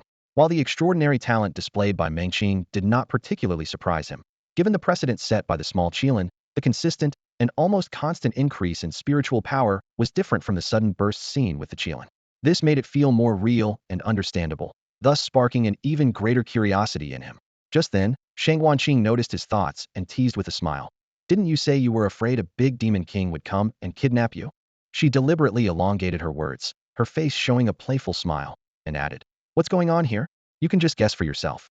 Her intentionally teasing words prompted Su Lin to feign annoyance, letting out a soft tisk and giving a slight shrug of his lips. "I'm not curious about my son's beast." Su Mukin couldn't help but laugh. As soon as she finished speaking, the multi-eyed cute dragonfly seemed to understand and gracefully drew an arc in the air before landing lightly on her shoulder. The adorable creature nuzzled its round head against Su Mukin's cheek, earning warm smiles from everyone around. The cozy glow of the living room lights enveloped the family, who sat together happily after dinner. Su Lin sipped his tea and turned to his son. "I think the leaping dragonfish is almost ready to evolve. When do you plan to head to Longmen?" Longmen is a natural wonder located in the Yellow River region of China, flanked by towering cliffs and featuring a dramatic drop with raging currents. For the leaping dragonfish, passing through Longmen means it can evolve into a true dragon. "There's no rush," Su Mukin replied. "I'll handle some matters in Shanghai tomorrow, then head to Beijing before considering it." Su Lin expressed his puzzlement, frowning slightly. As a busy father, he couldn't always be present, but he was always attentive to his son's beast. He knew the leaping dragonfish was ready for evolution, so his son's attitude confused him. Is it that the leaping dragonfish doesn't want to evolve? Su Mukin's lips twitched slightly, a hint of helplessness in her eyes. "There's no special reason. I showed it what it would look like after evolving a few days ago, and it felt that its post-evolution size seemed too imposing. It's worried it won't find worthy opponents. Plus, it's concerned about finding suitable training grounds after evolving. At this, Su Mukin spread her hands with a doting tone. So, I plan to take it to Beijing to visit its roots, then travel around for a while. Once it has seen more of the world, we'll reconsider the evolution. The next morning, sunlight filtered through the sheer curtains, waking Su Mukin as he opened his eyes. He quickly got ready, had breakfast, and drove towards Magic City No. 1 High School. Today was the graduation ceremony for special students, a significant moment to bid farewell to teachers and classmates. The atmosphere inside the car was light and cheerful. The multi-eyed cute creature poked its little head out of the window, chirping happily at the street scenes. The little Qilin appeared more composed, responding to the creature's questions with gentle moo sounds, patiently explaining. Their interaction soon caught the attention of passersby. Holy Qilin Beast. It's the Holy Qilin Beast again, people exclaimed as they stopped to watch. Isn't that Su Mukin? Wait, doesn't he only have the Holy Qilin Beast and a leaping dragon fish? What is that new beast? Look at the car he's driving. Of course, he can afford more than one or two. But why choose an insect-type beast? Although the hype surrounding the special recruitment assessment had cooled down and media attention had waned, Su Mukin and the little Qilin's historic feat remained a focal point. The appearance of the multi-eyed cute creature sparked a new wave of discussion. Most people viewed insect-type beasts as having generally low potential, except for a few proven exceptional species. While they could be formidable in swarms in the wild, as individual beasts, they struggled to exhibit strong combat power. Typically, only special organizations or beast tamers with limited resources would choose to raise insect-type beasts. However, there were some in the crowd who understood. Don't underestimate the judgment of the wealthy. If Su Mukin, who can contract a Holy Qilin Beast and a leaping dragon fish, chose this beast, there must be a reason. The vehicle continued to move forward slowly. When Su Mukin entered the classroom with the little Qilin and the multi-eyed cute dragonfly, the room fell silent for a moment before erupting in exclamations. Wow, a beast I've never seen before, someone exclaimed, instantly igniting the class's enthusiasm. Everyone's eyes were irresistibly drawn to the multi-eyed cute dragonfly. Its petite and exquisite body shimmered in the morning light, and its transparent wings refracted a dreamy glow with every slight flutter. So cute! The girls could no longer contain themselves and swarmed forward. The sudden attention left the multi-eyed cute dragonfly a bit flustered. It lowered its head, occasionally peeking shyly at the surrounding students, making it even more endearing. In stark contrast to the shy dragonfly was the little Qilin's composure. Accustomed to such scenes, it stood proudly, enjoying the treats offered by the adoring girls. Its pink tongue skillfully curled around the treats, and it affectionately nuzzled the hands that fed it as a gesture of gratitude, eliciting squeals of delight from the girls around. Morning, is this a new contracted beast? Hong had quietly appeared beside Su Mukin at some point, his eyes filled with curiosity. Yes, I went to a secret realm a couple of days ago, Su Mukin replied with a smile. Hong nodded in understanding. As a special recruit, he had heard from his father about the secret realms. These places were like treasure chests full of unknowns, containing both dangers and countless new species of spirit beasts, waiting to meet their destined beast tamers. The thought filled Hong's eyes with envy and longing. I hope one day I'll encounter an amazing spirit beast in a secret realm. Fate is destined, but effort makes it happen. You'll have your chance, Su Mukin encouraged, patting Hong on the shoulder. Just then, their homeroom teacher, Li Yuntao, walked into the classroom with a steady stride. He immediately noticed the unique multi-eyed cute dragonfly on Su Mukin's shoulder, a flicker of surprise in his eyes. However, considering Su Mukin's privileged background and exceptional talent in beast taming, he quickly understood and said nothing more.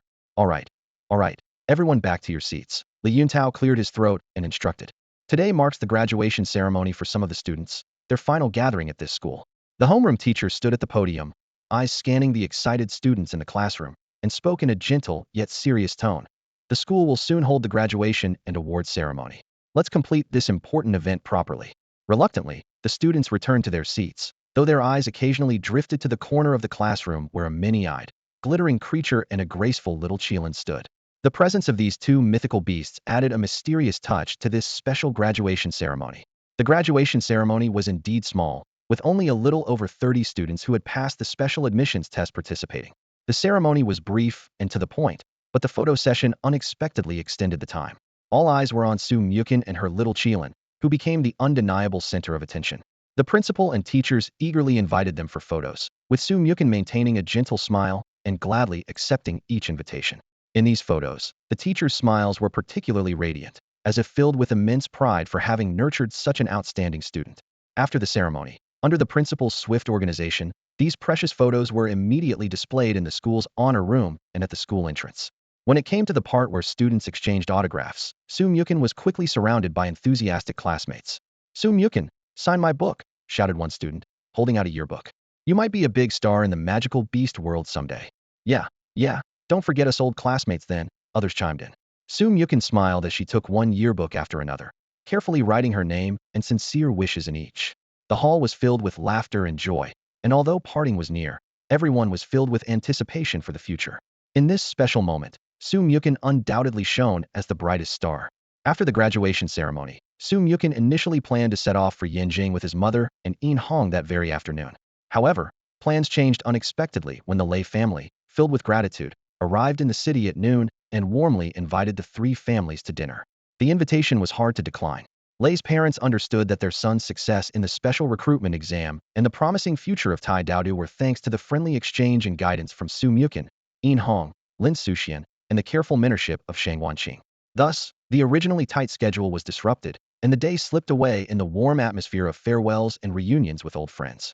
The next day at 2 p.m., since all four young people had chosen Yanjing University, Soo-Myukin and his mother reunited with the others at the airport, ready to head to Yanjing together.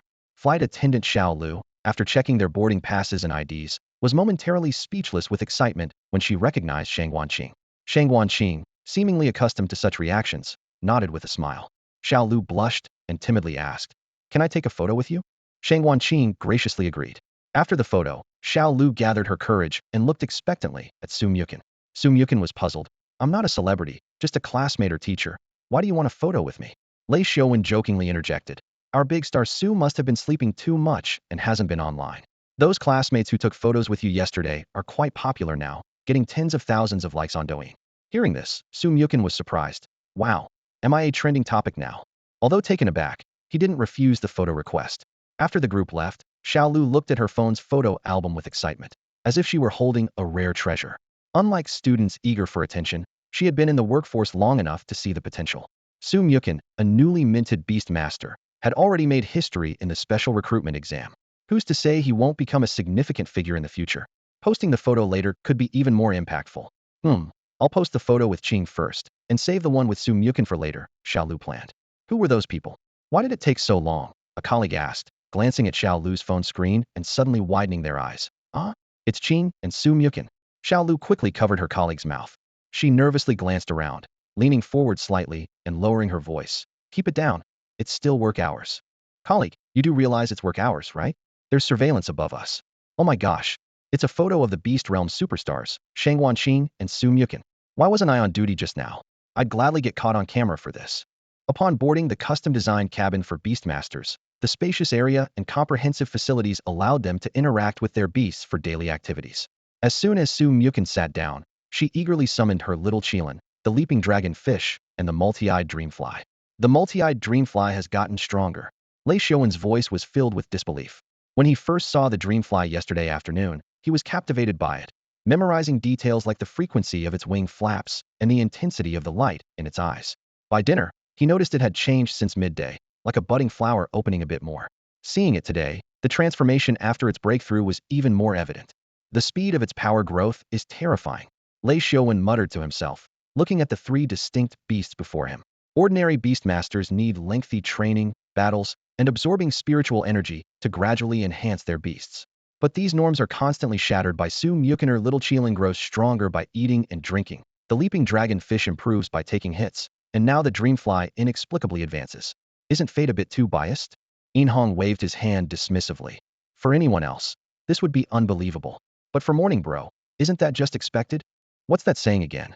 Lin Suxian chimed in. Between people, between beasts, everyone has different constitutions. Who says I'm cheating? To prevent the three young people from getting caught up in an argument, Shang Wanqing chuckled and spoke. Everyone has their own path. Don't let external things affect you. Her gaze fell on the multi-eyed dreamfly, a hint of admiration in her eyes. Others might not know how the dreamfly grew stronger, but she was well aware. Soo-Myukin gently caressed the wings of the multi-eyed Mengqing, his eyes gleaming with pride. This unique beast had absorbed just a bit of energy from the Phantom Diamond Steed and completely mastered all its skills. Astonishingly, this process also allowed it to break through to a higher realm, while the Phantom Diamond Steed remained unharmed. Such a miraculous ability left even the well-informed Shang Wanqing wide-eyed and shaking his head in disbelief. The growth rate of the multi-eyed Mengqing was astounding. After digesting the first wave of energy yesterday afternoon, it reached the second tier of the bronze rank. By noon today, after absorbing more energy, it promptly advanced to the third tier of the bronze rank. These two breakthroughs, combined with the power feedback from the contract, propelled Su Mukin to the fifth tier of the bronze rank and awarded him a remarkable new trait: Heaven rewards diligence. This is insanely powerful, Lei Xuan exclaimed. In the fiercely competitive world of beast taming, countless beast masters rack their brains to nurture their beasts. Some bury themselves in books to study beast knowledge, others scour the land for rare spiritual items, and some even accompany their beasts in intense training day and night. They are willing to try any possible method, yet reality often cruelly reminds them that the gap in talent is an insurmountable chasm, rendering their efforts almost insignificant in the face of absolute talent. However, this heaven rewards diligence trait seemed to break this harsh rule. According to its effect, persistent effort would surely lead to corresponding rewards. Doesn't this imply that even an ordinary caterpillar, as long as it dreams of becoming a dragon and strives tirelessly for it, can eventually achieve this seemingly impossible dream? Su Mukin pondered deeply and had already made a clear decision about who should receive this trait. The world of beast taming is vast and boundless, far exceeding the territories of Earth. The transportation here is also much faster, allowing a 2.5-hour flight to easily cover 1,000 miles. When Su Mukin and his companions' plane smoothly landed at Yanjing Airport, the setting sun was already painting a golden edge on the horizon. Su's mother had to part with the group due to urgent matters at the Breeders' Association. The remaining four stuck to their plan to stay at Su Mukin's grandfather's house for the night and head to the school for registration the following day. The vehicle drove into an area far from the hustle and bustle, eventually stopping in front of an imposing gate. The sight before them took the breath away from Yin Hong and the Othursa Manor, standing majestically atop a hill, its grand scale beyond imagination. Chun, is this the quiet courtyard you mentioned? Yin Hong asked in disbelief, turning to Su Mukin with wide eyes. During their casual conversation earlier, Su Mukin had only briefly mentioned it as a rather quiet courtyard. It's away from the city, no traffic, no high-rises, just peace and quiet all around. Su Mukin replied earnestly. It's only big, but why wouldn't it be considered quiet? Yin Hong opened his mouth to speak, but found himself at a loss for words, only managing a helpless smile. Lei and Xiaowen were momentarily stunned but soon nodded in agreement. Indeed, it's true. Ignoring the size, the environment is truly serene and pleasant. With a smile on his lips, Su Mukin stepped into the manor first. A wide stone path wound forward, flanked by meticulously trimmed flower beds, where vibrant blooms flourished. The many-eyed Mengqing was immediately captivated by the colorful scenery, flitting joyfully among the flowers. The little Qilin hopped around the flower beds, sniffing and gently licking, occasionally rubbing against the blossoms, happy as a child. Even the usually composed Yulongyu had a peculiar sparkle in its eyes. With its extraordinary vision and elevated perspective, it quickly spotted a massive creature charging towards them from afar. The overwhelming presence, the powerful and robust body, instantly ignited Yulongyu's fighting spirit. Getting beaten by this guy should be quite thrilling. This unusual thought flashed through Yulongyu's mind. Unable to contain its excitement, it dove down from the sky, making rapid plu-plu sounds and wagging its tail furiously. Worried that Su Mukin wouldn't understand its intent, Yulongyu even swam directly behind him, gently nudging him like an eager child ready to join a feast. All right, we're going faster, Su Mukin responded with a laugh, having a good guess at why Yulongyu was so excited. Urged on by Yulongyu, the group quickened their pace with laughter and chatter. Before long, Yulongyu's eyes grew even more excited. A gigantic, earth-shaking divine ox appeared before everyone, resembling the Terrakian from a certain island nation's anime. Its massive body was like a small mountain, and every step it took caused the ground to tremble. The muscles on its body were like they were forged from steel, exuding a powerful presence. Its eyes were as large as bronze bells, filled with joy and affection as it looked at Su Muchuan. The divine ox let out a deep and excited moo. Su Muchuan smiled and quickly approached, eyes full of warmth, gently stroking the divine ox's head, saying, "Old friend, it's been a long time." The divine ox affectionately nuzzled against Su Muchuan, being extra cautious with its immense strength. Unlike Su Muchuan, upon seeing the divine ox, Yin Hong and the others were struck by a flash of realization, eyes wide with disbelief, frozen in place. This appearance, the earth-shaking divine ox. Su Muchuan, with the surname Su. Meanwhile, the leaping dragon fish was overwhelmed with excitement, eagerly moving to the divine ox's side with increasingly rapid gurgling sounds. The divine ox was initially taken aback by the leaping dragon fish's eagerness, then shook its head vigorously. "Moo, you're too small, I might accidentally hurt you. The leaping dragon fish persisted, urgently responding with gurgles that clearly meant, just one punch, let me feel it. The divine ox remained firm. Moo. No. The standoff created an amusing atmosphere. Seeing this, Su Muchuan chuckled helplessly and patted the divine ox's iron-hard muscles. Go ahead, give it a punch, no need to hold back.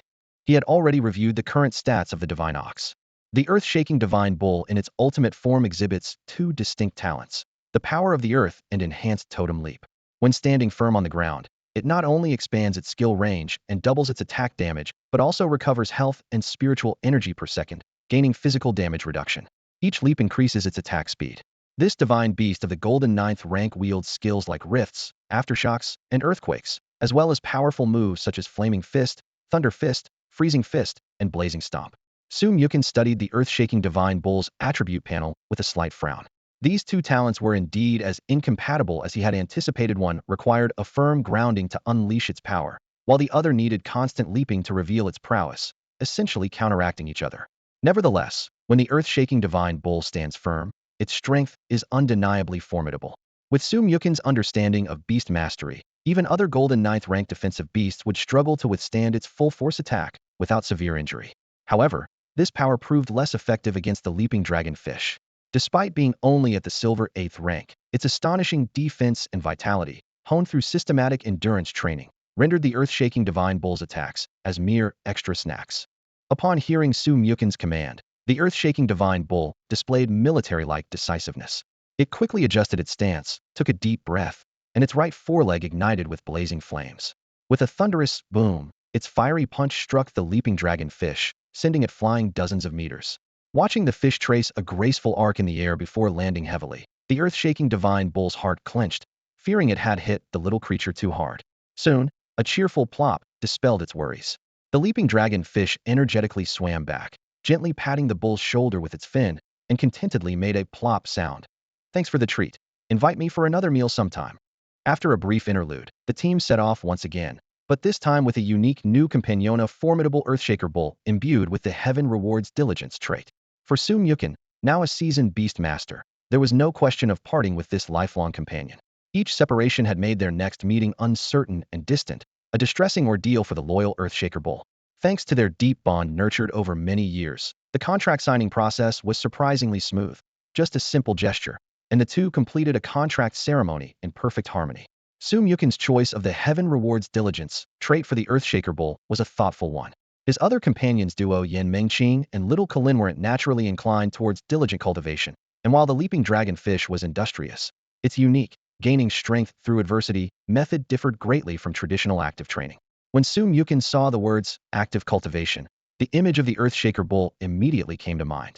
Its steadfast nature mirrored its species' characteristics, unyielding and meticulous, always grounded and precise in its actions. Its only flaw might be its excessive obedience. There was an instance when the family needed to construct a house, and the earthshaker bull was asked to help move stones. If instructed to bring 2 stones, it would bring exactly 2, no more, no less. This meticulous nature was further highlighted by a memorable incident. Before leaving one day, Su Muchen casually mentioned, "Don't let anyone in until I return." An unexpected event delayed him, and when his grandfather and the earthshaker bull's father returned early, they were barred from entering. Despite their pleas, and even when its father tried to intervene, the bull remained as steadfast as a fortress, adhering strictly to Su Muchen's command. It only realized its stubbornness later and apologized, feeling remorseful. This incident taught the family a valuable lesson. Instructions to the loyal earthshaker bull must be clear and specific. Commands like grab 5 apples, give the opponent a punch, or no one except our family should enter were necessary. Otherwise, it would interpret orders in its own way, resulting in actions that were both touching and amusing. This personality trait made it a perfect match for the Heaven Rewards Diligence trait. The future potential of the earthshaker bull lay entirely in Su Muchen's hands. As long as he provided a reasonable and precise training plan and instructions, the bull would follow them tirelessly to the end. As Su Muchen shared the earthshaker bull's characteristics with everyone, everyone was momentarily taken aback, then burst into cheerful laughter. Inhong shook his head with a smile and said, "This Nyonyo is so straightforward, like a robot. But its loyalty and execution are undeniable." Lin Suxian covered her mouth with a giggle, a mischievous glint in her eyes. Just like those straight boyfriends on TikTok who need step-by-step instructions for chores: wash the dishes first, then mop the floor. Lei Xiaowen remained silent. intently watching the earth-shaking divine bull with admiration. As a mechanical beast master, he found the bull's precision in executing commands perfectly aligned with his own nature.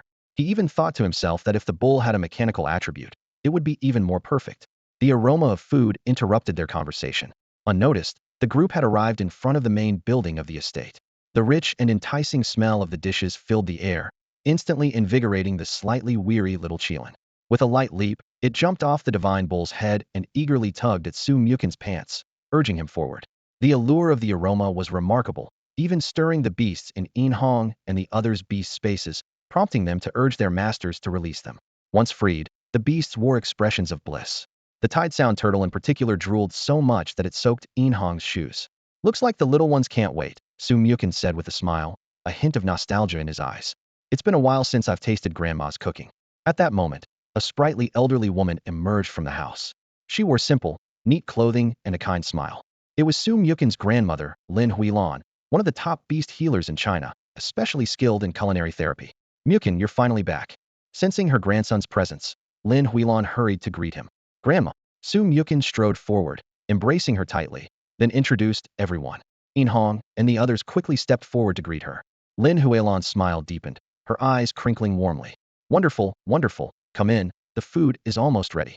We've been waiting for you. You've had a long journey. Come in and rest. As soon as they entered, the little Qilin, guided by its keen sense of smell, headed straight for the dining room. A sturdy wooden pillar sprouted beneath it, growing quickly to the height of the table. Then, 7 vine-like arms formed from spiritual energy extended around it, deftly picking up food and popping it into its mouth, its tail wagging joyfully. Typical you, always thinking about food, Su Mukin remarked with an amused smile. Lin Huilan watched the scene, her eyes filled with affection. The little Qilin reminded her of a young Su Mukin, who would also indulge in food without a care. Eat slowly, don't choke, there's plenty, Lin Huilan said kindly, her wrinkles radiating warmth. After speaking, she turned to the group and warmly invited, please, have a seat. Make yourselves at home. Su Mukin glanced around and noticed a familiar face was missing. He asked, where's my grandpa? Oh, him, Lin Huilan replied with a knowing smile. He heard you were coming back and went to meet some old friends for a drink. No need to wait for him. Understanding, Su Mukin then noticed Yin Hong, Lin Suxian, and Lei Xiaowen standing awkwardly nearby. He picked up a piece of delicious-looking braised pork and gently placed it in Yin Hong's bowl, saying with a smile, don't be shy, everyone. Eat like you're at home. With Su Mukin's encouragement, the atmosphere at the table gradually became more lively. Lin Huilan served dishes while animatedly recounting amusing stories from Su Mukin's childhood with the earth-shaking divine ox, making everyone burst into laughter and filling the room with a warm, cozy vibe. After Lin Huilan finished tidying up the rooms and everyone was about to rest, a sudden loud thud was heard, causing the ground to tremble slightly. Following that, a booming voice echoed through the estate. Mukin, old lady, I'm back. Su Qinsong walked in with a steady stride, his striking white hair standing tall. He wore a simple black training outfit, yet his robust spirit was unmistakable.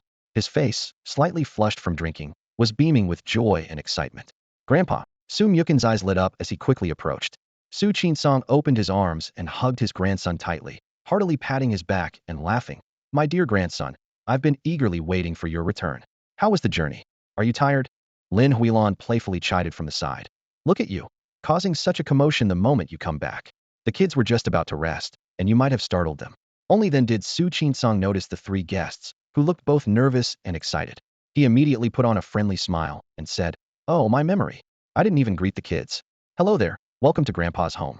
No rush with reporting. Stay a few more days and enjoy yourselves.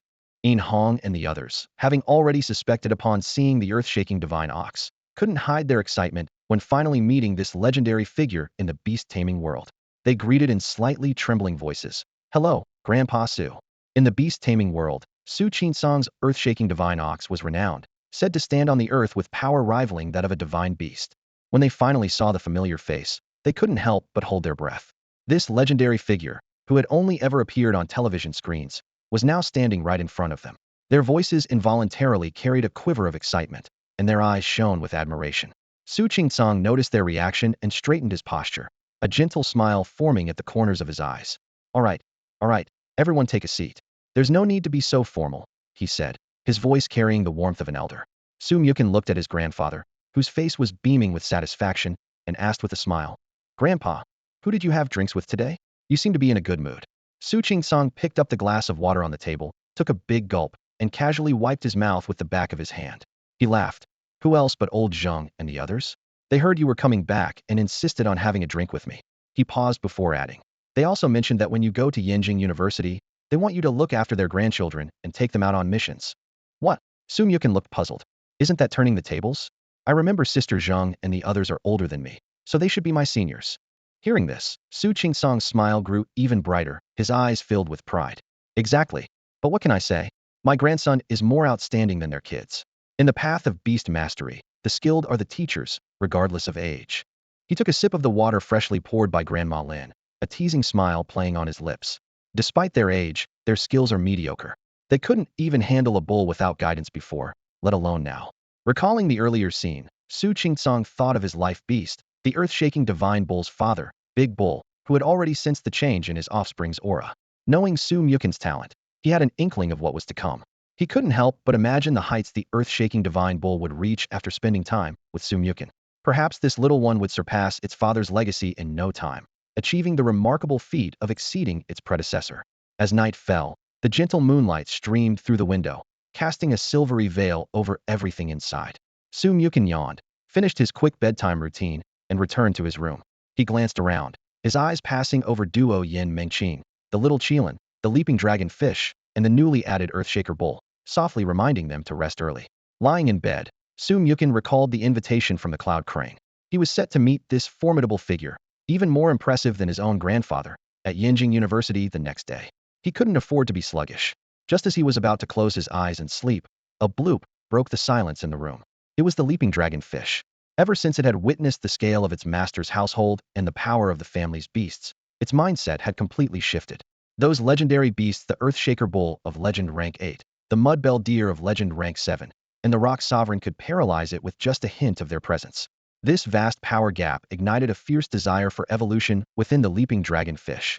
Su Yukin noticed its urgency and said earnestly, I know you're eager, but training can't be rushed. Get a good rest tonight. Starting tomorrow, we'll train together slowly. Bloop. The leaping dragon fish nodded vigorously. It understood well that without the help of a beastmaster, those precious training resources were out of reach. It reminded itself of the importance of gratitude. Then, with agility, the leaping dragon fish used its tail to push open the window, swam out of the room, carefully closed the window behind it, and gracefully dived into the pool. The night breeze rippled the water's surface, but the fish's heart was ablaze. It swam joyfully, envisioning its evolved form, a stronger body, continuing to grow stronger through its unique method, actively taking hits. Each strike was like tempering steel, making it more resilient through pain. It fantasized about the day when no creature could cause it pain because it would become pain itself. With that thought, the leaping dragonfish's mouth curled into a peculiar smile. As the night deepened, Su Yukin's breathing had become long and even. Suddenly, the little Qilin, who had been asleep, opened its eyes, its golden pupils gleaming mischievously in the dark. It glanced at the sleeping Su Yukin, a hint of glee appearing on its face, yet its actions were decisive. Quietly, it opened the window and slipped out like a nimble little thief, carefully closing it behind. With a leap, the little Qilin landed gracefully on the ground and headed straight for its target. Its eyes were fixed on the treasures that Su Yukin's grandfather had secretly given its precious cultivation resources. Ling Sui jade liquid and star iron were right in front of it. The Beastmaster said to eat sparingly? Humph, as a mischievous kid, I won't listen. The little Qilin chuckled to itself. He won't know anyway, he. With that, it eagerly bit into the star iron. Crunch, crunch. The crisp sound of chewing was exceptionally clear in the silent night sky. The leaping dragon fish, who was about to sleep, suddenly turned its head, keenly catching the unusual noise. Seeing the little Qilin, it instantly understood, was this guy sneaking food while the Beastmaster slept? No, knowing the little Qilin, it was clearly training in secret. After all, this little one enhanced its strength by eating and drinking. The leaping dragon fish was deeply moved. Although the little Qilin's level was lower, its actual combat power was stronger. Watching an opponent more powerful than itself working so hard, the leaping dragon fish was inspired. What right do I have not to work hard? Filled with determination, the leaping dragon fish rushed to the room of the earth-shaking bull. Pulu. It eagerly tried to wake the bull for training. Moo. The earth-shaking bull was startled awake by the sudden noise, its eyes filled with confusion, but it wasn't angry. What do you want in the middle of the night? Pulu. Get up and train. The leaping dragon fish urged anxiously. Moo? Train? No, the Beastmaster said to rest tonight and start training tomorrow. The earth-shaking bull refused without a second thought, as if guarding some sacred duty. No matter how much the leaping dragonfish pleaded, the earth-shaking bull remained adamant. Pulu, moo, no, Pulu, no, Pulu, no way. In the end, the leaping dragonfish's voice was weak, unable to persuade the stubborn bull. Just as the leaping dragonfish was about to give up and look for other companions, the little Qilin, having just finished its sneaky snack, heard the commotion and ran over. It cleverly used its mirroring skill to project the clock's hands clearly in front of the two beasts. Meh, it's 12:01. It's already the next day, the little Qilin announced triumphantly. This trick worked. The earth-shaking bull immediately perked up, its sleepy eyes becoming bright and alert. It leaned closer to the mirror, carefully checking the time, realizing it was indeed past midnight. The Beastmaster said to rest tonight and start training tomorrow. As night fell and the clock quietly ticked past midnight, heralding the start of a new day, the earth-shaking bull suddenly perked up, letting out a lively moo. It turned to the leap dragonfish and said, "Elbow, let's go train together." This sudden change thrilled the leap dragonfish, which bubbled with excitement, cutting graceful arcs through the water as it joyfully swam around the earth-shaking bull. Nearby, the little Qilin couldn't help but join in with cheerful neighs, moving its limbs as if celebrating this small breakthrough. It cast a proud glance at the leap dragonfish, its eyes full of "wasn't that a great idea of mine?" pride. Under the tranquil night sky, an extraordinary training session began. The little Qilin spread its arms, gathering power, as a continuous electric field slowly unfolded in the air.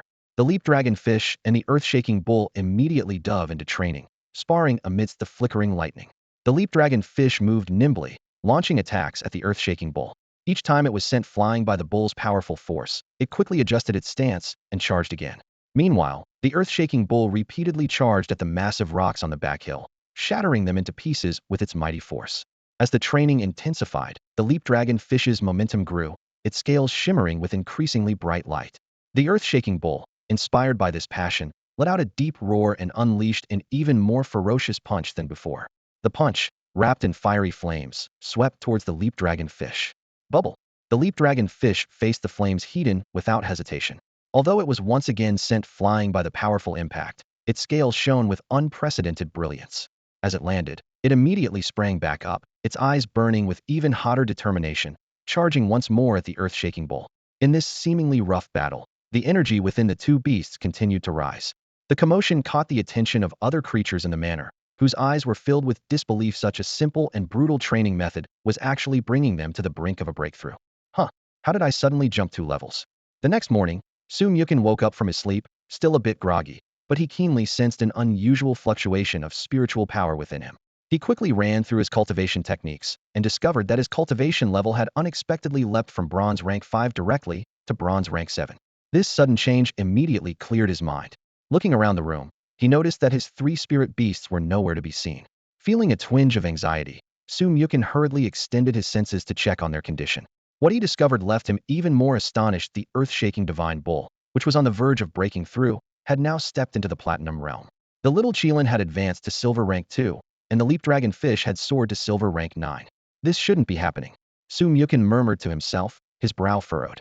The advancement of the leap dragonfish and the little Qilin made some sense. The leap dragonfish had been unusually excited when they returned home yesterday, probably sneaking out to spar with other spirit beasts under the cover of night. As for the little Qilin, that greedy creature likely snuck out for a midnight snack. But the disciplined, earth-shaking divine bull going against his rest orders? Could it be that the heaven rewards the diligent? A tribute had altered its character? Shaking his head, Mochen decided to set these mysteries aside for now. The most pressing matter was to examine the 2 new attributes he had acquired. As he washed up, he carefully studied them. The first attribute, Gui Water in Thunder, had a soft and subtle quality, with effects of stealth, infiltration, and corrosion, allowing for silent harm to targets. It embodied the transformative nature of water, capable of overwhelming like a flood or nurturing silently like gentle rain. Instantly, Mochen thought of the little Qilin much like the Gung Metal Tribulation Thunder. This attribute seemed tailor-made for it. If he could later acquire Wood True Thunder, Bing Fire Yang Thunder, and Wu Earth Nether Thunder, gathering all 5 elemental divine thunders might trigger a transformative fusion of the elements. The second attribute, Primordial Imperial City, caught Mochen's attention with its name, reminding him of a classic line from a famous novel's antagonist. The description stated that the owner would continuously endure the pressure of the primordial Imperial City, with some of the damage they received transferred to the city. The city had self-repair capabilities, and whenever it shattered, the attribute owner would gain a temporary massive boost. After reading through the detailed effects, he couldn't help but feel a spark of excitement. Sumyukin stared at the entry in front of him, his brow slightly furrowed. Primeval Imperial City, isn't this just an enhanced version of a turtle shell? His eyes flickered as he quickly weighed in his mind which of his beast companions should be granted this entry. Both the little Qilin and the multi-eyed cute Dragonfly have combat styles that lean towards attack and control, so this defensive entry wouldn't be much help to them. As for the leap dragonfish, although it gains strength by enduring pain, which somewhat aligns with the constant pressure of the primeval Imperial City entry, the problem lies in its speed. Whether in its current form or any dragon form it might evolve into, speed is its greatest advantage. As a disruptor adept at penetrating enemy lines, the leap dragonfish not only needs adequate defense, but also its agility and flexibility. The primeval Imperial City entry would inevitably affect its maneuverability, making it not the best choice. After pondering for a moment, Sumyukin's eyes lit up Earthquake Divine Bull. This choice seemed perfect.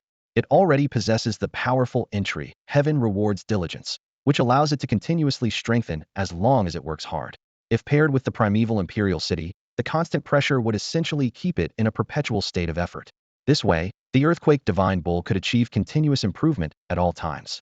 Understanding this, Sumyukin quickly got dressed and hurried to the courtyard. Following the mental connection with his beasts, he soon found the location of the three little companions. Upon arrival, he witnessed a breathtaking scene. The Earthquake Divine Bull landed a flaming punch directly on the leap dragonfish, sending it flying.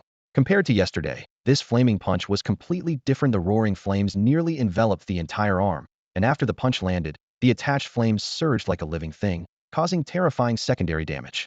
This remarkable progress made Sumyukin gasp in astonishment.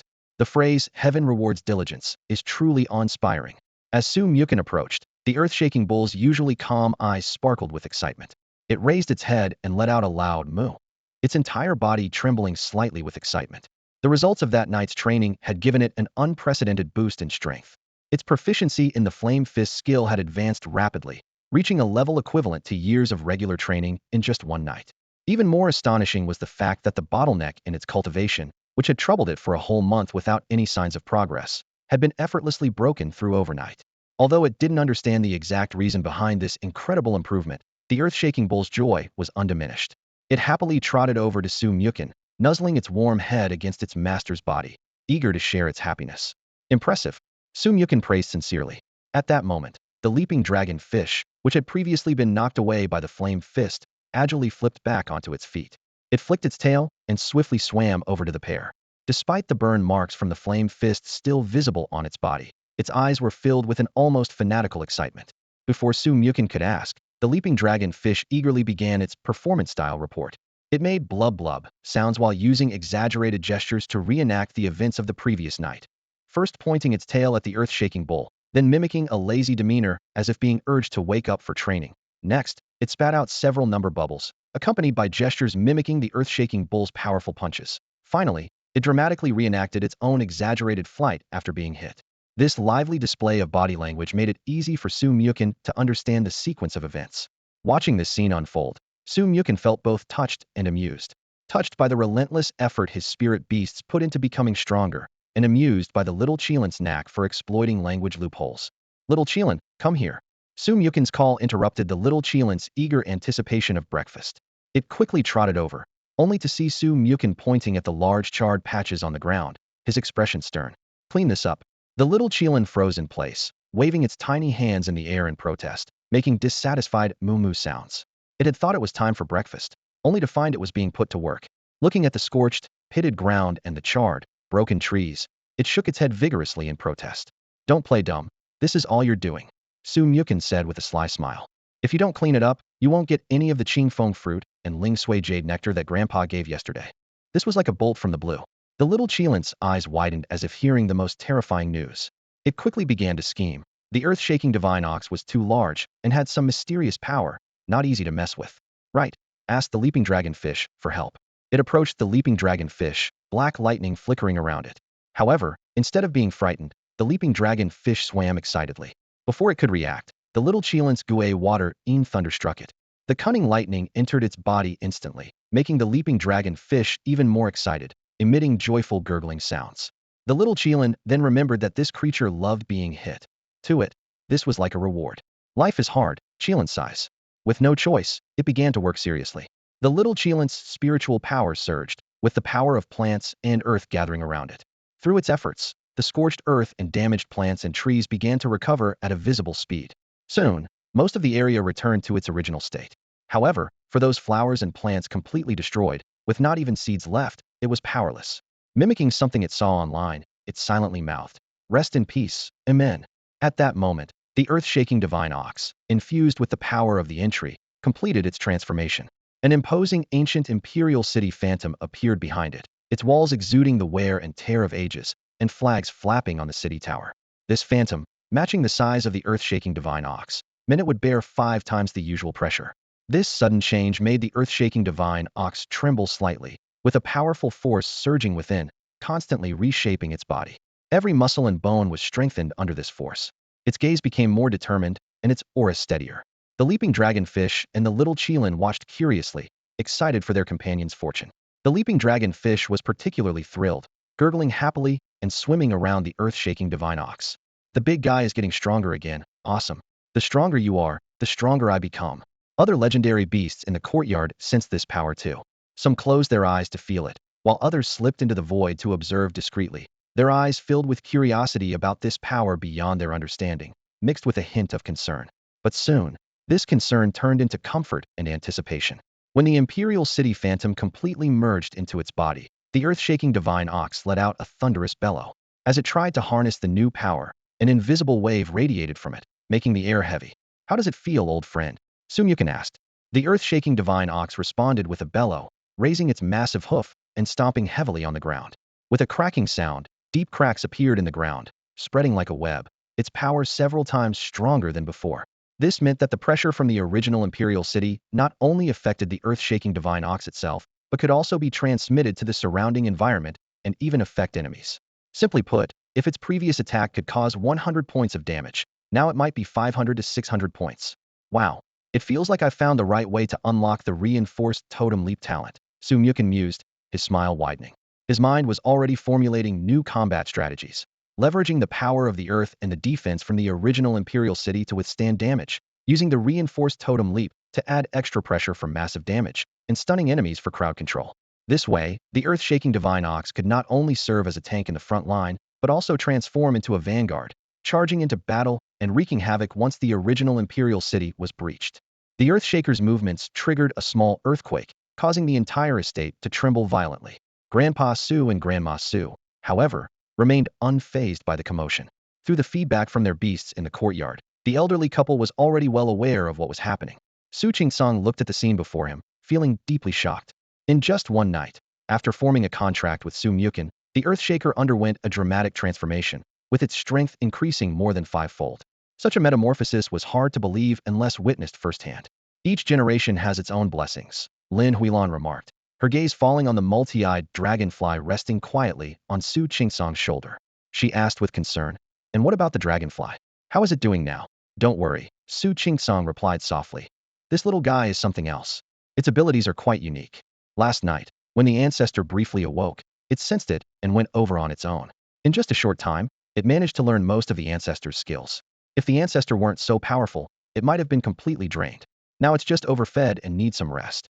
Meanwhile, the sudden tremor woke up Yin Hong and the others.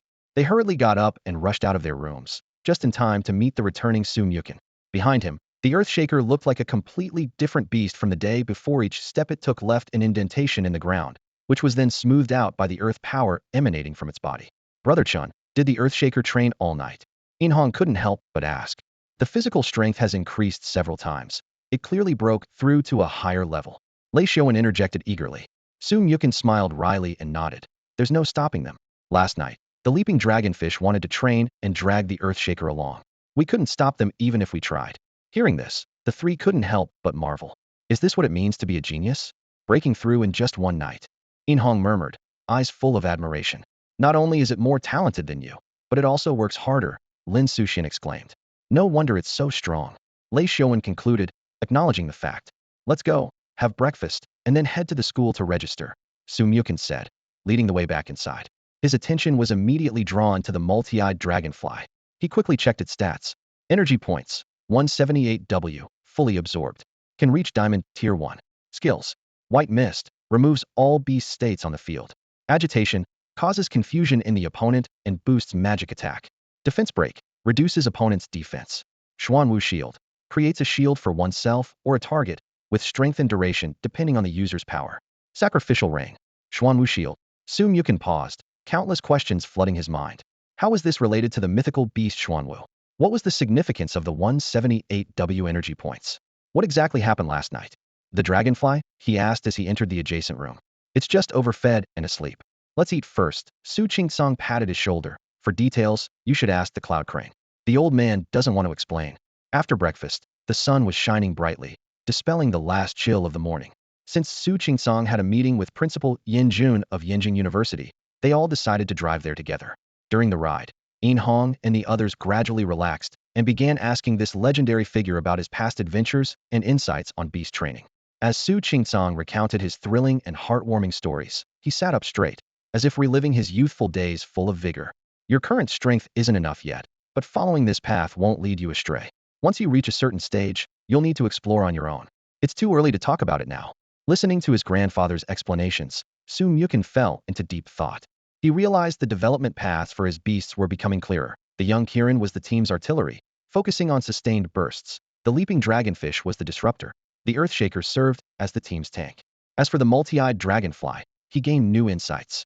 He initially thought it only needed suitable treasures to absorb energy, but now he realized that wasn't the case. The energy from extraordinary items like dragon blood fruit, spirit essence, and star iron was limited. Instead, absorbing energy from powerful creatures like the phantom diamond steed and Xuanwu was much more substantial. This led Su Mukin to an epiphany. Extraordinary things not only referred to rare items, but also included powerful beings. This was akin to certain parasites drawing nutrients from strong hosts. Therefore, the multi-eyed dragonfly's future should involve traveling to different places, exploring secret realms, and finding powerful spirit beasts to absorb energy without harm. This would enhance its strength, allow it to learn new skills, and complement the other team members perfectly, becoming an all-rounder in control, attack, support, and defense. As the car continued its journey, Su Mukin's thoughts became increasingly clear, and he grew more eager to meet the Cloud Crane.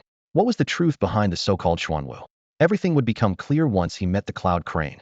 The car slowly made its way toward Yenjing University. The ancient and majestic school gate was faintly visible in the morning light. Because it was still early, the campus was exceptionally quiet. A few mystical creatures strolled leisurely at the entrance, adding a touch of vitality to the tranquility. Most students were either still asleep, having breakfast in the dining hall, or already engaged in morning exercises. As the group arrived at the gate, they saw Yin Jun and his son, Yin Ian, had been waiting for some time. Yin Jun, dressed in a simple black robe, stood tall and upright. Old Yin, what brings you out here today? Su Qingsong teased. Do you think I'm here to greet you? Yin Jun retorted with a dismissive tone, then turned his gaze to Su Mukin, his voice softening. If it weren't for my grandnephew visiting today, I wouldn't have bothered coming out. Hello, Grandpa Yin. It's been a while. Su Mukin greeted politely, a smile in his eyes. I hope to learn a lot from you in the future. Don't be so formal with him. Su Qingsong waved dismissively. Coming to this old geezer's school is doing him a favor. You must have stepped in luck to have such a grandson. Yin Jun shot back with a roll of his eyes. Nearby, Yin Hong and his companions watched the two elders banter, suppressing their laughter. They knew that Yin Jun was not only the president of Yenjing University, but also one of the top 10 legends in the Chinese beast taming world. Many students came just to catch a glimpse of this legendary figure. Although Yin Jun was somewhat different from what they had imagined, it put them at ease without diminishing their respect. Su Mukin was accustomed to his grandfather's interactions with these old friends and gave Yin Hong and the others a reassuring look, indicating they need not be too formal. I'll show you around the campus first, Yin Ian suggested with a smile. Thank you, Director Yin. Yin Hong and the others responded quickly. Let's go to the tea room first. There's business to discuss, Yin Jun said to Su Qingsong. I have a few things to talk over with you. Su Qingsong nodded in agreement. The two elders headed to the tea room, while Yin Ian led Su Mukin and the others into the campus. Along the way, Yin Ian proudly introduced the university, which held the dreams of countless beast tamers. Yenjing University covers 20 square kilometers, equivalent to 2,800 standard soccer fields. Walking around would take quite some time. With that, he quickened his pace toward an unassuming building by the gate. Though its exterior appeared ordinary, it housed strong beast taming energies. For students' convenience, we've partnered with the Qilin Ma. You can find them at all major locations across the campus, Yin Ian said as he opened the door. Inside, a dozen Qilin horses rested quietly. Sensing the visitors, they lifted their heads slightly, their ears twitching gently, exuding a gentle demeanor. These Crimson Cloud horses have an elegant build and a graceful demeanor, each exuding a noble and gentle aura. Ian strode into the stable, skillfully reaching out to stroke the neck of one of the horses. Old friend, we're counting on you to take us around again today. The horse seemed to understand, giving a gentle neigh and flicking its tail in response. Feel free to pick one. Ian turned to Mochen and the others. They're all very gentle and will give us a good tour of the campus. Upon hearing this, everyone stepped forward and chose a crimson cloud horse that caught their fancy. Exiting through the back door of the stable, the campus scenery unfolded before them. Although there were few people on the paths, the presence of mystical creatures everywhere left the group in awe. By the roadside, a large road-blocking tiger lay sprawled out, its round belly rising and falling with its breath, emitting a soft snore. Not far away, a few dazed rabbits with long ears peeked out from the grass, looking adorably curious. In the corner, a gray shadow darted by a little mouse in a hurry. In the treetops, two-faced squirrels were nimbly leaping and weaving. Incredible, simply incredible. Inhong couldn't help but exclaim. Lin Suixian added. Yes, seeing it in person is far more impressive than online. That's because Yanjing University once merged with a great secret realm. Ian explained with a smile. When the realms land merged, these mystical creatures stayed behind. That's also why our campus is so vast. After school starts, there will be dedicated teachers to explain everything in detail. For now, let's check out the accommodation area. Living on campus is indeed more convenient. With that, he lightly tugged the reins, and the crimson cloud horse beneath him started moving. The 5 horses trotted steadily along the winding campus paths, the scenery shifting constantly. Ancient teaching buildings and serene lakes passed by until the accommodation area came into view. An array of courtyards unfolded before them, each blending perfectly with the surrounding natural landscape. This is our accommodation area, Ian said as he dismounted gracefully. All designed in a courtyard style, ideal for living with mystical creatures. Leading the group into a courtyard, the sight left everyone amazed. The courtyard was fully equipped. A crystal-clear pool, uniquely shaped rock formations, a smooth ice surface, and a large patch of blooming flowers. Even the well-traveled Mochen was taken aback by the impressive setup. Such facilities were indeed beyond imagination. No wonder graduates of Yanjing University always reminisce about campus life, as finding such a living environment outside of school is exceedingly rare. Ian observed the astonished expressions of those around him, a confident smile appearing on his lips. This is a special courtyard prepared by the school for outstanding students, he explained, gracefully walking to the wall and lightly touching the sleek control panel embedded there. With his touch, the courtyard's landscape began a magical transformation.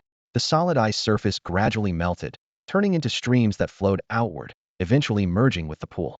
In an instant, much of the courtyard had transformed into a shimmering expanse of water, while the surrounding rockery and flower beds slowly sank into the ground as if summoned. The environment here can be changed at will, Ian continued. Whether you want to turn it entirely into a pool or anything else, you just need to tap the corresponding button on the panel. If you have special requirements, the school's construction team can also customize any facilities for you, including training rooms. He gestured to the surrounding walls. These are made with special soundproof and privacy materials, so no matter how intense the training, it won't disturb others. Inhong exclaimed in amazement. The school has really thought of everything. Lei Xiaowen nodded in agreement. Indeed, this way, the beasts can grow in the most suitable environment, which greatly benefits their strength enhancement. Mochen watched as the joyful leap dragon fish dove into the pool, bending down to tease. How about it? No matter where you live, there's plenty of space, and you can change the facilities as you like. The leap dragon fish wagged its tail happily, nodding in agreement. It swam gracefully through the water, looking around as if silently planning. This part is mine, that side for Brother Lin, over there for Brother Niu, this spot for Sister Qing, and the rest for other siblings. While Inhong and Lei Xiaowen were immersed in their planning, the composed Lin Suxian turned to Ian with a crucial question. Director Yin, are there any specific requirements for such a courtyard? And have we completed the Movian procedures yet? Ian explained with a smile. You all performed excellently in the special recruitment assessment, and each of you can have such a courtyard. The school hopes this will be an ideal place for you and your beasts to grow together. As for the procedures, he pointed to the courtyard entrance. Each courtyard has a dedicated mailbox, and staff will handle the paperwork. You can sign at your convenience. Lin Suxian nodded thoughtfully, impressed by the considerate arrangements of Yanjing University. As a top institution gathering elite students from various cities, the school naturally aims to provide the best conditions for these exceptional beast masters, allowing them to focus on enhancing their abilities without being troubled by trivial matters. Standing in the center of the courtyard, Ian gestured around. This courtyard, along with the ones next door and across, will be your residences. You can handle the paperwork later. Once everyone was seated on the living room sofa, his expression turned serious. Next, I need to inform you of some important campus guidelines. Everyone immediately sat up straight, ready to listen attentively. There are only 3 things to note at Yenjing University. Yin Ian's voice resonated in the quiet room. Yin Ian raised a finger, focusing intently as he began to explain the rules of Yenjing University. First, at Yenjing University, differences in family background don't have much impact. This is because everything on campus, from daily meals to beast resources, from entertainment activities to buying spirit beast eggs, must be paid for with credits. He raised a second finger, speaking with a steady and powerful voice. Second, it is strictly forbidden to forcibly capture wild spirit beasts on campus. If you fancy an untamed spirit beast, you can only bond with it through gentle means and sign a contract. Of course, if the spirit beast has already shown preliminary acceptance, you can, under the supervision of the school, use credits to capture it through battle. Because of this, credits are of utmost importance at Yenjing University. Yin Ian crossed his arms and scanned the faces of everyone present, giving them a moment to digest the information. There are 3 main ways to earn credits, he continued. First is through fixed distribution. The school allocates different amounts of credits based on the beast master's skill level, from bronze to silver, and then to gold. Each level has its standards. However, note that the rating only applies to beasts that have established a reciprocal link with the beast master. You can't rely on family beasts or a large number of contracted beasts to obtain credits. Second is through task distribution, he explained, giving an example. If there is a spirit beast disturbance in an area that needs investigation, and you happen to be training nearby, you can take on the task.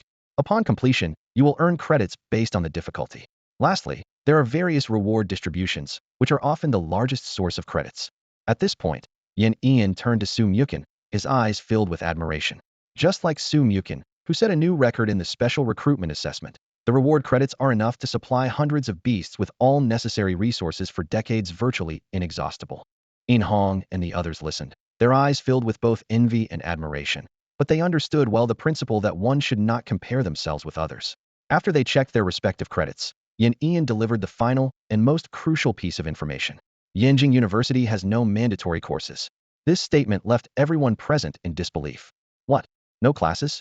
Then why come to school? Someone couldn't help but ask. Yin Ian calmly explained. All courses are elective and serve as expansion courses. Each student's learning content and educational direction are arranged by their personal mentor. So, does that mean Yenjing University offers unknown guidance? Lei Xuan asked. Not entirely, Yin Ian patiently replied. Outstanding mentors usually guide multiple students at once, and they are fully capable of taking good care of each student. Yin Ian's words were firm and clear. All the mentors at Yenjing University are platinum-level beast tamers. Each mentor has their own area of expertise, so choosing one that aligns with your interests is crucial. His words were like a beacon, instantly dispelling the confusion in everyone's minds. The idea of not attending classes actually meant shifting from traditional group lectures to more refined unknown mentorship. Su Mukin nodded slightly, a glimmer of understanding in his eyes. This was indeed the most suitable educational approach for beast tamers. Each beast, even within the same species, has its own unique personality and habits. Using a one-size-fits-all educational model might restrict the growth of both the beast tamer and the beast. In contrast, personalized guidance allows both the student and the beast to fully harness their potential. Director Yan, what is the procedure for becoming an apprentice? In Hong asked eagerly, his face lined with concern. His title Turtle might be considered rare at the Magic City No. 1 high school, but at a top-tier institution like Yenjing University, there were likely hundreds of similar beasts among thousands of students, highlighting the intense competition. Yin Ian looked around at everyone with a warm gaze, an encouraging smile on his lips. There's no need to worry. Everyone who enters Yenjing University is a genius. He looked at the 4 in front of him, his smile deepening. Especially you 4. Many mentors have already taken notice of you. If you don't believe me, check your official emails now. Upon hearing this, everyone quickly checked their emails and indeed found that each had received at least a dozen messages. In particular, Su Mukin's inbox was inundated with notifications, the number of unread emails soaring to 99. This scene made the other 3 once again feel the gap between them and Brother Chun, prompting a silent sigh in their hearts. Lin Suxian looked up and asked, Director Yan, with so many mentors, how do we choose the most suitable one? That's the key. Yin Ian nodded approvingly. But you needn't worry. For ordinary talents, mentors choose students. For you, it's the other way around. Can we communicate with the mentors first before making a decision? Lei Xuan asked thoughtfully. Exactly, Yin Ian affirmed. It's a two-way selection process.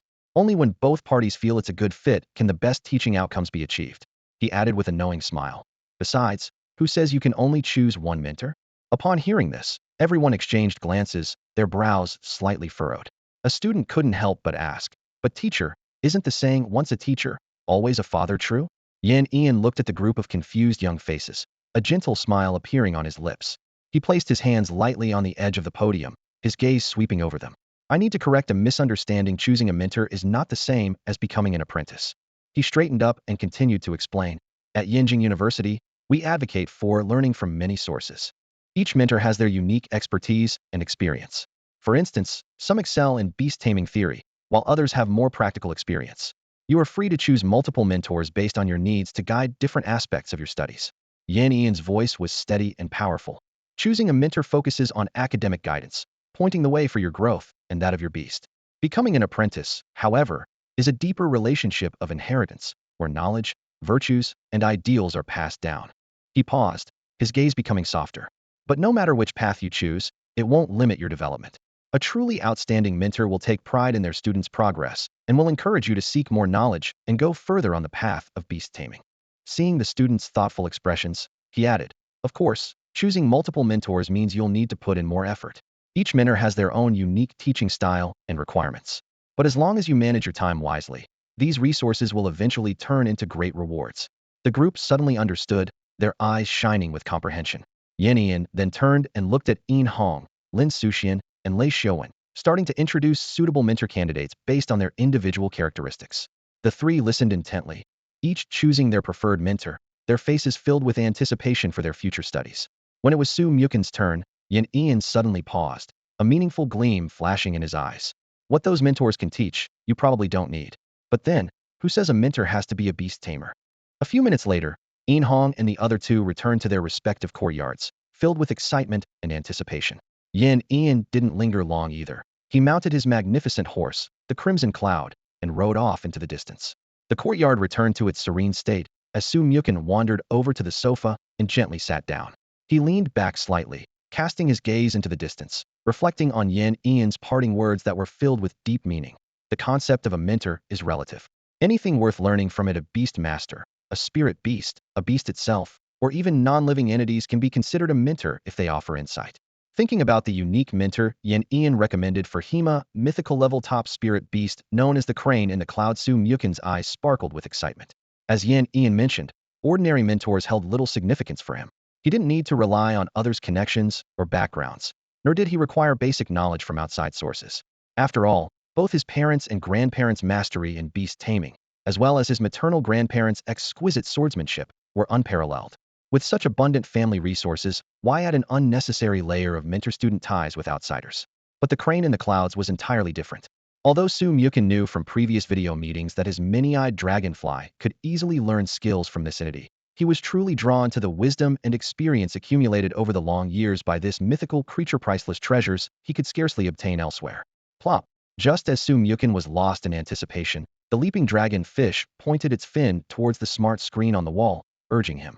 Su Mukin turned to look and immediately understood, smiling indulgently. "Don't worry, I'm on it." He stood up and walked to the screen, beginning to plan the courtyard's design.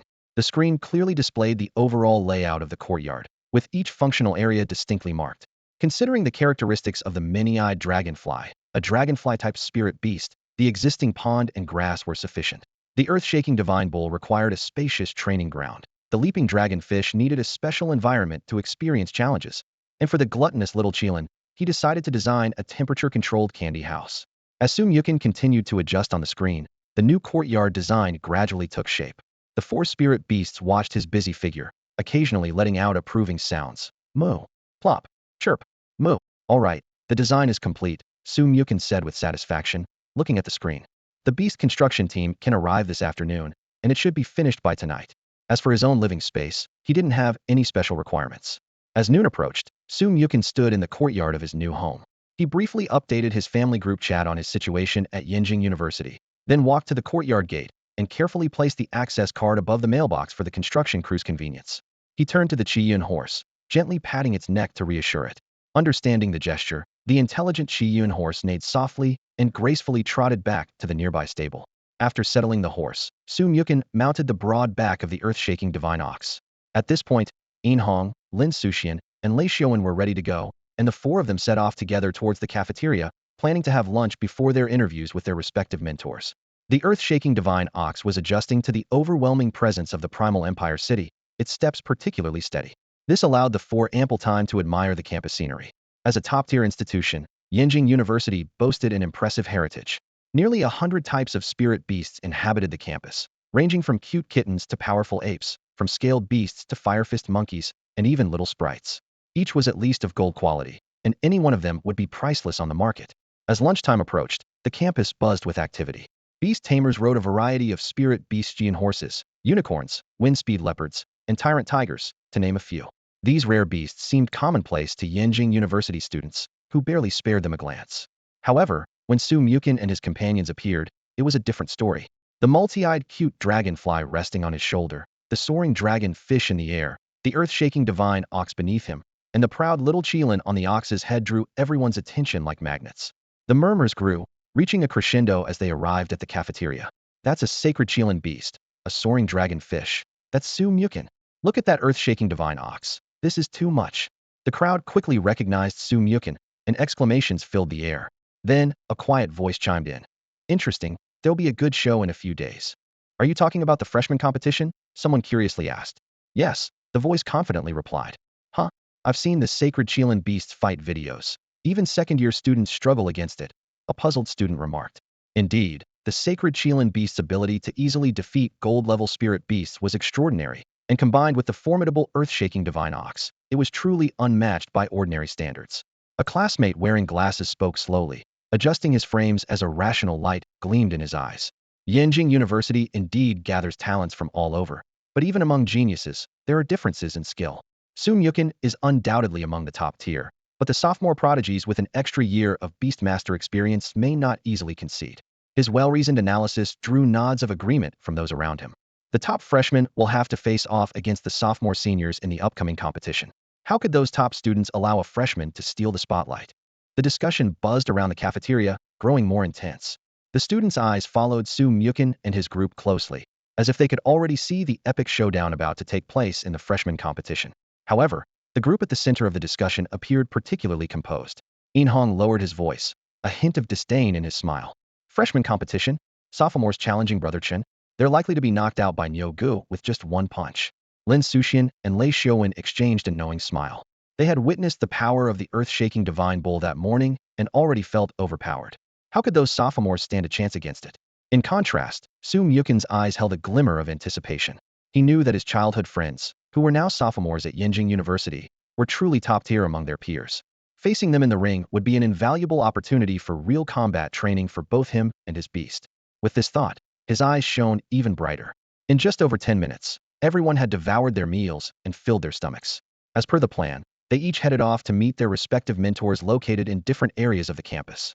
Su Mukin was about to visit a rather unique mentor. It wasn't even human.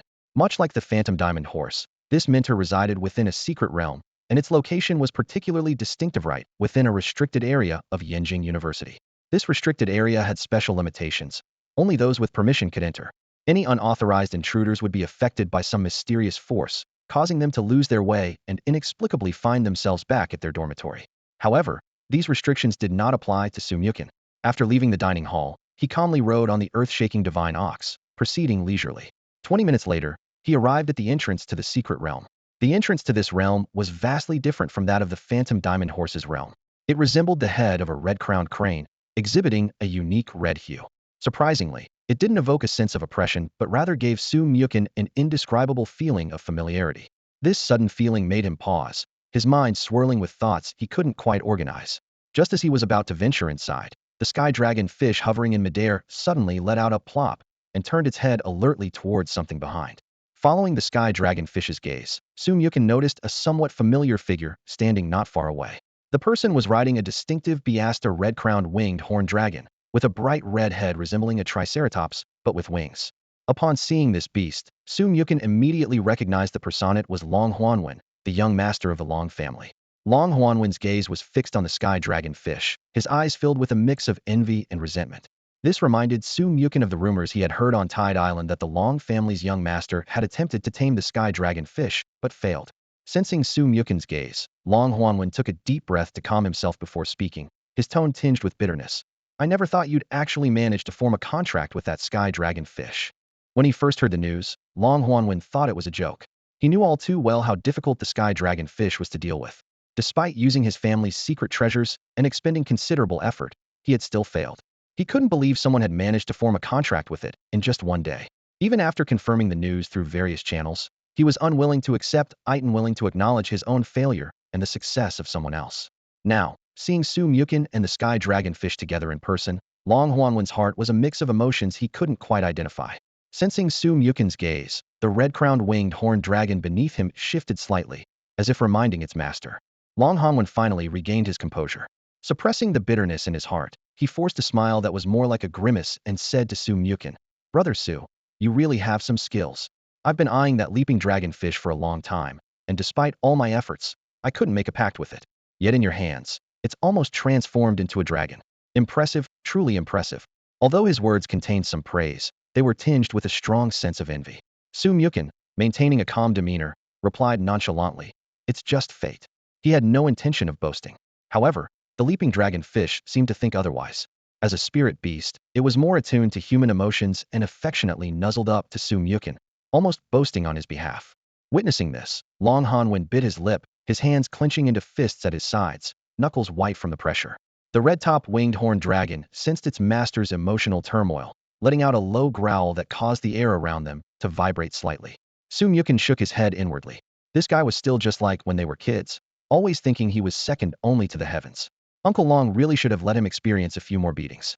Their fathers and grandfathers were old acquaintances, and Su Mukin and Long Hanwen had known each other since childhood. He knew exactly what kind of character Long Hanwen had, which was why he couldn't be bothered to engage with him.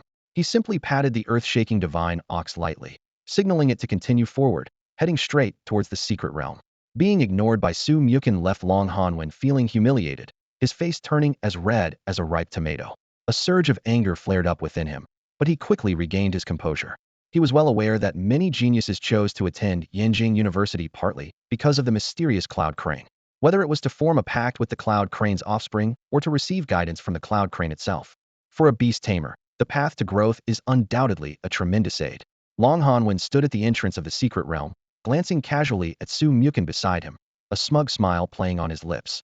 He calculated privately, arriving 3 days early, he not only familiarized himself with the environment, but also successfully passed the first trial. And Su Mukin, only now arriving late. "I refuse to believe he'll lose to you again this time." Long Hanwen muttered under his breath, gritting his teeth. His words carried a mix of reluctance and determination. He fixed his gaze on Su Mukin's back, then mounted his red-topped winged dragon, following closely behind into the secret realm. His competitive spirit was reminiscent of a child eager to prove themselves. Inside the secret realm, the scene gave Su Mukin a slight pause. The sky above was shrouded in an eerie red glow, completely replacing the original blue. This intense red light bathed the land, casting a mysterious and scorching hue over the entire realm. As Su Mukin surveyed his surroundings, a sudden ethereal crane call echoed. The red light in the sky intensified, and a graceful cloud crane slowly descended from the glow. Its body was pure white, with a slender neck slightly arched, and the ruby-like red on its head sparkled brilliantly. Its wings spread to a span of dozens of yards, and each gentle flap stirred a breeze, making the surrounding red thorns rustle. The cloud crane's gaze fell upon the two of them, and though it did not speak, its presence left Long Hanwen, standing behind Su Mukin, visibly shocked. "What the heck? How come we see the cloud crane right after entering this time? Where's the trial? Aren't we supposed to face a trial before meeting it? Today's updates are plentiful." "The trial? Aren't we supposed to go through a trial before meeting?" Long Hanwen frowned, his mind in a tangle.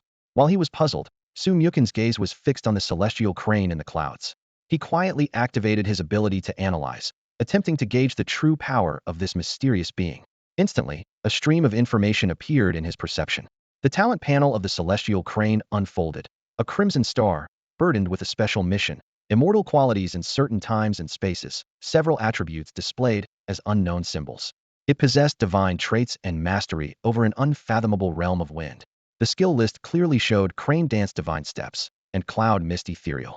Most striking was its evolution condition. The celestial crane must accompany a beast master of the Chinese nation, striving to protect justice, pursue freedom and equality, and resist foreign threats to transform into the Scarlet Sky Holy Crane. Seeing this information, Su Mukin felt a chill run down his spine, a shiver coursing through his body. He realized he might have stumbled upon an astonishing secret. The phenomenon of the Crimson Star, the mysterious attributes that couldn't be displayed, and such a unique evolution requirement, all of it reminded him of their earlier conversation. Am I supposed to help? Su Mukun chuckled bitterly to himself. Even with this otherworldly analysis ability, I'm just an ordinary person. Can I really offer any help to such an existence? The more he thought about it, the more he regretted coming here today. Once involved, he feared being swept into a vortex that could affect the entire nation, even the entire Beastmaster world. What could he possibly amount to in the face of such a colossal force? Sensing the thoughts of both individuals, the celestial crane lightly shook its feathers, breaking the suffocating silence. Do not be alarmed. The trial will commence, it said, its voice serene and calm, like a gentle breeze, slightly easing their tense nerves. Long Hanwen took a deep breath, forcing himself to calm down. He clenched his fists secretly, determination blazing in his eyes this time. He couldn't afford to lose to Su Mukun. However, the celestial crane seemed indifferent to his resolve, merely flapping its wings gently. An invisible force enveloped Long Hanwen, and before he could react, he fainted, his consciousness drawn into a trial space of his own.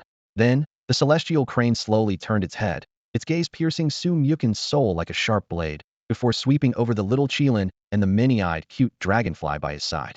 Its voice was distant and ethereal, carrying an indescribable ancientness. Qilin, Xuanwu. This brief statement left Su Mukun stunned, 1,000 questions arising in his mind. The Qilin obviously referred to the little Qilin, but what about Xuanwu? Could it be related to the Xuanwu skills learned by the many-eyed cute dragonfly? He respectfully asked, Senior, does the Xuanwu you mentioned have any connection to the many-eyed cute dragonfly? Please enlighten me. The celestial crane nodded slightly, its gaze settling once more on the many-eyed cute dragonfly, speaking softly. It has encountered Xuanwu and received its gift. This ambiguous answer left Su Mukun full of questions, unable to help but internally remark, how is this any different from saying nothing? His face was a picture of confusion and helplessness, but the celestial crane seemed to have expected this reaction. The crane in the cloud sat solemnly in front of Su Mukun, its gaze deep and penetrating. It cleared its throat and revealed a secret of the world. Every great nation that has endured to this day harbors its own mythical beast, each one evolving from the nation's treasures. Take China, for instance. The crane's voice was grave and timeless. There are the 5 sacred stars, which have given rise to 5 mythical beasts: Qilin, Qinglong, Xuanwu, Zhuke, and Baihu. It paused briefly before adding, this system of evolution extends far beyond that. Even the emblems of each province can give birth to mythical beasts, and I am one of them. As it spoke, the crane's eyes grew even deeper, and its tone became particularly solemn. My origin is red. Although, that is only a part of the red. These words sent a shock through Su Mukun's heart, and suddenly, the events of last night connected in his mind. So, does that mean creatures like Xuanwu and Qilin truly exist? Does my Su family have a connection to Xuanwu? He recalled the scene from last night when the multi-eyed dragonfly found Xuanwu in his home and linked it to what the crane had said about origin. That touch of red seemed to hold profound significance. Senior, Su Mukun asked cautiously, when you speak of red, are you referring to the enduring spirit and belief of the Chinese people? The crane nodded approvingly. Exactly. Every kind of spirit can give birth to mythical beasts: protection, justice, progress, passion, heritage, resilience. These are the sources of our power.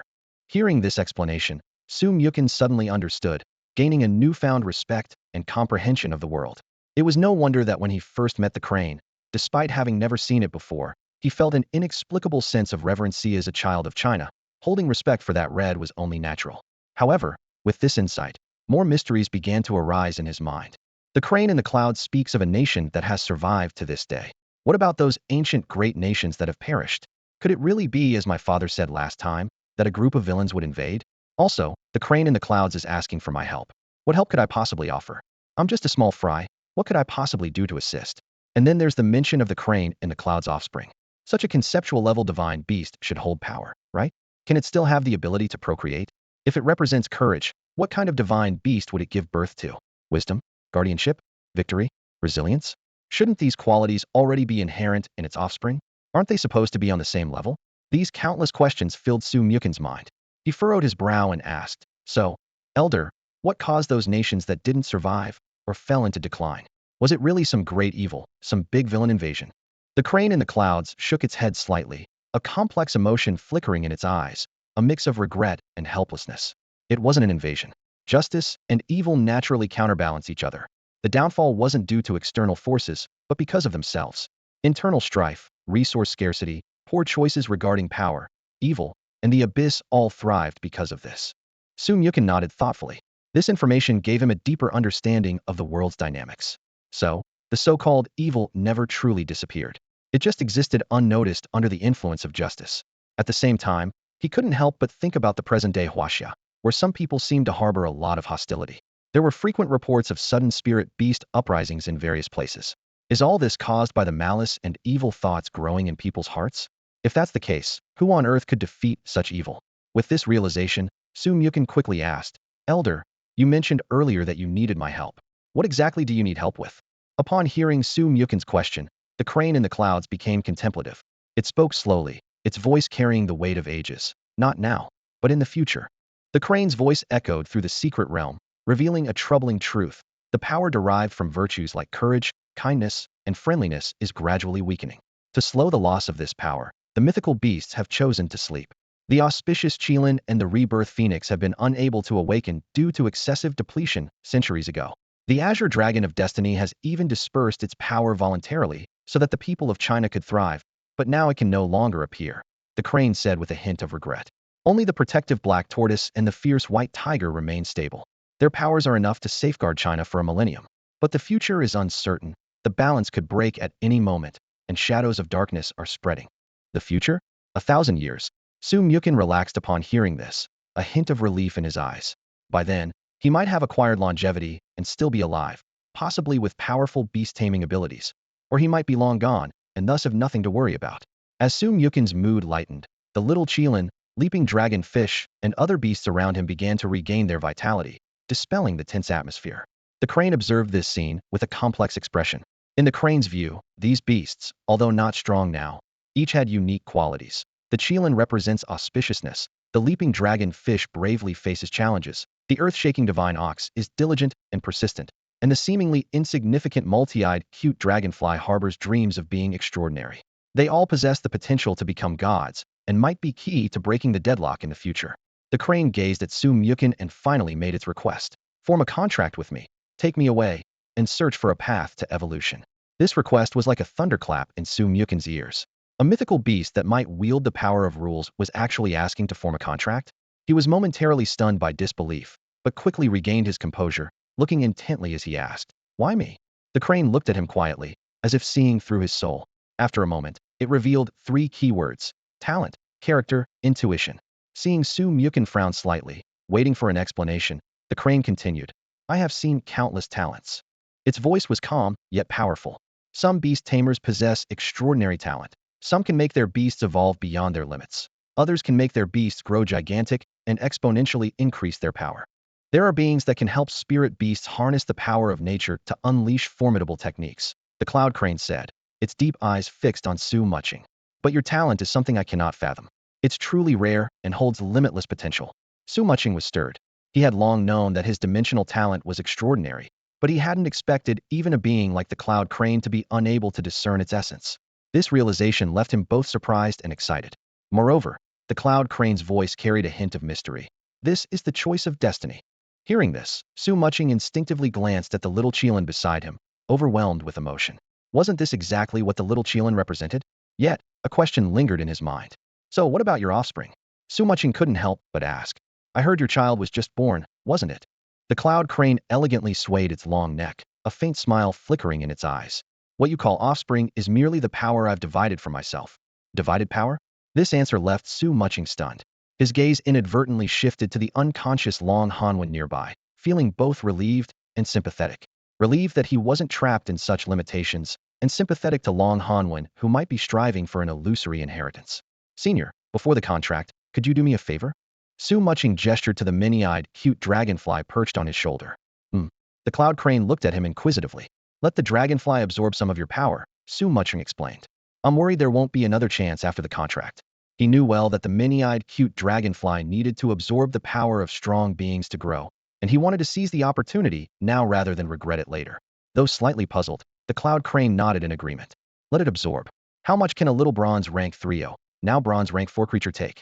With permission granted, Su Mukon gently shrugged his shoulder.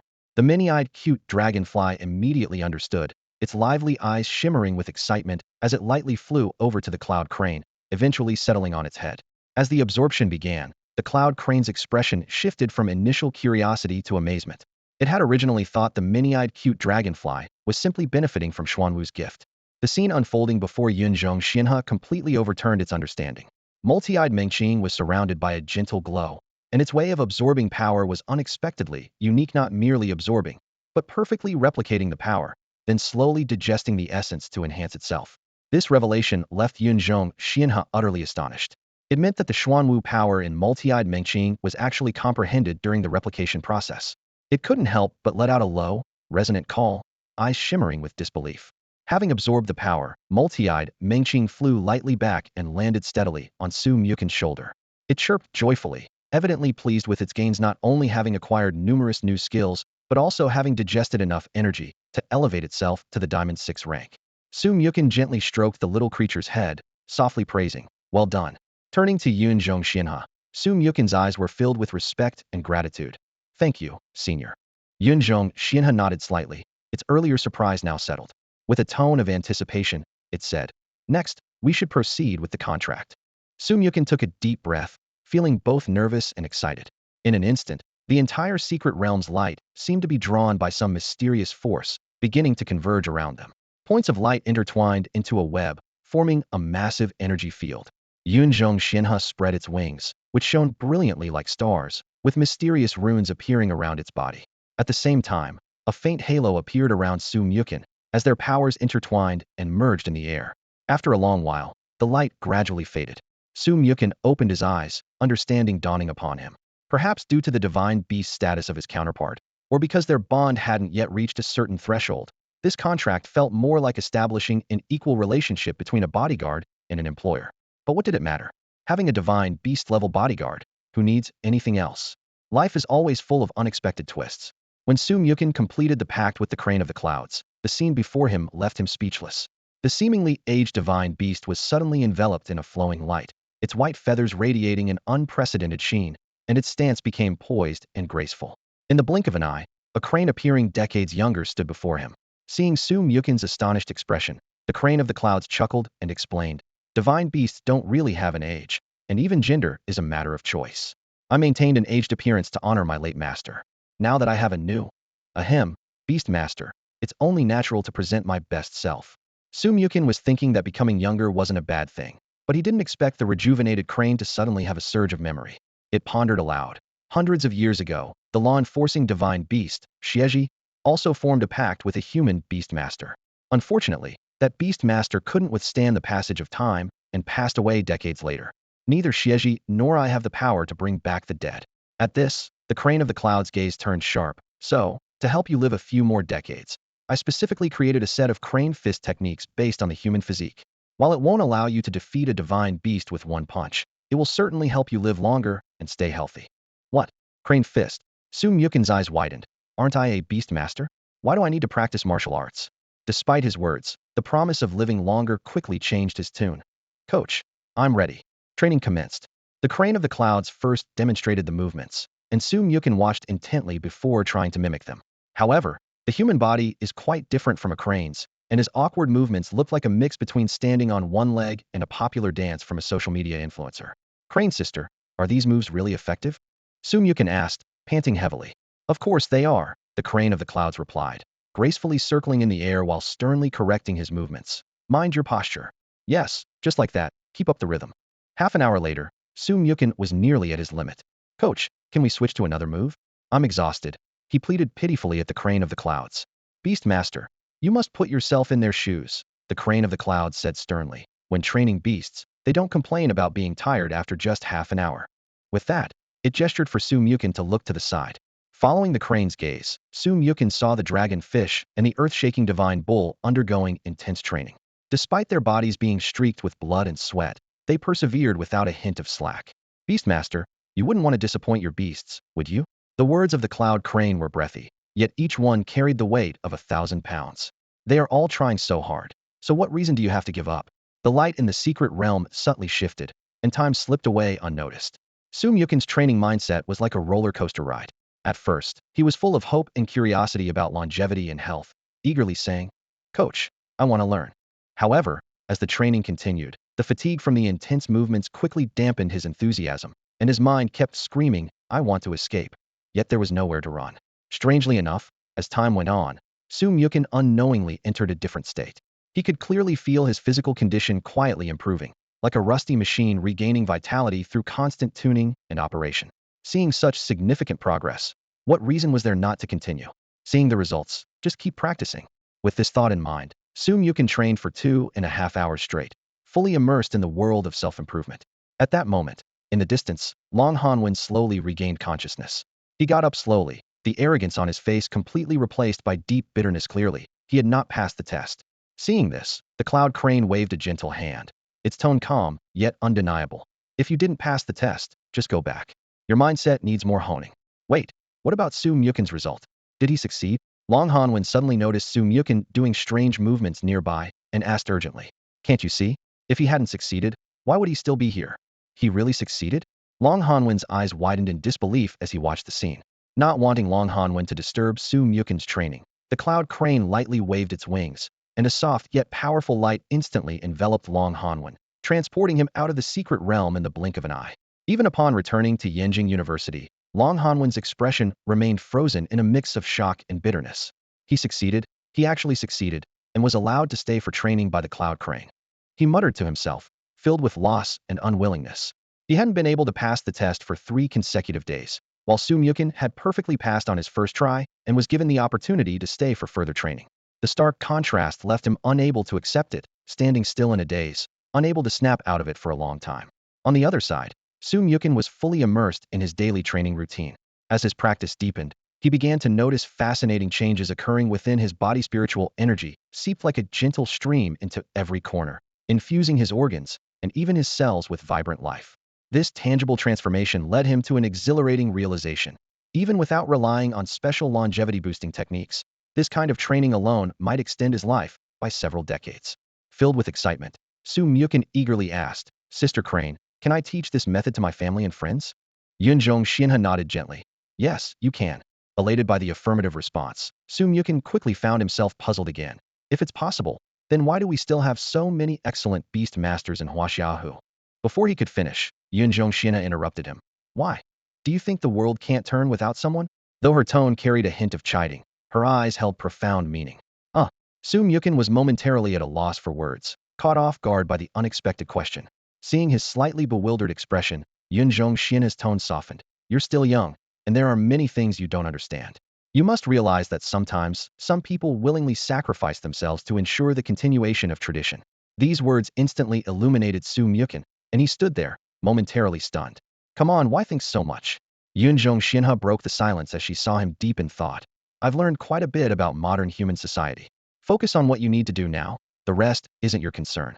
Concentrating on the present is what truly matters." As she spoke, Yunjong Xianhe turned her gaze to a little Qilin leisurely eating nearby and raised her voice.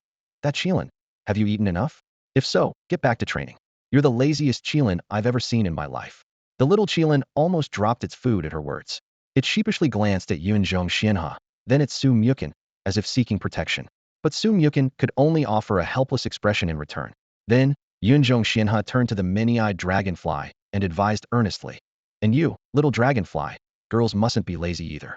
The more you exercise, the faster your body absorbs energy. Don't waste your talent." The many-eyed Dragonfly fluttered its wings cheerfully, making a chirping sound in response. Seeing this, the little Qilin reluctantly raised its head to indicate to the crane coach that it was ready. This scene amused Su Mukon. Ever since the little Qilin discovered its exceptional talent, able to learn skills almost instantly, it had been indulging in eating and drinking, showing no interest in training. Su Mukon had previously struggled to find a way to make it train seriously, and because it learned skills quickly, it didn't take practice seriously. Consequently, with results on its side, Su Mukon found himself at a loss on how to handle it. At the command of Sister He, the young Qilin immediately stood upright, its eyes shining with determination. It took a deep breath, its muscles tensing instantly, as a faint Qilin shadow emerged around it, seamlessly merging with the surging spiritual energy within. In the next moment, it leaped forward with tremendous force, the air tearing with a soft explosion. The young Qilin twisted in midair, executing one skill after another with fluid grace. Under the watchful eyes of the celestial crane, it repeatedly practiced these moves, each execution more refined and seamless than the last. Meanwhile, the youngest member of the team, the multi-eyed cute Dragonfly, was undergoing specialized training. This little creature, recently born, had hardly received any systematic learning due to the busy schedule. Yet, under the careful guidance of the celestial crane, it quickly found its rhythm. The crane continuously supplied it with energy, while the dragonfly focused on honing its eye skills. It would sometimes shoot out mysterious beams of light forming a web, and at other times concentrate the light into a single point, drilling a deep hole in a distant target with precision, mastering its control over light more and more. The training method of the earth-shaking divine ox was particularly straightforward. With its inherent trait of heaven rewards diligence, it simply repeated stomping and striking, each move enhancing its skill. The targets of these attacks were always directed at the special jumping dragonfish. Pulu. Ouch. Pulu.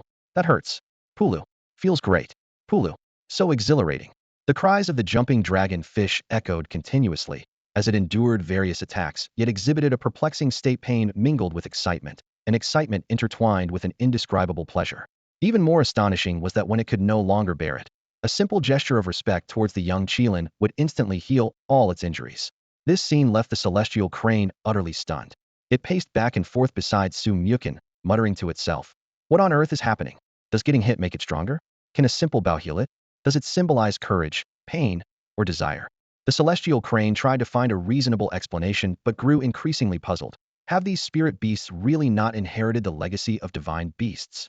It gazed at the scene before it, unable to decipher the endless mysteries hidden within these spirit beasts, whose formidable strength was truly astonishing. The celestial crane gazed at the extraordinary beasts before it, deeply puzzled. These exceptionally powerful creatures had all chosen Su Mukin as their master. Was it sheer luck, or did this young beastmaster possess some unique charm? Or perhaps there was a greater destiny at work. Its eyes swept over each beast, filled with awe. The prowess of the leaping dragonfish and the multi-eyed cute dragonfly far exceeded its expectations, and this was just the beginning. As training progressed, the little Qilin's display of lightning power astonished it even more. This lightning, imbued with both a deadly aura and the essence of water, broke the boundaries between elements, creating a new form of power never seen before. The earth-shaking divine bull was even more incredible. Although it seemed to carry no burden, it was always surrounded by an invisible, immense pressure. With each training session, this pressure not only failed to crush it, but rather became a catalyst for its growth, helping it evolve under the weight. The celestial crane stood still, recalling the profound words left by the azure dragon when it disintegrated. "I am the sky, not vanished." The Chinese people, everyone is like a dragon. In times of peace, they lie dormant. In times of chaos, heroes like dragons will emerge to hold up the sky. These words echoed in its mind, leading it into deep thought. This era indeed seemed different from the past. With the awakening of the black tortoise and its own decision to follow Su Mukin, could it be that this time, destiny truly favored this young man? In the secret realm of Yinjing University, Su Mukin and his companions have spent 2 days, during which their growth has been astounding. The little Qilin's progress has been the most remarkable, breaking through to silver rank 4. Meanwhile, the once battleignorant multi-eyed dragonfly has surged ahead after systematic training, reaching bronze rank 9. However, the situations of the leap dragonfish and the earth-shaking divine bull are somewhat unique. From a regular beastmaster's perspective, these two beasts seem invincible within their ranks, capable of challenging higher-level opponents. Yet, under the discerning eyes of the cloud-dwelling crane, their foundations have minor flaws. The leap dragonfish, despite its robust defense and impressive speed, resembles an unsharpened sword, unable to fully unleash its latent power. The cloud-dwelling crane advised that only through diligent training in various force-exerting techniques, and upon its transformation into a dragon, can its hidden strength be perfectly released, achieving a qualitative leap. As for the earth-shaking divine bull, its issue lies in the rapid power boost from the heaven rewards diligence trait. Combined with the pressure it constantly endures from the ancient Imperial city, this has led to a misalignment in its power control. To prevent the rapid power increase from becoming a liability, the cloud-dwelling crane has been guiding it in specialized coordination training. Although the realms of these two beasts haven't visibly advanced, their strength has undergone a qualitative transformation. Meanwhile, Su Mukin himself has successfully broken through to bronze rank 8. Thanks to the feedback from the advancements of the little Qilin and the multi-eyed dragonfly, he acquired a new and impressive trait, illusory form, which boosts the overall strength of his body by 20 through his clones. Upon seeing this trait, Su Mukin's eyes lit up with excitement. In this world of beast masters, creatures like the ghostly Qianying, which rely on clones for combat, are not uncommon. According to records, without any innate enhancements, Qianying's shadow clones can only harness up to 60 of the original strength. However, if one were to contract a Qianying and pair it with the illusory form trait, wouldn't the clone's strength rise to 80 of the original? Su Yukin couldn't help but envision a breathtaking scenario. Thousands of clones, each with 80 of the original strength, appearing on the battlefield simultaneously, truly a legendary one-man army. You are surrounded by me. Just you. Clones appear. Oh my, this is a swarm tactic. Just imagining such a dialogue made Su Yukin almost unable to contain his excitement. Isn't this the legendary swarm tactic? Su Yukin temporarily put aside the entry and decided to wait until he advanced to the Silver Realm to observe whether the next beast under the Ring of Reincarnation possessed the ability to clone itself. If not, he planned to contract a Qilin in the future, specifically to develop it into a beast that specializes in mass attacks. At the moment, he was focused on guiding his beasts to try new skill combinations. Little Qilin, try combining the sacrificial rain with the thunder field, merging rain clouds with lightning to form a thundercloud. Then, condense the lightning into the shape of a Qilin and launch it from the sky, he instructed. He turned to another beast. Nyonyo, you can use the pressure to jump and perform the Mount Tai Crush. As a transmigrator who was reborn, Su Yukin wasn't just offering simple guidance. Techniques from the anime and novels he had watched in his previous life were flashing through his mind. When he saw little Qilin unleash the sacrificial rain, and the sky quickly gathered a mass of dark clouds, an inspiration struck him: Sasuke's lightning release. Qilin. Analyzing the skills little Qilin had already mastered, Su Yukin had a complete plan in mind. The sacrificial rain could easily create clouds and adjust air humidity, while the thunder field could condense lightning. By gathering the electric power and shaping the lightning into a Qilin form to strike opponents from above, it perfectly recreated the lightning release. Qilin. Meh. Little Qilin scratched its head with a fluffy paw, showing a puzzled expression. Condense into a Qilin shape? Why not directly use the Qilin's descent? Yet, this idea unexpectedly sparked its creativity. If it could form into a Qilin, why not into the shape of a cookie or a lollipop? Imagining striking opponents with candy-shaped lightning, a mischievous gleam appeared in little Qilin's eyes, and it couldn't help but chuckle. Nearby, the cloud crane was utterly amazed. As an experienced mythical beast, it prided itself on its vast knowledge, yet it had never seen such an innovative use of skills. The combination of sacrificial rain and thunder field alone was surprising enough, not to mention the coordination with gathered electricity. It couldn't help but admire Su Yukin's unique ideas. This beastmaster's thinking was truly extraordinary. Eager to try, little Qilin immediately began experimenting. Its body shone brightly, with water and lightning attributes intertwining like two roaring dragons. With a thunderous roar, immense power surged skyward. This scene shocked the cloud crane once again. First, it was surprised by how quickly the multi-eyed dragonfly mastered its skills, and now even little Qilin could grasp such a complex skill combination with simple guidance. In an instant, the sky seemed to be shrouded by a massive black curtain. The heavens were filled with dark clouds, flickering with blinding lightning, and deafening thunder echoed continuously among the clouds. The power of lightning in the air seemed to be summoned, transforming into silver sparks gathering towards the clouds. Instead of following Su Yukin's suggestion of taking on a Qilin form, the little Qilin unleashed its creativity. It squinted its eyes slightly, raised its front paw, and manipulated the surging lightning above its head to instantly form a gigantic soda bottle. The bottle shimmered with dangerous electric light, and with a pop, the cap opened, and the lightning poured down like a torrential flood, blasting a massive crater into the ground. Before the celestial crane could react, the little Qilin pointed its claw again, and the lightning quickly reformed into a giant cookie. With a plop, the cookie crashed to the ground, and in an instant, lightning shot in all directions, with arcs of electricity dancing wildly within a 100-meter radius. The power of this move far exceeded the celestial crane's expectations. It was shocked to discover that the little Qilin not only perfectly merged the metal tribulation lightning and the water-ean lightning, but also endowed the skill with versatile forms. The soda-shaped lightning inherited the permeating characteristics of the water-ean lightning, while the cookie shape contained the sharpness of the metal tribulation lightning, leaving no grass alive in its path. This flexible and varied combination greatly amplified the skill's power several times over. Impressive. The little Qilin stood proudly on the charred ground, tilting its head to look at Su Yukin, its eyes filled with pride and a "pretty awesome, right?" expression. Well done. Su Yukin beamed with a proud smile. Although the little Qilin didn't follow the original plan to cast the Thunder Escape Qilin, this unique release method was even better. Not only did it allow for faster casting, giving it an edge in battle, but the unexpected shapes also confused opponents.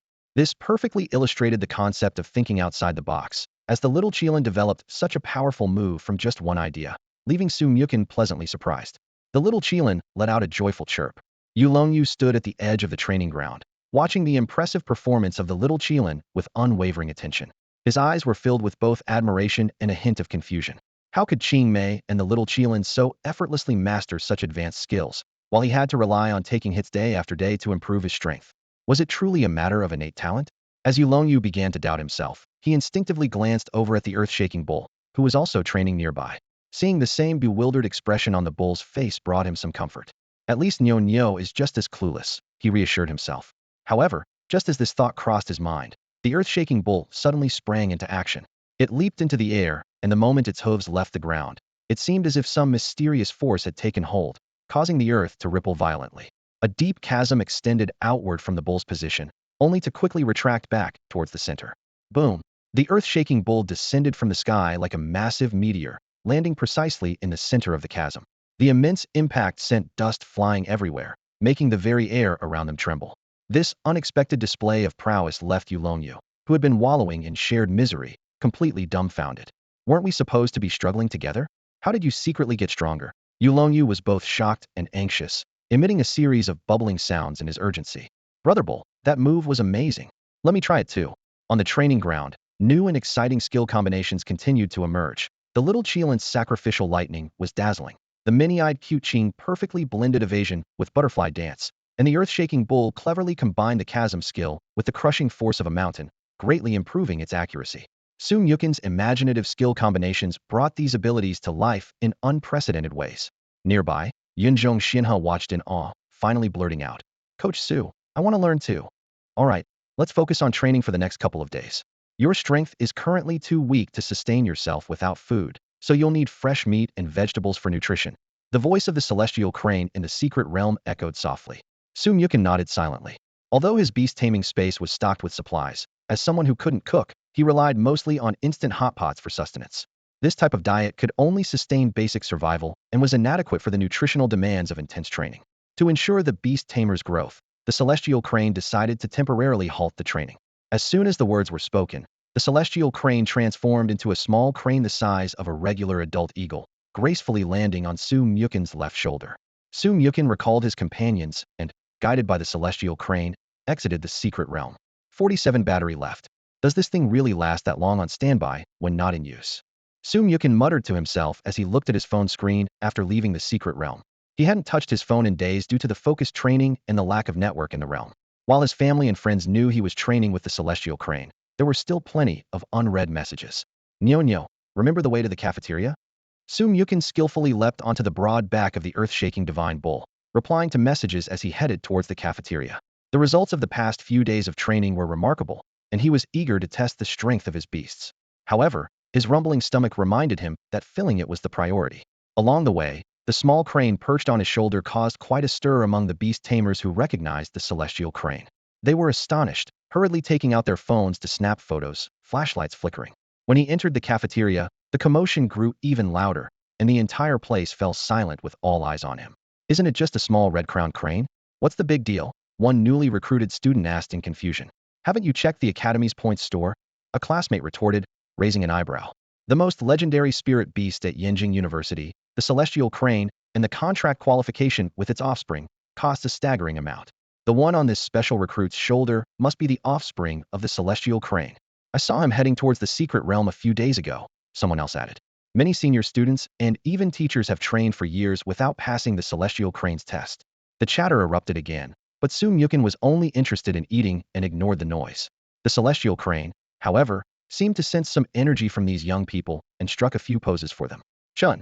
At that moment, Lei Xiaowen entered the cafeteria. Sun Yukin immediately noticed that the iron beam by Lei Xiaowen's side had evolved. Its small drill horns had grown larger, and it now had radar-like devices, even capable of hovering. "Nice, Xiaowen. Looks like you've made great progress in training these past few days."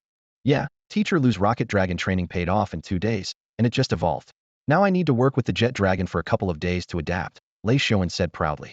It was tough, but seeing Bean achieve its dream made it all worth it. "Chun, you must have gained a lot in the secret realm these past few days, right?" Lei Xiaowen curiously eyed the small crane on Sun Yukin's shoulder. "Is this little crane really?" Faced with Lei Xiaowen's expectant gaze, Sun Yukin only smiled mysteriously. He couldn't and didn't want to admit it was a divine beast, as the celestial crane originated from a red-crowned crane, and lying might cause trouble. The celestial crane, seemingly interested in Lei Xiaowen, let out a gentle call of approval. "All right, enough talk, let's eat first. Afterward, I'm heading to the school's battle zone. Want to come with me?" "The battle zone?" "Sure." Lei Xiaowen's eyes lit up. "Pulu, The leap dragonfish paused its eating, growing excited. The last time it watched the little Qilin battle, it felt it was a waste of good food. So many different beasts, so many different skills. How could one not taste the flavors first? If it was tasty, it should eat more. If not, then defeat the opponent. Battling is undoubtedly the best way for beasts to grow quickly. That's why Yinjing University has set up battle zones all over the campus. Almost every place with a high footfall has designated battlegrounds, making it convenient for students to practice and exchange skills at any time. After lunch, Su Mukin and Lei Xiaowen, under the eager gaze of onlookers, headed towards the battle area next to the cafeteria. Their actions immediately triggered a chain reaction. Students inside and outside the cafeteria stood up to follow them. Freshmen's eyes were filled with anticipation, eager to experience the gap in strength with Su Mukin firsthand. Sophomores were quietly calculating whether they could seize the opportunity to challenge this rising star in the upcoming freshman competition and make a name for themselves. "Chun, look at this," Lei Xiaowen said, pulling out his phone with a surprised expression. "The news about you contracting the young cloud crane has gone viral on the campus network." He showed Su Mukin the screen, which was filled with discussions and shares about the topic.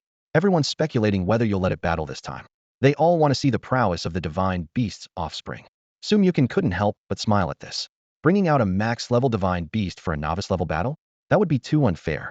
Not to mention the cloud crane. Even the powerful earth-shaking bull or the fully unleashed little Qilin would be overkill against these students.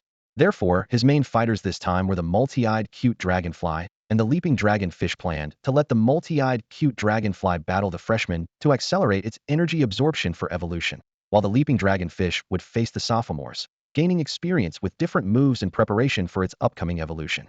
As soon as they stepped into the battle zone, a familiar voice called out, "Hey, what a coincidence, you guys are here too." Yin Hong and his mentor, Yin Hong Tao, along with a group of fellow students, stood at the edge of the field. "Just finished training, here to test our current level in real combat," Su Mukin replied with a smile, then turned to the woman in front of Yin Hong, respectfully saying, "Hello, Teacher Yin." He remembered well that she was Yin Hong's initial intended mentor. Yin Hong Tao. Yin Hong Tao's gaze fell on the small cloud crane on Su Mukin's shoulder, a trace of envy flickering in her eyes. "Congratulations, Su Mukin. Just lucky," Su Mukin replied modestly, then shifted the topic. "Is Teacher Yin here for practical combat with the students? Could I trouble some seniors to spar with my leaping dragonfish?" "Leaping dragonfish?" Yin Hong Tao's expression clearly showed surprise. As Yin Hong Tao's gaze fell upon the leaping dragonfish, she immediately grasped the essence of the situation. The fish swam gracefully through the air, each movement exuding elegance and power, its form increasingly resembling that of a true dragon. It was clear it had reached the brink of evolution. "I see," Yin Hong Tao understood. "The plan is to use the pressure of a formidable opponent to intensify the leaping dragonfish's desire for evolution, thereby enhancing its leap over the dragon gate." After a moment of contemplation, Yin Hong Tao nodded in agreement. This decision was not only for the sake of guiding her students, but also for the opportunity to forge a good relationship with Su Mukin. After all, this exceptionally talented student had already bonded with the descendant of the cloud crane, promising limitless future potential. "Thank you, Teacher Yin." Su Mukin beamed with a bright smile. Seeing this expression, Yin Hong Tao felt even more confident in her judgment. In her view, an unevolved leaping dragonfish had not yet reached the gold level of power, while among her students, 2 possessed gold-level beasts. Achieving Su Mukin's goal should be a breeze. Meanwhile, Yin Hong and Lei Xiaowen noticed the eager looks of the other students and exchanged a knowing glance. "Senior brothers, remember your thoughts right now." Once the registration was complete, the group proceeded to battle arena number 8. This arena, about the size of a football field, was one of Yinjing University's proudest battle facilities. Yin Hong Tao surveyed the area and finally selected a young man with a mushroom haircut. "Hu Latong, you will battle against Su Mukin." The 2 opponents stood at opposite ends of the arena, and the atmosphere instantly became tense. Red side, Su Mukin, leaping dragonfish silver level 9, on the verge of evolution. Blue side, Hu Latong, battle sound turtle gold level 3. Referee, Instructor Yin Hong Tao. As the countdown began, 3, 2, 1, the battle officially started. "Battle sound turtle, use water tornado," Hu Latong commanded confidently. Although he admitted he wasn't a match for the little Qilin, he was certain he could handle the leaping dragonfish. It's all about resilience, right? Under the guidance of the nationally renowned teacher Yin Hong Tao, my battle sound turtle has mastered several layers. The advantage is mine in this fight. Plop. Water? Perfect for a bath, the leaping dragonfish exclaimed excitedly, charging toward the approaching water tornado even before Su Mukin could give instructions. It merely intended to enjoy a swim, but severely underestimated its current strength. With a casual collision, it unleashed an astonishing power from within. The seemingly powerful waterspout appeared useless in front of the leaping dragonfish. In a flash, the fish effortlessly pierced through the water, directly colliding with the battle sound turtle's hard shell. The immense impact sent the turtle bouncing back several meters like a ball.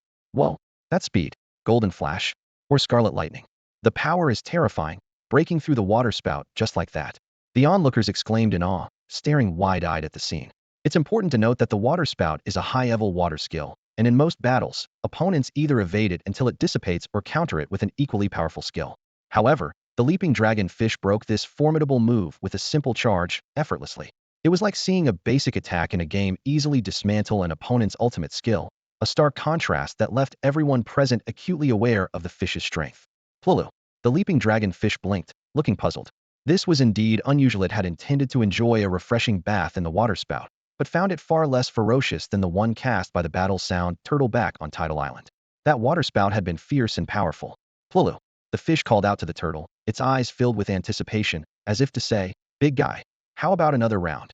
Yulongyu maintained its innocent yet helpless expression, with a slight smirk on its lips as it delivered words that were sharp and cutting. Combined with its innate dragon battle in the wild passive effect, it instantly maximized its provocation value. This strike hit the weak spot of the battle sound turtle, completely infuriating the water-type spirit. The battle sound turtle's eyes turned red, completely ignoring Hu Latang's commands, and it fell into a frenzied state. It opened its mouth wide, and streams of water shot out like a machine gun. However, Yulongyu appeared to be enjoying a spa massage, leisurely welcoming the attacks with a contented smile on its face. Seeing its attacks being enjoyed by its opponent only enraged the battle sound turtle further. It gathered all its strength to unleash a barrage of water gun attacks, yet it still couldn't budge Yulongyu. Yulongyu even yawned, its eyes full of mockery. Realizing that long-range attacks were ineffective, the battle sound turtle abandoned its magical assault and charged directly at Yulongyu for close combat. However, Yulongyu merely glanced at it dismissively, its eyes filled with contempt as if saying, "Is that all?" After continuous fierce attacks, the battle sound turtle finally ran out of stamina, panting heavily with its head lowered. The onlookers, who had been tense, finally snapped back to reality, all staring in shock, their jaws nearly dropping to the floor. Even instructor In Hongtao was wide-eyed, full of astonishment. She initially thought Su Mukin wanted Yulongyu to feel pressured in battle to promote evolution, but it turned out to be the opposite. This was more like allowing Yulongyu to enjoy others' attacks. Regaining her composure, In Hongtao cleared her throat and announced, "This battle is over. The battle sound turtle is unable to continue, and the winner is Yulongyu." Then she turned to Hu Latong, speaking earnestly. "Your battle sound turtle needs to temper its temperament. Reacting so impulsively to provocation will only lead to its downfall in real battles. Staying calm and rational is the key to victory." After that, she called out, "Next up, Dofunao." Hu Latong, feeling dejected after hearing the instructor's words, silently recalled the battle sound turtle to its beast space and walked away from the battle arena with heavy steps, his previous confidence now deflated like a wilting eggplant. Dofunao, having witnessed Yulongyu's strength, was determined not to repeat Hu Latang's mistakes. He didn't attack rashly but instead applied instructor In Hongtao's teachings, seizing the moment when Yulongyu remained stationary to let his scale armor beast quickly stack its defenses. In an instant, the scale armor beast's body shimmered, releasing a series of defensive skills, sharpening its scales to enhance hardness, forming a protective barrier on its surface, summoning a rock shield to orbit around it, and finally using a shrink armor technique to fully protect all vital areas. This seamless sequence of defensive arrangements showcased a completely different tactical style from the previous match. The armored beast's body was instantly enveloped in a thick defensive shield, and its already sturdy scales gleamed with a metallic sheen. Upon seeing this, In Hongtao's eyes flickered with admiration. Do Funao's response was impeccable against an opponent like the leap dragonfish. Establishing an unassailable defense before seeking an opportunity to win was a smart strategy. "This is trouble," In Hong murmured, his brow furrowed as he focused intently on the arena. The students familiar with In Hongtao's teaching style also showed understanding expressions. In Hongtao was nationally renowned for her expertise in defensive skills, and under her guidance, Do Funao's armored beast had mastered these techniques to perfection. At this moment, the armored beast seamlessly linked several defensive skills, creating a fortress as solid as a rock. The audience murmured in discussion. Can the leap dragonfish break through such a thick defense? Su Mukin was too overconfident and should have gone all out from the start. But does the leap dragonfish have any skills capable of instantly defeating a golden-level armored beast? Everyone's eyes were locked on the battlefield, eagerly anticipating Su Mukin's next move to break through the defense. Surprisingly, Instead of showing any anxiety, Su Mukun had a confident smile on his face. Leap Dragonfish, force is mutual. This armored beast can really take a beating. Plop. The leap dragonfish paused, its beady eyes filled with confusion. It mulled over the keywords. Mutual force, take a beating. Suddenly, a light bulb went off. The leap dragonfish excitedly wagged its tail, as if discovering a new world. By attacking the opponent, the reaction force would let it feel the impact too, which was like creating food for itself. With this realization, the leap dragonfish's eyes sparkled with excitement. It swiftly moved through the air like a black lightning bolt, darting beside the armored beast. In the next second, a barrage of attacks rained down like a storm. Its fins transformed into blades that slashed through the air, while its tail hammered the armored beast's defenses like a heavy sledgehammer. In an instant, the arena echoed with the sound of relentless collisions, raising clouds of dust. The sudden turn of events left the entire audience dumbfounded. Who would have thought the leap dragonfish would employ such a bizarre method to tackle the opponent's ironclad defense? Time seemed to freeze, and the only sound that filled the arena was the leap dragonfish's relentless barrage of attacks. The dull thud from the clash with the armored beast reverberated throughout the arena. The confusion on the faces of those present gradually faded, replaced by astonishment. The leap dragonfish was refining its power technique in the midst of battle. It's refining its technique. In Hongtao murmured what everyone was thinking. As an experienced diamond-level beast tamer, she keenly observed the subtle, yet critical changes in the leap dragonfish. Each fin movement became more fluid than the last. Each tail swing was increasingly optimized in angle, force, and rhythm. Every collision with the armored beast's defense turned into an opportunity for learning and improvement. A startling realization dawned on In Hongtao. This was precisely Su Mukin's true intention. She watched the battlefield in disbelief, her heart filled with awe. Typically, a beast would require long-term training under the careful guidance of a seasoned tamer to make any progress in power technique. Yet, this leap dragonfish was able to independently comprehend and swiftly adjust during intense combat. Such talent was simply extraordinary. In Hongtao's gaze lingered on Su Mukun, her eyes a blend of surprise, admiration, and deep curiosity. When she turned her attention back to the leap dragonfish, she was momentarily stunned by an even more astonishing discovery. The fish showed no signs of battle fatigue. Rather, it appeared to be enjoying itself. Its eyes were slightly narrowed, a faint smile playing on its lips, growing more excited with each attack. A uniquely colored leap dragonfish, enjoying the hits, the pain, the force. So that's it. In Hongtao finally understood Su Mukin's ingenious strategy. He skillfully harnessed the fish's unique perception of pain to guide it in understanding how to endure greater reactive force damage and how to achieve the most intense experience with minimal energy expenditure. This distinctive training method perfectly aligned with the leap dragonfish's nature. Su Mukun has truly mastered the leap dragonfish. In Hongtao genuinely admired. To so precisely grasp a beast's characteristics and devise a unique training strategy requires not only a deep understanding of beast habits, but also tests the trainer's wisdom and creativity. This capability far surpasses that of an ordinary trainer. The crane perched on Su Mukin's shoulder nodded slightly, its bright eyes shimmering with a wisdom that seemed to see through everything. This unique training method was like a meticulously crafted key, perfectly aligning with the nature of the leap dragonfish. While other beasts instinctively recoiled from pain, the leap dragonfish alone could transform pain into power. This distinct quality made it impossible for others to imitate, even if they wished to. In Hongtao's judgment coincided with Su Mukin's thoughts. As soon as he learned that the leap dragonfish needed to enhance its power techniques, a bold training plan began to take shape in his mind. The arrival of In Hongtao provided the perfect opportunity to implement this plan. In truth, the leap dragonfish was not the most gifted among Su Mukin's beast team. Compared to the exceptionally talented little Qilin and the multi-eyed cute Dragonfly, the difference was stark. Even the earth-shaking divine ox, with its characteristic of being rewarded by heaven for hard work, showed more effective training results. Over the past 2 days, the leap dragonfish's progress was indeed the slowest. However, the leap dragonfish's unique advantage lay in its ability to perceive pain. Its body seemed equipped with the most precise sensors, able to detect even the slightest sensation of pain. It was this seemingly unusual trait that allowed it to unleash astonishing potential under specific training methods. As the saying goes, there are no useless beasts, only useless beast trainers.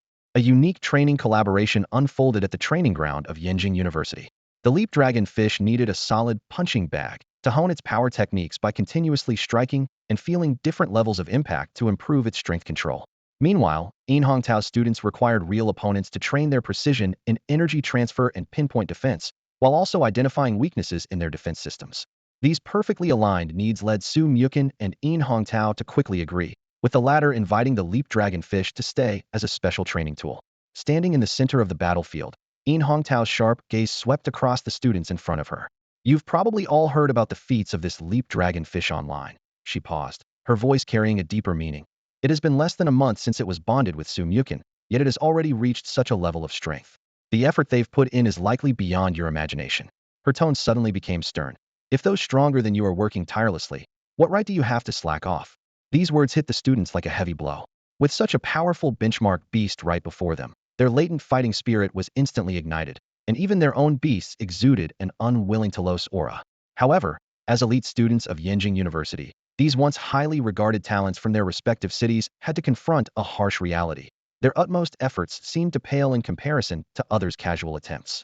This stark gap sent many into a mental slump. Noticing the students' emotional fluctuations, In Hongtao's tone softened. I don't mean to discourage you. Indeed, given the strength Su Mukin has shown, it's a fact that none of you can currently match him. She looked gently at each student. But why compare yourselves to him? In my view, the core goal of training beasts is singular: to make your partner better today than yesterday. Witnessing your partner grow stronger step by step is the most gratifying aspect of being a beast tamer. Meanwhile, on another battlefield, the situation with the many-eyed cute dragonfly was somewhat awkward. After sparring with a freshman, no one else was willing to step forward for a match. This left Su Mukin both amused and exasperated. Really? What's with those expressions? It's just a bronze level 9 rank cutie, and you're afraid? Everyone silently gazed at the nearly completely petrified arena, a sense of helplessness lingering in the air. Who would dare step up against such a formidable opponent? The many-eyed Mingqing's first move was a petrification skill, turning opponents into sitting ducks until they lost their combat ability. This nearly unbeatable control tactic left everyone present in awe. How can Su Mukin's beasts get more and more frightening? This thought simultaneously surfaced in everyone's mind. Is there any sophomore willing to give it a try? Or should we send a gold-level beast to fight? Su Mukin, unwilling to give up, made one last attempt to stir up everyone's fighting spirit. No way. The sophomores shook their heads. There's no glory in a gold beating a bronze, but if we lose, it would be utterly humiliating. Win, and you get 10,000 credits. Lose, and it's just 1,000, as long as, before Su Mukin could finish, a figure swiftly dashed onto the field. Wow, that was fast, the crowd exclaimed in surprise. Su Mukin's previously disappointed face instantly lit up with excitement. Mengzhu Jia. The newcomer was Zhong Mengzhu, a girl with long black hair. Her grandfather, Zhong Zhengze, was a close friend of Su Mukin's grandfather, and the two had known each other since childhood. Long time no see, Zhong Mengzhu replied with a smile. It's Senior Zhong Mengzhu. Someone in the crowd recognized her, sparking a commotion. It's really her. All eyes immediately focused on Zhong Mengzhu, and anticipation filled the air. Is she famous? A freshman asked curiously. Of course, a senior explained eagerly. Senior Zhong Mengzhu is one of the strongest students in our school. She showed incredible strength as a freshman, sweeping even sophomores in the newcomer competition. Last year, she represented Yenjing University in the intercollegiate tournament and made a stunning impression in the finals, defeating 3 top players from Moda University, completely overpowering them. And, a girl added excitedly, Senior Zhong Mengzhu has been preparing to apply as a school mentor since last month. What? The crowd gasped in astonishment. Does that mean she has at least one platinum-level beast? Shock and admiration intermingled in the crowd.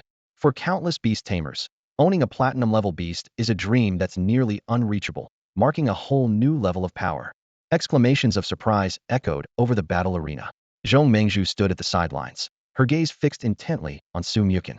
Having just completed her platinum-level Beastmaster certification, she was astonished by the news about her genius younger brother upon returning to Beijing.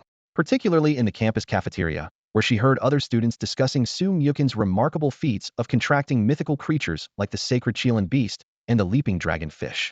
This only fueled her curiosity to find out more. Mukin has been in the spotlight these past few days, not only contracting the sacred Qilin beast and leaping dragonfish, but even the cloud crane. Zhong Mingzhu's voice trailed off abruptly, her smile freezing into a look of disbelief. With her Beastmaster talent, natural rhythm, she could keenly sense the flow of energy in nature, especially changes related to plants. At that moment, she made an astonishing discovery. What seemed to be an ordinary red-crowned crane on Su Mukin's shoulder appeared as a vibrant red in her perception, its unique energy waves identical to those of the cloud crane. As she stood there, stunned and at a loss, an ethereal voice echoed in her mind. Show. It was the voice of the cloud crane. Zhong Mengzhu instinctively swallowed, her eyes locked on the seemingly ordinary yet profoundly mysterious red-crowned crane, her mind blank. The expectant chirp of the multi-eyed dragonfly brought her back to reality. Zhong Mingzhu realized she was at the battle site, took a deep breath to calm herself, and gently raised her hand. A soft green light flashed, summoning a slender beast holding bamboo shoots in each hand. This is my newly contracted bamboo brother, possessing silver grade 9 strength, making it the most suitable opponent, she introduced calmly. As the referee announced the start of the match, the entire arena held its breath. The multi-eyed dragonfly was the first to strike, its eyes emitting a fierce light, launching a barrage of petrifying rays like sharp blades towards Bamboo Brother. This move had been repeatedly effective in previous battles, requiring just one hit to put opponents in a bind. However, this time, as the rays touched Bamboo Brother, the situation was entirely different. A vibrant green glow enveloped Bamboo Brother, and the petrified parts rapidly restored to their original state, like bamboo shoots breaking through the earth in spring. Is this the power of natural rhythm? The moment the weakest point of the petrification power was detected, Zhu Xiaodi immediately broke free from its constraints. Su Mukin showed a hint of surprise in his eyes, but he reacted swiftly, issuing a new command to Duo Yin Mengqing. With its wings vibrating, Duo Yin Mengqing transformed into fleeting shadows in the air. Countless sharp wind blades sliced through the air from different angles, pouring down on Zhu Xiaodi like a torrential rain. Despite the overwhelming assault, Zhu Xiaodi remained extraordinarily calm. It stood firmly rooted in place, its bamboo joints twisting nimbly to counter the attack. Just as each wind blade was about to strike, green leaves would instantly sprout around it, precisely intercepting each attack with the sound of the rushing wind. While defending, Zhu Xiaodi launched a counterattack, suddenly swinging its branches. Numerous green spikes shot towards Duo Yin Mengqing like arrows released from a bow. These spikes traced elegant green arcs in the air, resembling agile, striking serpents. Yet, the advantage of Duo Yin Mengqing's myriad eyes was unmistakable. Light only needed to make slight body adjustments to accurately predict and evade all incoming green spikes. Astonishingly, whether it was moving to release skills or dodging now, it simultaneously performed skills like butterfly dance and wind rhythm to enhance its state. Incredible! This was the first time Zhong Mengzhu spoke since the battle began, her voice filled with admiration. Her exclamation, however, left many beastmasters around looking puzzled. What's going on? I can't make sense of it. A new student in the crowd muttered, glancing back and forth between the two battling beasts, trying to grasp their dazzling moves, but to no avail. This confusion echoed the sentiments of most spectators. This is what a real expert duel looks like, explained a senior wearing glasses, squinting slightly. On the surface, it's two beasts clashing, but in reality, both sides are using silent commands, competing in tactical judgment and strategic layout. The outcome of this battle was actually decided by the second round. I can only say, this Duo Yin Mengqing is incredible, someone nearby exclaimed with a thumbs up. Yeah, I thought it was going to be a one-sided fight in favor of Zhu Jia, but it turned out she was the one being overwhelmed, a girl remarked. A bronze-level Duo Yin Mengqing controlling the entire situation against a silver-level Zhu Xiaodi, leaving it no chance of winning from the start.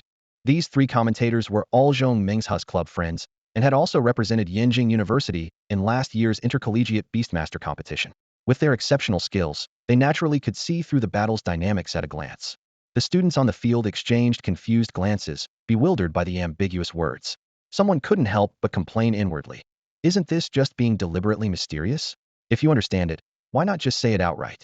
The boy with glasses noticed the looks of frustration directed at him and helplessly adjusted his frames.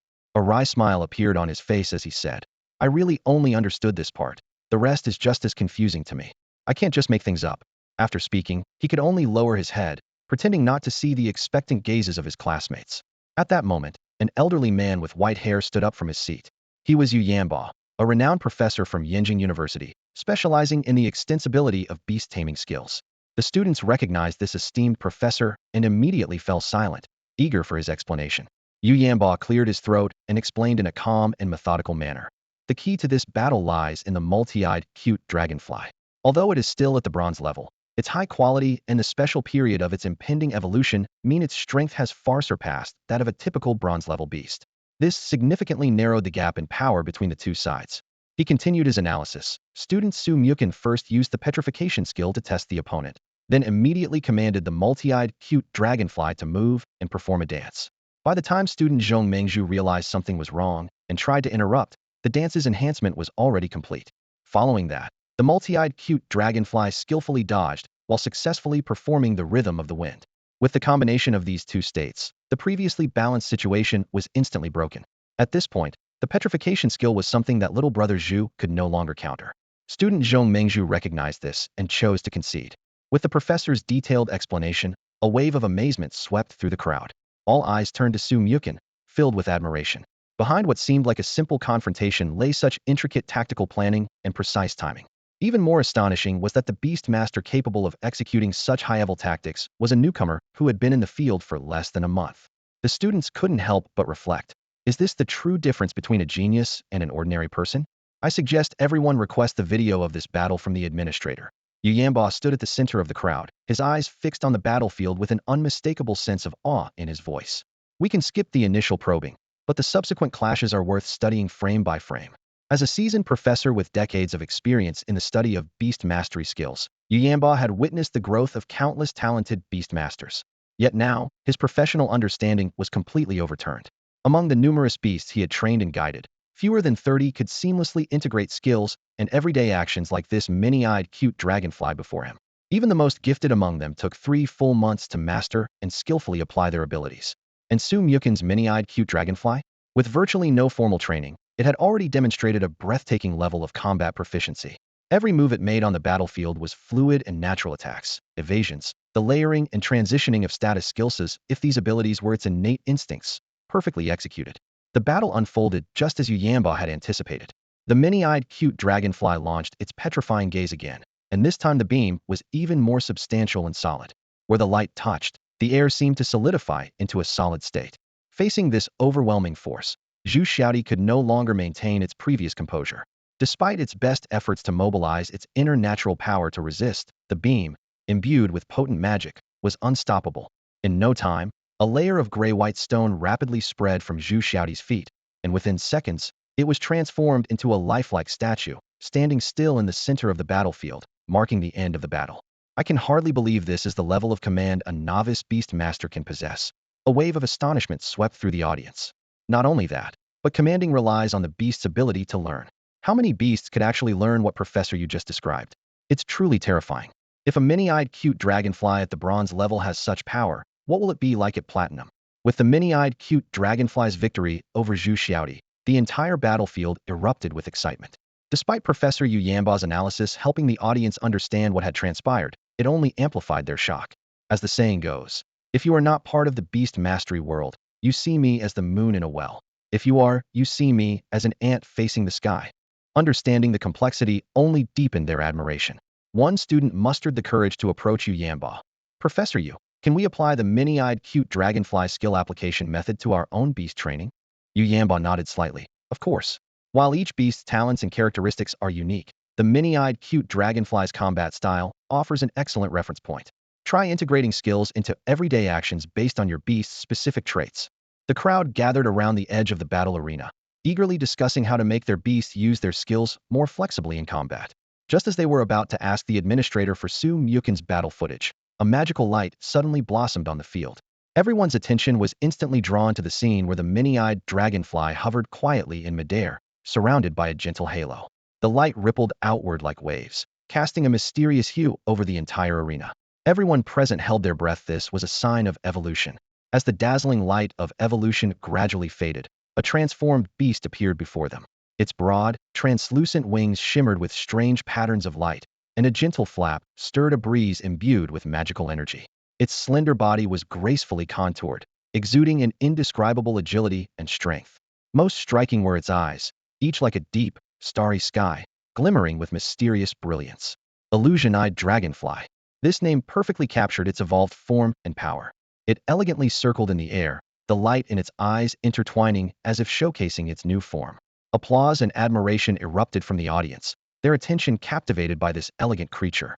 Zhong Mengzhu gazed at the illusion-eyed dragonfly, her eyes filled with amazement, then she smiled with satisfaction.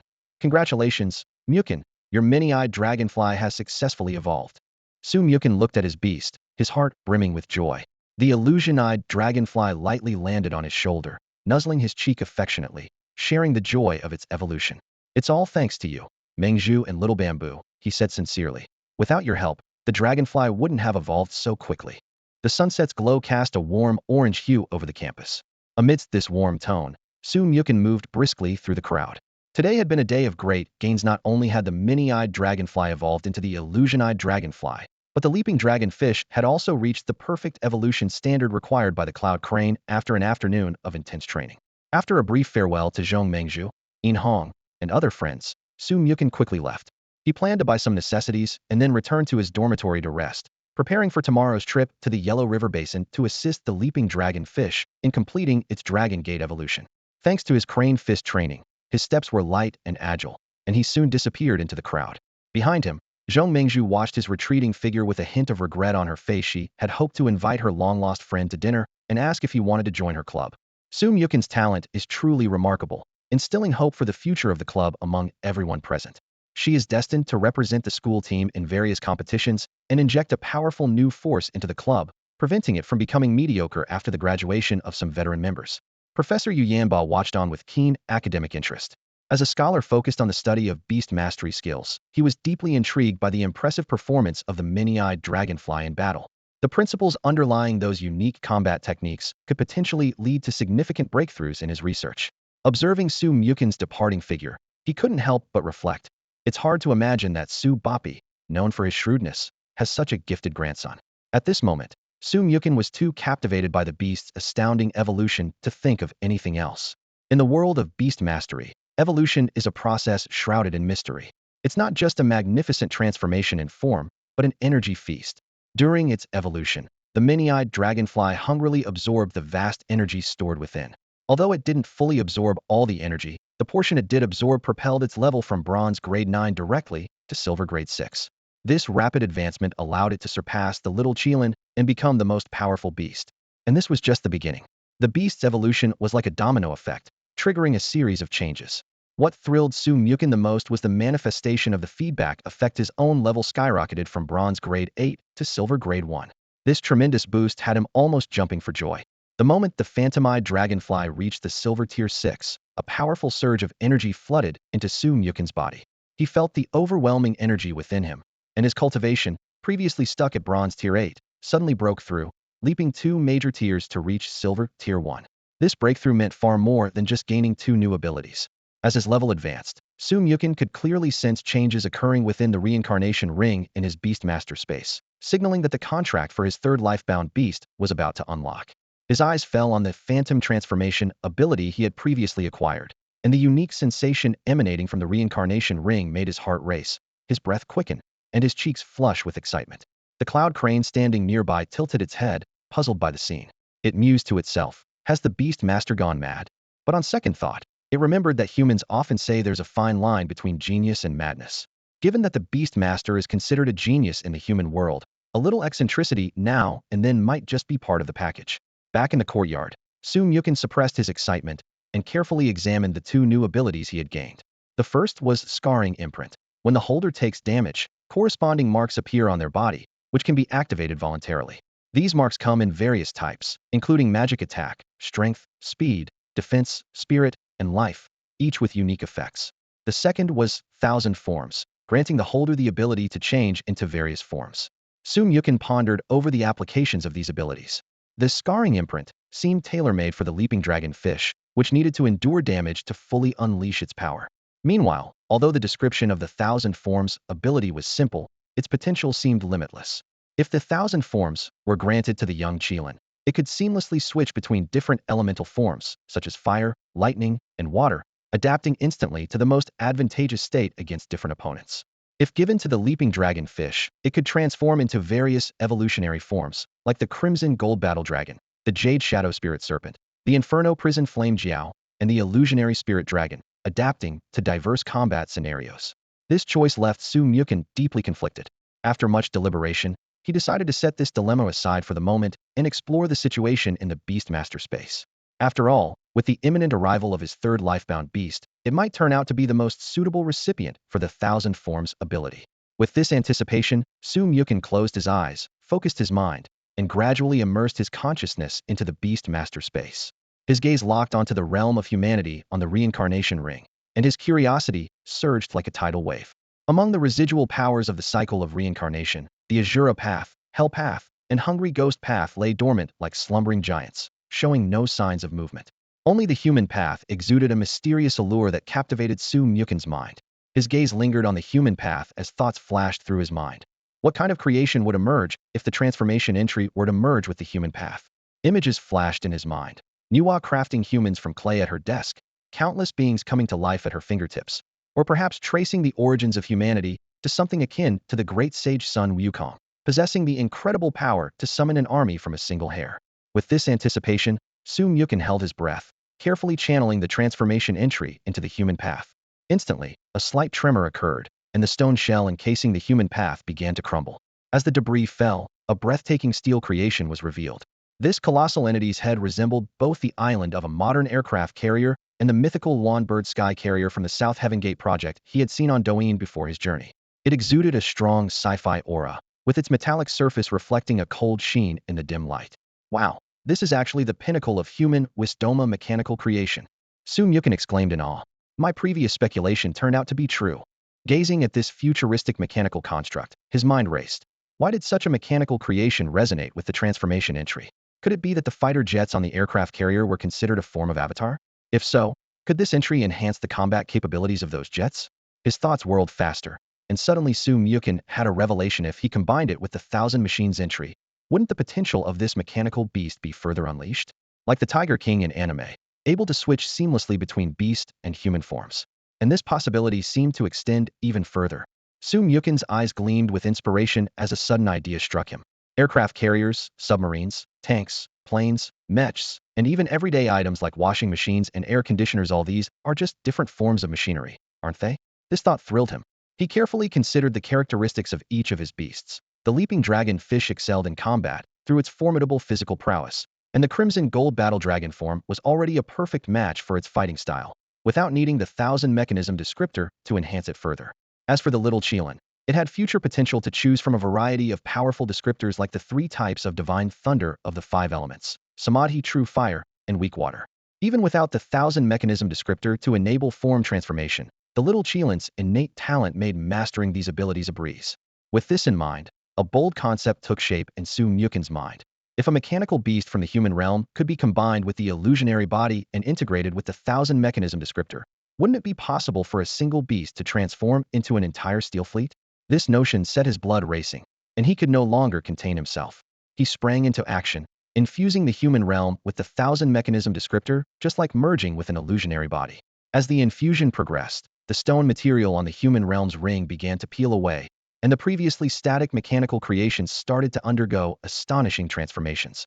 Even witnessing only half of the transformation process, the scene before Su Mukon took his breath away. First appeared an ultramodern aircraft carrier, its streamlined hull shimmering with a deep blue glow, like a ruler of the seas, parting the waters as it passed, and leaving a profound wake behind. In an instant, the carrier's form twisted, morphing into a massive mechanical crocodile. The fusion of sci-fi armor with the fierce crocodile form exuded an intimidating aura. Following that, the mechanical crocodile transformed once more, revealing the form of a giant mech. This steel giant's every joint radiated immense power, and the weapon it held was truly awe-inspiring. Su Mukon watched the miraculous transformation process intently, filled with shock and delight. Indeed, the 1000 mechanism descriptor and the human realm were a match made in heaven. The moment the 1000 mechanisms entry was infused into the path of mortals, Su Mukon's consciousness withdrew from the beast taming space. At that instant, an unusual energy fluctuation emanated from the leaping dragon fish, causing the cloud crane to let out a surprised gasp. Sensing a change, Su Mukon quickly stepped out of the room. Before him lay a completely renewed training ground, scattered with flame throwers, sharp metal blades, and stones of various sizes. The leaping dragon fish swam back and forth across the field, emitting excited pulu sounds. As flames soared in the training ground, a bright red mark appeared and disappeared on the leaping dragon fish's body. This was the manifestation of the scarring imprint entry's power. The red mark suddenly burst into dazzling light, and the aura of the leaping dragon fish surged instantly, its previously agile figure now exuding an even more commanding presence. It swung its tail forcefully, striking a nearby bluestone with a loud bang, shattering the hard stone into pieces. Clearly, the power of the leaping dragonfish's tail had been significantly enhanced. Noticing Su Mukon's presence, the leaping dragonfish swam over immediately, affectionately rubbing its soft body against his arm, as if expressing sincere gratitude. The cloud crane gently landed on Su Mukon's shoulder, first observing the vibrant leaping dragonfish, then turning its gaze to Su Mukon. Incredible, the cloud crane marveled. Your level up has induced such a change in the leaping dragonfish. This talent reminds me of a unique beast tamer in human history. He could influence his beasts according to his emotions. Excitement would make them lively, sadness would make them sorrowful, and anger would make them fierce. With the rise in level, this resonance grows stronger. Your talent might be similar to his. Who was that person? Sounds impressive. Su Mukin couldn't help but ask. The cloud crane shook its head, saying, a person of the past, not worth mentioning. A beast tamer should focus on the present and keep an eye on the future. Since your talent is closely tied to your level, don't slack off. Have your meal quickly, then continue training, replacing sleep with cultivation. Wait, weren't we supposed to balance work and rest? Su Mukin's eyes widened in disbelief.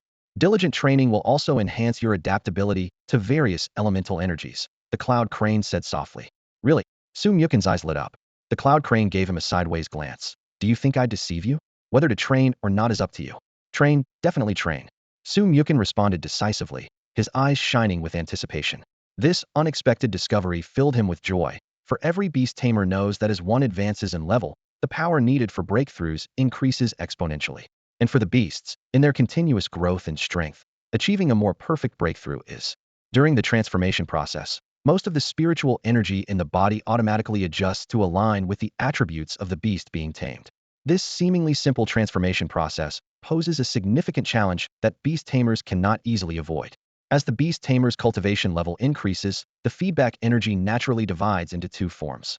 One is pure, attributeless spiritual energy that can be easily absorbed by the beast tamers, providing a strong boost for breakthroughs in cultivation. The other is spiritual energy with specific attributes, which, due to its unique nature, is often difficult for the meridians within the beast tamers' bodies to accommodate. For this reason, a common consensus has formed among the community of beast tamers to specialize in a single attribute. Typically, they choose to specialize in the attribute that matches their own innate beast, allowing their physical body to gradually adapt and eventually absorb that attribute's spiritual energy freely. This path of specialization undoubtedly accelerates the cultivation process significantly. This also explains why Su Mukin was initially cautious about contracting with the Ice Soul Spirit.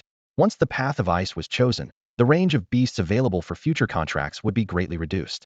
However, destiny took a turn when he later contracted the Ring of Reincarnation.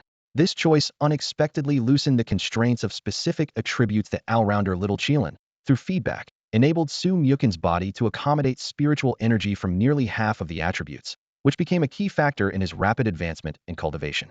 At this moment, the news brought by the Cloud Crane left Su Mukin stunned. It turned out that practicing Crane Fist could further enhance his body's ability to accept spiritual energy of various attributes. For someone eager to quickly elevate his cultivation level, this was undoubtedly a rare opportunity. Filled with excitement, Su Mukin quickly ordered a nutritious meal online to replenish his energy before fully dedicating himself to practicing Crane Fist. Moments later, he suddenly remembered something important and promptly sent this significant discovery, along with previously recorded videos of his Crane Fist practice, to his parents and grandparents. He hoped they could all practice together, at least for longevity and health. However, reality hit Su Mukin hard. He eagerly opened his phone, anticipating a surprised reaction from his family. Yet, the 4 replies were unexpectedly bland, merely asking, "Taught by Yun Zhongxianhe," and nothing more. Su Mukin stared at the screen, his smile slowly fading as his brows furrowed. Darn, why is there no reaction at all? He muttered to himself. A bold idea suddenly flashed in his mind. Could it be that our Su family really has some deep connection with Xuanwu? Have Grandpa and Grandma been practicing some mystical techniques passed down by Xuanwu, which is why they're so unfazed by the Crane Fist? Once this thought emerged, it spread like wildfire in his mind. Su Mukin immediately called his grandfather, urgently asking about it. On the other end, Su Qingsong's voice carried a hint of teasing. What do you think the second set of national radio calisthenics is? Everyone in China practices it. This simple statement struck Su Mukin like a bolt of lightning. So, this thing is actually common? He asked in disbelief.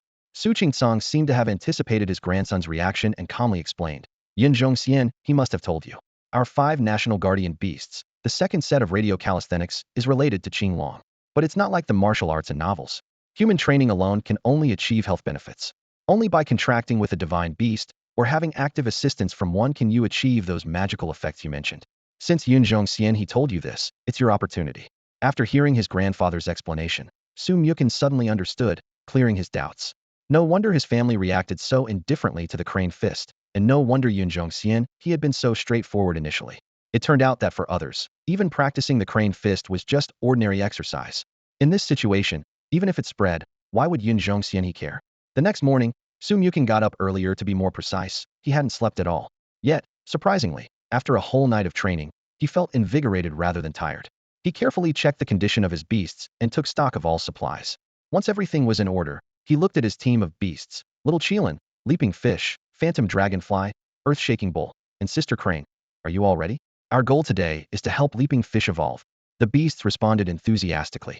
Little Qilin let out a moo, Leaping Fish bubbled, Phantom Dragonfly buzzed, and Earth-Shaking Bull gave a deep moo. Finally, the celestial crane lifted its head and let out a deafening screech. The sound was so powerful that, if not for the specially soundproofed walls of the courtyard, it could have echoed across the entire Yenjing University. Unprepared, Sumyukin stood frozen, his ears ringing as if 1,000 bees were swarming around him. Once he managed to recover from the ringing, he saw the celestial crane tilting its head, looking at him with an innocent expression as if to say, "I thought they were loud, so why not add some enthusiasm?" Clearly, it was saying, "See, I did well, didn't I?" Sumyukin's mouth twitched as he rubbed his still throbbing ears. "I guess this is payback for me saying your crane-style boxing is overrated." He could only smile wryly and say, "Enthusiasm is good. Just, maybe not so much next time." Hastily leaving the courtyard with his beasts, Sumyukin officially embarked on another lesson of a beast master traveling. The towering mountains on either side of the Longmen Gorge created a narrow valley. The raging yellow river surged through the canyon, making it a sacred place in the hearts of many leaping fish beast masters. To evolve, a leaping fish must swim upstream and leap over the Dragon Gate Falls. Evolving at the Dragon Gate could unlock its full potential. By noon, Sumyukin, along with Little Qilin and Phantom Dragonfly, reached the closest point to the Dragon Gate. Even in infrastructure-savvy China, care was taken when planning high-speed rail routes to avoid disrupting the habitats of wild spirit beasts. To reach the Dragon Gate, they needed to cross a forest and follow the river upstream, which would take 3 to 5 days. As soon as they entered the forest, a beast master in a blue robe eagerly approached, eyes gleaming with excitement. "The sacred Qilin beast is really popular these days. I didn't expect to see one here." "Young man, interested in a beast battle?" Sumyukin politely declined with a smile. "No, maybe another time." In fact, since entering the forest, he had received countless such invitations. Some recognized him as the rising star Sumyukin from the internet, while others were simply drawn to Little Qilin's unique appearance. Regardless of who they were, Sumyukin refused all requests. He knew that agreeing to one battle would make it hard to refuse another, and his goal was to help Leaping Fish evolve, without wasting time on these battles. So, Sumyukin, along with the Little Qilin and the illusion-eyed Dragonfly, continued heading towards Longmen without a moment's pause. The outskirts of the forest were bustling with people as beast tamers hurried by. The illusion-eyed Dragonfly perched obediently on Sumyukin's shoulder, its lively eyes constantly surveying everything around.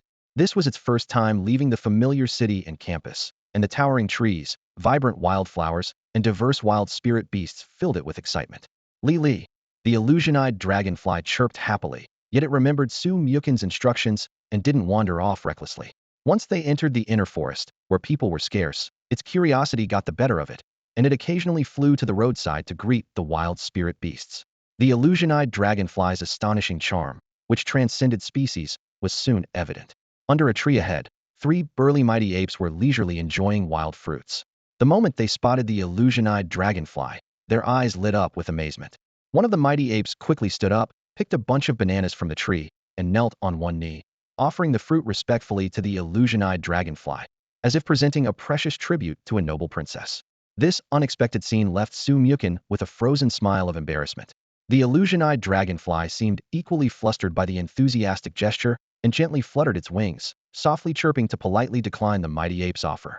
The 3 mighty apes stood there stunned, their expressions shifting from joy to disbelief and disappointment. Slowly, they bowed their heads, tears seeping through their fingers, and eventually turned away, departing heavily. Meh. The Little Qilin looked confusedly at the departing mighty apes, not understanding why they were so upset. Sumyukin, observing the Little Qilin's puzzled look, sighed softly and patted its head, saying, "Don't worry about them." The Little Qilin nodded thoughtfully and continued to follow Sumyukin. The illusion-eyed Dragonfly happily circled above, its good mood undisturbed by the earlier incident. Sumyukin strolled leisurely along the forest path, enjoying the closeness to nature with his 2 companions. However, for most novice beast tamers, the wild environment wasn't nearly as pleasant and relaxing. The wilderness is filled with countless uncontrollable factors, posing potential dangers at every turn. Venomous spirit beasts might lurk in the grass, and a herd of aggressive creatures could be encountered around any corner. An inadvertent provocation could lead to a life-and-death struggle. Because of this, most novice beast tamers choose to travel in groups, looking out for each other and facing the unknown risks together. However, these threats did not affect Su Muchuan's confidence in the slightest. The celestial crane in her beast space was formidable enough, and the guardian spirit within her necklace provided her with the assurance to explore alone without worry.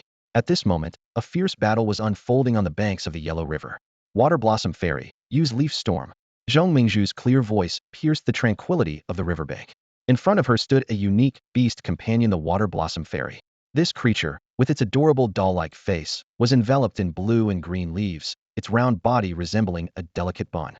Though seemingly harmless, it concealed a hidden edge. Upon receiving the command, the leaves around the Water Blossom Fairy burst into dazzling light. The leaves spun rapidly, creating a violent leaf storm centered around it. Each leaf transformed into a sharp blade, slicing through the air with fierce momentum towards the riverbank. Their adversaries were a group of pitch-black, ferocious beasts, resembling demons emerging from the abyss, with eyes glinting with a crazed bloodlust. These beings, stripped of all benevolence, were driven purely by a desire to kill. The leaf storm crashed heavily into the horde of beasts, the howling wind mingling with the low growls of the beasts.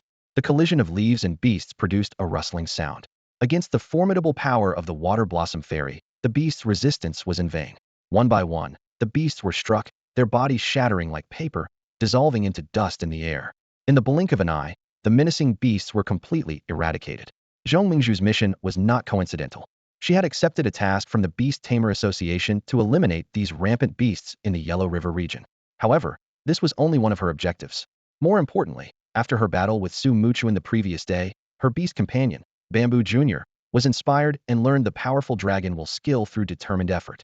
Therefore, she hoped to expose Bamboo Jr. to the dragon aura emitted by the evolving leap dragon fish, aiding its evolution into a bamboo dragon beast. Gazing at the ever-flowing Yellow River, Zhong Mingzhu murmured softly, I hope to encounter a leap dragon fish evolving in the next couple of days. Her eyes were full of anticipation. The first day of the journey went smoothly, with no major incidents. Aside from a brief encounter with 3 powerful apes, everything was uneventful. When they grew tired, they rode on the mighty Earthshaker ox to continue their journey. As the sunset painted the sky in hues of red, the group finally found a spot by the river in the forest to rest. Let's rest here for the night, Su Muchen suggested, his voice carrying the fatigue of a long journey as he surveyed the surroundings. He turned to the little Qilin, which immediately understood, exerting a gentle force with its hooves to stand firm. In an instant, a soft glow of earth and wood elements radiated from the little Qilin. The surrounding soil and trees seemed to come alive, moving on their own. Layers of soil piled up and compacted, and wood pieces fitted together precisely. In no time, a small hut rose from the ground, with sturdy walls and a neatly arranged roof. Perfect. With this ability, who needs a tent when traveling? Su Muchen exclaimed, giving a thumbs up. The other beasts echoed his excitement. The phantomized dragonfly danced gracefully. The Earthshaker ox let out a deep roar of approval, and the little Qilin proudly lifted its head and wagged its tail. Amidst the cheerful atmosphere, the cloud crane stood alone on a branch, its gaze fixed intently on a certain spot along the Yellow River. Its feathers tightened slightly, sensing the strange fluctuations of a spatial node there, filled with an ominous aura that made it vigilant. What's wrong? Su Muchen asked, noticing the cloud crane's unusual demeanor. Nothing. The cloud crane replied softly, choosing to remain silent for the moment. It understood that the main purpose of the journey was to help the leap dragon fish evolve and didn't want to distract Su Muchen at this critical time.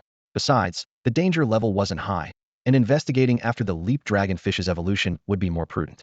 After a day of traveling, everyone was famished. Fortunately, Su Muchen had come prepared, with ample supplies stored in his beast space, a variety of beast ingredients and hundreds of meals pre-ordered from the canteen. Thanks to the unique properties of the beast space, the food remained fresh. As moonlight draped the earth like a silver veil, Su Muchen began to give instructions to his beasts. He approached the Earthshaker ox, gently stroking its sturdy neck. No training tonight. Conserve your energy in the wild. The Earthshaker ox nodded in agreement. Finally, he turned to the leap dragon fish, which was eager and restless. Hold on for 2 more days. Once we reach the Dragon Gate, you'll have a blast. The pressure of the Yellow River at the Dragon Gate is intense, and you'll feel the powerful impact all over your body, like getting punched. It's said that the higher you go, the stronger the force, with each impact feeling like a punch from the ox. The eyes of the leaping dragon fish sparkled with light as Su Muchen described the situation. Its emotions were clearly visible when it first heard that it would have to wait 2 more days before training. Its fins drooped slightly, showing disappointment. However, at the mention of the Dragon Gate challenge, it immediately straightened its body. its gaze becoming firm and focused. The thought of the impending challenge made its entire body quiver with excitement, eyes filled with a determined glow. Blub blub, the leaping dragon fish exclaimed excitedly, as if declaring its resolve. Then came another louder blub, as if shouting to the sky, I will reach the highest point. After calming the leaping dragon fish, Sum-Yukin turned to the little Qilin squatting nearby. This curious little creature was looking around, full of interest in everything around it. Sum-Yukin squatted down to meet its gaze, seriously advising, and you, don't wander around at night. Nay nay, the little Qilin nodded obediently, looking at Sum-Yukin's serious expression.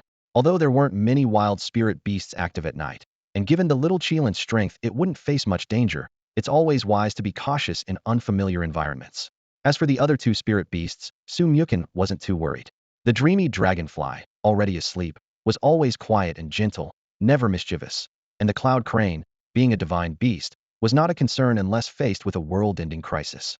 Time for sleep, Sum-Yukin said after making the necessary arrangements, stretching and yawning as he walked into the small cabin, quickly drifting into slumber. The next morning, golden sunlight filtered through the leaves, casting dappled shadows on the cabin. Sum-Yukin rubbed his sleepy eyes and stepped outside, noticing the Cloud Crane was nowhere in sight. But he wasn't worried, such a great divine beast didn't require his attention. Good morning, little ones, he greeted, and it was time for the little Qilin to show its skills. Flames ignited around it, simultaneously drawing up fresh spring water from underground. Under the heat of the flames, steam quickly rose from the water surface. Sum-Yukin used the boiling water to mix a large tub of milk powder and boiled a few eggs, preparing a hearty breakfast. The group of 1 human and 4 beasts sat together, enjoying the warm breakfast. After eating, Sum-Yukin shared the leftover food with some cautious wild spirit beasts that approached, then led the team to continue their journey. They only needed to follow the tributary that would eventually merge into the Yellow River, but without any flying beasts, they had to continue on foot. Sum-Yukin glanced up at the sky, watching a large griffin soar with its wings spread wide, its feathers glinting with a metallic sheen in the sunlight, while the beastmaster on its back looked down at the earth with a heroic demeanor. Witnessing this, Sum-Yukin couldn't help but show a hint of envy in his eyes. Chirp chirp, nay nay. The little Qilin and the dreamy Dragonfly, sensitive to their master's emotions, quickly made comforting sounds. Sum-Yukin gently patted the heads of the two little creatures and said with a warm smile, you two are still growing, so it's not suitable for you to carry heavy loads yet. Let's wait until the leap dragon fish evolves into a crimson gold battle dragon, becoming a real big guy, and then we'll all sit on its dragon head together. Plu. The leap dragon fish wagged its tail excitedly, nodding repeatedly. Sum-Yukin took out his phone and showed a picture of a crimson gold battle dragon. Its majestic presence made all the beast tamers present gasp in awe. The little Qilin bounced happily, the phantom-eyed dragonfly gently flapped its wings, and even the usually composed Earthshaker ox let out a low, expectant moo. The leap dragon fish glanced at the Earthshaker ox's massive body and suddenly looked worried. Ox, brother, with your size, maybe you shouldn't think about riding me. I'm afraid your weight might give me a neck problem. Moo. The Earthshaker ox tilted its head in confusion. Isn't a neck problem painful too? Plu. The leap dragon fish was momentarily stunned, then realized. Oh, that makes sense. Moo. Continued the Earthshaker ox. I'm the big brother, so everyone rides on me now. You're the second brother, so when you evolve, everyone can ride you. No problem, right? Plu. No problem at all. The leap dragon fish replied cheerfully. Watching the exchange between the two beasts, Sum-Yukin and the other beast tamers couldn't help but smile knowingly. The group continued forward as the river became increasingly turbulent, with the water roaring like a wild horse set free, creating a deafening sound.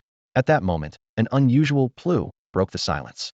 Sum-Yukin froze and quickly turned to the leap dragon fish. Just now, was that you speaking? The leap dragon fish gently shook its head, nervously swishing its tail. Sum-Yukin's brows furrowed into a tight line, a sense of foreboding rising in his heart. The atmosphere around them instantly grew tense. Growl. The little Qilin stopped its playful demeanor, its eyes fixed ahead, emitting a faint aura of pressure, as if sensing some impending danger. Poachers. The thought exploded in Sum-Yukin's mind. He knew well that this section of the Yellow River was home to a few rare leap dragon fish.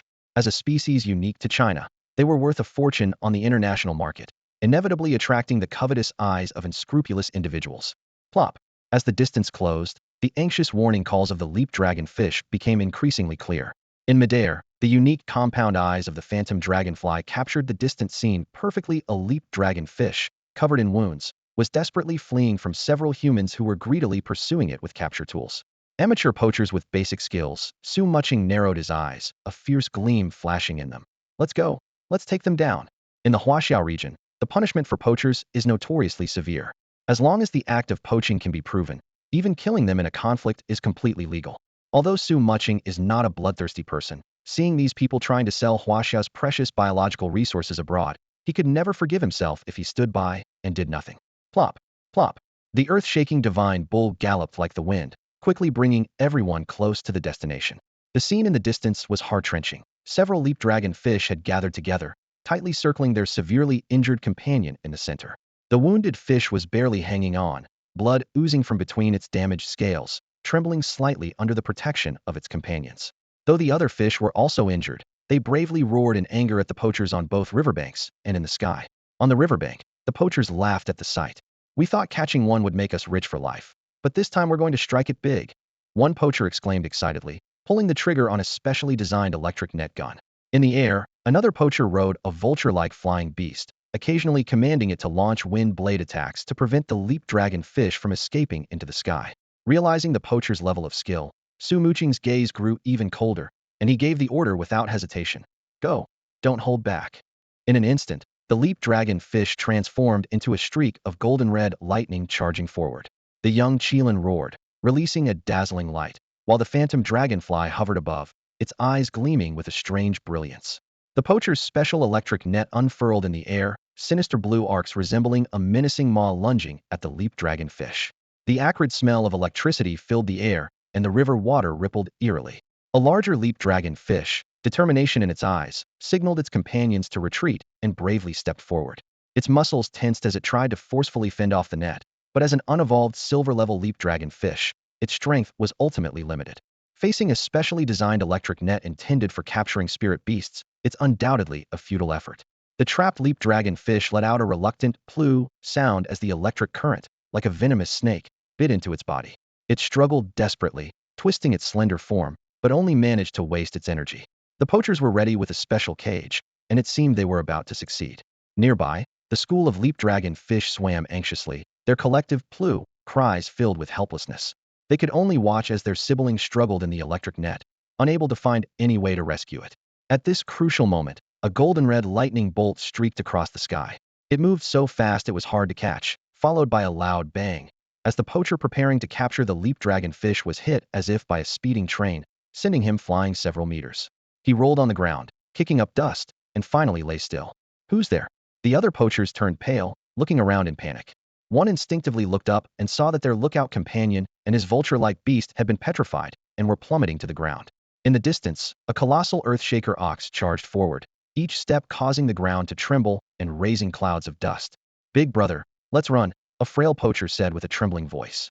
The one addressed hesitated for a moment, realizing the newcomer was not law enforcement, and signaled for the group to remain calm. At that moment, the branding mark on the trapped leap dragon fish suddenly shone brightly, and its tail transformed into a sharp steel blade.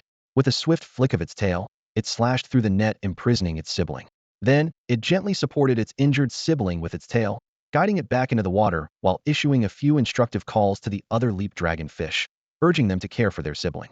"Kid, I advise you to mind your own business," one poacher shouted at the young Su Mochen, trying to sound intimidating but failing. "My friend, how about 5 million to look the other way?" Another quickly put on a false smile, attempting to bribe him. Upon hearing this, Su Mochen frowned. The fact that they could casually offer 5 million meant their earnings surpassed those of 99 of ordinary people, indicating this wasn't their first crime. "Filthy rats in the sewer." Su Mochen's voice was soft yet as firm as ice hitting the ground. "No, you're worse than rats." These seemingly light words struck the poachers like a sharp dagger, piercing the most sensitive part of their hearts, stirring an uncontrollable anger within them. "If you won't take a toast, you'll take punishment." The poacher's face turned ashen, and veins bulged on his forehead like writhing worms. With a furious shout, the porcupine covered in sharp quills beside him immediately understood and let out a low growl. Its quills stood on end, gleaming menacingly in the midday sun, each one appearing like a poisoned blade ready to strike. Su Mochen responded to this bluffing threat with nothing more than a cold smile.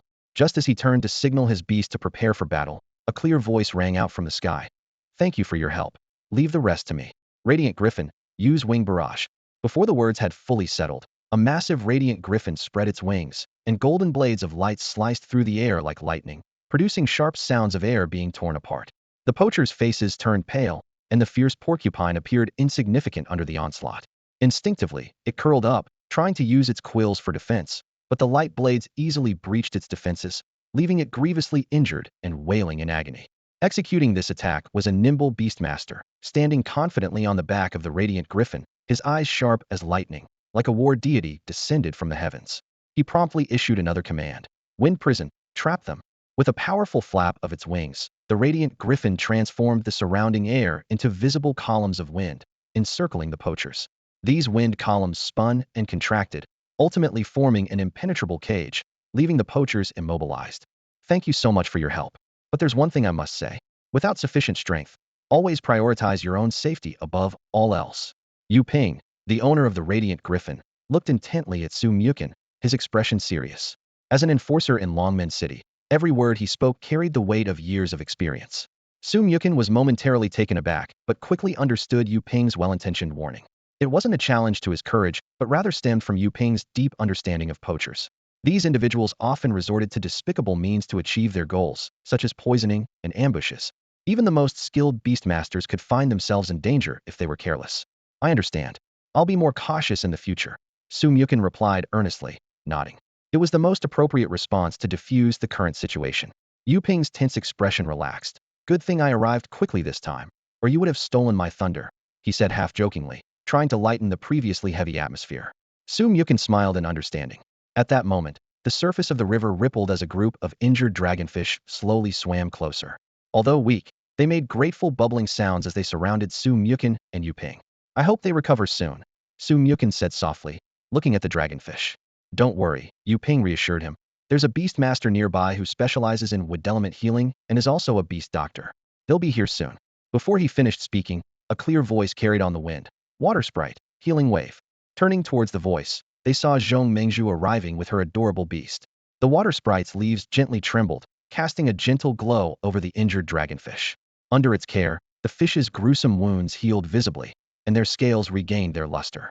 The rejuvenated dragonfish joyfully flicked their tails, occasionally leaping out of the water to express their gratitude to Su Mukin, Yu Ping, the dragonfish, the little Qilin, the earthshaker bull, the illusion-eyed dragonfly, and the radiant griffin present. Su Mukin's dragonfish, in particular, received admiration from its peers for its brave rescue of its kin. It was surrounded by enthusiastic bubbling sounds, which, though unintelligible, clearly conveyed heartfelt gratitude, causing its entire body to glow with a warm red hue. Haha, who would have thought these dragonfish would be such fans? Yu Ping laughed heartily, causing Su Mukin and Zhong Mengzhu to smile. Just then, hurried footsteps sounded from a distance. Law enforcement officers quickly arrived, extracting the poachers from the wind prison and escorting them into police vehicles. The poachers stood there dejectedly, their previous arrogance completely gone. Yu Ping's presence made the law enforcement process exceptionally smooth. They only asked a few key questions before expressing their sincere gratitude to Su Mukin and Zhong Mengzhu. After recording their bank details for the reward, Yu Ping turned to the two of them with a serious expression. Thank you both very much for your help today. This area has been unstable recently. Here's my contact information. Feel free to reach out if there's an emergency. With that, he swiftly mounted his griffin and took off with the other law enforcement officers. Once everyone had left, Su Mukin looked at Zhong Mengzhu and said, Mengzhu, I never expected to see you here. How did you? Zhong Mengzhu began, her voice trailing off. She wanted to ask why Su Mukin was in this area, which was restricted due to the presence of fierce beasts and only open to beastmasters of gold rank or higher. But then she remembered his prominent family background, which likely made such formalities a non-issue, especially since he had protective beasts with him, including the powerful Cloud Crane. With that realization, she held back her question and instead asked, Are you here to evolve your leap dragonfish? Su Mukin nodded slightly, his eyes sparkling with anticipation. Yes, it's time for the leap dragonfish to evolve. Hearing this, Zhong Mengzhu's face lit up with excitement, and she half-jokingly said, What a coincidence. Yesterday, my Bamboo Jr., though it only helped a little, did assist your many-eyed dragonfly in evolving. How about we let the leap dragonfish return the favor? Su Mukin paused for a moment, then realized, You want Bamboo Jr. to evolve into a bamboo dragon beast? Exactly, Zhong Mengzhu nodded affirmatively. Yesterday, Bamboo Jr. unexpectedly grasped the essence of the dragon. This evolution opportunity is too good to miss. Su Mukin patted his chest and replied heartily. No problem. The debt my sister owes, I'll repay. Zhong Mengzhu looked at him gratefully. Thank you in advance, Mukin. Just then, the water surface began to ripple, and a group of leap dragon fish leaped out, making a series of plop sounds. Su Mukin's leap dragon fish quickly translated their companions' intentions. After listening, Su Mukin's eyes gleamed with surprise, and he blurted out, "Are you saying you're willing to take us to the Dragon Gate?" The elder leap dragon fish nodded solemnly. They had been wondering how to repay the kindness, and, upon learning of the duo's desire to visit the Dragon Gate, made this decision. "But how are you going to take us there?" Zhong Mengzhu tilted her head slightly, filled with curiosity. Plop! The elder leap dragon fish responded confidently, as if saying, "Leave that to us." A nearly human-like confident smile appeared on the face of the leading leaping dragon fish. In the next moment, an astonishing scene unfolded before Su Mukin and Zhong Mengzhu's eyes. The 12 leaping dragon fish seemed to receive some silent command and began moving in perfect unison. The leading fish opened its enormous mouth and unleashed a fiery column of flame, directly hitting a nearby dead tree. The tongues of fire instantly engulfed the remaining branches, crackling loudly. Following closely, the second fish gracefully swished its tail, releasing several silver wind blades from its mouth. These wind blades, like invisible swords, sliced through the air, neatly cutting the tree into sections. Even more astonishing was the third fish, which suddenly extended vibrant green vines. These vines, as agile as living creatures, quickly bound the scattered wood pieces together.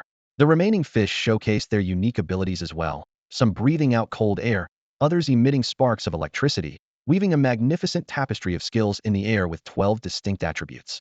In no time, a spacious and sturdy raft was completed through the collective effort of the fish.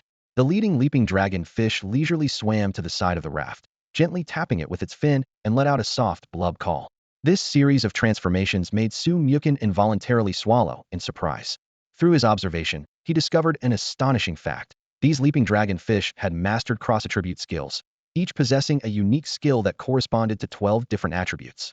This meant that as they evolved, they would grow into Emerald Spirit Drakes, Inferno Blazing Dragons, Illusion Spirit Dragons, Alloy Battle Drakes, Ocean Command Dragons, Abyss Dark Dragons, Radiant Holy Dragons, Bone Eroding Poison Dragons, Ice Soul Jade Dragons, Rock Dominator Drakes, Thunderstorm Frenzy Dragons, and Gentle Breeze Drakes. A thought flashed through Su Mukin's mind. No wonder those poachers have their eyes on them.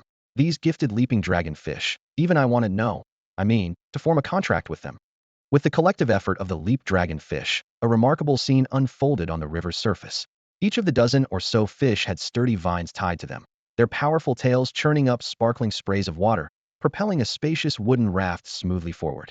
Su Mukin, Zhong Mengzhu, and their beasts sat comfortably on the raft, though the massive earth-shaking divine ox could not join them due to its size. This spectacle quickly caught the attention of the surrounding wildlife. Aquatic creatures in the river paused and stared wide-eyed at the unusual procession. On the riverbank, a troop of mighty apes was in the midst of an intense leadership contest. The robust Ape 1 and Ape 2 were locked in a fierce battle, their muscular arms clashing with thunderous impact. However, as the raft passed by, their movements froze, jaws dropping in disbelief. "Isn't that the 12 brothers?" Ape 1 asked in a daze. "Yeah," replied Ape 2. "What are they doing?" "No idea, but it looks fun. Let's give it a try after we're done here." The two apes exchanged a grin and resumed their fight. "We better continue, or the old tamers in the tribe will start nagging again." In the sky, the warm sun hung high, casting golden light across the land. Yu Ping patrolled at low altitude on his radiant griffin, while not far away, Huazongtao rode a sea dragon, keenly observing the surroundings. When they saw the spectacle on the river, they were momentarily taken aback, but quickly returned to their usual demeanor, being seasoned beastmasters. They had witnessed many strange sights. Yu Ping guided his mount closer to Huazongtao, frowning slightly. "You should consider moving the leap dragonfish out of here. Those poachers are just the tip of the iceberg. Their uniqueness has been exposed. When they are about to evolve, without the need for the Dragon Gate, more greedy individuals will come. The Yellow River area isn't like the military-protected tidal island." Before he could finish, Huazongtao nodded in understanding, but shook his head helplessly. "They're as close as brothers, like the bad boys alliance that dominates the grasslands. Their bonds are too strong, they don't want to separate." He took a deep breath, lost in memories. In his youth, he had been filled with ambition, believing he could protect these leap dragon fish on his own. But reality had taught him harsh lessons. Outsiders might be easier to fend off, but those within were not, and it was impossible to discern the true intentions of seemingly ordinary people. Huazongtao gazed at the lively group of leaping dragonfish before him, a slight frown on his face. Finding suitable masters for these unique creatures had always been a heavy burden on his mind. He had attempted to find the right beast tamers for them. But the situation with these 12 brothers was truly exceptional. They were inseparable, and none wished to be parted from the others. The resources needed to nurture 12 leaping dragonfish were staggering. Few beast tamers could afford it, and those who could had either chosen their own path or had no interest in beasts that didn't match their own attributes. As for those specializing in dragon-type beasts, most were eccentric. The few who were level-headed were successful adults with no time to care for these 12 brothers. Young beast tamers like Long Hanwen were enthusiastic but full of problems, and Huazongtao couldn't bear to entrust the leaping dragon fish to such individuals. Just as Huazongtao was troubled over this, Yuping quietly listened to his concerns, a meaningful smile playing on his lips. By the way, do you know why I'm telling you this now? A glint of wisdom flashed in Yuping's eyes. Have you ever thought about approaching this issue differently? Huazongtao was startled and looked at him in confusion. These two kids are top students from Yinjing University, Yuping coaxed. A prestigious institution like Yinjing University surely can't afford to care for a few hundred leaping dragonfish, right? It's not far away, and if you send them all there, wouldn't that solve the problem? You could go there as a teacher, watch over them, and help find suitable students for the leaping dragonfish, giving them better growth opportunities. Most importantly, these 12 brothers could stay together, which is much safer than staying here, don't you think? Huazongtao was initially stunned by his words. Then his eyes gradually widened as a look of sudden realization spread across his face. Wow, that makes sense. He stood up abruptly, then hesitated.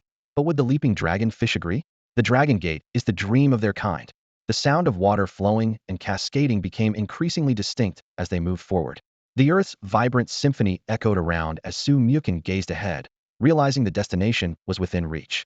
He looked up at the sky, where dusk had just begun to spread. Completing what should have been a 2-day journey in just half a day, the speed of the Yulong Yubran fast ship was indeed impressive. Suddenly, there was a splash, and the leading Yulong Yu abruptly slowed down. Following suit, from the 1st to the 12th, each Yulong Yu gradually reduced its speed. In Su Mukin's Yulong Yu's eyes, a peculiar light flickered. The legendary Longmen was right before them. Here, the Yellow River surged, creating a 1,000-foot cliff that only a divine dragon could cross, hence the name Longmen. The clan elders often mentioned that only the Yulong Yu that could leap over Longmen were truly successful. Many questions lingered in the minds of the Yulong Yu about Longmen, its essence, number, the scene during the leap, and the subsequent transformation. Now, at least one of these mysteries was about to be unveiled. Su Mukin could feel the excitement coursing through the Yulong Yu's body, but he was also acutely aware of its fatigue. As a beast master, he understood the importance of respecting his beast's wishes, but he also knew he had to be responsible for its future. This Yulong Yu had led the way throughout the journey and was now showing signs of weariness. Attempting to challenge Longmen in such a state was not a wise decision. Upon hearing Su Mukin's advice, the Yulong Yu's body trembled slightly, its lively eyes lingering on Longmen with a deep yearning. Ultimately, it nodded slowly, understanding that its beast master would never lead it to harm. The Yellow River Basin, with its unique geographical and ecological characteristics, is far more perilous than ordinary waters. In this harsh environment, the aquatic spirit beasts must remain ever vigilant and constantly hone themselves to survive. This survival pressure has shaped their distinct personalities, setting them apart from spirit beasts in other waters, particularly the leaping dragon fish of the Yellow River. Compared to their kin on Tides Island, the plight of the Yellow River leaping dragon fish is worlds apart. For those living in the vast oceans, the Dragon Gate is a sacred pursuit of a lifetime. However, the leaping dragon fish in the Yellow River live in close proximity to the Dragon Gate every day. This nearness has dulled their longing for the Dragon Gate. Leaping over the Dragon Gate? So what? They grow increasingly skeptical, and the sacred significance of the Dragon Gate fades with time. Yet, they are acutely aware of a harsh reality: attempting to cross the Dragon Gate, and failing means death. This instinctual fear has stripped most Yellow River leaping dragon fish of the courage to challenge it, leaving them to drift with the current, content as complacent slackers. However, tonight, these complacent leaping dragon fish witnessed a scene that shocked them. Su Mukin's leaping dragon fish, with eyes ablaze with a fervent desire for the Dragon Gate, disrupted the tranquility. Although it heeded Su Mukin's advice and did not rashly challenge the Dragon Gate, it didn't cease its exploration. With great effort, it swam upstream, like a bird breaking free from its shackles, soaring towards the sky. As it looked down from above, a magical vista unfolded before its eyes. The stars in the night sky seemed to transform into countless leaping dragon fish, soaring through the vast galaxy, bravely leaping over the Dragon Gate, and eventually transforming into radiant, true dragons. The sight made it tremble with excitement. Eagerly, it descended, swimming towards the base of the Dragon Gate to experience the fierce currents. The local leaping dragon fish sneered and remarked, "Look at that fool. Isn't it better to live comfortably? Why seek trouble?" Yet, such mocking could not deter its resolve. How can one easily abandon what they love due to others' dissuasion? It quietly immersed itself in the rapids, letting the currents slice through its body like sharp blades.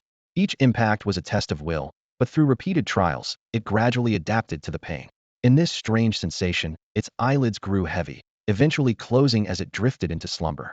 As Sumyukin said, tonight's rest is merely to gather strength, preparing to launch a more powerful assault on the Dragon Gate tomorrow. In a world filled with corruption, maintaining one's integrity can seem like a crime of being out of place. In this dark world, everyone holds a flickering candle the right to choose. These small lights, when gathered together, are enough to ignite a blaze and illuminate the entire sky. The Yellow River at night is silent. The leaping carp are asleep, quietly floating beneath the Dragon Gate. Yet, amid this silence, a change is quietly brewing. Fish 1 suddenly opens its eyes, its tail fin begins to move powerfully, and its body leans forward. Without any hesitation, it swims towards the rushing current ahead. The icy flow feels like countless sharp knives slicing across its scales. Soon after, Fish 2 and Fish 3, as if receiving a silent call, follow. Fish 4, Fish 5, up to Fish 12, awaken one after another, joining this seemingly reckless expedition. Their actions are not born of rational thought, but from a deep genetic instinct, to feel the Dragon Gate, to cross it, and to complete the transformation of life. Huazongtao stands on the riverbank, his eyes fixed on the scene in the water. His gaze is filled with complex emotions as he gradually falls into contemplation. At this moment, he finally understands a profound truth. Introducing children to dreams too early may not always be beneficial. When they are not yet prepared to face the allure of dreams and the harshness of reality, they often fall into inescapable confusion. Yanjing University. Sumyukin. Huazongtao murmurs these names softly. He knows clearly that the changes before him stem from Sumyukin's arrival. Yanjing University and this young man will become the new starting point for the fate of these leaping carp. The next morning, the golden light of the rising sun glistens on the Yellow River's surface. The leaping carp are lined up neatly, well-fed and in their best condition. Determination shines in each fish's eyes. Underwater, the heroic spirits have carefully arranged a safety net, ready to catch any carp that might fail in their challenge, ensuring their safety. Sumyukin crouches by the riverbank, meticulously wiping the scales of each leaping carp. When he raises his head and his gaze meets that of the leaping carp, countless words are condensed in his eyes, ultimately forming a simple yet powerful encouragement. Go for it. The leaping dragon fish slightly tilted its head back, reflecting Sumyukin's face in its eyes. It vigorously swished its tail, sending droplets that sparkled like tiny diamonds in the sunlight, before swimming to the front of the school. The sunlight glimmered on its mottled scales, each scar refracting a rainbow of colors, telling tales of past battles. The surrounding leaping dragon fish saw their leader return and immediately began making bubbling sounds, as if encouraging each other. They quickly formed into a neat formation downstream of the Dragon Gate, poised and ready.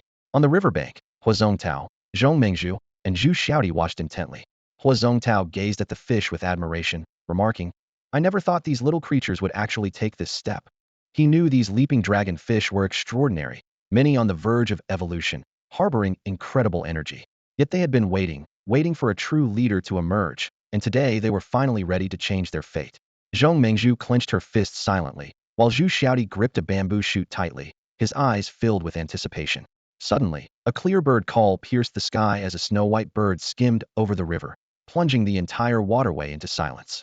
As if summoned by some call, Sumyukin's leaping dragon fish surged forward, accelerating rapidly, leaving a straight trail on the water's surface. The other leaping dragon fish followed closely, the entire school transforming into an arrow, cutting through the water. The rushing current was no longer an obstacle, but rather a force propelling them forward.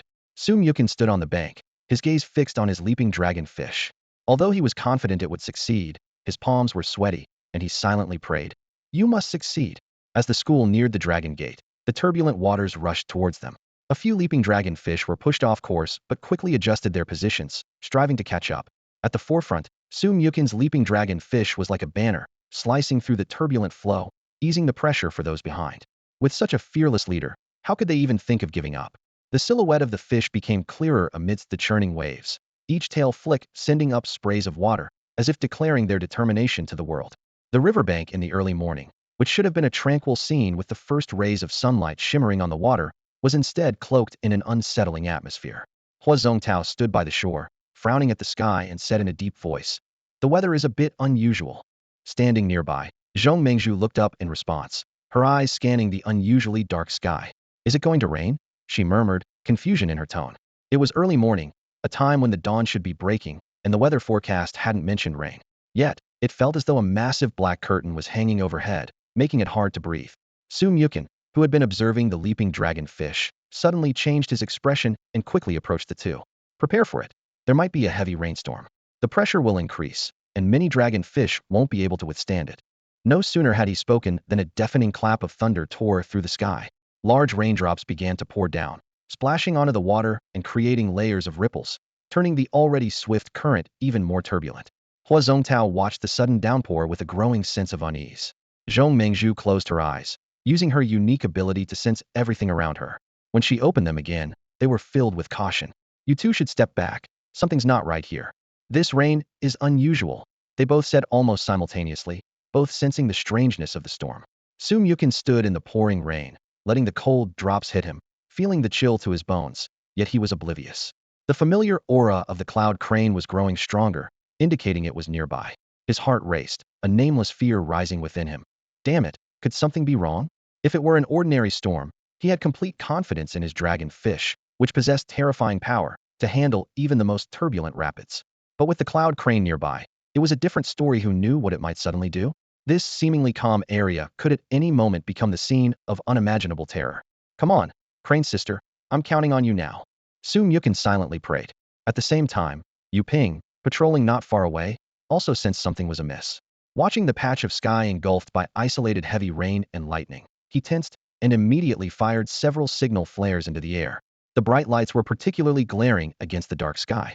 He gave a firm pat to his griffin, Yao Ling, and shouted, "Let's go."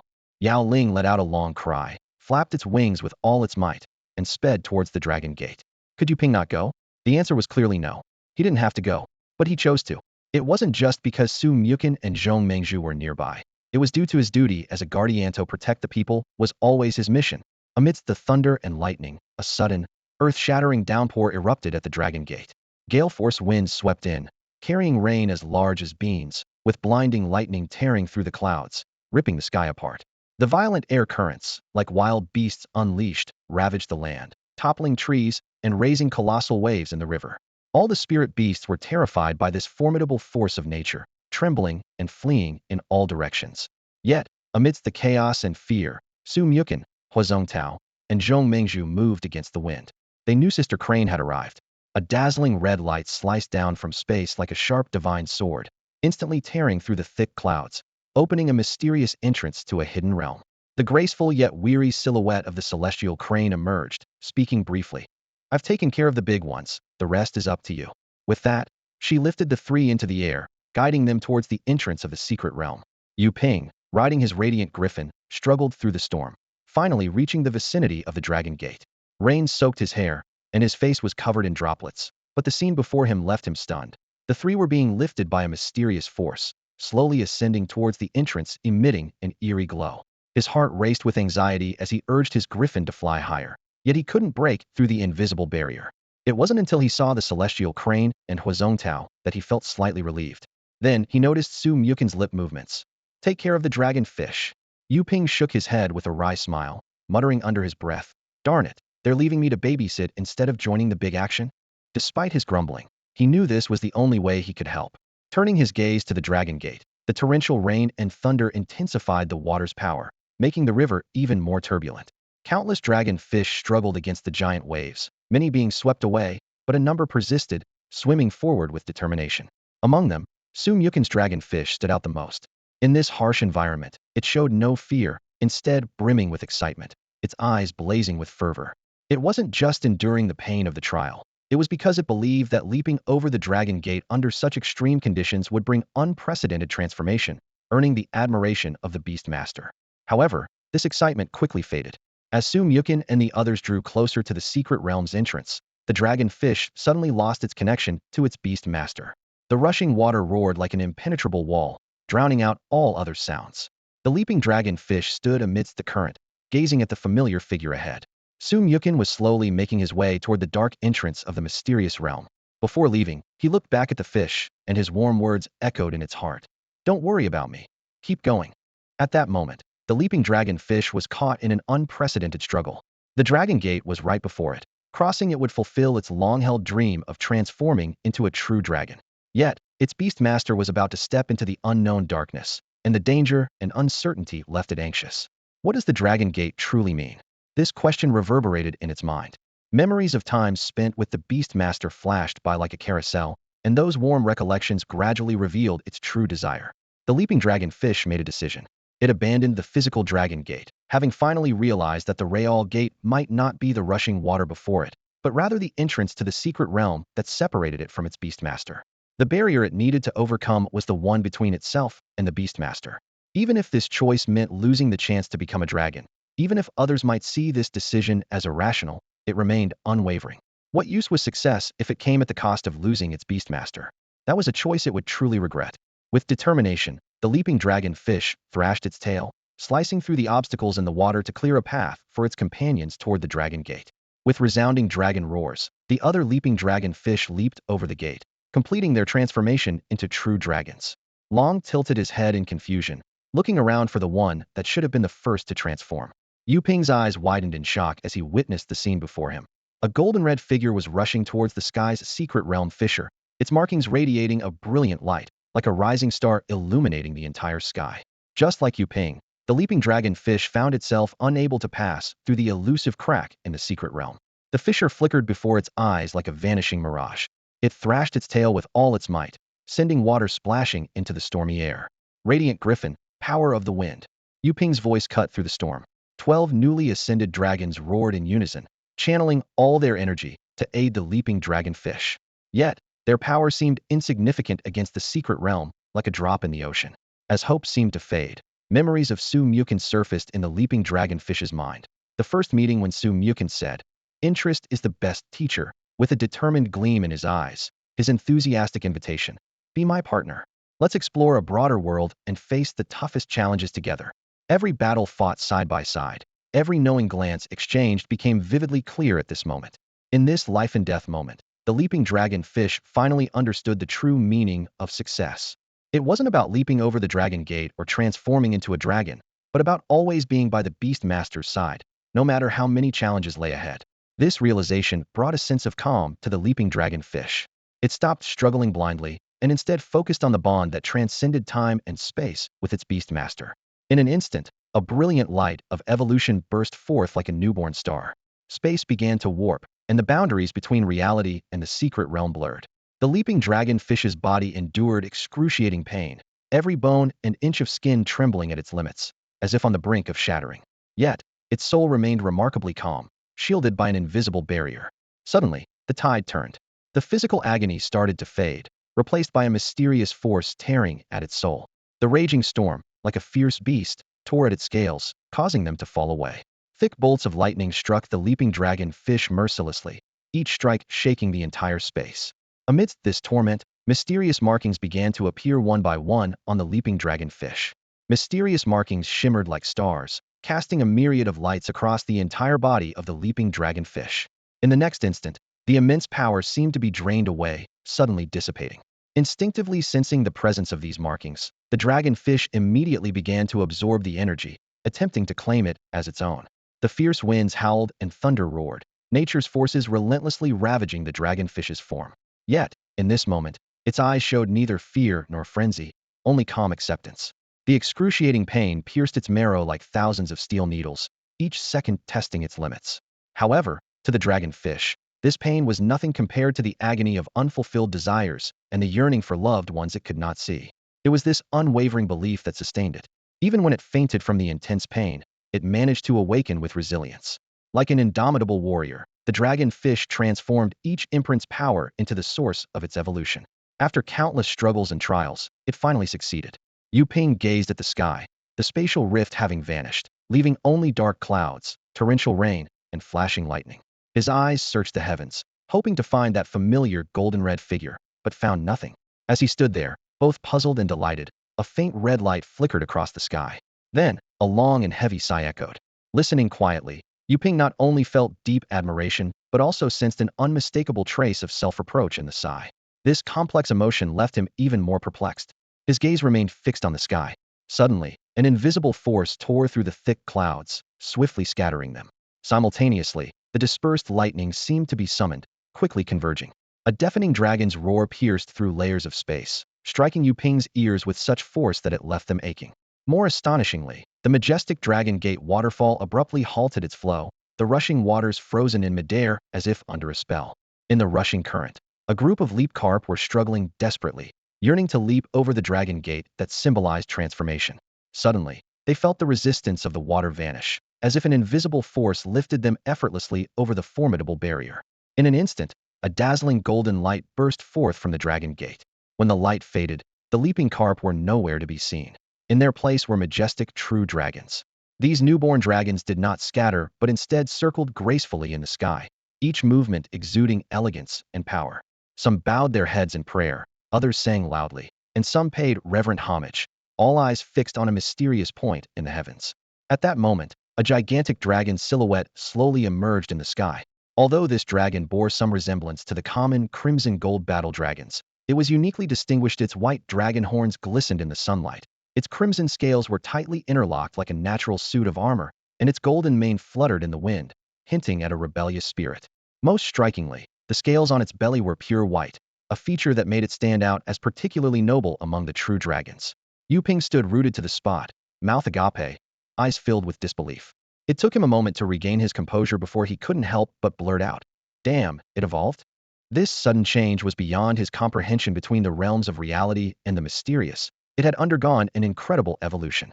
He kept shaking his head, his expression growing more complex. What the hell? How are the new beast tamers so freakishly powerful these days? At this moment, Yu Ping couldn't care less about being polite, resorting to crude language to express his shock, as everything before him shattered his understanding. Upon entering the mysterious space, Su Myukin and his two companions were immediately enveloped by an eerie atmosphere.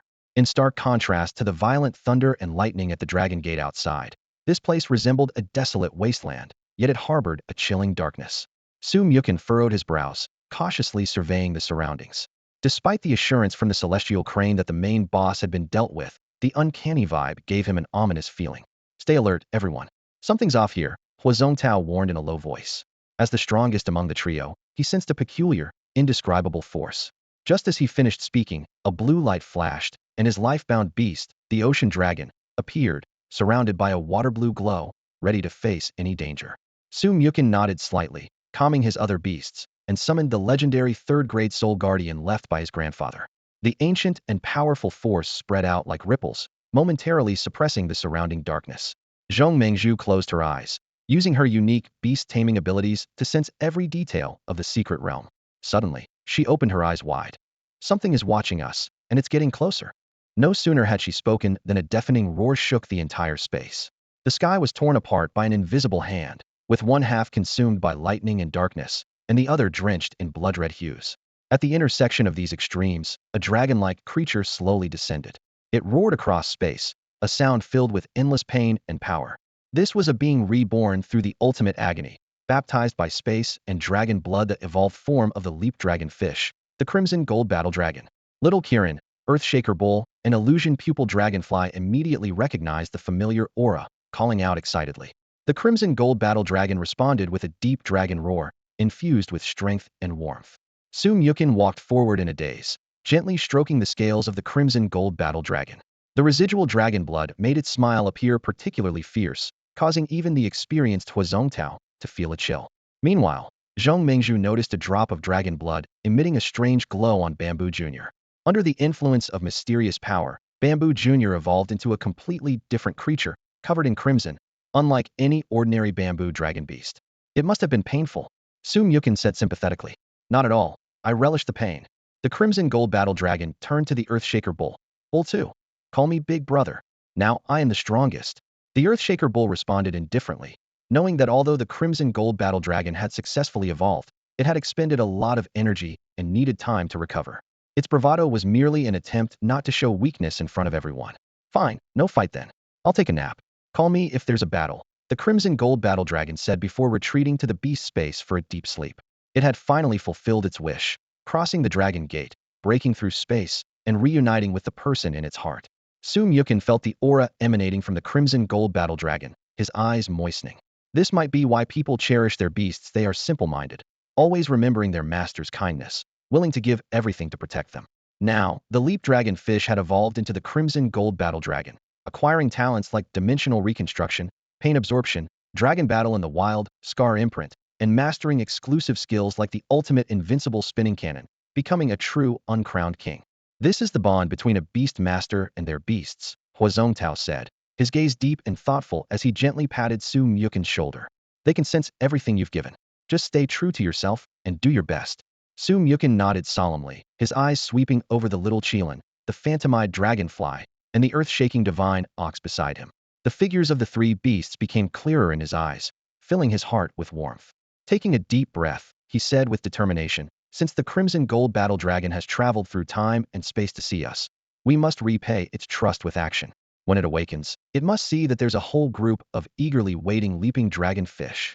As soon as he finished speaking, the three beasts responded enthusiastically. The little Qilin let out an excited roar, glowing brightly. The phantom-eyed dragonfly's wings vibrated with a buzzing sound, its eyes flickering with a mysterious light. The earth-shaking divine ox bellowed to the sky, causing the ground beneath its hooves to slightly dent.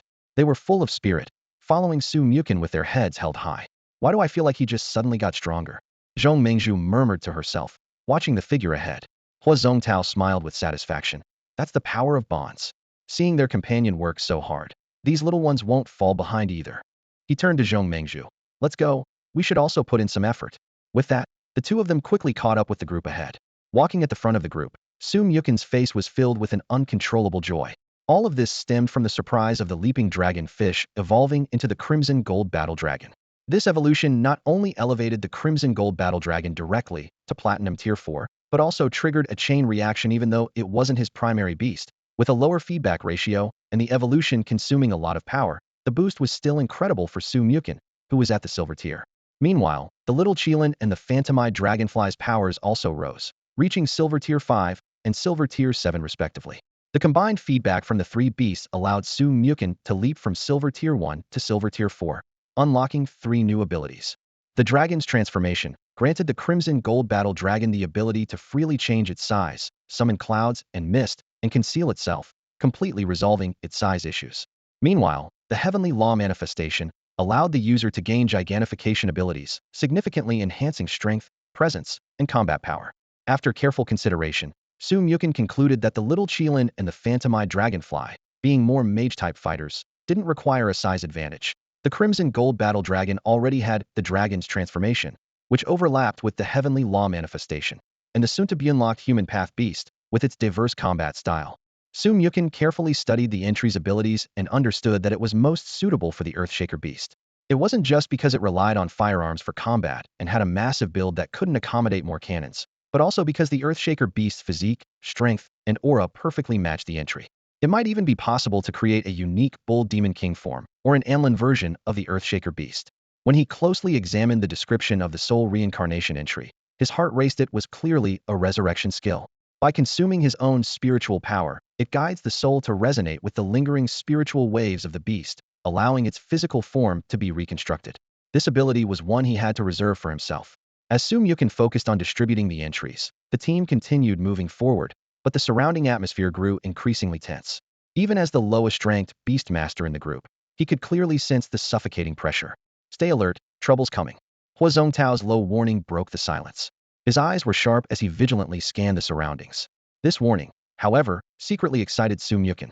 To him, previous beast battles seemed like child's play, and many of the special moves of the little Qilin, Earthshaker beast, and phantom-eyed dragonfly had gone unused. But now, facing fierce beasts, the situation was entirely different. Those skills, which were inconvenient to use in battles, finally had a chance to be unleashed. Fierce beasts were like Digimon controlled by dark gears. Although their appearance and habits resembled spirit beasts, their essence was completely different. They symbolized destruction and evil, true antagonists. Unlike Digimon, which could return to normal by destroying the dark gear, fierce beasts would vanish completely once defeated. As the team cautiously advanced, a distant, low wolf howl suddenly echoed. Even from afar, the roar was clearly audible. "At least gold level, unknown in number, stay vigilant." Hua Zongtao warned gravely. He was well aware of the fierce beast's unique nature. They were tireless, always in a combat-ready state, and unless completely dismembered, their combat power would barely diminish until they were utterly defeated and disappeared. With Hua Zongtao's explanation, the trio's beasts quickly formed up, energy surging through them, with all enhancement skills already applied. In the darkness, pairs of eerie green eyes flickered like ghostly flames, gradually closing in. When those eyes drew close enough, they finally saw the true appearance of their fossa pack of silver moon wolves, distinctly different from the spirit beast version. Dense dark matter coalesced into menacing forms, and the silver moon wolves appeared like demons emerging from the abyss, leaving blackened trails with every step. As soon as they spotted Su Mukin and the others, they bared their fangs, drooling foul-smelling saliva onto the ground, and emitted spine-chilling growls from deep within their throats. These creatures aren't suited for close combat. Su Mukin quickly noted the dark matter surrounding the silver moon wolves, deducing that close-quarters combat might have unknown negative effects. He immediately commanded, "Xiao Qilin, take care of them." Understanding the command, Xiao Qilin unleashed an astonishing wave of elemental energy. Various elemental forces surged around it, with lightning being the most striking. Hua Zongtao and Zhong Mengzhu were about to speak, but were rendered speechless by the scene before them. A barrage of attacks poured forth from Xiao Qilin like a torrential downpour, blazing fireballs, rushing water streams, sharp air blades, verdant leaves, heavy earth bullets, and the most piercing thunderballs, all weaving a deadly net. The seamless transition between skills created a storm of elements across the battlefield. Under this overwhelming onslaught, the silver moon wolves appeared exceedingly small. One by one, they were struck, their bodies made of dark matter rapidly dissipating under the powerful elemental impacts. In the blink of an eye, the once intimidating wolf pack was mostly decimated. Hua Zongtao watched in shock, incredulously muttering to himself, "Is this really something a single beast can do?" If he hadn't seen it with his own eyes, he would have thought it was a fully armed squad launching an all-out assault on the wolf pack. Under the terrifying onslaught of the little Qilin's firepower, the battlefield presented a one-sided, brutal scene. Dense energy blasts rained down like a storm, each one hitting its target with precision. In less than a minute, 50 to 60 silver moon wolves were completely wiped out under this fierce assault, dissolving into specks of light that vanished into the air. Observing this astonishing outcome, Su Mucheng pondered. It would be great if there was a skill that amplified my attack power with each enemy defeated. That way, these beasts' value could be maximized. Even without such a special ability, battling these beasts was still highly beneficial. Like any routine beastmaster battle, each encounter was a valuable opportunity for growth. Whether it was improving skill proficiency or accelerating the flow of spiritual power within, these battles offered comprehensive advancement for the beasts. However, fighting ferocious beasts was uniquely challenging. The innate sense of crisis, the tension akin to being on a real battlefield, often unlocked deeper potential in the beasts, providing improvements far beyond regular battles. Hua Zongtao snapped out of his shock, his eyes filled with admiration and scrutiny. "Sometimes I think you don't seem like a novice beastmaster." Initially, he thought the leaping dragonfish was Su Mucheng's limit, but now this young man had revealed even more hidden strengths. "I have 3 more beasts as strong as this one." Su Mucheng's words drew gasps from everyone present. Zhong Mengzhu nodded repeatedly. With such power, even 80 of golden-level beastmasters might not compare. Her gaze fell on the little Qilin, whose adorable appearance belied its formidable abilities. Mastering multiple elemental skills, delivering at least 7 terrifying shots per second, and remaining energetic despite such intense attacks, it was truly eye-opening. Even more astonishing, it hadn't even reached the golden realm, yet could easily take down a golden-level silver moon wolf in 2 shots, sometimes even in an instant.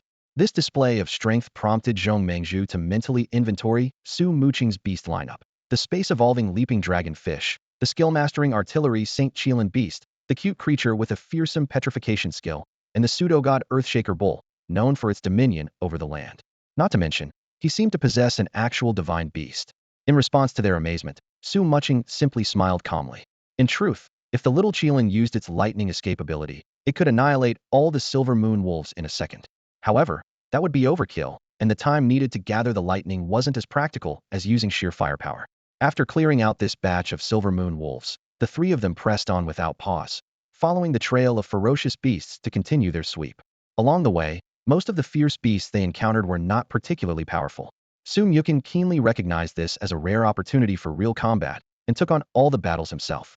From a high vantage point, the little Qilin unleashed a rain of skillful attacks like silver threads. The phantomized dragonfly's compound eyes glowed eerily, releasing ice skills that made the beast tremble, and the formidable earth-shaking divine bull stomped the ground, creating waves of earth.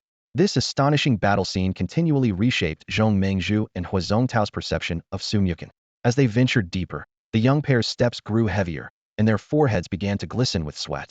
In stark contrast, their beasts seemed invigorated, fighting with increasing vigor and enthusiasm.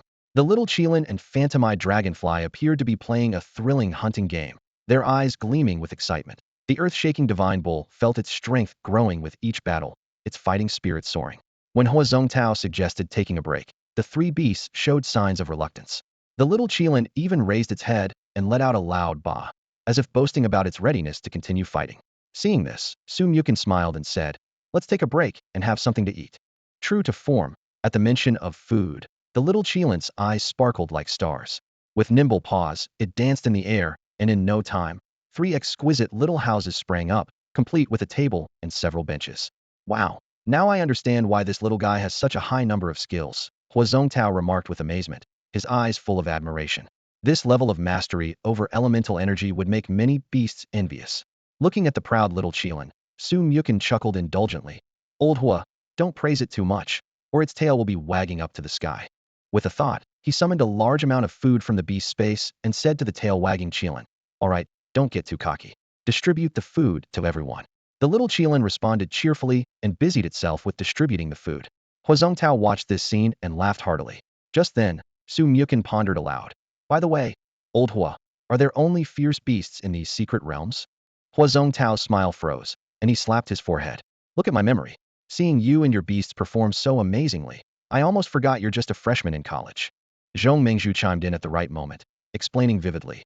"Think of it like operating a computer screen. The world we live in is like a computer desktop, and opening an app is like entering a different secret realm." Zhong Mengzhu's analogy caught Su Mukin's attention. She continued, "Those annoying pop-up ads are like ferocious beasts blocking our path.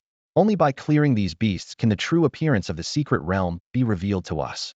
Listening to this novel metaphor, Su Mukin nodded with a smile. At that moment, Huazongtao's expression turned serious, and he whispered, "If I'm not mistaken, this secret realm is appearing for the first time. If we can clear these ad beasts ahead of others, the guardian spirit beast of the realm will surely reward us generously." Guardian spirit beast. Rewards. These words instantly ignited Su Mukin's enthusiasm. She instinctively glanced at the illusion-eyed dragonfly beside her, and a sly glint passed between their eyes. "Shall we give it a go?" Su Mukin raised an eyebrow inquiringly. "Absolutely." The illusion-eyed dragonfly responded immediately. Seeing this, Zhong Mengzhu's expression turned serious as well. Time is of the essence. The viruses carried by these beasts might endanger the secret realm itself. If not handled promptly, it could lead to the death of the native spirit beasts. Huazongtao nodded gravely at her words, then allowed himself a slight smile. "In my opinion, we can split up. Though my old bones may not be as strong, you needn't worry too much." This statement was true after all. Su Mukin and Zhong Mengzhu both had protective spirit beasts by their sides, and could easily subdue him if needed, but it still brought a smile to their faces. Neither Su Mukin nor Zhong Mengzhu had objections to the suggestion of splitting up. After dinner, the 3 of them sat together to quickly divide their areas of responsibility, and then each returned to their cabins to prepare for the upcoming mission. As dawn broke, the soft morning light bathed the hidden realm. After a night of rest, the 3 were full of energy. Following their plan, they bid each other a simple farewell and set off in different directions to clear their designated areas of the fierce beasts. To enhance efficiency, Su Mukin withdrew the earth-shaking divine ox and instead relied on his formidable spirit guardian to swiftly search the area. This strategy proved effective, allowing him to pinpoint a beast gathering every 10 minutes or so. For those of average or slightly stronger beasts, he deployed a battle formation with the little Qilin, phantomized dragonfly, and earth-shaking divine ox. When faced with a beast akin to a mini-boss, the spirit guardian took the lead, with the little Qilin and phantomized dragonfly providing support. This teamwork was seamless, wrapping up each encounter in under 3 minutes. With the equally formidable Zhong Mengzhu and Huazongtao, the trio managed to cleanse the entire realm of its malevolent presence in just over a day. At this moment, the spirit guardian sensed the last gathering of beasts nearby. Just as Su Mukin was about to open the beast space barrier, a familiar voice suddenly echoed. "Roar! Nyoair, come fight me. Whoever's stronger is the real one. No, whoever wins is the boss." It was the crimson gold battle dragon, newly awakened after a long slumber. It radiated a powerful aura, clearly having adjusted to its evolved form, with strength seemingly ready to burst from each scale. Seeing the dragon's flamboyant display, Su Mukin found it both amusing and exasperating. The earth-shaking divine ox, however, couldn't hold back. With a low moo, it activated its heaven and earth form, transforming into a colossal beast that dwarfed the crimson gold battle dragon. Its muscles bulged, exuding a terrifying pressure, and with a gentle lift of its forehoof, it pinned the dragon to the ground under its stunned gaze. Roar! The little Qilin seized the moment, unleashing its Gui water-een thunder on the unsuspecting crimson gold battle dragon. "Moo, now do you know who's the boss?" Roar! "You guys are cheating, you're using hacks." The crimson gold battle dragon, both frustrated and indignant, looked to Su Mukin for help. "Don't you have it too? Feel it out for yourself," Su Mukin reminded. The crimson gold battle dragon paused before realization dawned. It excitedly showcased its ability to transform, growing and shrinking at will, playing joyfully and dispelling its earlier frustration. Just then, a fierce and savage roar echoed from afar, interrupting the dragon's fun. Sumyukin turned towards the sound. A colossal creature was slowly approaching the legendary stone-scaled viper. Its body resembled a moving black fortress, covered in tightly packed, dark brown scales like stones. Each step it took made the earth tremble, showcasing its incredible power. At this moment, the stone-scaled viper held its head high, its blood-red vertical pupils locked onto the one person and four beasts before it, eyes glinting with a chilling bloodthirst. Roar! The crimson gold battle dragon was the first to issue a challenging roar, excitement and fighting spirit bursting from its eyes. Instantly, a surge of power erupted from within, making its vibrant red scales even more striking, with golden fur standing on end and shining brightly. Its chest and abdomen were covered in pristine white scales like fine jade, and the pair of long white horns on its head were as translucent as pearls, exuding an aura of inviolable majesty. This was the result of the leap dragon fish's evolution in the gap between reality and a secret realm, transcending space and merging with spatial power. Awesome, truly awesome. It's no wonder my crimson gold battle dragon is my greatest pride. Muchen couldn't help but exclaim, her voice full of pride. The surrounding companions were deeply awed by the scene. The little Qilin hopped around excitedly, eyes wide open. The illusory-eyed dragonfly flapped its wings rapidly, letting out joyful cries. Even the usually silent, earth-shaking divine bull was intently watching every move of the crimson gold battle dragon, its eyes shining with envy as it silently increased the pressure it could withstand. The crimson gold battle dragon and the stone-scaled viper locked eyes, their gazes clashing in the air like sharp blades. A ferocious aura spread, seemingly igniting the surrounding air. With a deafening roar, the two gigantic beasts charged at each other like arrows released from a bowstring. This was a confrontation of the most primal and pure power, devoid of flashy energy waves or unnecessary tricks. Their forms flickered in the rising dust, and each collision made the ground quake violently, producing deep, resonant boom, boom, boom, boom sounds, showcasing the ultimate in violent aesthetics. After a brief separation, neither showed any sign of retreat, and the battle continued. Roar! The stone-scaled viper let out a deafening howl, unleashing its primal wildness and ferocity. Not to be outdone, the crimson gold battle dragon raised its head high and emitted an even more resounding dragon's roar, as the two waves of sound clashed fiercely in the air. In the next instant, the two colossal creatures charged at each other like arrows shot from a bow. Their bodies collided violently in midair, each impact accompanied by a thunderous crash.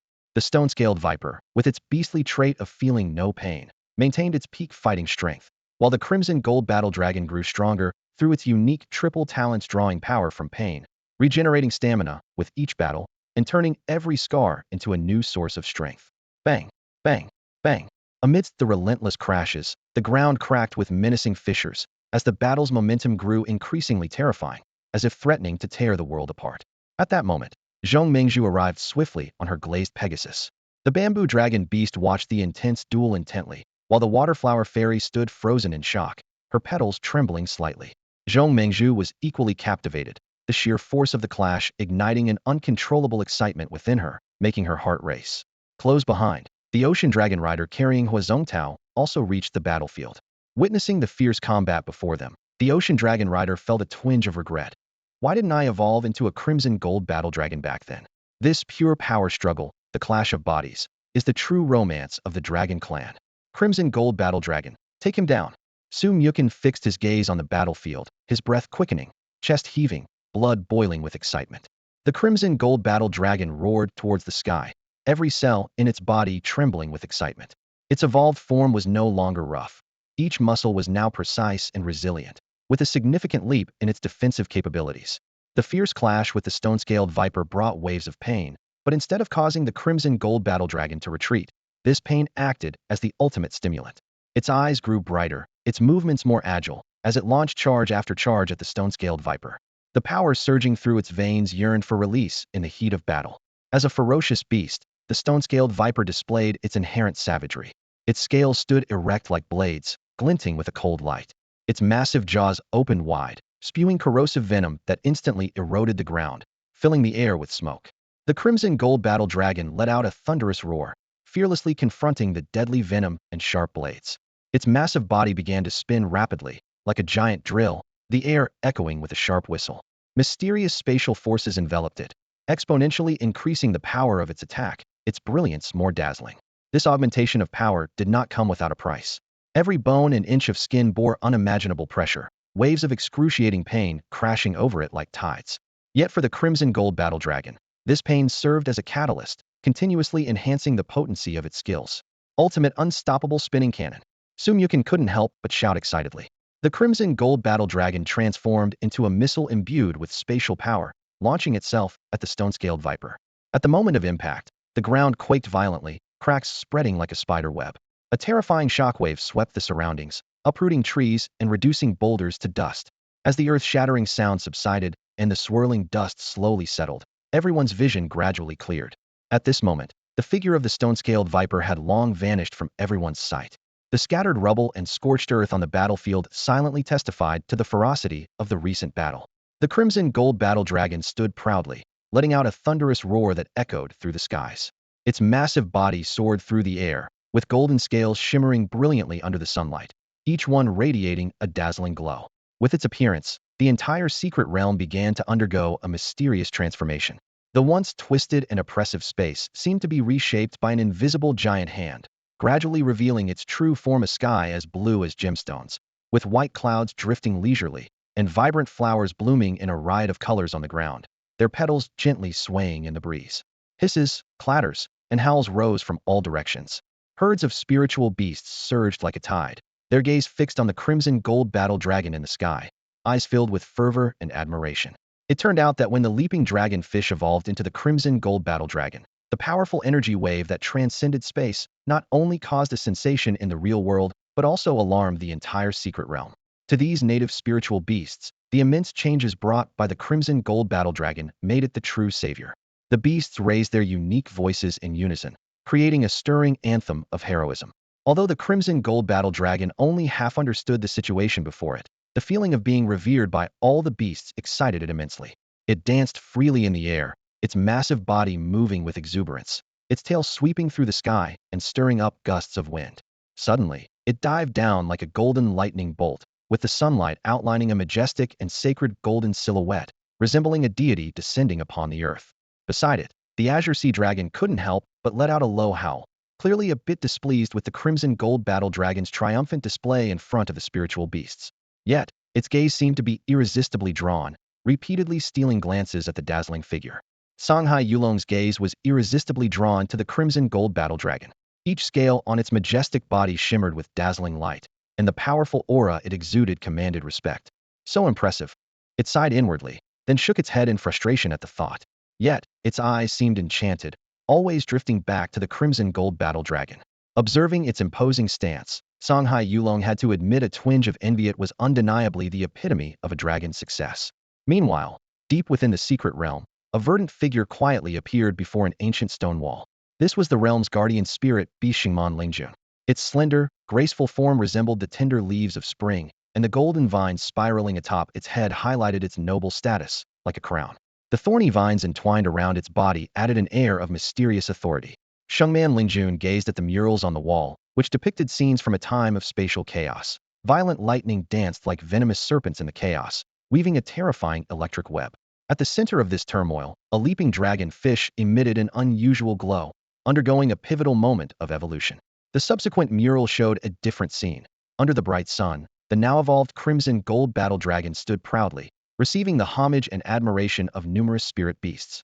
Suddenly, Shingman Lingjun paused slightly. It keenly sensed that the malevolent presence lurking on the other side of the realm was dissipating. At the same time, cheers from the outside world grew louder and louder. In the next instant, Shungman Lingjun's figure vanished. As Shungman Lingjun appeared, the entire secret realm fell into a profound silence. The spirit beasts, previously lively and exuberant, regardless of their size, all bowed their heads respectfully and stood still. Its gaze swept over the assembled beasts, finally resting on the golden-red battle dragon. A spark of excitement flashed in its eyes, and a low, thrilled murmur escaped involuntarily. The bamboo dragon beast shuddered, standing frozen with its body trembling slightly. This genuine sense of admiration and submission was akin to the instinctive reaction of green silvergrass before the green silver king. With graceful steps, Shungman Lingjun approached Su Mukun and the others.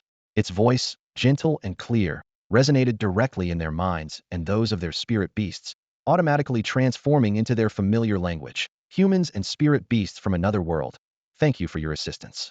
The little Qilin, illusion-eyed dragonfly, and other spirit beasts exchanged puzzled glances, wondering how this unfamiliar spirit beast could speak their native languages. Su Mukin and his companions were even more astonished, rendered speechless by this mind communication ability, a skill far beyond ordinary spirit beasts. Considering its impressive presence upon arrival, Shengman Lingjuan's power seemed unfathomable. Almost instinctively, Su Mukin activated his Eye of Insight. Spirit Beast, Shengman Lingjun. Talent, King of Flora. Quality, Ruler of Wood Element Spirit Beasts, capable of manipulating all Wood Element elements at will. Attribute, Mythical. Realm, Wood Realm. Legendary 9th Grade Gestation. Exclusive skills, Light of Shengman, Wound of Shengman, Annihilation of Shengman, Perception of Shengman, Strength of Shengman, Prophecy of Shengman. Skills, all non-exclusive Wood Element skills. Holy cow, Su Mukin's eyes widened, his jaw nearly dropping. With 6 exclusive skills, this spirit beast was unparalleled among any he had encountered. On second thought, this might be beneficial for him and the illusion-eyed dragonfly. Please follow me. Shengman Lingjuan's voice echoed once more in their minds. It turned gracefully, its slender body moving with a light elegance, the vines around it swaying gently, signaling them to follow. The trio exchanged glances, filled with curiosity and anticipation, and followed closely. Along the way, flowers and grasses swayed as if guiding their path. The mysterious glow and graceful demeanor of Shengman Lingjun continuously captivated their attention. After passing through a dense thicket, an ancient and imposing stone wall suddenly came into view. The three stopped abruptly, their breaths quickening, eyes wide with astonishment.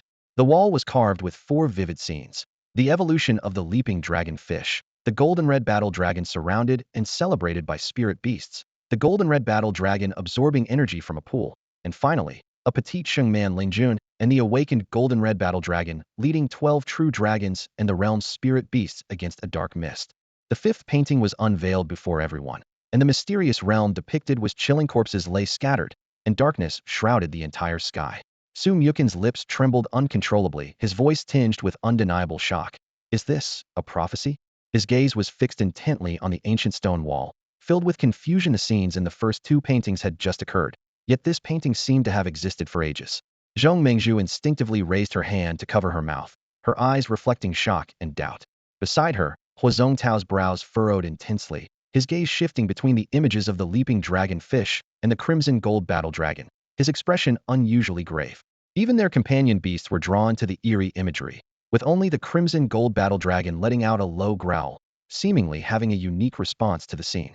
The growl snapped Su Mukin out of his shock. Something's not right. He slapped his forehead, as if a realization had dawned on him. If this is truly a prophecy, why aren't we in the painting? He stepped forward quickly, pointing at the patterns on the stone wall. Look, the painting shows only the leaping dragon fish entering the realm alone, but in reality, the 3 of us and our beasts entered together. His eyes searched the mural eagerly. Moreover, the cloud crane is nowhere to be seen in the painting, yet it's right here with us. Prompted by Su Mukin's insight, Huazong Tao and Zhong Mengzhu snapped out of their daze and turned their scrutinizing gazes towards Shengman Lingjun, waiting for an explanation. Shengman Lingjun looked up at the sky, its gaze profound. Through telepathy, it clearly sensed the confusion in the hearts of the 3. This is indeed a prophecy, it explained slowly. These murals were created by my mother, the previous Shengman Lingjun. In human terms, she was a spirit beast that had reached the divine beast realm. A divine beast. Huazong Tao and Zhong Mengzhu couldn't help but exclaim in unison. Shengman Lingjun nodded gently and continued. This is the talent and mission of our kind. As we approach the breakthrough to the divine beast realm, we self-generate offspring and use our lifespan to make prophecies, foretelling significant events about to occur in the spirit realm which you refer to as the mysterious realm and record them on the stone walls. Su Mukin nodded thoughtfully.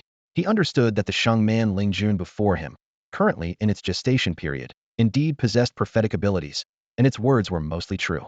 As it neared the mythical realm, its prophetic ability likely stemmed from an inherited talent.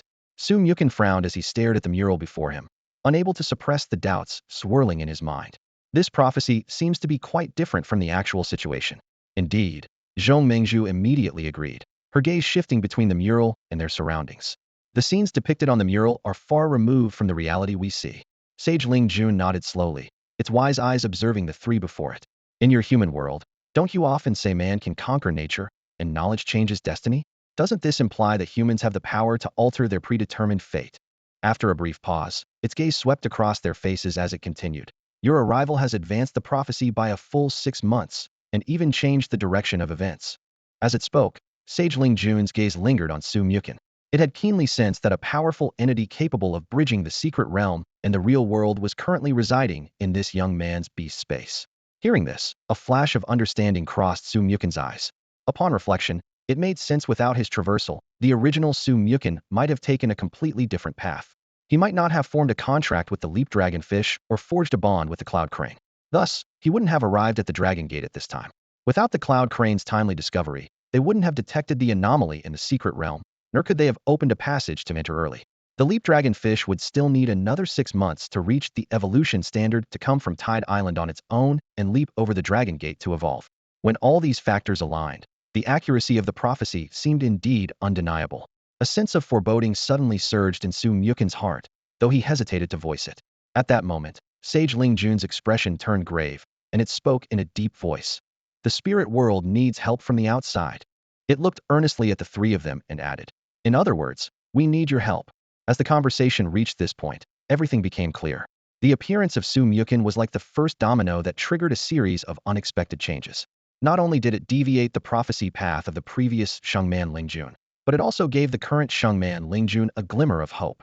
Perhaps it was the intervention of the human beast master that brought a turning point to the secret realm destined for destruction.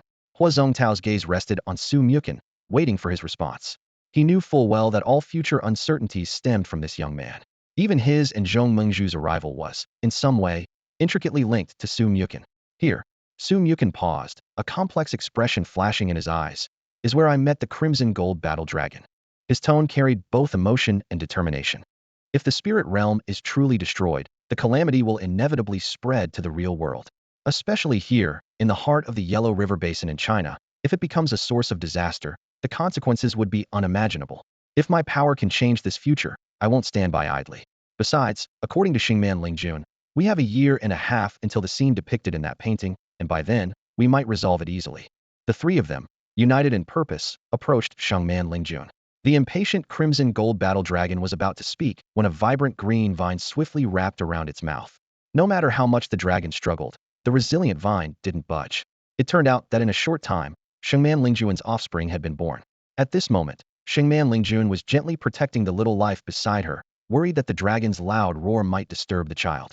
The little Xingman was quite unique, combining the agility of a cat with the playful demeanor of a husky, enveloped in a fresh green glow. As a newly born wood element ruler, it couldn't fully control its power, and its subtle aura immediately attracted Zhong Mengzhu, who specialized in wood elements. The crimson gold battle dragon, trapped, could only emit a muffled plea for help. Please, brother, save me. The little Qilin tilted its head to look at the pitiful dragon, which nodded repeatedly, promising not to make any more noise. The little Qilin stared at the vine for a full 30 seconds. Then, with a flash of light, it effortlessly dispelled Shungman Lingjun's constraint. This scene made Su Mukin ponder. Since acquiring the 5 Elements Divine Thunder trait, he seemed to have overlooked the potential of the 5 Elements power. The extent to which this seemingly simple trait could empower a beast master was still unknown. Just like the little Qilin before him, with its extraordinary talent, it easily neutralized Shungman Lingjun's control, truly a king of the 5 elements.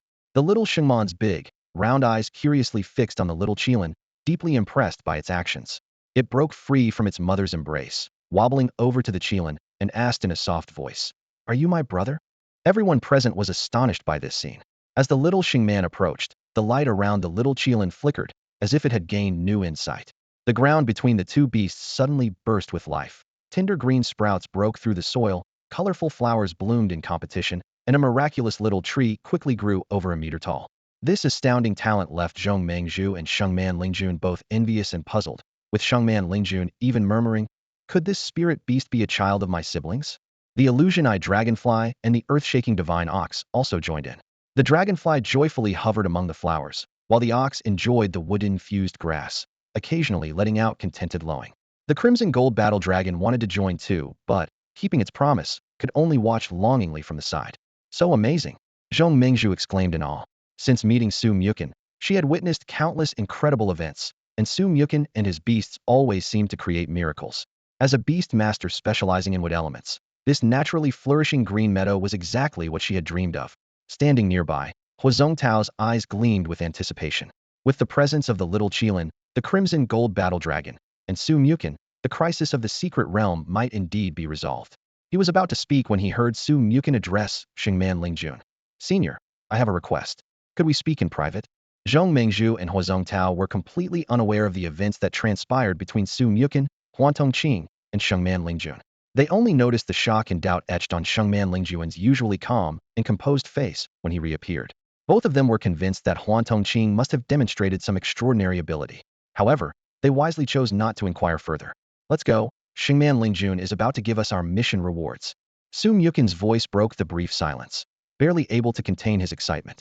The three of them, along with their beasts, followed Xingman Lingjun closely. Along the way, Xingman Lingjun explained in detail about the special reward, the Spring of Life. This was a unique presence in the mystical realm, infused with abundant wood essence and life force. In gaming terms, soaking in it not only heals hidden injuries, but also increases life force limits, accelerates recovery, and even enhances innate abilities. Hearing this, the three were thrilled. Su Mukin understood that although his and his beast's talents were nearing their limits, leaving little room for improvement, there was no reason to refuse such a free boost. Moreover, the gentle and pure energy of the Spring of Life was certain to help him break through his current level and gain new attributes. Upon reaching the destination, Xingman Lingjun allocated a dedicated area for each of them. Su Mukin couldn't wait to plunge into the spring, sending sparkling water droplets flying. His beasts followed suit, with even the little Xingman creature jumping in alongside the little Qilin brother. As soon as he entered the water, warm and gentle energy enveloped Su Mukin completely. He felt his pores open wide, greedily absorbing the essence of the Spring of Life. A sense of drowsiness gradually overcame him, a natural response of the body to better absorb the energy. Upon testing, he found that he could breathe freely in this special spring, allowing him to drift into slumber with ease. Meanwhile, Xingman Lingjun led Zhong Mengzhu and Huazong Tao to their respective areas. Due to their limited talents, the concentration of the Spring of Life here was lower, but its effects were still significant. As soon as Zhong Mengzhu touched the water, she was delighted to find the wood energy within her becoming unusually active, with her talents quietly evolving. Huazong Tao, on the other hand, sensed a loosening in his long-stagnant realm. Nearly a month passed swiftly, with Huazong Tao and Zhong Mengzhu awakening 2 weeks earlier. However, Su Mukin remained in a deep sleep within the Spring of Life. Initially, the two felt envious, as the opportunity to absorb power from the Spring of Life was rare, and the longer one stayed, the more benefits one gained. But as time went on and the gap between them widened to an unreachable extent, any feelings of envy and jealousy faded away completely. Let's just stick to training for now. Huazong Tao sighed softly, breaking the tense atmosphere. Zhong Mengzhu nodded silently, a determined look in her eyes. The two of them turned and walked towards the training grounds prepared for them by Xingman Lingjun, their steps filled with both resignation and resolve. Meanwhile, outside, the scene at Longmen was completely different. In stark contrast to the quiet of the secret realm, it was bustling with activity and awe-inspiring. In the sky, 12 massive dragons led nearly 100 of their kin, swirling and dancing among the clouds. They roared thunderously, their echoes reverberating in the air, causing it to hum. If it weren't for the stringent restrictions and tight control enforced by the authorities, this spectacular sight would surely attract countless beast tamers and poachers. Team Leader Yu, what's the situation inside the secret realm? Director Yu, our scans show the presence of 3 human beast tamers. They are ranked King level 1, Gold level 5, and Silver level 8. Based on the information you provided earlier, they should be receiving gifts from the guardian spirit beasts and are not in any immediate danger. Upon hearing this, Yu Ping's expression fell immediately. King level 1? Damn, I feel so cheated. How did Huazong Tao get such an opportunity to break through to King level in just a month? Damn it, why wasn't it me back then? He paused suddenly. Wait, Silver level 8? Su Mukin? A student who just entered university and already at Silver level 8? Are you sure there's no mistake? Team Leader Yu looked exasperated, but his tone was firm. Director Yu, you can doubt my abilities, but this information has been meticulously verified from multiple sources and is completely accurate. Qingxiu, Yu Ping probed cautiously. Yes. Team Leader Yu nodded with a wry smile. Although I don't want to admit it, the facts are indeed as they are. The two fell into silence. The air seemed to freeze, leaving only the sound of their slightly hurried breathing. Damn it. Yu Ping finally couldn't hold back a curse. Is he even human? That's practically a monster. The crowd couldn't help but exclaim as they witnessed the scene before them. While they understood that beast tamers make rapid progress in the early stages of their training, much like leveling up quickly in a game, this situation was extraordinary, a student on the verge of breaking into the Golden Realm even before officially enrolling. It was akin to reaching graduation standards before classes had even begun. The crowd exchanged glances, wondering what level of power he might reach if given 3 more years until graduation. At that moment, a mysterious force from the Qingqiu Fox began to slowly spread throughout the secret realm. Shengman Lingjun, with its keen senses, detected this energy, and its vines swayed slightly, revealing a hint of surprise. This altered its perception of human beast tamers. Could it be that humans today are capable of harnessing the power of divine beasts? However, when Shengman Lingjun turned its gaze to the newly awakened Su Myukin, its vines trembled. This human youth seemed even more extraordinary. Not only had he borrowed divine power, but he had also formed a contract with a divine beast. This realization led Shengman Lingjun into deep thought. If even divine beasts were willing to form contracts with him, could its own offspring have the privilege to follow him and achieve greater growth under his guidance? Yet, as soon as this thought emerged, Shengman Lingjun gently shook its vines, showing a trace of resignation. As a mother, it naturally wished for the best development for its child. However, guarding this secret realm was a mission passed down through its lineage, and its own time was running short. If its offspring were to leave the realm, chaos would surely ensue. With this in mind, Shengman Lingjun resolved its inner conflict and spoke softly, its voice gentle as a spring breeze. These are spirit realm marks. As it spoke, it extended its verdant vines, offering a few marks that emitted a gentle green glow. After a brief pause, it continued. When you form a contract with new spirit beasts, you can use these marks to return here and receive the blessings of the Fountain of Life. Happy New Year! Roar! Roar! As Su Myukin and his companions stepped out of the secret realm, a breathtaking scene unfolded before them. In the sky, 12 majestic dragons led the way, with nearly 100 of their kin spiraling behind them in perfect formation, letting out welcoming roars. Su Myukin immediately recognized the true identity of those 12 dragons. They were the gifted leaping dragon fish that had once been targeted by poachers. Now, they excitedly wagged their tails, surrounding the scarlet gold war dragon, expressing the joy of reunion. On the water's surface, countless leaping dragon fish swam joyfully, creating ripples and waves, collectively saluting their powerful kin. The scarlet gold war dragon stood tall and proud, emanating an aura of confidence, occasionally interacting with the surrounding dragons like a hero returning triumphantly to receive the homage of comrades. Having slumbered in the Fountain of Life for a whole month, it was now the start of the semester at Yanjing University. As a new student, Su Myukin was granted the privilege to leave early, boarding a flight to Yanjing. After reassuring his family of his safety, he eagerly began to take stock of the astonishing gains from the past month. The progress of the little Qilin was the most remarkable. Not only had it ascended to Silver Tier 9, but its control over the wood element was astonishing. Remembering how it was enveloped in vibrant green light in the Fountain of Life, deeply merging with the essence of wood, Su Myukin couldn't help but marvel at the little creature's extraordinary talent. In terms of wood element control alone, the little Qilin could now rival the Holy Vine Spirit Lord. The phantomized Dragonfly also experienced an exciting breakthrough. Though its level was only on par with the little Qilin, it had learned the prophecy ability of the Holy Vine Spirit Lord. Even though it could only foresee the immediate future, similar to the effect of observation hockey, this ability was enough to allow it to anticipate opponents' moves in battle, easily evade attacks, and counter with precision, as if it had eyes that could see into the future. As for the more powerful Scarlet Gold War Dragon and Earth-Shaking Divine Bull, their advancements varied. The Earth-Shaking Divine Bull advanced to Platinum Tier 2, while the Scarlet Gold War Dragon's level increase wasn't significant, but its successful evolution was a great surprise. For this, Su Myukin was deeply grateful. With the support of his beasts and the energy of the Fountain of Life, his own strength also rose to Silver Tier 8. Normally, such a 4-level advancement would only grant 4 attributes, but the reality was different. The mysterious resonance between the Fountain of Life and the extra-dimensional entry bestowed Su Myukin with an unexpected additional ability.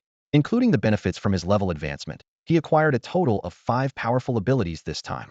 The first entry, Yimu Zhonglei, caught his eye. This thunder element appeared in a vibrant green, perfectly embodying the dual characteristics of life and destruction. Su Myukin immediately realized this ability was tailor-made for the little Qilin. Already adept at manipulating wood elements, the addition of Yimu Zhonglei would harmonize the two forces, promising a qualitative leap in its combat prowess. Using wood as a guide and thunder as a blade, this would undoubtedly become the little Qilin's most formidable combat technique. When Su Myukin saw the Noah's Ark reactor entry, his pupils contracted sharply, and he was momentarily breathless. This entry, specifically for mechanical life, not only enabled efficient and stable energy output, but, astonishingly, had virtually no energy loss or decay. Infinite energy? His mind immediately conjured images of the majestic beast forms in the human realm, mechanical carriers equipped with eternal power sources, mechanical crocodiles, giant mechs. These behemoths would no longer be plagued by energy constraints, able to roam the skies, seas, and lands freely, unleashing cataclysmic firepower tirelessly. The thought sent shivers through Su Mukin, his excitement nearly overwhelming. The echo of blood, entry carried a familiar gaming style, yet its ability was terrifying when subjected to physical attacks. There was a 20 chance of reflecting double damage back to the attacker. This was practically custom-made for the Scarlet Gold Battle Dragon. Known for charging into battle and absorbing damage, the Scarlet Gold Battle Dragon would become even more formidable with this entry. If enemies refrained from attacking, its own output was already formidable. If they dared to launch physical attacks, they might find their own damage reflected back, potentially fatal. As for trying to bypass it with spell skills, the Scarlet Gold Battle Dragon had already honed its spatial control skills to perfection, leaving no opportunity for enemies to cast spells. Su Mukin carefully studied the entry information in front of him. The effect of the Mark of Erosion caught his attention. When the bearer hits a target, it leaves a mark on the target that lasts for 3 minutes. This mark not only reduces the target's resistance to control by about 1, but can also stack up to an impressive 20 layers. Although repeated attacks during the mark's duration do not apply the effect again, they can refresh the duration and stack count. Of course, this effect is ineffective against targets that are invincible or immune to all negative statuses. Seeing this, a smile unconsciously appeared on Su Mukin's lips. His high-frequency petrifying ray attacks with Phantom Pupil Dragonfly seemed tailor-made for this entry. This perfect combination filled him with anticipation. Next, his gaze shifted to the second special entry, Fountain of Life. The effect of this Beastmaster entry surprised him. Within a kilometer radius centered on himself, all beasts can recover about 1 of their health and internal spiritual power per second. Am I a walking spring now? Su Mukin murmured to himself. At first glance, a 1 recovery rate might not seem high, but considering its wide range of effect and precious percentage attribute, and more importantly, that it was gained effortlessly, it was quite a pleasant surprise. This discovery led Su Mukin's thoughts to drift further. Since he had obtained such a unique entry in the Fountain of Life, there must be similar opportunities in other secret realms or those special areas that have merged with reality. If he could repeat this process, couldn't he acquire even more new entries? The more he thought about it, the more possible it seemed. Although magical entities like the Fountain of Life, which can enhance talents, are indeed rare and precious in the Beastmaster world, they do exist. For example, the Thunder Valley where Lei Shouwen's father resides, if he remembered correctly, there was a similar treasure there. I must explore it someday, Su Mukin noted to himself, but soon refocused on the most important matter at hand, the imminent birth of his third lifebound beast. Upon returning to Yanjing, he headed straight to the secret realm of Yanjing University. With the awakened cloud crane guarding it, it was time to welcome the arrival of his third lifebound beast. The celestial crane in the clouds gazed at Su Mukin, filled with confusion. He had just returned and headed straight for the secret realm, specifically asking the crane to temporarily close the entrance. This unusual behavior left the crane quite puzzled. It's a bit hard to explain, but you'll see soon enough. Su Mukin responded to the crane's curious glance without offering much of an explanation. He closed his eyes, focused his thoughts, and entered the beast taming space, integrating the Noah's Ark reactor into the human realm. Boom, crack, clang. A deafening noise instantly swept across the secret realm. The once bright sky suddenly dimmed, as if night had fallen prematurely. The celestial crane looked up sharply, exclaiming in shock. A massive warship, as large as a moving island, appeared out of thin air. Its metallic shell gleamed with a cold luster in the dim light, exuding an overwhelming sense of pressure. Soon after, a swarm of fighter jets and drones surged from the surface and interior of the warship, filling the sky like a swarm of bees, creating a spectacular scene. The warship began to undergo an incredible transformation. Accompanied by a mechanical roar like that of a giant beast, its shape gradually twisted and morphed, finally transforming into a gigantic mechanical monster. This metal beast opened its huge mouth, revealing a thick cannon barrel in place of a tongue. As it hummed, the energy within the secret realm became chaotic, as if drawn by some powerful force. Then, a dazzling energy beam shot out from the cannon barrel, roaring towards a distant mountain peak like an angry dragon. In an instant, the ground shook, and the mountain crumbled under the force, with debris flying like raindrops. The celestial crane suddenly realized, I was wondering why you didn't go home first, but came to my place. Turns out you were afraid the noise from this thing would blow your place up. Though it was a tease, its eyes couldn't hide their amazement. As Su Mukin's contracted divine beast, the activation of the Wheel of Reincarnation made it immediately aware of what this meant. This signified the potential of 6 mythical-level lifebound beasts. This realization made it question its own existence, as who could claim 6 divine beasts as lifebound companions? Meanwhile, Su Mukin was immersed in a new discovery. He was thrilled to find that he had previously underestimated the capabilities of the Thousand Machines entry. Under his mental control, the massive mechanical beast began to demonstrate astonishing transformation abilities, from a simple washing machine and excavator to a safe house and submarine. It could even transform into a set of Iron Man-like equipment, perfectly merging with him. Each form changed precisely with his thoughts, showcasing a breathtaking array of possibilities. Su Mukin's eyes sparkled with excitement as he had a thought. Instantly, countless star-like nanobots burst from the mechanical beast, quickly gathering in midair like a flowing galaxy, surging toward the little Qilin. These nanobots gracefully circled around the Qilin, emitting a faint blue glow as they performed a comprehensive data scan. Moments later, following a strange data fluctuation, a scene that left all the beasts wide-eyed with astonishment unfolded. A mechanical replica identical to the little Qilin appeared out of thin air within the secret realm. This mechanical Qilin mirrored the original in appearance and demeanor, even exuding the same aura, making it a perfect duplicate. The surrounding beasts erupted with excitement. Sounds of moo, roar, chirp, baa filled the air, echoing their confusion and amazement. Eagerly, they gathered around, curiously observing the twin pair. The original Qilin tilted its head, gently tapping its replica with a paw, as if verifying the clone's existence. Su Mukin closely examined the attribute panel of the Lingshu guardian beast, the Qianji beast, increasingly marveling at this remarkable earthly beast.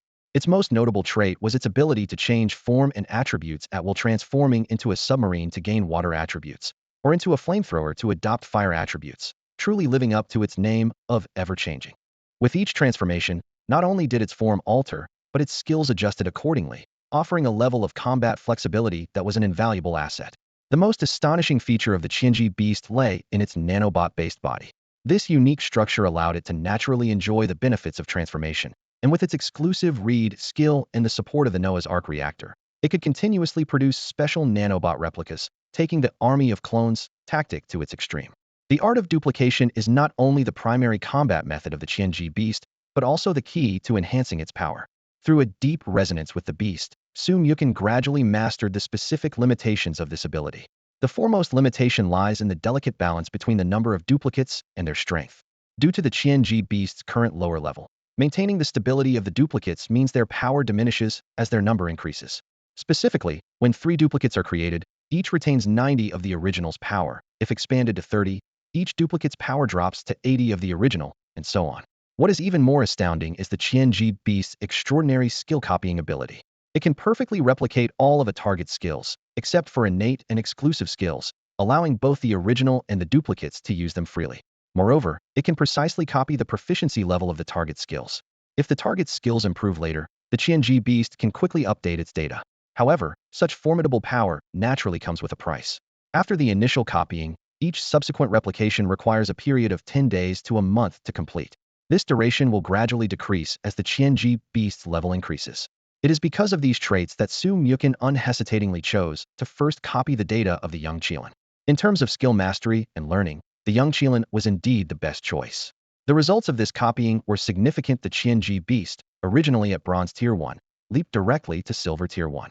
However, the feedback force generated by the transition from Bronze to Silver was somewhat insufficient for Su Mukin's current level, and it did not advance his level. Nevertheless, Su Mukin was not discouraged. He thought to himself, if the young Qilin's data could bring such an improvement, then the feedback force from copying the Crimson Gold Battle Dragon's data would be even more astounding. The night sky over Yanjing University was serene and profound, with stars sprinkled across the heavens. Suddenly, a streak of silver light cut through the darkness. A figure resembling an armored warrior darted between the buildings. What is that in the sky?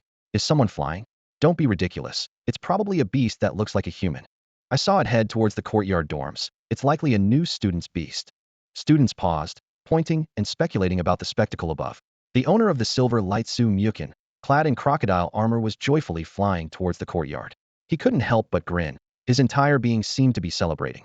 Just being in the beast world was thrilling enough, and now he could fulfill his childhood dream of being like an armored warrior. If he weren't worried about causing too much commotion on campus, he might have had his Qianji beast transform into its full mecha form, just to experience what it would feel like to pilot a mech like Qilin Fei. Being in the beast world and piloting a mech, this is awesome. Su Mukin muttered to himself, unable to hide his smile even while having a late-night snack. Nearby, a cloud crane with a teasing glint in its elegant eyes remarked, with your combat awareness, operating the armor yourself would probably burden Qianji beast. It would have to worry about you getting paralyzed by a wrong move. Who says you have to fight just because you're wearing armor? Looking cool is a lifelong mission. Sum Yukin retorted, then changed the subject. By the way, you've lived long enough to know about special places like the Fountain of Life, right? The Cloud Crane's expression turned serious. Such sources of power are indeed something you need. The prophecy of the Holy Vine Spirit might just be the beginning. How long peace will last is uncertain. The stronger you are, the more capable you'll be of facing future crises. Stop, stop. Sum Yukin waved his hands. Don't talk to me about saving the world. I'm still a student, and classes start tomorrow. I can't handle that kind of pressure. On the morning of August 22nd, at 7:30 a.m., inside dorm 101 in the courtyard area of Yenjing University, Qinji Beast, transform into a hairdryer and help me dry my hair. Whir. Qinji Beast, transform into a car. We'll head out soon. Viru. After a month of rest at the Fountain of Life, Sum Yukin felt rejuvenated. Following a night of bonding with Qinji Beast, he gained a deeper understanding of the nanocroc.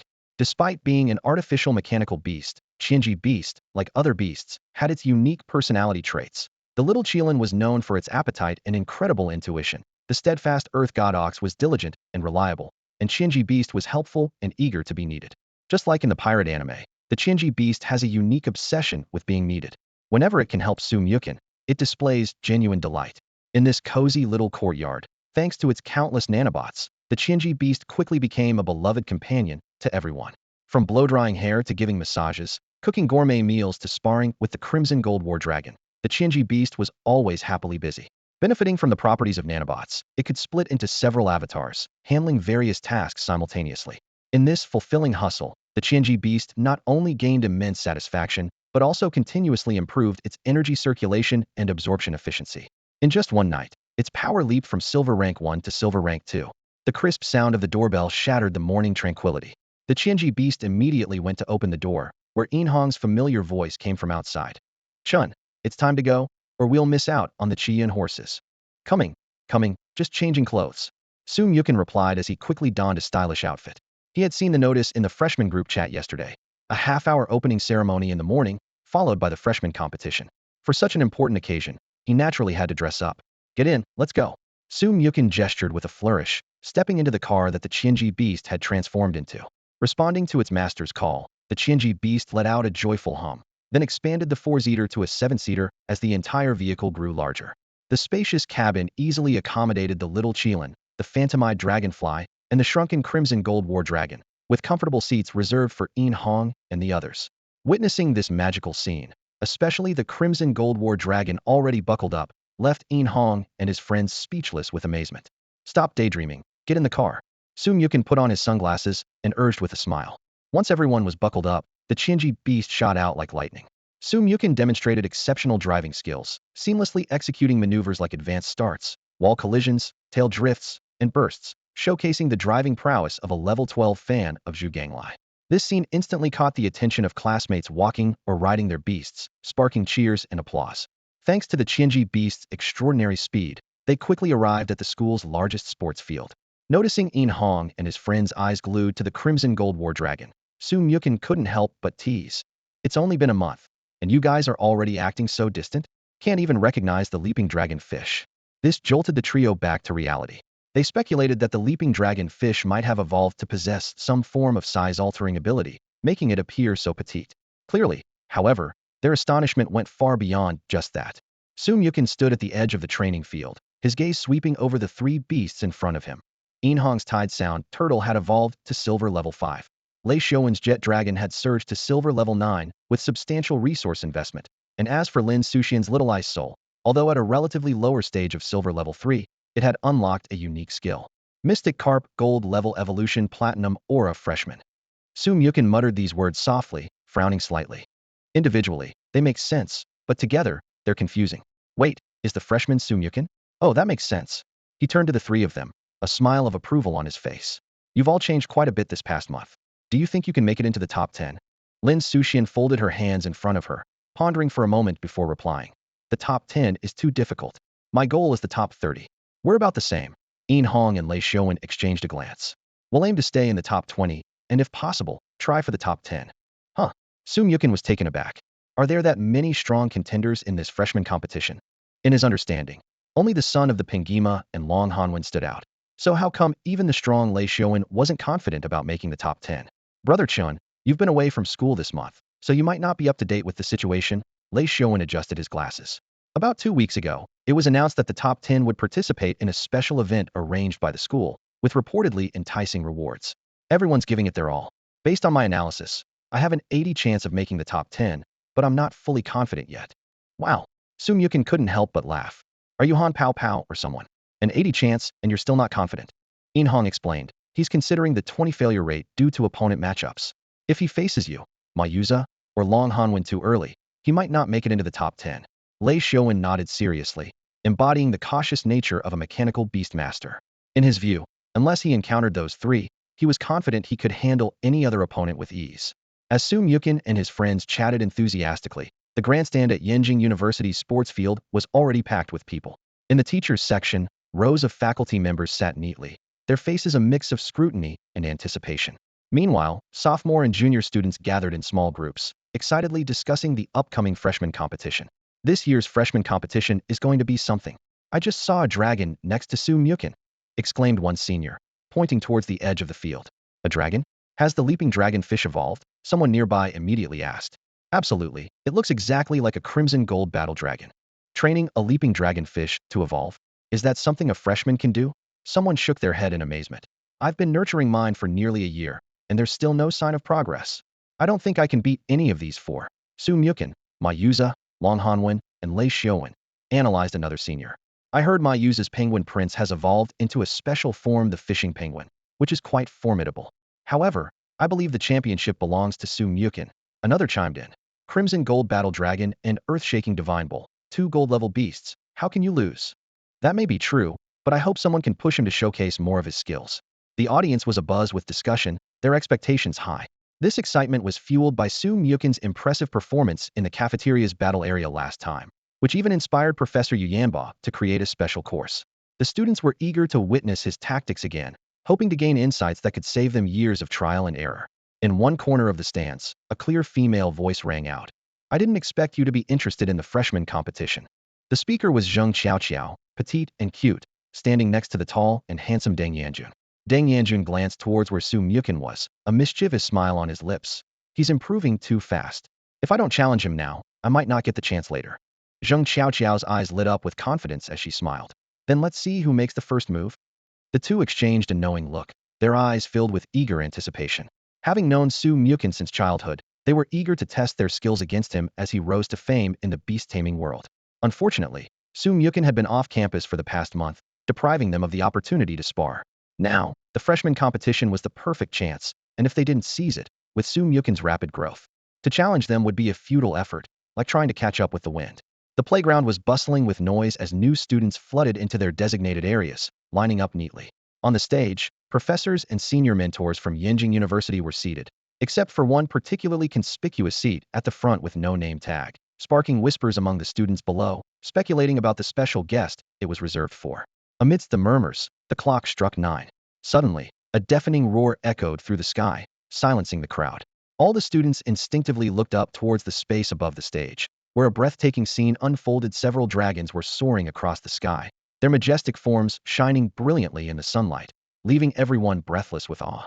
The Crimson Gold War Dragon, observing these familiar figures from within the beast-taming space, felt a stirring in its heart, but knew it was not the right moment to appear. As everyone was still captivated by this grand spectacle, a figure descended from the sky. Hua Zhongtao, clad in Yenjing University's special uniform, landed gracefully.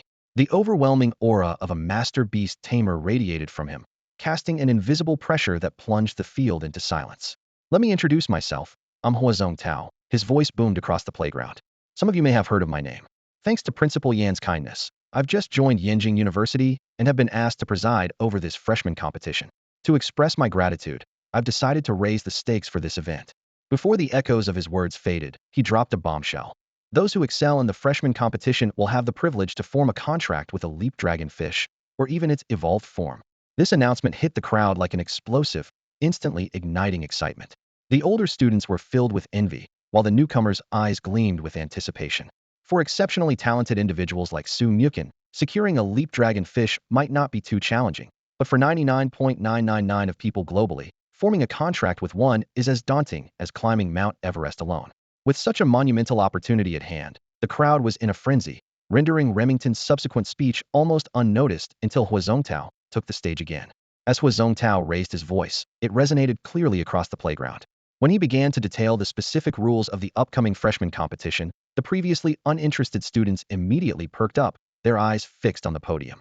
Due to special circumstances, this year's freshman competition will adopt a brand new assessment method.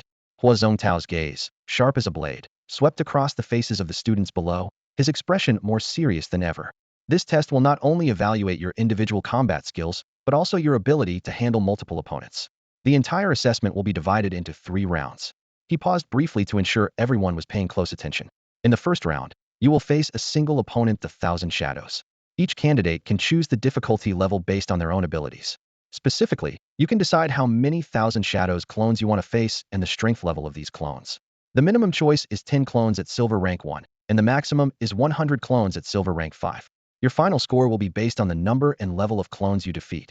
Before he finished speaking, he added, for those students whose contracted beasts are more inclined towards support roles, or for those focused on training and medical fields, we have special arrangements. After the first round, the top 10 highest scorers who finish the fastest will become the stage masters. Other students will have 3 opportunities to challenge the stage masters, and those who successfully defeat a stage master can take their place. As he spoke, Hua Zongtao retrieved a bottle emitting a mysterious green glow from his beast space. He exchanged a glance with a nearby teacher and then fed the potion to the beast summoned by that teacher. In just a minute, a miraculous scene unfolded. The beast, previously listless and in poor condition, seemed to be reborn, its entire body radiating astonishing vitality. This spectacle left the students in the audience wide-eyed and incredulous at the transformation before them. Only Su Mochen seemed to be pondering something, a slight twitch at the corner of his mouth. Goodness, could this be diluted fountain of life? He speculated silently. Of course, he wasn't the only one to think of this. Although he already possessed the concept-level healing abilities of a young Qilin and the special attributes of the fountain of life, he had still stockpiled various potions with a mindset of better to have and not need. These things might not be necessary, but it was essential to have them. Hua Zongtao's voice echoed across the field.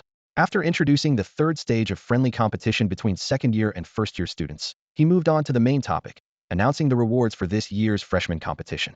At Yenjing University, almost everything can be exchanged for credits, he declared confidently. The first place will be awarded 100,000 credits, the second, 80,000, the third, 60,000, and places 4th to 10th will receive 30,000 credits each. As for other rankings and additional rewards for the top 10, these will be announced after the competition concludes. The students on the field listened to the generous rewards, yet remained unexpectedly calm. It wasn't that they were indifferent. Rather, the rewards were so tempting that most realized the significant gap between themselves and the top spots. At that moment, their focus was more on strategizing, how to showcase their abilities while catching the eye of a desired mentor, and how to secure the contract rights for a leap dragonfish. Through whispered explanations from others, the freshmen had learned about Hua Zongtao's background. While the hundreds of giant dragons seemed out of reach, the thousands of leap dragonfish offered them a glimmer of hope. Let's do this, Sunny Doll. We have to give it our all. Roadblock, we must go all out this time. Little Elf, it's time to test the fruits of our training. The freshmen from the combat department were eager and ready for the challenge, while those from the nurturing and medical departments dispersed to various spirit beast halls across Yenjing University as required.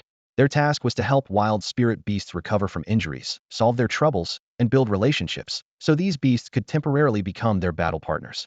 The entire field was enveloped in a tense, yet hopeful atmosphere. As the 20 battle zones were designated, Hua Zongtao stood up once more to announce, the first stage of the freshman competition is about to begin. Due to the large number of participants, we will randomly select the first-round competitors, so please keep an eye on your campus email. Let me reiterate, anyone who has established a feedback link with their beast can participate in the battle. As soon as he finished speaking, a chorus of phone notifications sounded. 20 lucky students received their competition notifications, each reacting differently. Some clenched their fists in excitement, while others pondered their tactics with a serious expression. These students quickly took their positions according to their numbers, carefully considering the level of challenge they faced. Long Hanwen, Mayuza, drawn in the first round already?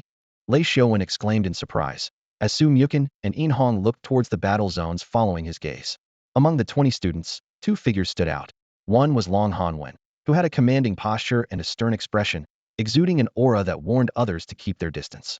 Su Mochen recalled their previous encounters, where Long's innate pride remained unchanged. The other was Mayuza, who wore a pair of scholarly glasses and had a gentle smile on his delicate face. What drew the most attention was the unusual penguin beside him. It wore a scarf around its neck, held a fishing rod in its little claws, and had a trinket resembling a Q coin hanging from the rod's tip. This unique combination made Su Mukin take several more glances. Chinning, get ready. Suddenly, Mr. Remington, who had been largely ignored by the crowd, stepped forward with a loud and clear voice. At his call, a slender humanoid creature appeared before everyone. This was Chinning, with crimson eyes and pointed ears, holding a rose in its hand. Its body was semi-transparent, emitting an ethereal glow. Chinning gently waved the rose, and in an instant, several spectral lights streaked across the sky like meteors, landing on various battlefields. These lights coalesced into replicas of Chinning, each with an additional tail and sharp claws on their hands and feet, appearing more aggressive than the original. Students on the battlefields, send out your beasts and prepare. 3, 2, 1, begin.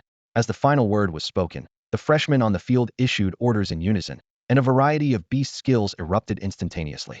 Thunderous Fart, but Pig, use Poison Mist. Ghostly Eye, use Slowing Ray to reduce their speed. Little Snowball, use Ice Ring. A kaleidoscope of skill lights intertwined in the air, especially the yellow poison mist released by Butt Pig. Even though everyone knew the mist wouldn't affect those outside the field, they instinctively stepped back a few paces. As freshmen at Yenjing University, everyone present demonstrated skills far beyond their peers, confidently facing their chosen opponents. However, among this group of outstanding students, Long Hanwen and Mai Yuza stood out the most. Long Hanwen's red-crested winged dragon let out a thunderous dragon roar, boosting its magical attack power. It then opened its massive jaws, unleashing flames that surged like molten lava, engulfing the entire battlefield in a sea of fire. The battlefield was engulfed in searing flames, and the 100 meticulously selected Silver-tier, 1,000 shadow clones dissipated into glimmers of light under the intense heat. The spectators couldn't help but gasp. Such precision in the attack's range and skill execution was truly awe-inspiring. Despite the flaws in his character, the strength of the young Long family member was undeniable. This beast mastery, I might struggle to handle it myself, someone murmured in admiration. The training ground buzzed with excitement as freshmen, teachers, and senior students all engaged in discussions. Long Hanwen's strategy was impeccable, utilizing the beast's formidable resilience to absorb attacks, while simultaneously building up magical power, culminating in a devastating area attack. This approach was not only efficient, but also allowed him to maintain complete control over the battle's tempo. In contrast, Mayuza's performance was unexpected. He seemed to deliberately conceal his strength, deploying only a Silver-tier level 8 clone to face the challenge. His fishing penguin executed just one sure-hit skill, Willing Hook, decisively concluding the battle. They're all holding back, Lei Xiaowen calmly analyzed. They're ensuring a solid base score while leaving room to compete for the top position. Su Mukin and his companions merely nodded lightly at this observation, not overly concerned. For Yin Hong and others, securing a spot in the top 20 was sufficient to prove their capabilities. As for Su Mukin himself, this assessment felt more like a formality. According to the rules, all his beasts except for the Cloud Crane could participate, and he alone was capable of handling all the new students. Even deploying just one Crimson Gold War Dragon would be enough to dominate the field. To him, this freshman competition was more about testing the 1,000 Mechanism Beast's real combat performance than anything else. The first round of the first phase of the new student competition has ended. Now, let's draw participants for the second round. Remington's voice echoed across the field.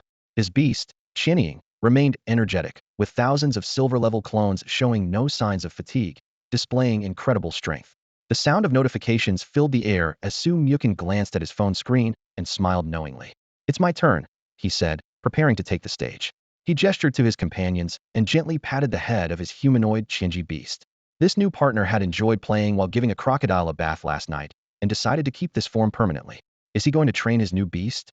The previously disinterested Yin Hong suddenly perked up, eyes glued to the shape-shifting Chinji beast. They had long been curious about this extraordinary beast and were eager to see its true power. "No way, Su Mukin is up already," gasped someone in the audience. "I thought he'd be in the final round. Come on, this isn't a live show. It doesn't need ratings. Look at that white crocodile, it's awesome. Is that his new contracted beast from this month?" Although Su Mukin had been out of the spotlight for the past month, his reappearance always caused a stir as a legendary figure who made history. On the podium, professors engaged in heated discussions. He's already reached Silver level 8. His speed of improvement is astonishing.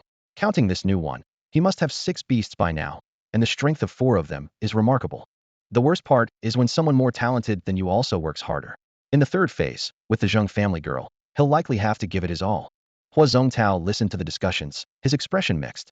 Wasn't Yenjing University renowned for its strength? Could there really be a second-year student who could challenge Su Mukin? Or perhaps these people didn't truly understand the power of Su Mukin's beasts. Amidst the discussions, all candidates had chosen their challenge difficulty. Remington began the countdown. Contestants, send out your beasts, and get ready. 3, 2, 1, start. With the command, the freshmen in the battle arena began issuing orders. Soon Yukin strategized internally. Let's start with Qinji beast clones. 30 clones, each capable of 80 of the original's power. With the buff from its transformative abilities, it can reach 100. The battle between a silver rank 2 and the clone of a silver rank 9 is the perfect opportunity to test one's strength. With a mere thought from Sumyukin, the Qinji beast on the field sprang into action. Countless tiny nanobots surged from its body, rapidly assembling in the air to transform into 30 mechanical beasts almost identical to the little Qilin. They emitted a unified roar that resonated throughout the battleground. Whoa, is this a team battle? Someone exclaimed, as all eyes in the audience were instantly drawn to the unfolding spectacle.